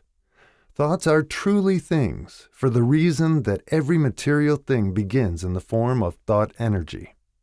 The subconscious mind is more susceptible to influence by impulses of thought mixed with feeling or emotion than by those originating solely in the reasoning portion of the mind. In fact, there is much evidence to support the theory that only emotionalized thoughts have any action influence upon the subconscious mind. It is a well-known fact that emotion or feeling rules the majority of people. If it is true that the subconscious mind responds more quickly to and is influenced more readily by thought impulses, which are well mixed with emotion, it is essential to become familiar with the more important of the emotions. There are 7 major positive emotions and 7 major negative emotions. The negatives voluntarily inject themselves into the thought impulses, which ensure passage into the subconscious mind. The positives must be injected through the principle of autosuggestion into the thought impulses which an individual wishes to pass on to his subconscious mind. Instructions have been given in the chapter on autosuggestion. These emotions or feeling impulses may be likened to yeast in a loaf of bread because they constitute the action element, which transforms thought impulses from the passive to the active state. Thus may one understand why thought impulses, which have been well mixed with emotion, are acted upon more readily than thought impulses originating in cold reason.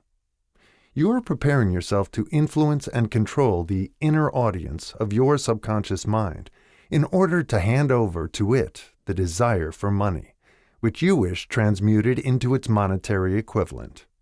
It is essential, therefore, that you understand the method of approach to this inner audience. You must speak its language, or it will not heed your call.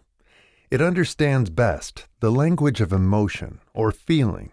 Let us, therefore, describe here the 7 major positive emotions and the 7 major negative emotions, so that you may draw upon the positives and avoid the negatives when giving instructions to your subconscious mind. The 7 major positive emotions. The emotion of desire, the emotion of faith, the emotion of love, the emotion of sex, the emotion of enthusiasm, the emotion of romance, and the emotion of hope. There are other positive emotions, but these are the 7 most powerful and the ones most commonly used in creative effort. Master these 7 emotions. They can be mastered only by use, and the other positive emotions will be at your command when you need them. Remember, in this connection, that you are studying a book which is intended to help you develop a money consciousness by filling your mind with positive emotions. One does not become money conscious by filling one's mind with negative emotions. The 7 major negative emotions to be avoided. The emotion of fear, the emotion of jealousy, the emotion of hatred, the emotion of revenge, the emotion of greed, the emotion of superstition, the emotion of anger. Positive and negative emotions cannot occupy the mind at the same time. One or the other must dominate. It is your responsibility to make sure that positive emotions constitute the dominating influence of your mind. Here the law of habit will come to your aid. Form the habit of applying and using the positive emotions. Eventually, they will dominate your mind so completely that the negatives cannot enter it. Only by following these instructions literally and continuously can you gain control over your subconscious mind. The presence of a single negative in your conscious mind is sufficient to destroy all chances of constructive aid from your subconscious mind.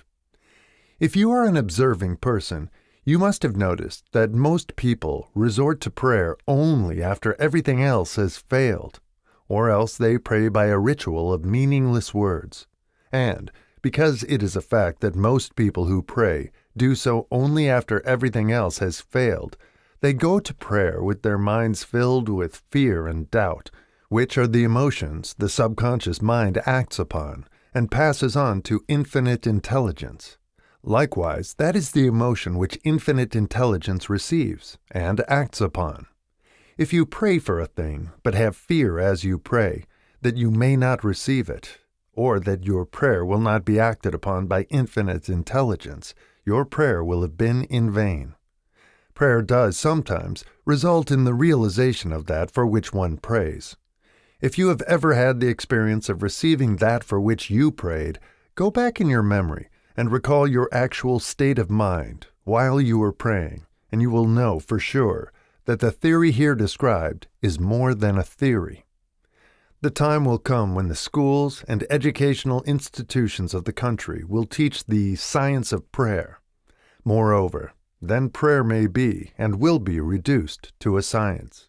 When that time comes, it will come as soon as mankind is ready for it and demands it. No one will approach the universal mind in a state of fear, for the very good reason that there will be no such emotion as fear. Ignorance, superstition, and false teaching will have disappeared, and man will have attained his true status as a child of infinite intelligence. A few have already attained this blessing. If you believe this prophecy is far-fetched, take a look at the human race in retrospect. Less than 100 years ago, men believed the lightning to be evidence of the wrath of God and feared it. Now, thanks to the power of faith, men have harnessed the lightning and made it turn the wheels of industry. Much less than 100 years ago, men believed the space between the planets to be nothing but a great void, a stretch of dead nothingness. Now, thanks to this same power of faith, men know that far from being either dead or a void, the space between the planets is very much alive, that it is the highest form of vibration known, excepting, perhaps, the vibration of thought. Moreover, men know that this living, pulsating, vibratory energy which permeates every atom of matter and fills every niche of space connects every human brain with every other human brain. What reason have men to believe that this same energy does not connect every human brain with infinite intelligence? There are no toll gates between the finite mind of men and infinite intelligence.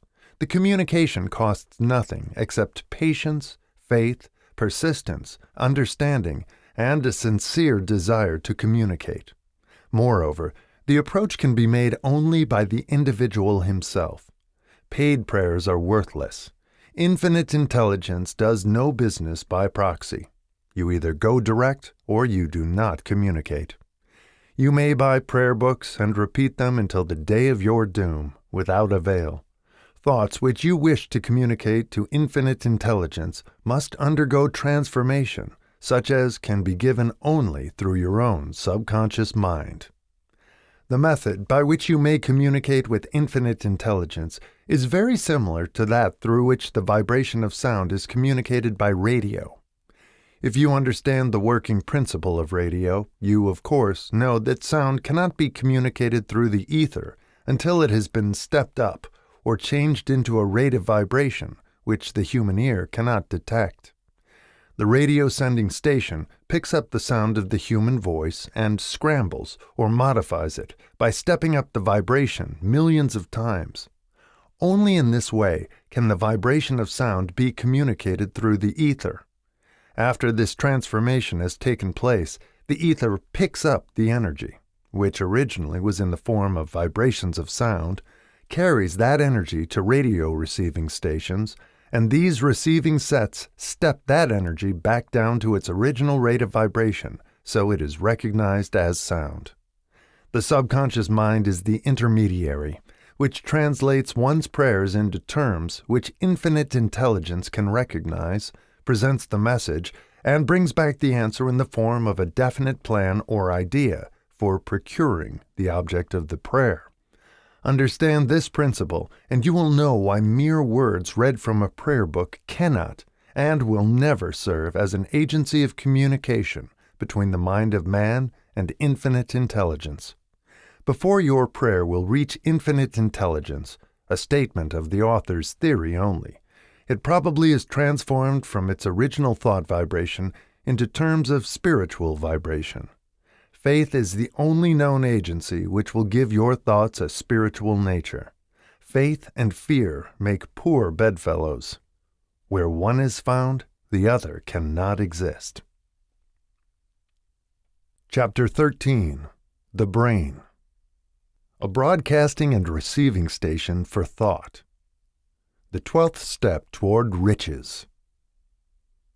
More than 20 years ago, the author, working in conjunction with the late Dr. Alexander Graham Bell and Dr. Elmer R. Gates, observed that every human brain is both a broadcasting and receiving station for the vibration of thought.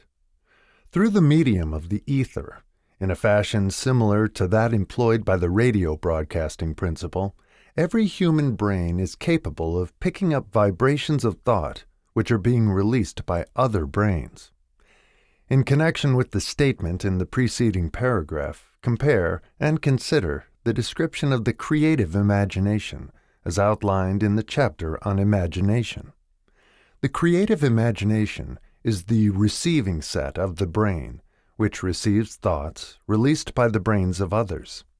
It is the agency of communication between one's conscious or reasoning mind and the four sources from which one may receive thought stimuli. When stimulated or stepped up to a high rate of vibration, the mind becomes more receptive to the vibration of thought which reaches it through the ether from outside sources. This stepping up process takes place through the positive emotions or the negative emotions. Through the emotions, the vibrations of thought may be increased. Vibrations of an exceedingly high rate are the only vibrations picked up and carried by the ether from one brain to another. Thought is energy traveling at an exceedingly high rate of vibration. Thought, which has been modified or stepped up by any of the major emotions, vibrates at a much higher rate than ordinary thought, and it is this type of thought which passes from one brain to another through the broadcasting machinery of the human brain. The emotion of sex stands at the head of the list of human emotions as far as intensity and driving force are concerned. The brain, which has been stimulated by the emotion of sex, vibrates at a much more rapid rate than it does when that emotion is quiescent or absent. The result of sex transmutation is the increase of the rate of vibration of thoughts to such a pitch that the creative imagination becomes highly receptive to ideas, which it picks up from the ether. On the other hand, when the brain is vibrating at a rapid rate, it not only attracts thoughts and ideas released by other brains through the medium of the ether, but it gives to one's own thoughts that feeling which is essential before those thoughts will be picked up and acted upon by one's subconscious mind. Thus, you will see that the broadcasting principle is the factor through which you mix feeling or emotion with your thoughts and pass them on to your subconscious mind. The subconscious mind is the sending station of the brain through which vibrations of thought are broadcast. The creative imagination is the receiving set through which the vibrations of thought are picked up from the ether.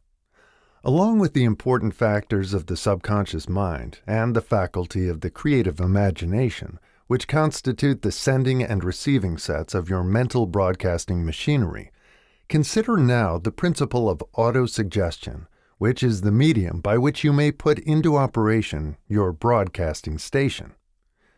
Through the instructions described in the chapter on autosuggestion, you are definitely informed of the method by which desire may be transmuted into its monetary equivalent. Operation of your mental broadcasting station is a comparatively simple procedure. You have but three principles to bear in mind and to apply when you wish to use your broadcasting station: the subconscious mind, creative imagination, and autosuggestion. The stimuli through which you put these three principles into action have been described. The procedure begins with desire. The greatest forces are intangible. The Depression brought the world to the very borderline of understanding of the forces which are intangible and unseen. Through the ages which have passed, man has depended too much upon his physical senses, and has limited his knowledge to physical things, which he could see, touch, weigh, and measure. We are now entering the most marvelous of all ages, an age which will teach us something of the intangible forces of the world about us. Perhaps we shall learn, as we pass through this age, that the other self is more powerful than the physical self we see when we look into a mirror. Sometimes men speak lightly of the intangibles, the things which they cannot perceive through any of their five senses, and when we hear them, it should remind us that all of us are controlled by forces which are unseen and intangible. The whole of mankind has not the power to cope with, nor to control the intangible force wrapped up in the rolling waves of the oceans. Man has not the capacity to understand the intangible force of gravity, which keeps this little earth suspended in mid-air, and keeps man from falling from it, much less the power to control that force. Man is entirely subservient to the intangible force which comes with a thunderstorm, and he is just as helpless in the presence of the intangible force of electricity. Nay, he does not even know what electricity is, where it comes from, or what is its purpose. Nor is this, by any means, the end of man's ignorance in connection with things unseen and intangible. He does not understand the intangible force and intelligence wrapped up in the soil of the earth, the force which provides him with every morsel of food he eats, every article of clothing he wears, every dollar he carries in his pockets. The dramatic story of the brain. Last but not least, man, with all of his boasted culture and education, understands little or nothing of the intangible force, the greatest of all the intangibles, of thought. He knows but little concerning the physical brain and its vast network of intricate machinery through which the power of thought is translated into its material equivalent, but he is now entering an age which shall yield enlightenment on the subject. Already men of science have begun to turn their attention to the study of this stupendous thing called a brain, and, while they are still in the kindergarten stage of their studies, they have uncovered enough knowledge to know that the central switchboard of the human brain, the number of lines which connect the brain cells one with another, equal the figure 1, followed by 15 million ciphers. The figure is so stupendous, said Dr. C. Judson Herrick of the University of Chicago, that astronomical figures dealing with hundreds of millions of light years become insignificant by comparison. It has been determined that there are from 10 billion to 14 billion nerve cells in the human cerebral cortex, and we know that these are arranged in definite patterns. These arrangements are not haphazard, they are orderly. Recently developed methods of electrophysiology draw off action currents from very precisely located cells, or fibers with microelectrodes, amplify them with radio tubes, and record potential differences to a millionth of a volt. It is inconceivable that such a network of intricate machinery should be in existence for the sole purpose of carrying on the physical functions incidental to growth and maintenance of the physical body.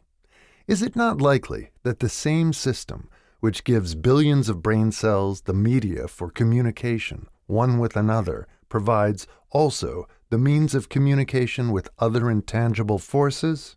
After this book had been written, just before the manuscript went to the publisher, there appeared in the New York Times an editorial showing that at least one great university and one intelligent investigator in the field of mental phenomena are carrying on an organized research through which conclusions have been reached that parallel many of those described in this and the following chapter. The editorial briefly analyzed the work carried on by Dr. Rhine and his associates at Duke University, viz., what is telepathy? A month ago, we cited on this page some of the remarkable results achieved by Professor Rhine and his associates in Duke University from more than 100,000 tests to determine the existence of telepathy and clairvoyance. These results were summarized in the first 2 articles in Harper's Magazine. In the second, which has now appeared, the author, E.H. Wright, attempts to summarize what has been learned, or what it seems reasonable to infer, regarding the exact nature of these extrasensory modes of perception. The actual existence of telepathy and clairvoyance now seems to some scientists enormously probable as the result of Rhine's experiments. Various percipients were asked to name as many cards in a special pack as they could without looking at them and without other sensory access to them. About a score of men and women were discovered who could regularly name so many of the cards correctly that there was not one chance in many a million of their having done their feats by luck or accident. But how did they do them? These powers, assuming that they exist, do not seem to be sensory. There is no known organ for them. The experiments worked just as well at distances of several hundred miles as they did in the same room. These facts also dispose, in Mr. Wright's opinion, of the attempt to explain telepathy or clairvoyance through any physical theory of radiation. All known forms of radiant energy decline inversely as the square of the distance traversed. Telepathy and clairvoyance do not. But they do vary through physical causes, as our other mental powers do. Contrary to widespread opinion, they do not improve when the percipient is asleep or half asleep, but, on the contrary, when he is most wide awake and alert. Rhine discovered that a narcotic will invariably lower a percipient score, while a stimulant will always send it higher. The most reliable performer apparently cannot make a good score unless he tries to do his best. One conclusion that Wright draws with some confidence is that telepathy and clairvoyance are really one and the same gift. That is, the faculty that sees a card face down on a table seems to be exactly the same one that reads a thought residing only in another mind. There are several grounds for believing this. So far, for example, the 2 gifts have been found in every person who enjoys either of them. In every one, so far, the 2 have been of equal vigor, almost exactly. Screens, walls, distances have no effect at all on either. Wright advances from this conclusion to express what he puts forward as no more than the mere hunch that other extrasensory experiences, prophetic dreams, premonitions of disaster, and the like, may also prove to be part of the same faculty. The reader is not asked to accept any of these conclusions unless he finds it necessary, but the evidence that Rhine has piled up must remain impressive. In view of Dr. Rhine's announcement in connection with the conditions under which the mind responds to what he terms extrasensory modes of perception, I now feel privileged to add to his testimony by stating that my associates and I have discovered what we believe to be the ideal conditions under which the mind can be stimulated so that the 6th sense described in the next chapter can be made to function in a practical way. The conditions to which I refer consist of a close working alliance between myself and 2 members of my staff.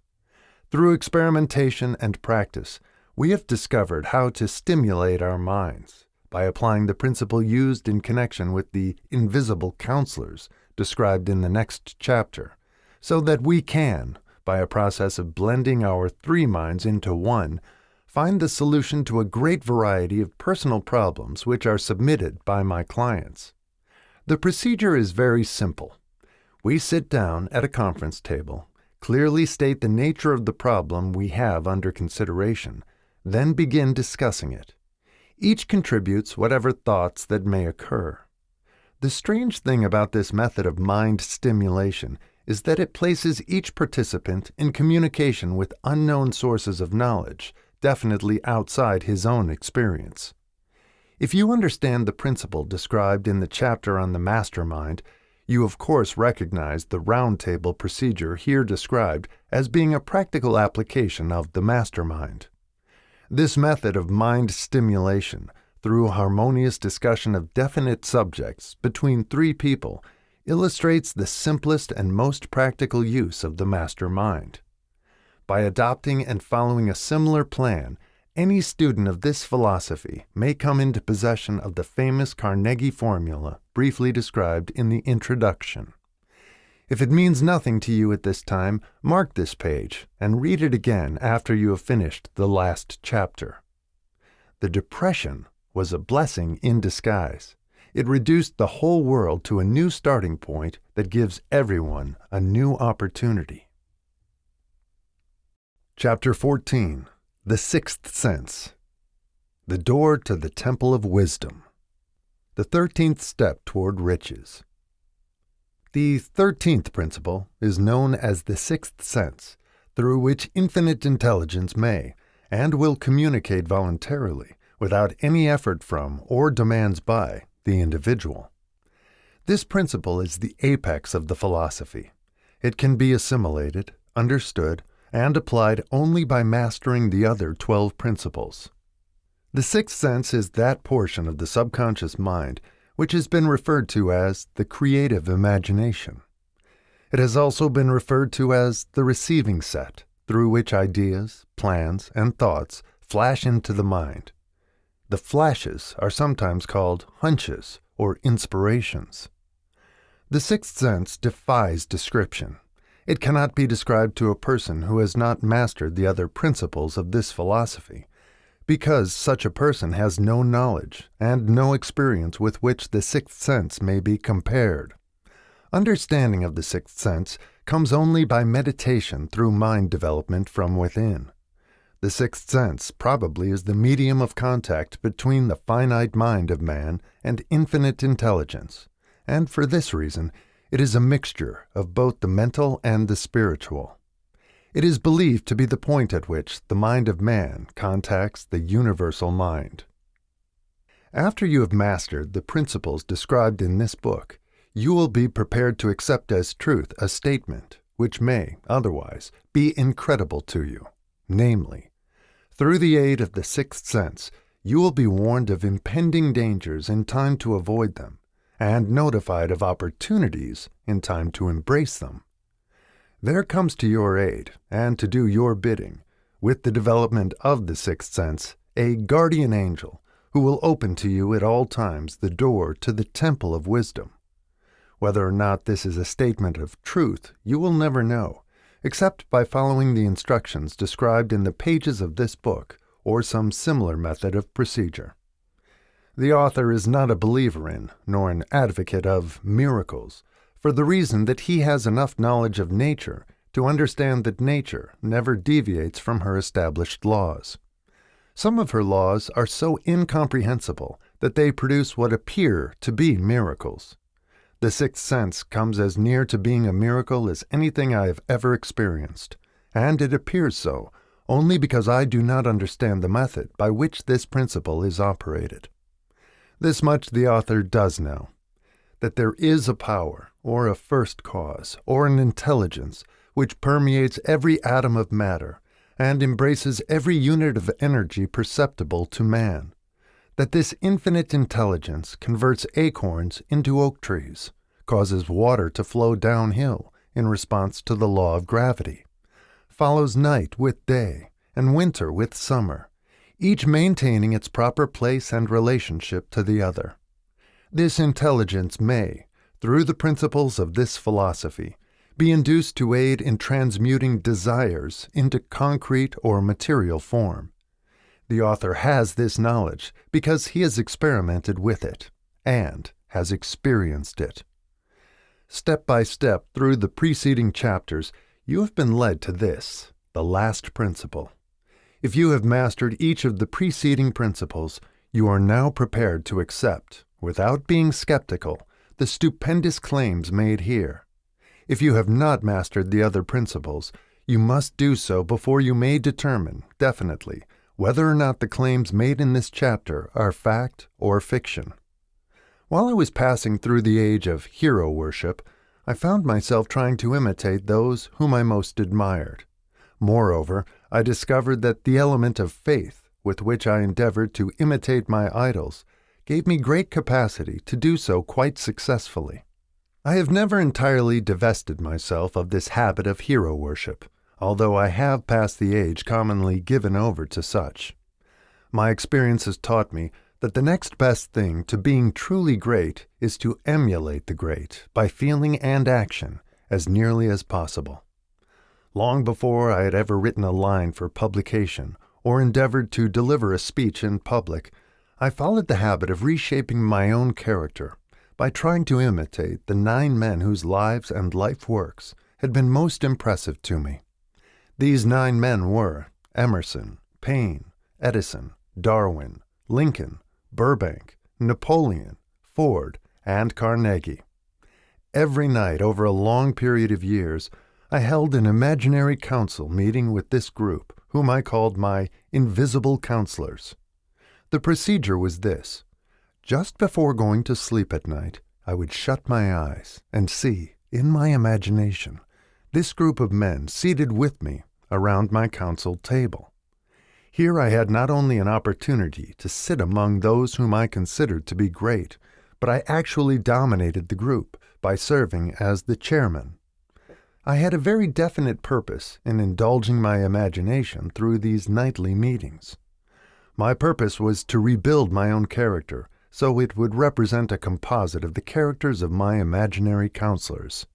Realizing, as I did early in life, that I had to overcome the handicap of birth in an environment of ignorance and superstition, I deliberately assigned myself the task of voluntary rebirth through the method here described. Building character through autosuggestion. Being an earnest student of psychology, I knew, of course, that all men have become what they are because of their dominating thoughts and desires. I knew that every deeply seated desire has the effect of causing one to seek outward expression, through which that desire may be transmuted into reality. I knew that self-suggestion is a powerful factor in building character, that it is, in fact, the sole principle through which character is builded. With this knowledge of the principles of mind operation, I was fairly well armed with the equipment needed in rebuilding my character. In these imaginary council meetings, I called on my cabinet members for the knowledge I wished each to contribute, addressing myself to each member in audible words, as follows. Mr. Emerson, I desire to acquire from you the marvelous understanding of nature which distinguished your life. I ask that you make an impress upon my subconscious mind of whatever qualities you possessed which enabled you to understand and adapt yourself to the laws of nature. I ask that you assist me in reaching and drawing upon whatever sources of knowledge are available to this end. Mr. Burbank, I request that you pass on to me the knowledge which enabled you to so harmonize the laws of nature that you caused the cactus to shed its thorns and become an edible food. Give me access to the knowledge which enabled you to make 2 blades of grass grow where but one grew before, and helped you to blend the coloring of the flowers with more splendor and harmony, for you alone have successfully gilded the lily. Napoleon, I desire to acquire from you, by emulation, the marvelous ability you possessed to inspire men and to arouse them to greater and more determined spirit of action. Also to acquire the spirit of enduring faith, which enabled you to turn defeat into victory and to surmount staggering obstacles. Emperor of fate, king of chance, man of destiny, I salute you. Mr. Paine, I desire to acquire from you the freedom of thought and the courage and clarity with which to express convictions which so distinguished you. Mr. Darwin, I wish to acquire from you the marvelous patience and ability to study cause and effect without bias or prejudice, so exemplified by you in the field of natural science. Mr. Lincoln, I desire to build into my own character the keen sense of justice, the untiring spirit of patience, the sense of humor, the human understanding, and the tolerance which were your distinguishing characteristics. Mr. Carnegie, I am already indebted to you for my choice of a life work, which has brought me great happiness and peace of mind. I wish to acquire a thorough understanding of the principles of organized effort which you used so effectively in the building of a great industrial enterprise. Mr. Ford, you have been among the most helpful of the men who have supplied much of the material essential to my work. I wish to acquire your spirit of persistence, the determination, poise, and self-confidence which have enabled you to master poverty, organize, unify, and simplify human effort, so I may help others to follow in your footsteps. Mr. Edison, I have seated you nearest to me, at my right, because of the personal cooperation you have given me during my research into the causes of success and failure. I wish to acquire from you the marvelous spirit of faith with which you have uncovered so many of nature's secrets, the spirit of unremitting toil with which you have so often wrested victory from defeat. My method of addressing the members of the imaginary cabinet would vary according to the traits of character in which I was, for the moment, most interested in acquiring. I studied the records of their lives with painstaking care. After some months of this nightly procedure, I was astounded by the discovery that these imaginary figures became, apparently, real. Each of these 9 men developed individual characteristics, which surprised me. For example, Lincoln developed the habit of always being late, then walking around in solemn parade. When he came, he walked very slowly, with his hands clasped behind him, and once in a while he would stop as he passed and rest his hand momentarily upon my shoulder. He always wore an expression of seriousness upon his face. Rarely did I see him smile. The cares of a sundered nation made him grave. That was not true of the others. Burbank and Payne often indulged in witty repartee, which seemed at times to shock the other members of the cabinet. One night Payne suggested that I prepare a lecture on the Age of Reason and deliver it from the pulpit of a church which I formerly attended. Many around the table laughed heartily at the suggestion. Not Napoleon. He drew his mouth down at the corners and groaned so loudly that all turned and looked at him with amazement. To him, the church was but a pawn of the state, not to be reformed, but to be used as a convenient inciter to mass activity by the people. On one occasion Burbank was late. When he came, he was excited with enthusiasm and explained that he had been late because of an experiment he was making, through which he hoped to be able to grow apples on any sort of tree. Payne chided him by reminding him that it was an apple which started all the trouble between man and woman. Darwin chuckled heartily as he suggested that Payne should watch out for little serpents when he went into the forest to gather apples, as they had the habit of growing into big snakes. Emerson observed, "No serpents, no apples," and Napoleon remarked, "No apples, no state."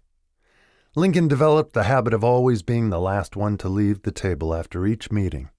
On one occasion, he leaned across the end of the table, his arms folded, and remained in that position for many minutes. I made no attempt to disturb him.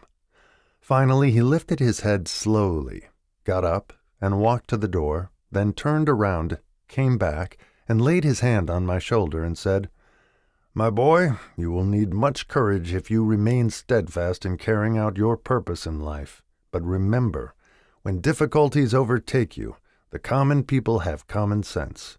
Adversity will develop it." One evening Edison arrived ahead of all the others. He walked over and seated himself at my left, where Emerson was accustomed to sit, and said, "You are destined to witness the discovery of the secret of life. When the time comes, you will observe that life consists of great swarms of energy or entities, each as intelligent as human beings think themselves to be. These units of life group together like hives of bees and remain together until they disintegrate through lack of harmony. These units have differences of opinion, the same as human beings, and often fight among themselves. These meetings which you are conducting will be very helpful to you. They will bring to your rescue some of the same units of life which served the members of your cabinet during their lives.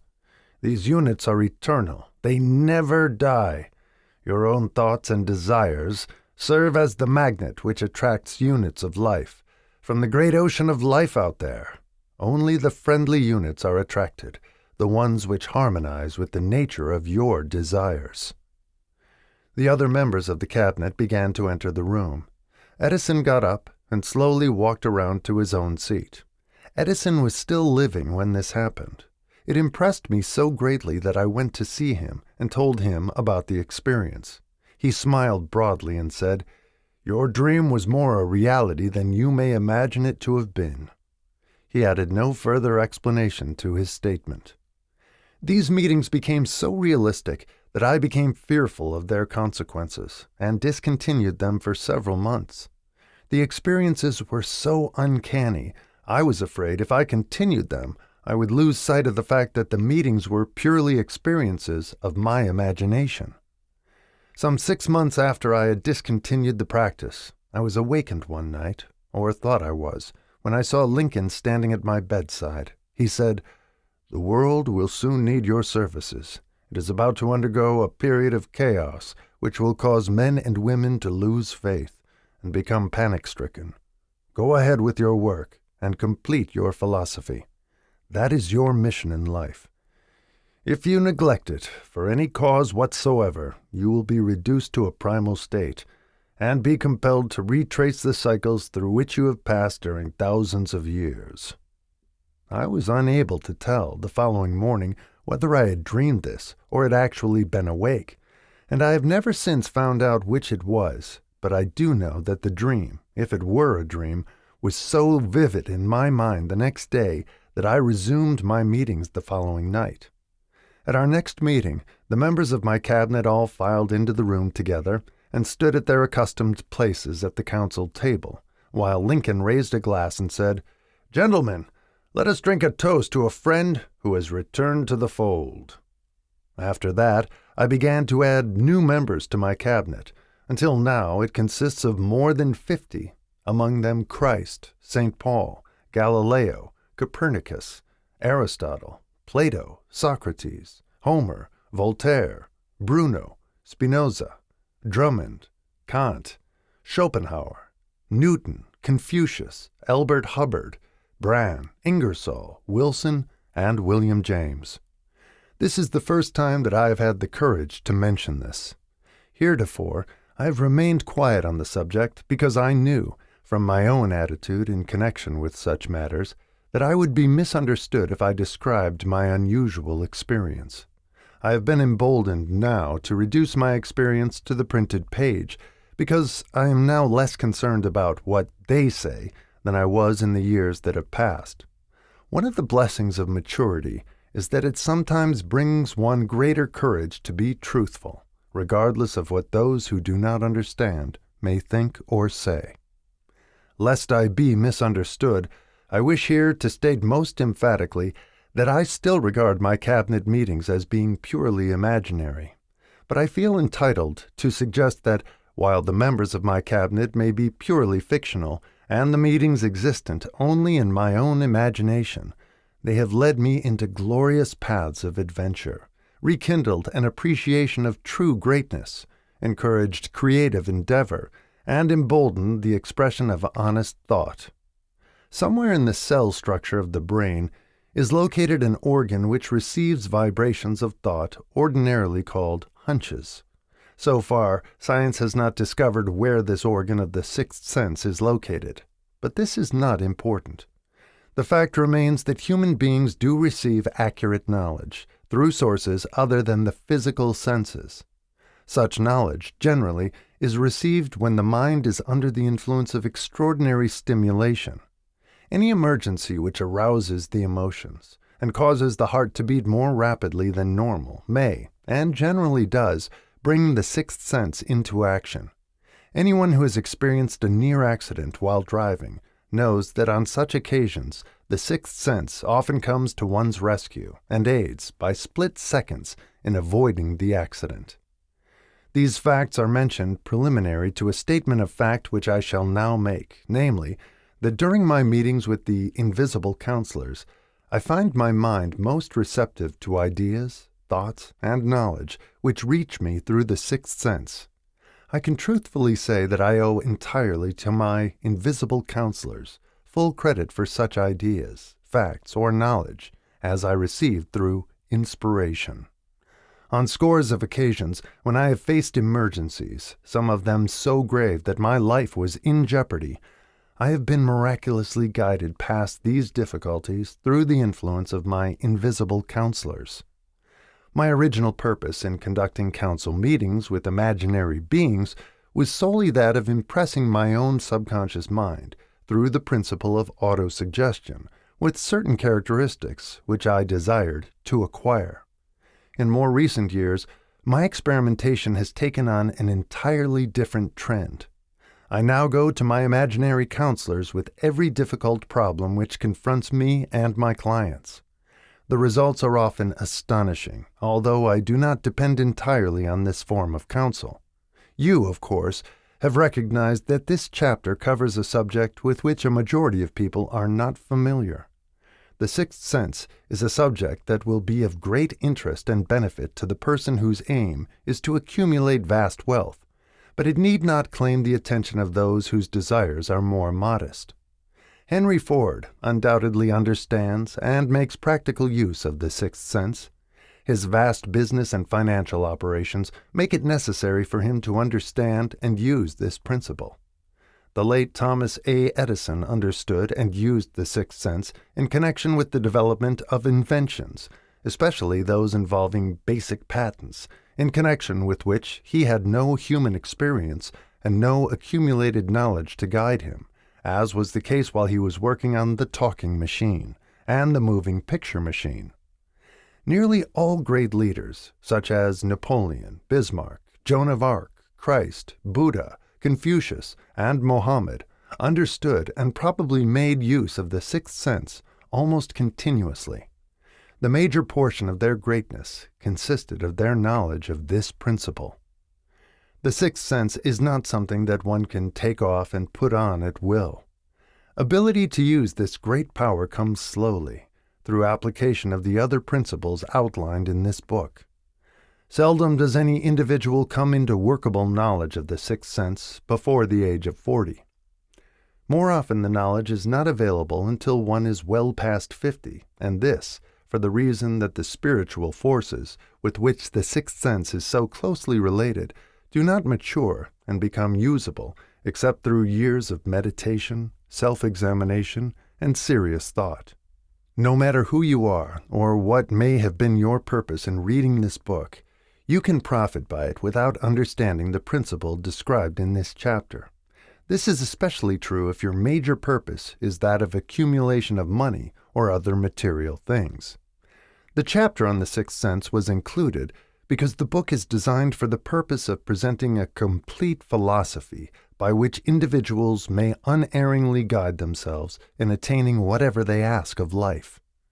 The starting point of all achievement is desire. The finishing point is that brand of knowledge which leads to understanding of self, understanding of others, understanding of the laws of nature, recognition and understanding of happiness. This sort of understanding comes in its fullness only through familiarity with and use of the principle of the sixth sense. Hence that principle had to be included as a part of this philosophy for the benefit of those who demand more than money. Having read the chapter, you must have observed that while reading it, you were lifted to a high level of mental stimulation. Splendid! Come back to this again a month from now, read it once more, and observe that your mind will soar to a still higher level of stimulation. Repeat this experience from time to time, giving no concern as to how much or how little you learn at the time, and eventually you will find yourself in possession of a power that will enable you to throw off discouragement, master fear, overcome procrastination, and draw freely upon your imagination. Then you will have felt the touch of that unknown something which has been the moving spirit of every truly great thinker, leader, artist, musician, writer, statesman. Then you will be in position to transmute your desires into their physical or financial counterpart as easily as you may lie down and quit at the first sign of opposition. Faith versus fear. Previous chapters have described how to develop faith through autosuggestion, desire, and the subconscious. The next chapter presents detailed instructions for the mastery of fear. Here will be found a full description of the 6 fears which are the cause of all discouragement: timidity, procrastination, indifference, indecision, and the lack of ambition, self-reliance, initiative, self-control, and enthusiasm. Search yourself carefully as you study these 6 enemies, as they may exist only in your subconscious mind, where their presence will be hard to detect. Remember, too, as you analyze the 6 ghosts of fear, that they are nothing but ghosts because they exist only in one's mind. Remember also that ghosts, creations of uncontrolled imagination, have caused most of the damage people have done to their own minds. Therefore, ghosts can be as dangerous as if they lived and walked on the earth in physical bodies. The ghost of the fear of poverty, which seized the minds of millions of people in 1929, was so real that it caused the worst business depression this country has ever known. Moreover, this particular ghost still frightens some of us out of our wits. Chapter 15. How to outwit the 6 ghosts of fear. Take inventory of yourself as you read this closing chapter and find out how many of the ghosts are standing in your way. Before you can put any portion of this philosophy into successful use, your mind must be prepared to receive it. The preparation is not difficult. It begins with study, analysis, and understanding of 3 enemies which you shall have to clear out. These are indecision, doubt, and fear. The 6th sense will never function while these 3 negatives, or any of them, remain in your mind. The members of this unholy trio are closely related. Where one is found, the other 2 are close at hand. Indecision is the seedling of fear. Remember this as you read. Indecision crystallizes into doubt. The 2 blend and become fear. The blending process often is slow. This is one reason why these 3 enemies are so dangerous. They germinate and grow without their presence being observed. The remainder of this chapter describes an end which must be attained before the philosophy, as a whole, can be put into practical use. It also analyzes a condition which has, but lately, reduced huge numbers of people to poverty, and it states a truth which must be understood by all who accumulate riches, whether measured in terms of money or a state of mind of far greater value than money. The purpose of this chapter is to turn the spotlight of attention upon the cause and the cure of the 6 basic fears. Before we can master an enemy, we must know its name, its habits, and its place of abode.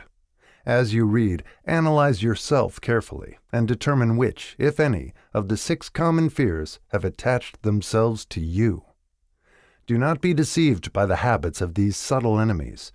Sometimes they remain hidden in the subconscious mind, where they are difficult to locate and still more difficult to eliminate. The 6 basic fears. There are 6 basic fears, with some combination of which every human suffers at one time or another. Most people are fortunate if they do not suffer from the entire 6. Named in the order of their most common appearance, they are the fear of poverty, the fear of criticism, the fear of ill health. These are at the bottom of most of one's worries. The others are the fear of loss of love of someone, the fear of old age, the fear of death. All other fears are of minor importance. They can be grouped under these 6 headings. The prevalence of these fears, as a curse to the world, runs in cycles. For almost 6 years, while the Depression was on, we floundered in the cycle of fear of poverty. During the World War, we were in the cycle of fear of death.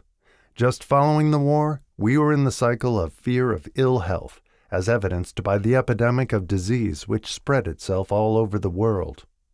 Fears are nothing more than states of mind. One state of mind is subject to control and direction.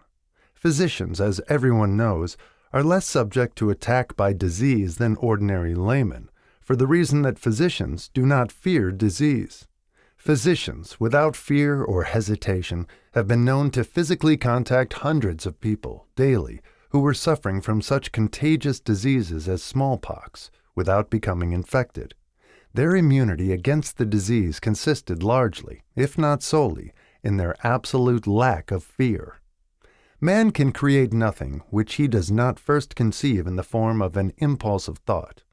Following this statement comes another of still greater importance, namely, man's thought impulses begin immediately to translate themselves into their physical equivalent, whether those thoughts are voluntary or involuntary.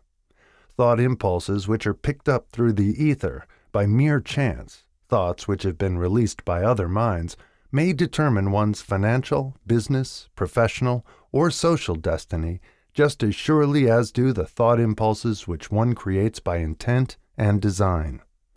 We are here laying the foundation for the presentation of a fact of great importance to the person who does not understand why some people appear to be lucky, while others of equal or greater ability, training, experience, and brain capacity seem destined to ride with misfortune. This fact may be explained by the statement that every human being has the ability to completely control his own mind, and with this control, obviously, every person may open his mind to the trapped thought impulses which are being released by other brains, or close the doors tightly and admit only thought impulses of his own choice. Nature has endowed man with absolute control over but one thing, and that is thought. This fact, coupled with the additional fact that everything which man creates begins in the form of a thought, leads one very near to the principle by which fear may be mastered. If it is true that all thought has a tendency to clothe itself in its physical equivalent, and this is true beyond any reasonable room for doubt, it is equally true that thought impulses of fear and poverty cannot be translated into terms of courage and financial gain. The people of America began to think of poverty following the Wall Street crash of 1929.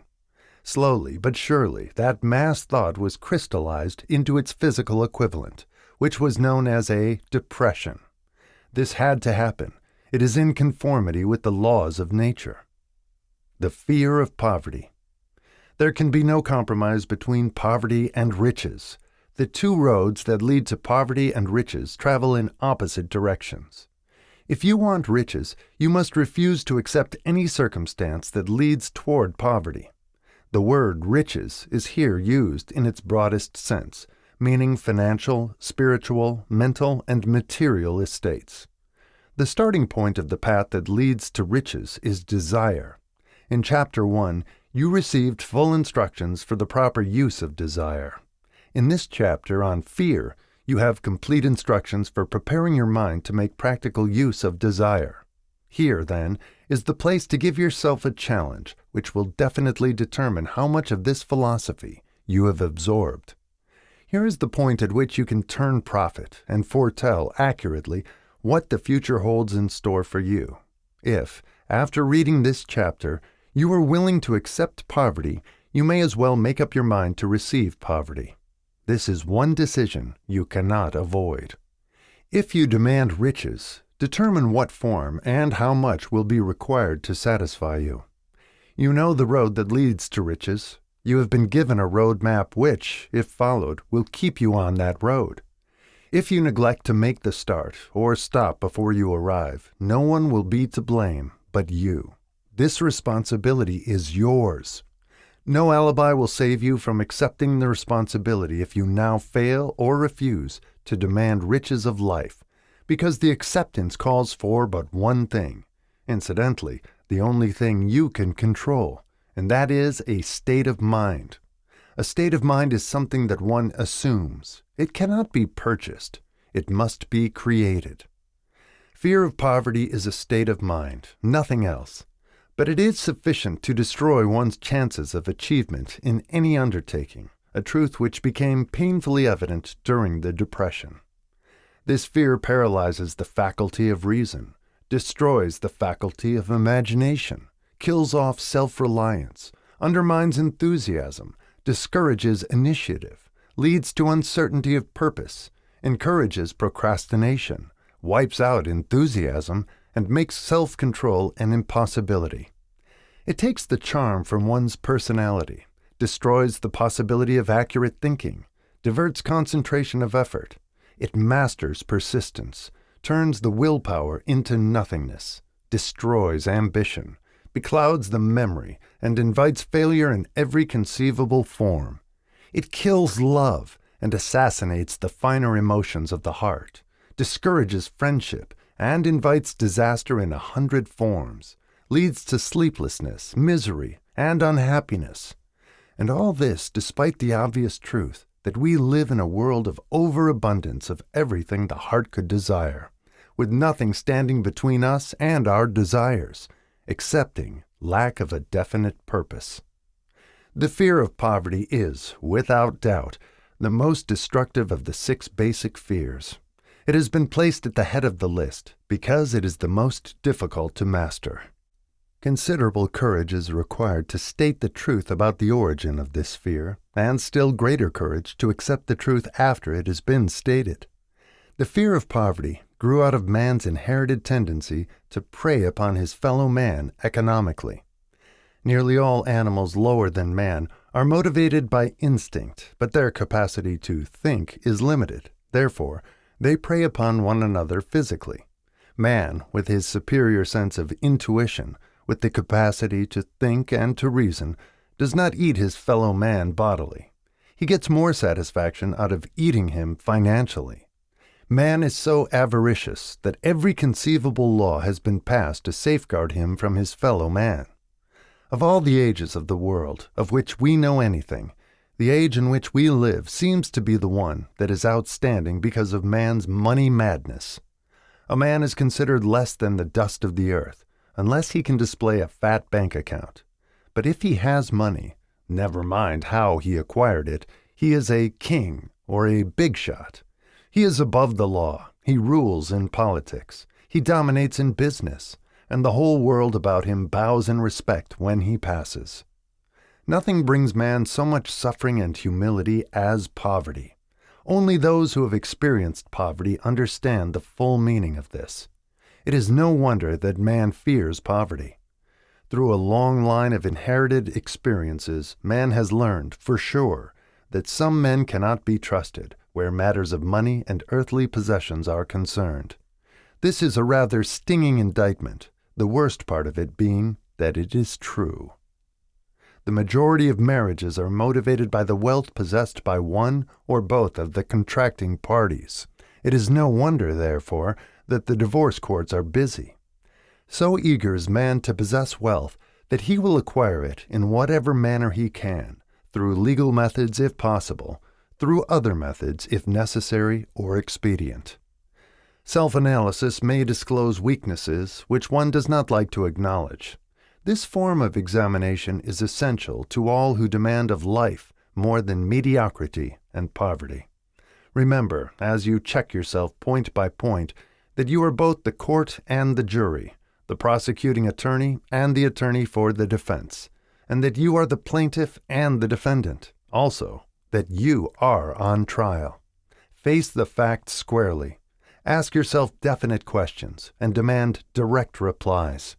When the examination is over, you will know more about yourself. If you do not feel that you can be an impartial judge in this self-examination, call upon someone who knows you well enough to serve as judge while you cross-examine yourself. You are after the truth. Get it, no matter at what cost, even though it may temporarily embarrass you. The majority of people, if asked what they fear most, would reply, "I fear nothing." The reply would be inaccurate because few people realize that they are bound, handicapped, whipped spiritually and physically through some form of fear. So subtle and deeply seated is the emotion of fear that one may go through life burdened with it, never recognizing its presence. Only a courageous analysis will disclose the presence of this universal enemy. When you begin such an analysis, search deeply into your character. Here is a list of the symptoms for which you should look. Symptoms of the fear of poverty. Indifference. Commonly expressed through lack of ambition, willingness to tolerate poverty, acceptance of whatever compensation life may offer without protest, mental and physical laziness, lack of initiative, imagination, enthusiasm, and self-control. Indecision, the habit of permitting others to do one's thinking, staying on the fence. Doubt, generally expressed through alibis and excuses designed to cover up, explain away, or apologize for one's failures, sometimes expressed in the form of envy of those who are successful or by criticizing them.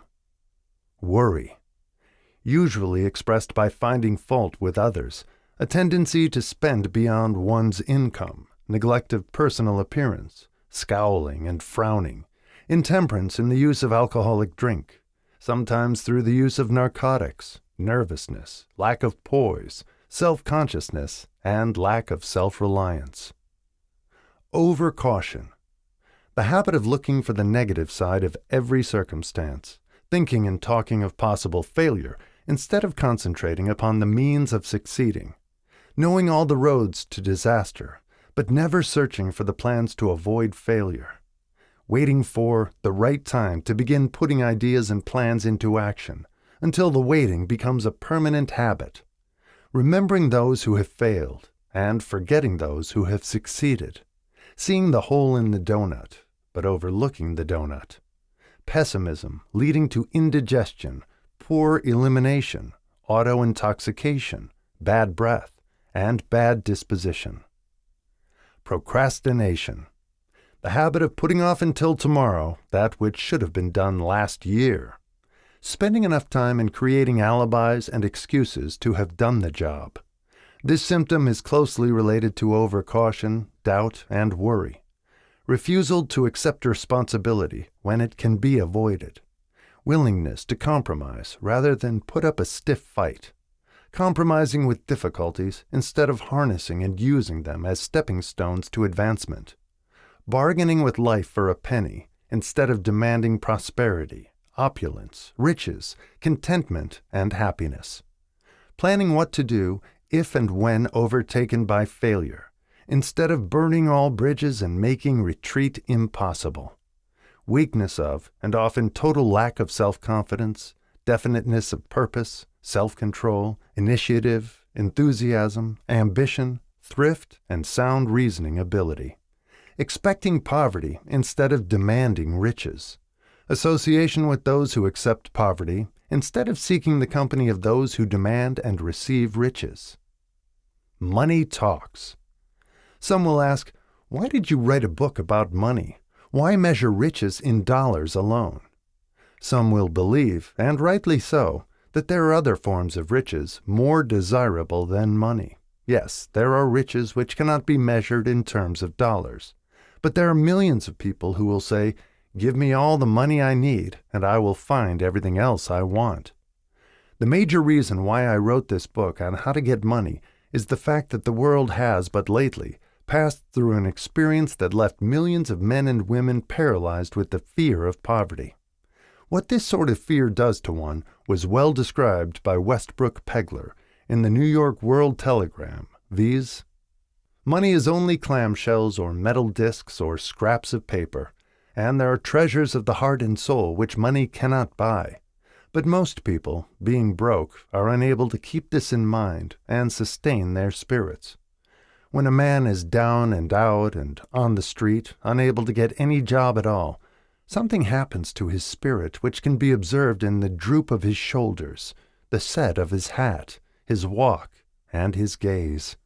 He cannot escape a feeling of inferiority among people with regular employment, even though he knows they are definitely not his equals in character, intelligence, or ability. These people, even his friends, feel, on the other hand, a sense of superiority and regard him, perhaps unconsciously, as a casualty. He may borrow for a time, but not enough to carry on in his accustomed way, and he cannot continue to borrow very long. But borrowing in itself, when a man is borrowing merely to live, is a depressing experience, and the money lacks the power of earned money to revive his spirits. Of course, none of this applies to bums or habitual ne'er-do-wells, but only to men of normal ambitions and self-respect. Women conceal despair. Women in the same predicament must be different. We somehow do not think of women at all in considering the down and outers. They are scarce in the breadlines. They rarely are seen begging on the streets, and they are not recognizable in crowds by the same plain signs which identify busted men. Of course, I do not mean the shuffling hags of the city streets who are the opposite number of the confirmed male bums. I mean reasonably young, decent, and intelligent women. There must be many of them, but their despair is not apparent. Maybe they kill themselves. When a man is down and out, he has time on his hands for brooding. He may travel miles to see a man about a job and discover that the job is filled, or that it is one of those jobs with no base pay, but only a commission on the sale of some useless knick-knack, which nobody would buy, except out of pity. Turning that down, he finds himself back on the street with nowhere to go, but just anywhere. So he walks and walks. He gazes into store windows at luxuries which are not for him, and feels inferior and gives way to people who stop to look with an active interest.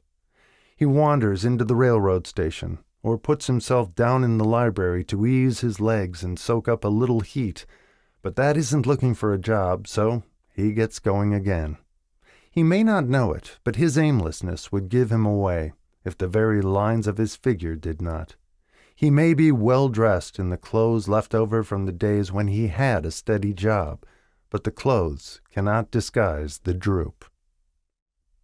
Money makes difference. He sees thousands of other people, bookkeepers or clerks or chemists or wagon hands, busy at their work, and envies them from the bottom of his soul. They have their independence, their self-respect, and manhood, and he simply cannot convince himself that he is a good man too, though he argue it out and arrive at a favorable verdict hour after hour. It is just money which makes this difference in him. With a little money, he would be himself again. Some employers take the most shocking advantage of people who are down and out. The agencies hang out little colored cards offering miserable wages to busted men. $12 a week, $15 a week. An $18 a week job is a plum, and anyone with $25 a week to offer does not hang the job in front of an agency on a colored card.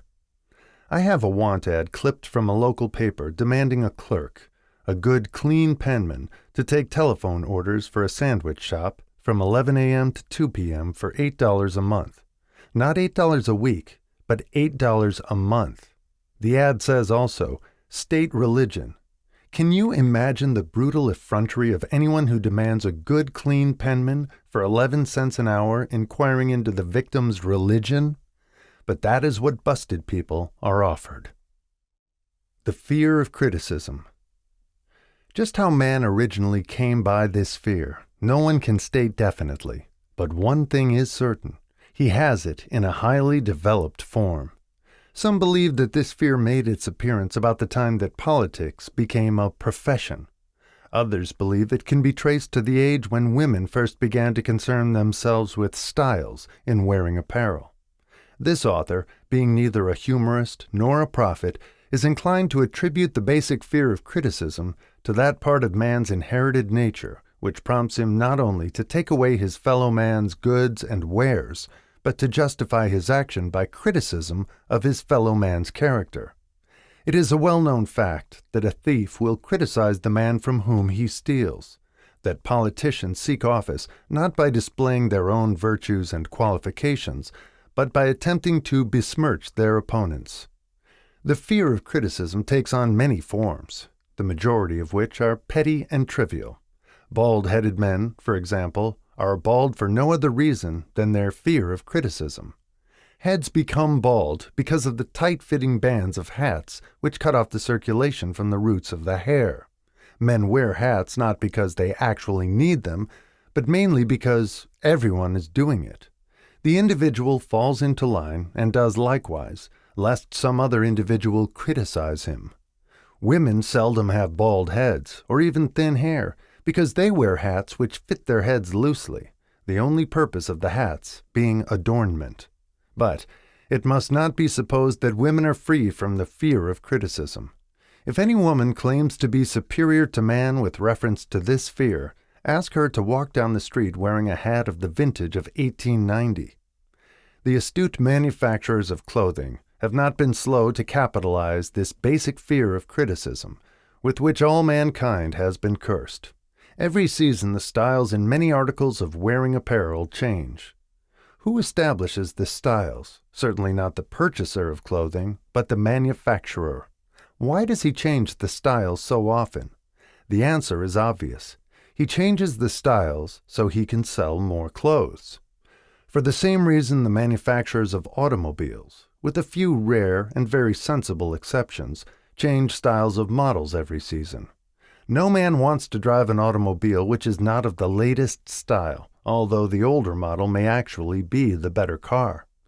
We have been describing the manner in which people behave under the influence of fear of criticism as applied to the small and petty things of life. Let us now examine human behavior when this fear affects people in connection with the more important events of human relationship. Take, for example, practically any person who has reached the age of mental maturity, from 35 to 40 years of age, as a general average. And if you could read the secret thoughts of his mind, you would find a very decided disbelief in most of the fables taught by the majority of the dogmatists and theologians a few decades back. Not often, however, will you find a person who has the courage to openly state his belief on this subject. Most people will, if pressed far enough, tell a lie rather than admit that they do not believe the stories associated with that form of religion which held people in bondage prior to the age of scientific discovery and education. Why does the average person, even in this day of enlightenment, shy away from denying his belief in the fables which were the basis of most of the religions a few decades ago? The answer is because of the fear of criticism. Men and women have been burned at the stake for daring to express disbelief in ghosts. It is no wonder we have inherited a consciousness which makes us fear criticism. The time was, and not so far in the past, when criticism carried severe punishments. It still does in some countries. The fear of criticism robs man of his initiative, destroys his power of imagination, limits his individuality, takes away his self-reliance, and does him damage in 100 other ways. Parents often do their children irreparable injury by criticizing them. The mother of one of my boyhood chums used to punish him with a switch almost daily, always completing the job with the statement, "You'll land in the penitentiary before you're 20. He was sent to a reformatory at the age of 17. Criticism is the one form of service of which everyone has too much. Everyone has a stock of it which is handed out gratis, whether called for or not. One's nearest relatives often are the worst offenders. It should be recognized as a crime. In reality, it is a crime of the worst nature for any parent to build inferiority complexes in the mind of a child through unnecessary criticism. Employers who understand human nature get the best there is in men not by criticism, but by constructive suggestion. Parents may accomplish the same results with their children. Criticism will plant fear in the human heart or resentment, but it will not build love or affection. Symptoms of the fear of criticism. This fear is almost as universal as the fear of poverty, and its effects are just as fatal to personal achievement, mainly because this fear destroys initiative and discourages the use of imagination. The major symptoms of the fear are self-consciousness, generally expressed through nervousness, timidity in conversation and in meeting strangers, awkward movement of the hands and limbs, shifting of the eyes. Lack of poise, expressed through lack of voice control, nervousness in the presence of others, poor posture of body, poor memory. Personality, lacking in firmness of decision, personal charm, and ability to express opinions definitely. The habit of sidestepping issues instead of meeting them squarely, agreeing with others without careful examination of their opinions. Inferiority complex, the habit of expressing self-approval by word of mouth and by actions as a means of covering up a feeling of inferiority. Using big words to impress others, often without knowing the real meaning of the words. Imitating others in dress, speech, and manners, boasting of imaginary achievements. This sometimes gives a surface appearance of a feeling of superiority. Extravagance, the habit of trying to keep up with the Joneses, spending beyond one's income. Lack of initiative, failure to embrace opportunities for self-advancement, fear to express opinions, lack of confidence in one's own ideas, giving evasive answers to questions asked by superiors, hesitancy of manner and speech, deceit in both words and deeds.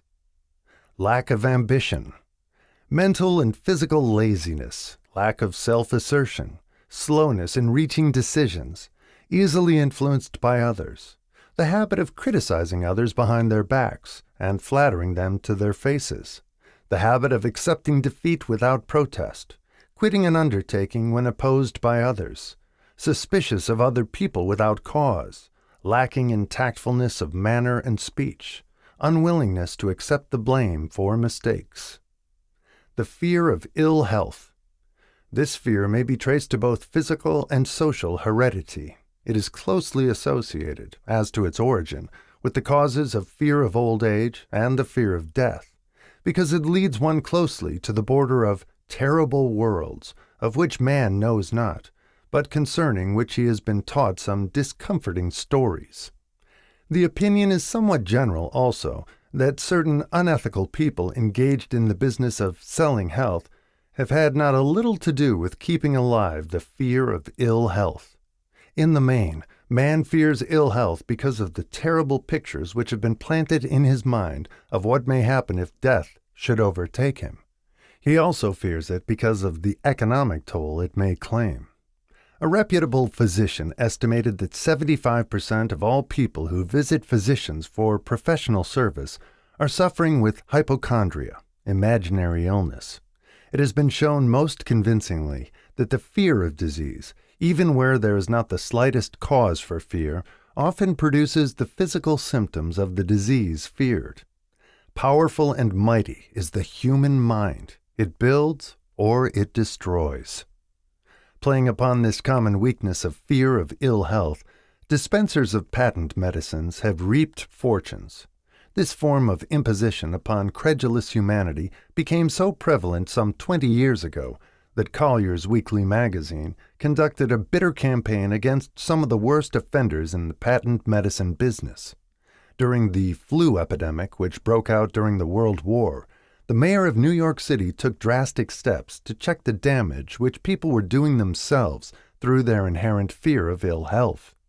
He called in the newspaper men and said to them, "Gentlemen, I feel it necessary to ask you not to publish any scare headlines concerning the flu epidemic. Unless you cooperate with me, we will have a situation which we cannot control." The newspapers quit publishing stories about the flu, and within 1 month the epidemic had been successfully checked. Through a series of experiments conducted some years ago, it was proved that people may be made ill by suggestion. We conducted this experiment by causing 3 acquaintances to visit the victims, each of whom asked the question, "What ails you? You look terribly ill." The first questioner usually provoked a grin and a nonchalant, "Oh, nothing, I'm all right," from the victim. The second questioner usually was answered with the statement, "I don't know exactly, but I do feel badly." The third questioner was usually met with the frank admission that the victim was actually feeling ill. Try this on an acquaintance if you doubt that it will make him uncomfortable, but do not carry the experiment too far. There is a certain religious sect whose members take vengeance upon their enemies by the hexing method. They call it placing a spell on the victim. There is overwhelming evidence that disease sometimes begins in the form of negative thought impulse. Such an impulse may be passed from one mind to another by suggestion, or created by an individual in his own mind. A man who was blessed with more wisdom than this incident might indicate once said, "When anyone asks me how I feel, I always want to answer by knocking him down." Doctors send patients into new climates for their health because a change of mental attitude is necessary. The seed of fear of ill health lives in every human mind. Worry, fear, discouragement, disappointment in love and business affairs cause this seed to germinate and grow. The recent business depression kept the doctors on the run because every form of negative thinking may cause ill health.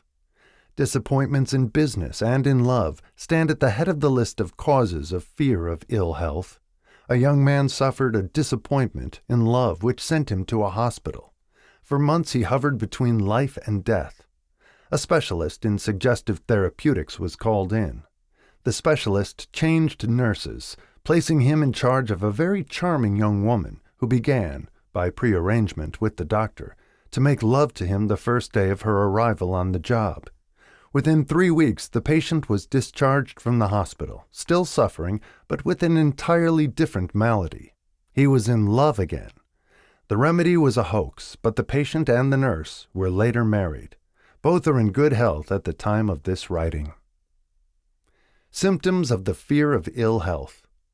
The symptoms of this almost universal fear are autosuggestion, the habit of negative use of self-suggestion by looking for and expecting to find the symptoms of all kinds of disease, enjoying imaginary illness and speaking of it as being real, the habit of trying all fads and isms recommended by others as having therapeutic value, talking to others of operations, accidents, and other forms of illness, experimenting with diets, physical exercises, reducing systems without professional guidance, trying home remedies, patent medicines, and quack remedies.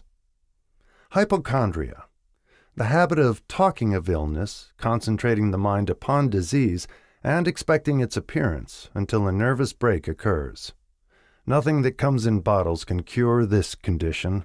It is brought on by negative thinking, and nothing but positive thought can effect a cure. Hypochondria, a medical term for imaginary disease, is said to do as much damage on occasion as the disease one fears might do. Most so-called cases of nerves come from imaginary illness. Exercise. Fear of ill health often interferes with proper physical exercise and results in overweight by causing one to avoid outdoor life. Susceptibility. Fear of ill health breaks down nature's body resistance and creates a favorable condition for any form of disease one may contact. The fear of ill health often is related to the fear of poverty, especially in the case of the hypochondriac, who constantly worries about the possibility of having to pay doctor's bills, hospital bills, etc. This type of person spends much time preparing for sickness, talking about death, saving money for cemetery lots and burial expenses, etc. Self-coddling, the habit of making a bid for sympathy, using imaginary illness as the lure. People often resort to this trick to avoid work. The habit of feigning illness to cover plain laziness, or to serve as an alibi for lack of ambition.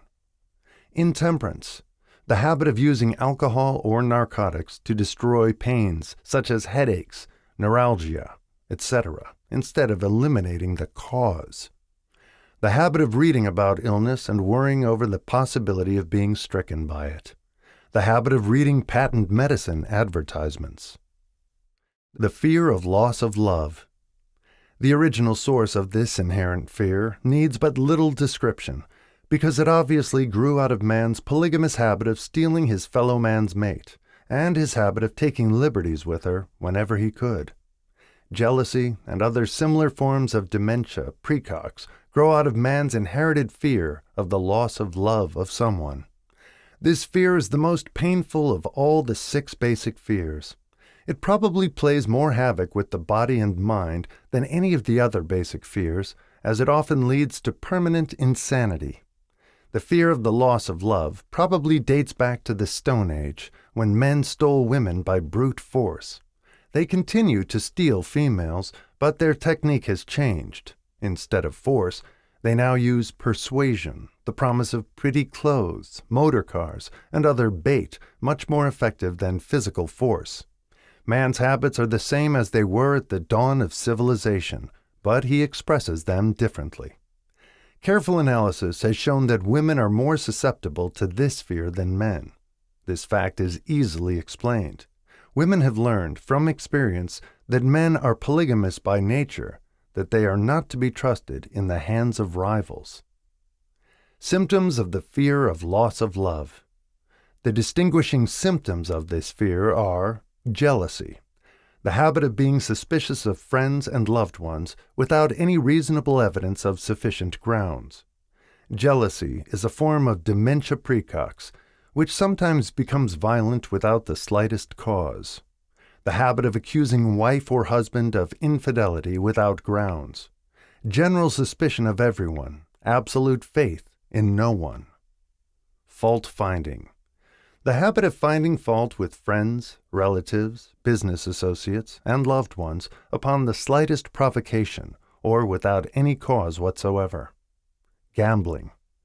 The habit of gambling, stealing, cheating, and otherwise taking hazardous chances to provide money for loved ones with the belief that love can be bought. The habit of spending beyond one's means or incurring debts to provide gifts for loved ones with the object of making a favorable showing. Insomnia, nervousness, lack of persistence, weakness of will, lack of self-control, lack of self-reliance, bad temper. The fear of old age. In the main, this fear grows out of two sources. First, the thought that old age may bring with it poverty. Secondly, and by far the most common source of origin, from false and cruel teachings of the past which have been too well mixed with fire and brimstone and other bogies cunningly designed to enslave man through fear. In the basic fear of old age, man has two very sound reasons for his apprehension. One growing out of his distrust of his fellow man, who may seize whatever worldly goods he may possess, and the other arising from the terrible pictures of the world beyond, which were planted in his mind through social heredity before he came into full possession of his mind. The possibility of ill health, which is more common as people grow older, is also a contributing cause of this common fear of old age. Eroticism also enters into the cause of the fear of old age, as no man cherishes the thought of diminishing sex attraction. The most common cause of fear of old age is associated with the possibility of poverty. Poorhouse is not a pretty word. It throws a chill into the mind of every person who faces the possibility of having to spend his declining years on a poor farm. Another contributing cause of the fear of old age is the possibility of loss of freedom and independence, as old age may bring with it the loss of both physical and economic freedom. Symptoms of the fear of old age. The commonest symptoms of this fear are the tendency to slow down and develop an inferiority complex at the age of mental maturity, around the age of 40, falsely believing oneself to be slipping because of age. The truth is that man's most useful years, mentally and spiritually, are those between 40 and 60. The habit of speaking apologetically of oneself as being old, merely because one has reached the age of 40 or 50, instead of reversing the rule and expressing gratitude for having reached the age of wisdom and understanding. The habit of killing off initiative, imagination, and self-reliance by falsely believing oneself too old to exercise these qualities. The habit of the man or woman of 40 dressing with the aim of trying to appear much younger and affecting mannerisms of youth, thereby inspiring ridicule by both friends and strangers. The fear of death. To some, this is the cruelest of all the basic fears. The reason is obvious. The terrible pangs of fear associated with the thought of death, in the majority of cases, may be charged directly to religious fanaticism. So-called heathen are less afraid of death than the more civilized. For hundreds of millions of years, man has been asking the still unanswered questions: whence and whither? Where did I come from? And where am I going? During the darker ages of the past, the more cunning and crafty were not slow to offer the answer to these questions, for a price. Witness, now, the major source of origin of the fear of death. Come into my tent, embrace my faith, accept my dogmas, and I will give you a ticket that will admit you straight away into heaven when you die, cries a leader of sectarianism. "Remain out of my tent," says the same leader, "and may the devil take you and burn you throughout eternity." Eternity is a long time. Fire is a terrible thing. The thought of eternal punishment with fire not only causes man to fear death, it often causes him to lose his reason. It destroys interest in life and makes happiness impossible. During my research, I reviewed a book entitled A Catalogue of the Gods, in which were listed the 30,000 gods which man has worshipped. Think of it, 30,000 of them, represented by everything from a crawfish to a man. It is little wonder that men have become frightened at the approach of death. While the religious leader may not be able to provide safe conduct into heaven, nor by lack of such provision allow the unfortunate to descend into hell, the possibility of the latter seems so terrible that the very thought of it lays hold of the imagination in such a realistic way that it paralyzes reason and sets up the fear of death. In truth, no man knows, and no man has ever known, what heaven or hell is like, nor does any man know if either place actually exists. This very lack of positive knowledge opens the door of the human mind to the charlatan, so he may enter and control that mind with his stock of legerdemain and various brands of pious fraud and trickery. The fear of death is not as common now as it was during the age when there were no great colleges and universities. Men of science have turned the spotlight of truth upon the world, and this truth is rapidly freeing men and women from this terrible fear of death. The young men and young women who attend the colleges and universities are not easily impressed by fire and brimstone. Through the aid of biology, astronomy, geology, and other related sciences, the fears of the Dark Ages, which gripped the minds of men and destroyed their reason, have been dispelled. Insane asylums are filled with men and women who have gone mad because of the fear of death. This fear is useless. Death will come, no matter what anyone may think about it. Accept it as a necessity and pass the thought out of your mind. It must be a necessity, or it would not come to all. Perhaps it is not as bad as it has been pictured. The entire world is made up of only two things, energy and matter. In elementary physics, we learn that neither matter nor energy, the only two realities known to man, can be created nor destroyed. Both matter and energy can be transformed, but neither can be destroyed. Life is energy, if it is anything. If neither energy nor matter can be destroyed, of course life cannot be destroyed. Life, like other forms of energy, may be passed through various processes of transition or change, but it cannot be destroyed. Death is mere transition. If death is not mere change or transition, then nothing comes after death except a long, eternal, peaceful sleep, and sleep is nothing to be feared. Thus you may wipe out forever the fear of death. Symptoms of the fear of death.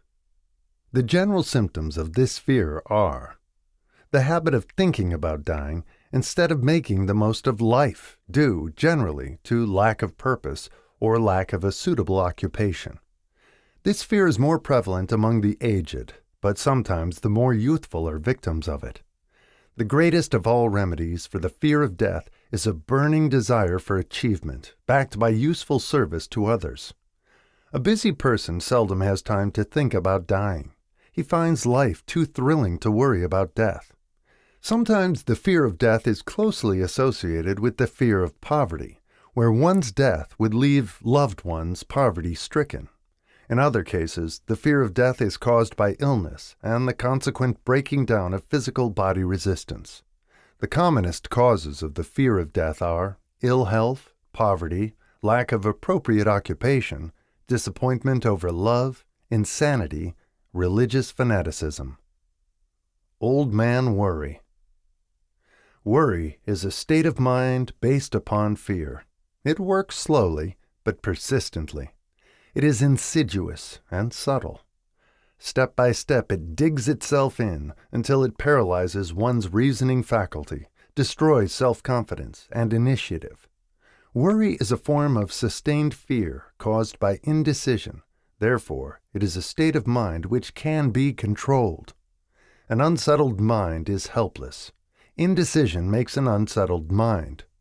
Most individuals lack the willpower to reach decisions promptly and to stand by them after they have been made, even during normal business conditions. During periods of economic unrest, such as the world recently experienced, the individual is handicapped, not alone by his inherent nature to be slow at reaching decisions, but he is influenced by the indecision of others around him who have created a state of mass indecision. During the Depression, the whole atmosphere, all over the world, was filled with fiorenza and worryitis, the two mental disease germs which began to spread themselves after the Wall Street frenzy in 1929. There is only one known antidote for these germs. It is the habit of prompt and firm decision. Moreover, it is an antidote which every individual must apply for himself. We do not worry over conditions once we have reached a decision to follow a definite line of action. I once interviewed a man who was to be electrocuted 2 hours later. The condemned man was the calmest of some 8 men who were in the death cell with him. His calmness prompted me to ask him how it felt to know that he was going into eternity in a short while. With a smile of confidence on his face, he said, "It feels fine. Just think, brother, my troubles will soon be over. I have had nothing but trouble all my life. It has been a hardship to get food and clothing. Soon I will not need these things. I have felt fine ever since I learned for certain that I must die. I made up my mind then to accept my fate in good spirit." As he spoke, he devoured a dinner of proportions sufficient for 3 men, eating every mouthful of the food brought to him, and apparently enjoying it as much as if no disaster awaited him. Decision gave this man resignation to his fate. Decision can also prevent one's acceptance of undesired circumstances. The 6 basic fears become translated into a state of worry through indecision. Relieve yourself forever of the fear of death by reaching a decision to accept death as an inescapable event. Whip the fear of poverty by reaching a decision to get along with whatever wealth you can accumulate without worry. Put your foot upon the neck of the fear of criticism by reaching a decision not to worry about what other people think, do, or say. Eliminate the fear of old age by reaching a decision to accept it, not as a handicap, but as a great blessing which carries with it wisdom, self-control, and understanding not known to youth. Acquit yourself of the fear of ill health by the decision to forget symptoms. Master the fear of loss of love by reaching a decision to get along without love, if that is necessary. Kill the habit of worry in all its forms by reaching a general, blanket decision that nothing which life has to offer is worth the price of worry. With this decision will come poise, peace of mind, and calmness of thought, which will bring happiness. A man whose mind is filled with fear not only destroys his own chances of intelligent action, but he transmits these destructive vibrations to the minds of all who come into contact with him, and destroys also their chances. Even a dog or a horse knows when its master lacks courage. Moreover, a dog or a horse will pick up the vibrations of fear thrown off by its master, and behave accordingly. Lower down the line of intelligence in the animal kingdom, one finds the same capacity to pick up the vibrations of fear. A honeybee immediately senses fear in the mind of a person. For reasons unknown, a bee will sting the person whose mind is releasing vibrations of fear much more readily than it will molest the person whose mind registers no fear. The vibrations of fear pass from one mind to another just as quickly and as surely as the sound of the human voice passes from the broadcasting station to the receiving set of a radio, and by the self-same medium. Mental telepathy is a reality. Thoughts pass from one mind to another voluntarily, whether or not this fact is recognized by either the person releasing the thoughts or the persons who pick up those thoughts. The person who gives expression, by word of mouth, to negative or destructive thoughts is practically certain to experience the results of those words in the form of a destructive kickback. The release of destructive thought impulses alone, without the aid of words, produces also a kickback in more ways than one. First of all, and perhaps most important to be remembered, the person who releases thoughts of a destructive nature must suffer damage through the breaking down of the faculty of creative imagination. Secondly, the presence in the mind of any destructive emotion develops a negative personality which repels people and often converts them into antagonists. The third source of damage to the person who entertains or releases negative thoughts lies in this significant fact.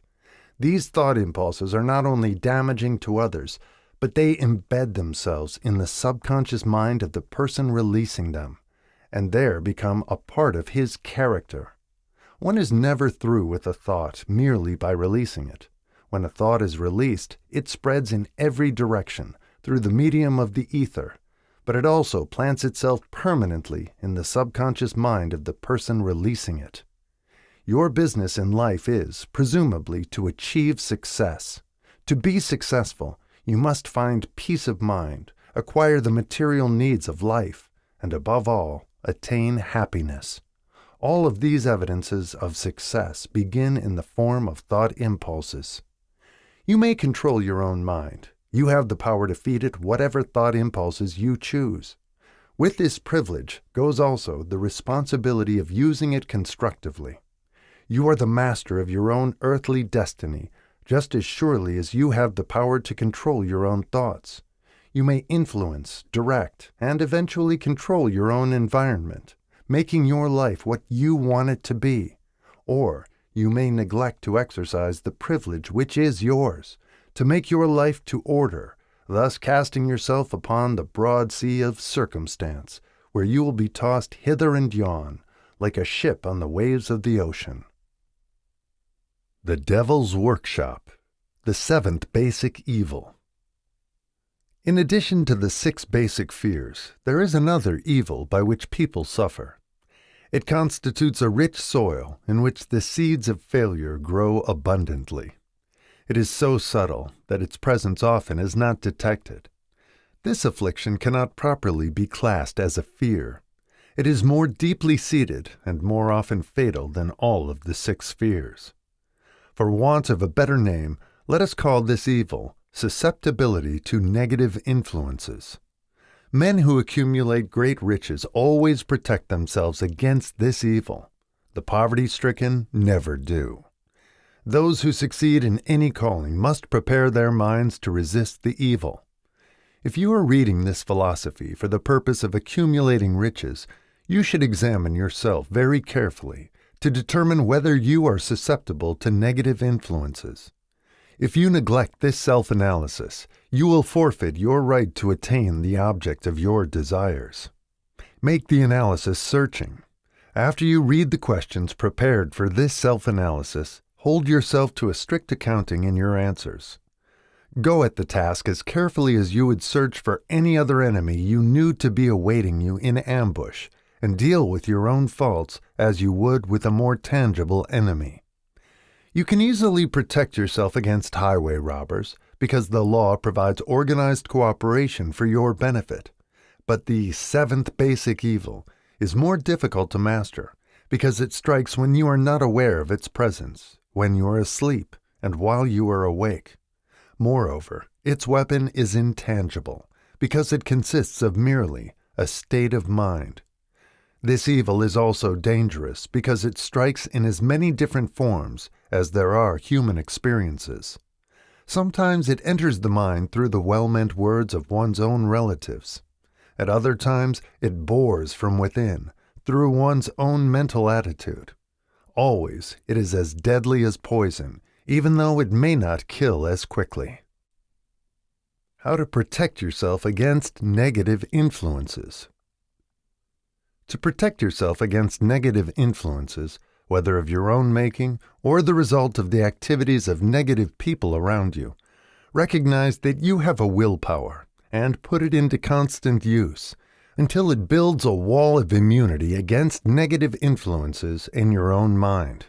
Recognize the fact that you and every other human being are by nature lazy, indifferent, and susceptible to all suggestions which harmonize with your weaknesses. Recognize that you are by nature susceptible to all the 6 basic fears, and set up habits for the purpose of counteracting all these fears. Recognize that negative influences often work on you through your subconscious mind. Therefore, they are difficult to detect, and keep your mind closed against all people who depress or discourage you in any way.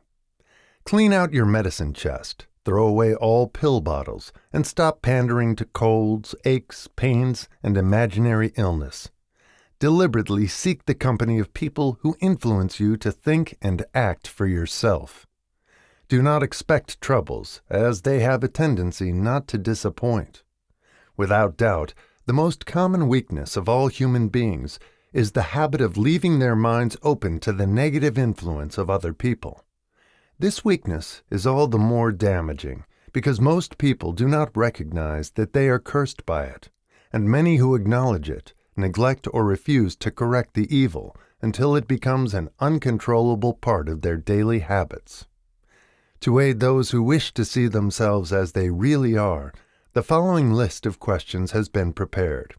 Read the questions and state your answers aloud so you can hear your own voice. This will make it easier for you to be truthful with yourself. Self-analysis test questions. Do you complain often of feeling bad? And if so, what is the cause? Do you find fault with other people at the slightest provocation? Do you frequently make mistakes in your work? And if so, why? Are you sarcastic and offensive in your conversation? Do you deliberately avoid the association of anyone? And if so, why? Do you suffer frequently with indigestion? If so, what is the cause? Does life seem futile and the future hopeless to you? If so, why? Do you like your occupation? If not, why? Do you often feel self-pity? And if so, why? Are you envious of those who excel you? To which do you devote most time, thinking of success or of failure? Are you gaining or losing self-confidence as you grow older? Do you learn something of value from all mistakes? Are you permitting some relative or acquaintance to worry you? If so, why? Are you sometimes in the clouds and at other times in the depths of despondency? Who has the most inspiring influence upon you? What is the cause? Do you tolerate negative or discouraging influences which you can avoid? Are you careless of your personal appearance? If so, when and why? Have you learned how to drown your troubles by being too busy to be annoyed by them? Would you call yourself a spineless weakling if you permitted others to do your thinking for you? Do you neglect internal bathing until auto-intoxication makes you ill-tempered and irritable? How many preventable disturbances annoy you, and why do you tolerate them? Do you resort to liquor, narcotics, or cigarettes to quiet your nerves? If so, why do you not try willpower instead? Does anyone nag you? And if so, for what reason? Do you have a definite major purpose? And if so, what is it? And what plan have you for achieving it? Do you suffer from any of the 6 basic fears? If so, which ones? Have you a method by which you can shield yourself against the negative influence of others? Do you make deliberate use of autosuggestion to make your mind positive? Which do you value most, your material possessions or your privilege of controlling your own thoughts? Are you easily influenced by others against your own judgment? Has today added anything of value to your stock of knowledge or state of mind? Do you face squarely the circumstances which make you happy or sidestep the responsibility? Do you analyze all mistakes and failures and try to profit by them? Or do you take the attitude that this is not your duty? Can you name 3 of your most damaging weaknesses? What are you doing to correct them? Do you encourage other people to bring their worries to you for sympathy? Do you choose, from your daily experiences, lessons or influences which aid in your personal advancement? Does your presence have a negative influence on other people as a rule? What habits of other people annoy you most? Do you form your own opinions or permit yourself to be influenced by other people? Have you learned how to create a mental state of mind with which you can shield yourself against all discouraging influences? Does your occupation inspire you with faith and hope? Are you conscious of possessing spiritual forces of sufficient power to enable you to keep your mind free from all forms of fear? Does your religion help you to keep your own mind positive? Do you feel it your duty to share other people's worries? If so, why? If you believe that birds of a feather flock together, what have you learned about yourself by studying the friends whom you attract?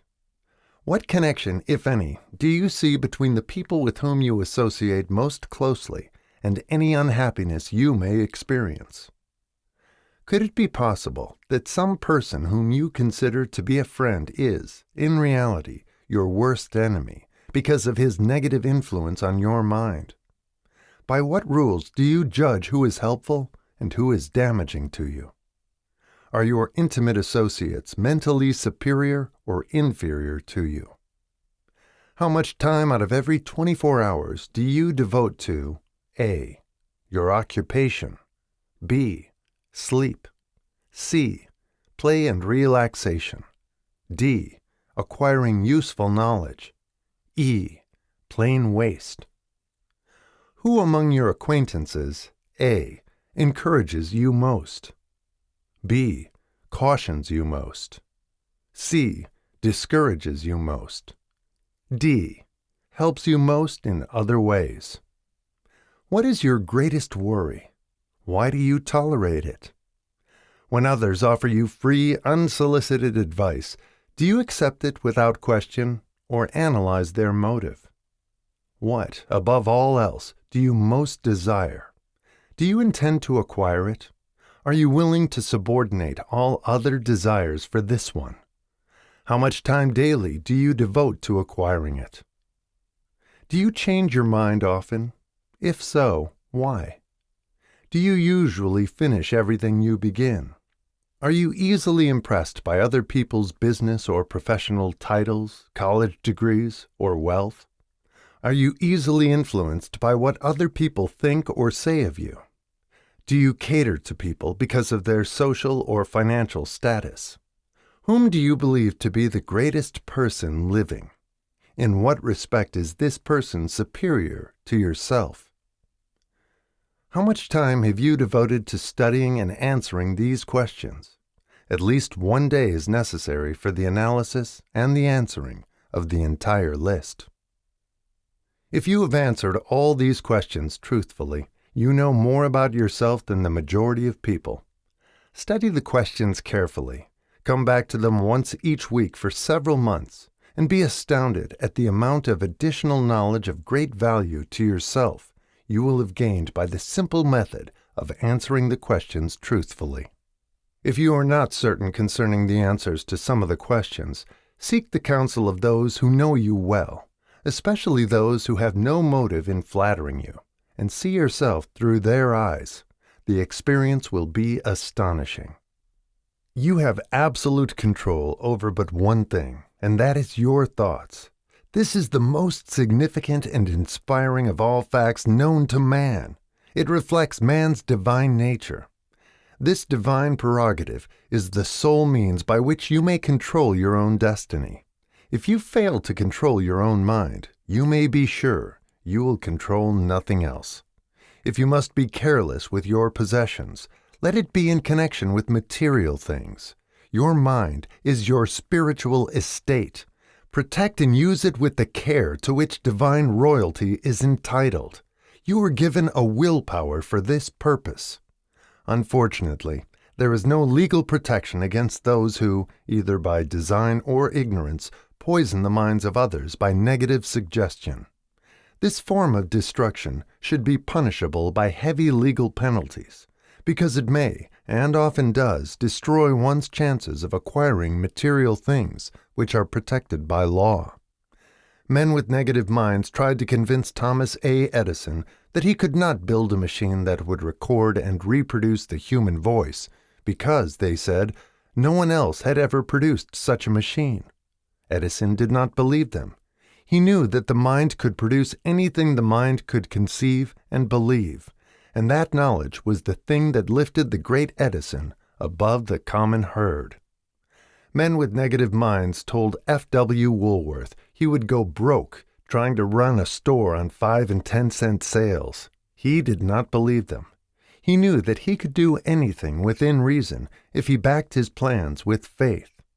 Exercising his right to keep other men's negative suggestions out of his mind, he piled up a fortune of more than $100 million.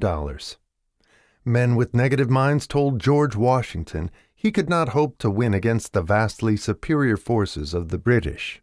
But he exercised his divine right to believe. Therefore, this book was published under the protection of the Stars and Stripes, while the name of Lord Cornwallis has been all but forgotten. Doubting Thomases scoffed scornfully when Henry Ford tried out his first crudely built automobile on the streets of Detroit. Some said the thing never would become practical. Others said no one would pay money for such a contraption. Ford said, "I'll belt the earth with dependable motor cars," and he did. His decision to trust his own judgment has already piled up a fortune far greater than the next 5 generations of his descendants can squander. For the benefit of those seeking vast riches, let it be remembered that practically the sole difference between Henry Ford and a majority of the more than 100,000 men who work for him is this: Ford has a mind and controls it. The others have minds which they do not try to control. Henry Ford has been repeatedly mentioned because he is an astounding example of what a man with a mind of his own and a will to control it can accomplish. His record knocks the foundation from under that time-worn alibi, "I never had a chance." Ford never had a chance either, but he created an opportunity and backed it with persistence until it made him richer than Croesus. Mind control is the result of self-discipline and habit.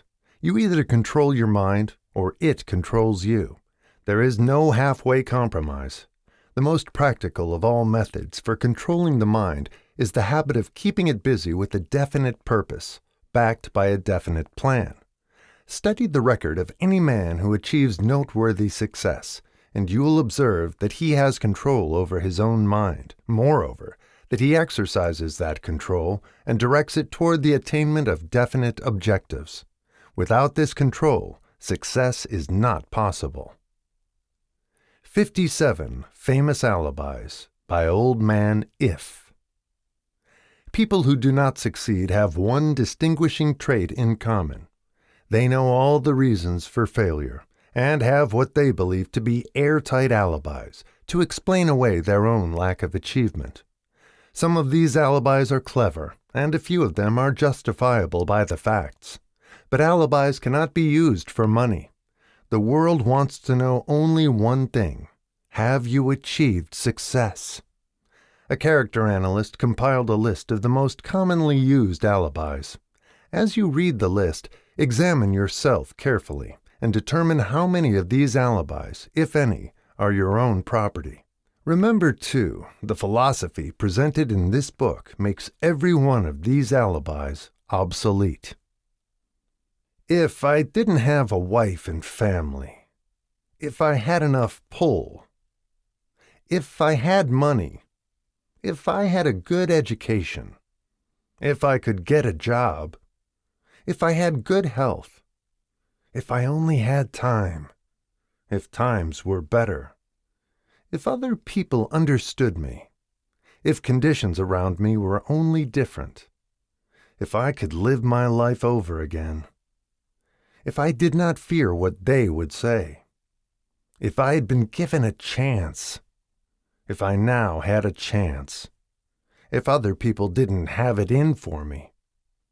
If nothing happens to stop me, if I were only younger, if I could only do what I want, if I had been born rich, if I could meet the right people, if I had the talent that some people have, if I dared assert myself, if I only had embraced past opportunities, if people didn't get on my nerves, if I didn't have to keep house and look after the children, if I could save some money, if the boss only appreciated me, if I only had somebody to help me, if my family understood me, if I lived in a big city, if I could just get started, if I were only free, if I had the personality of some people, if I were not so fat, if my talents were known,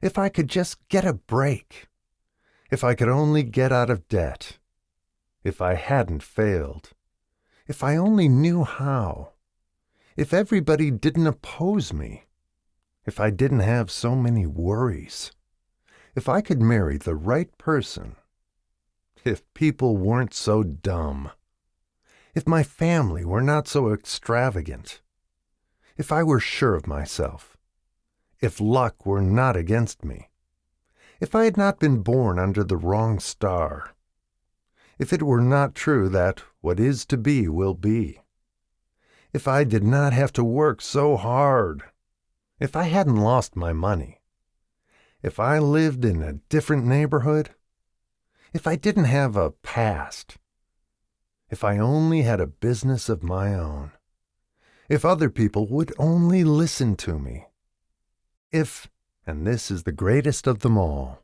I had the courage to see myself as I really am, I would find out what is wrong with me and correct it. Then I might have a chance to profit by my mistakes and learn something from the experience of others, for I know that there is something wrong with me, or I would now be where I would have been if I had spent more time analyzing my weaknesses and less time building alibis to cover them. Building alibis with which to explain away failure is a national pastime. The habit is as old as the human race and is fatal to success. Why do people cling to their pet alibis? The answer is obvious. They defend their alibis because they create them. A man's alibi is the child of his own imagination. It is human nature to defend one's own brainchild. Building alibis is a deeply rooted habit. Habits are difficult to break, especially when they provide justification for something we do. Plato had this truth in mind when he said, "The first and best victory is to conquer self. To be conquered by self is, of all things, the most shameful and vile." Another philosopher had the same thought in mind when he said, "It was a great surprise to me when I discovered that most of the ugliness I saw in others was but a reflection of my own nature." "It has always been a mystery to me," said Elbert Hubbard, "why people spend so much time deliberately fooling themselves by creating alibis to cover their weaknesses. If used differently, this same time would be sufficient to cure the weakness. Then no alibis would be needed." In parting, I would remind you that life is a checkerboard, and the player opposite you is time. If you hesitate before moving or neglect to move promptly, your men will be wiped off the board by time. You are playing against a partner who will not tolerate indecision. Previously, you may have had a logical excuse for not having forced life to come through with whatever you asked, but that alibi is now obsolete because you are in possession of the master key that unlocks the door to life's bountiful riches. The master key is intangible, but it is powerful.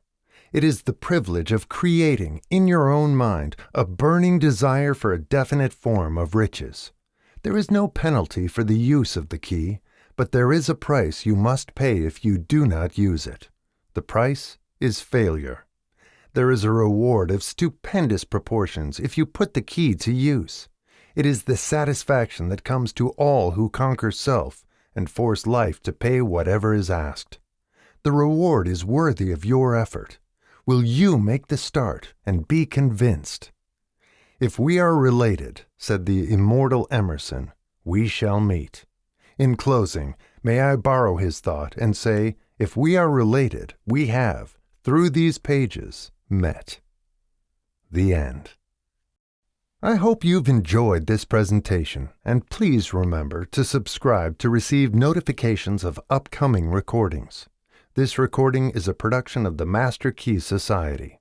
The video and audio is copyright 2024, Master Key Society.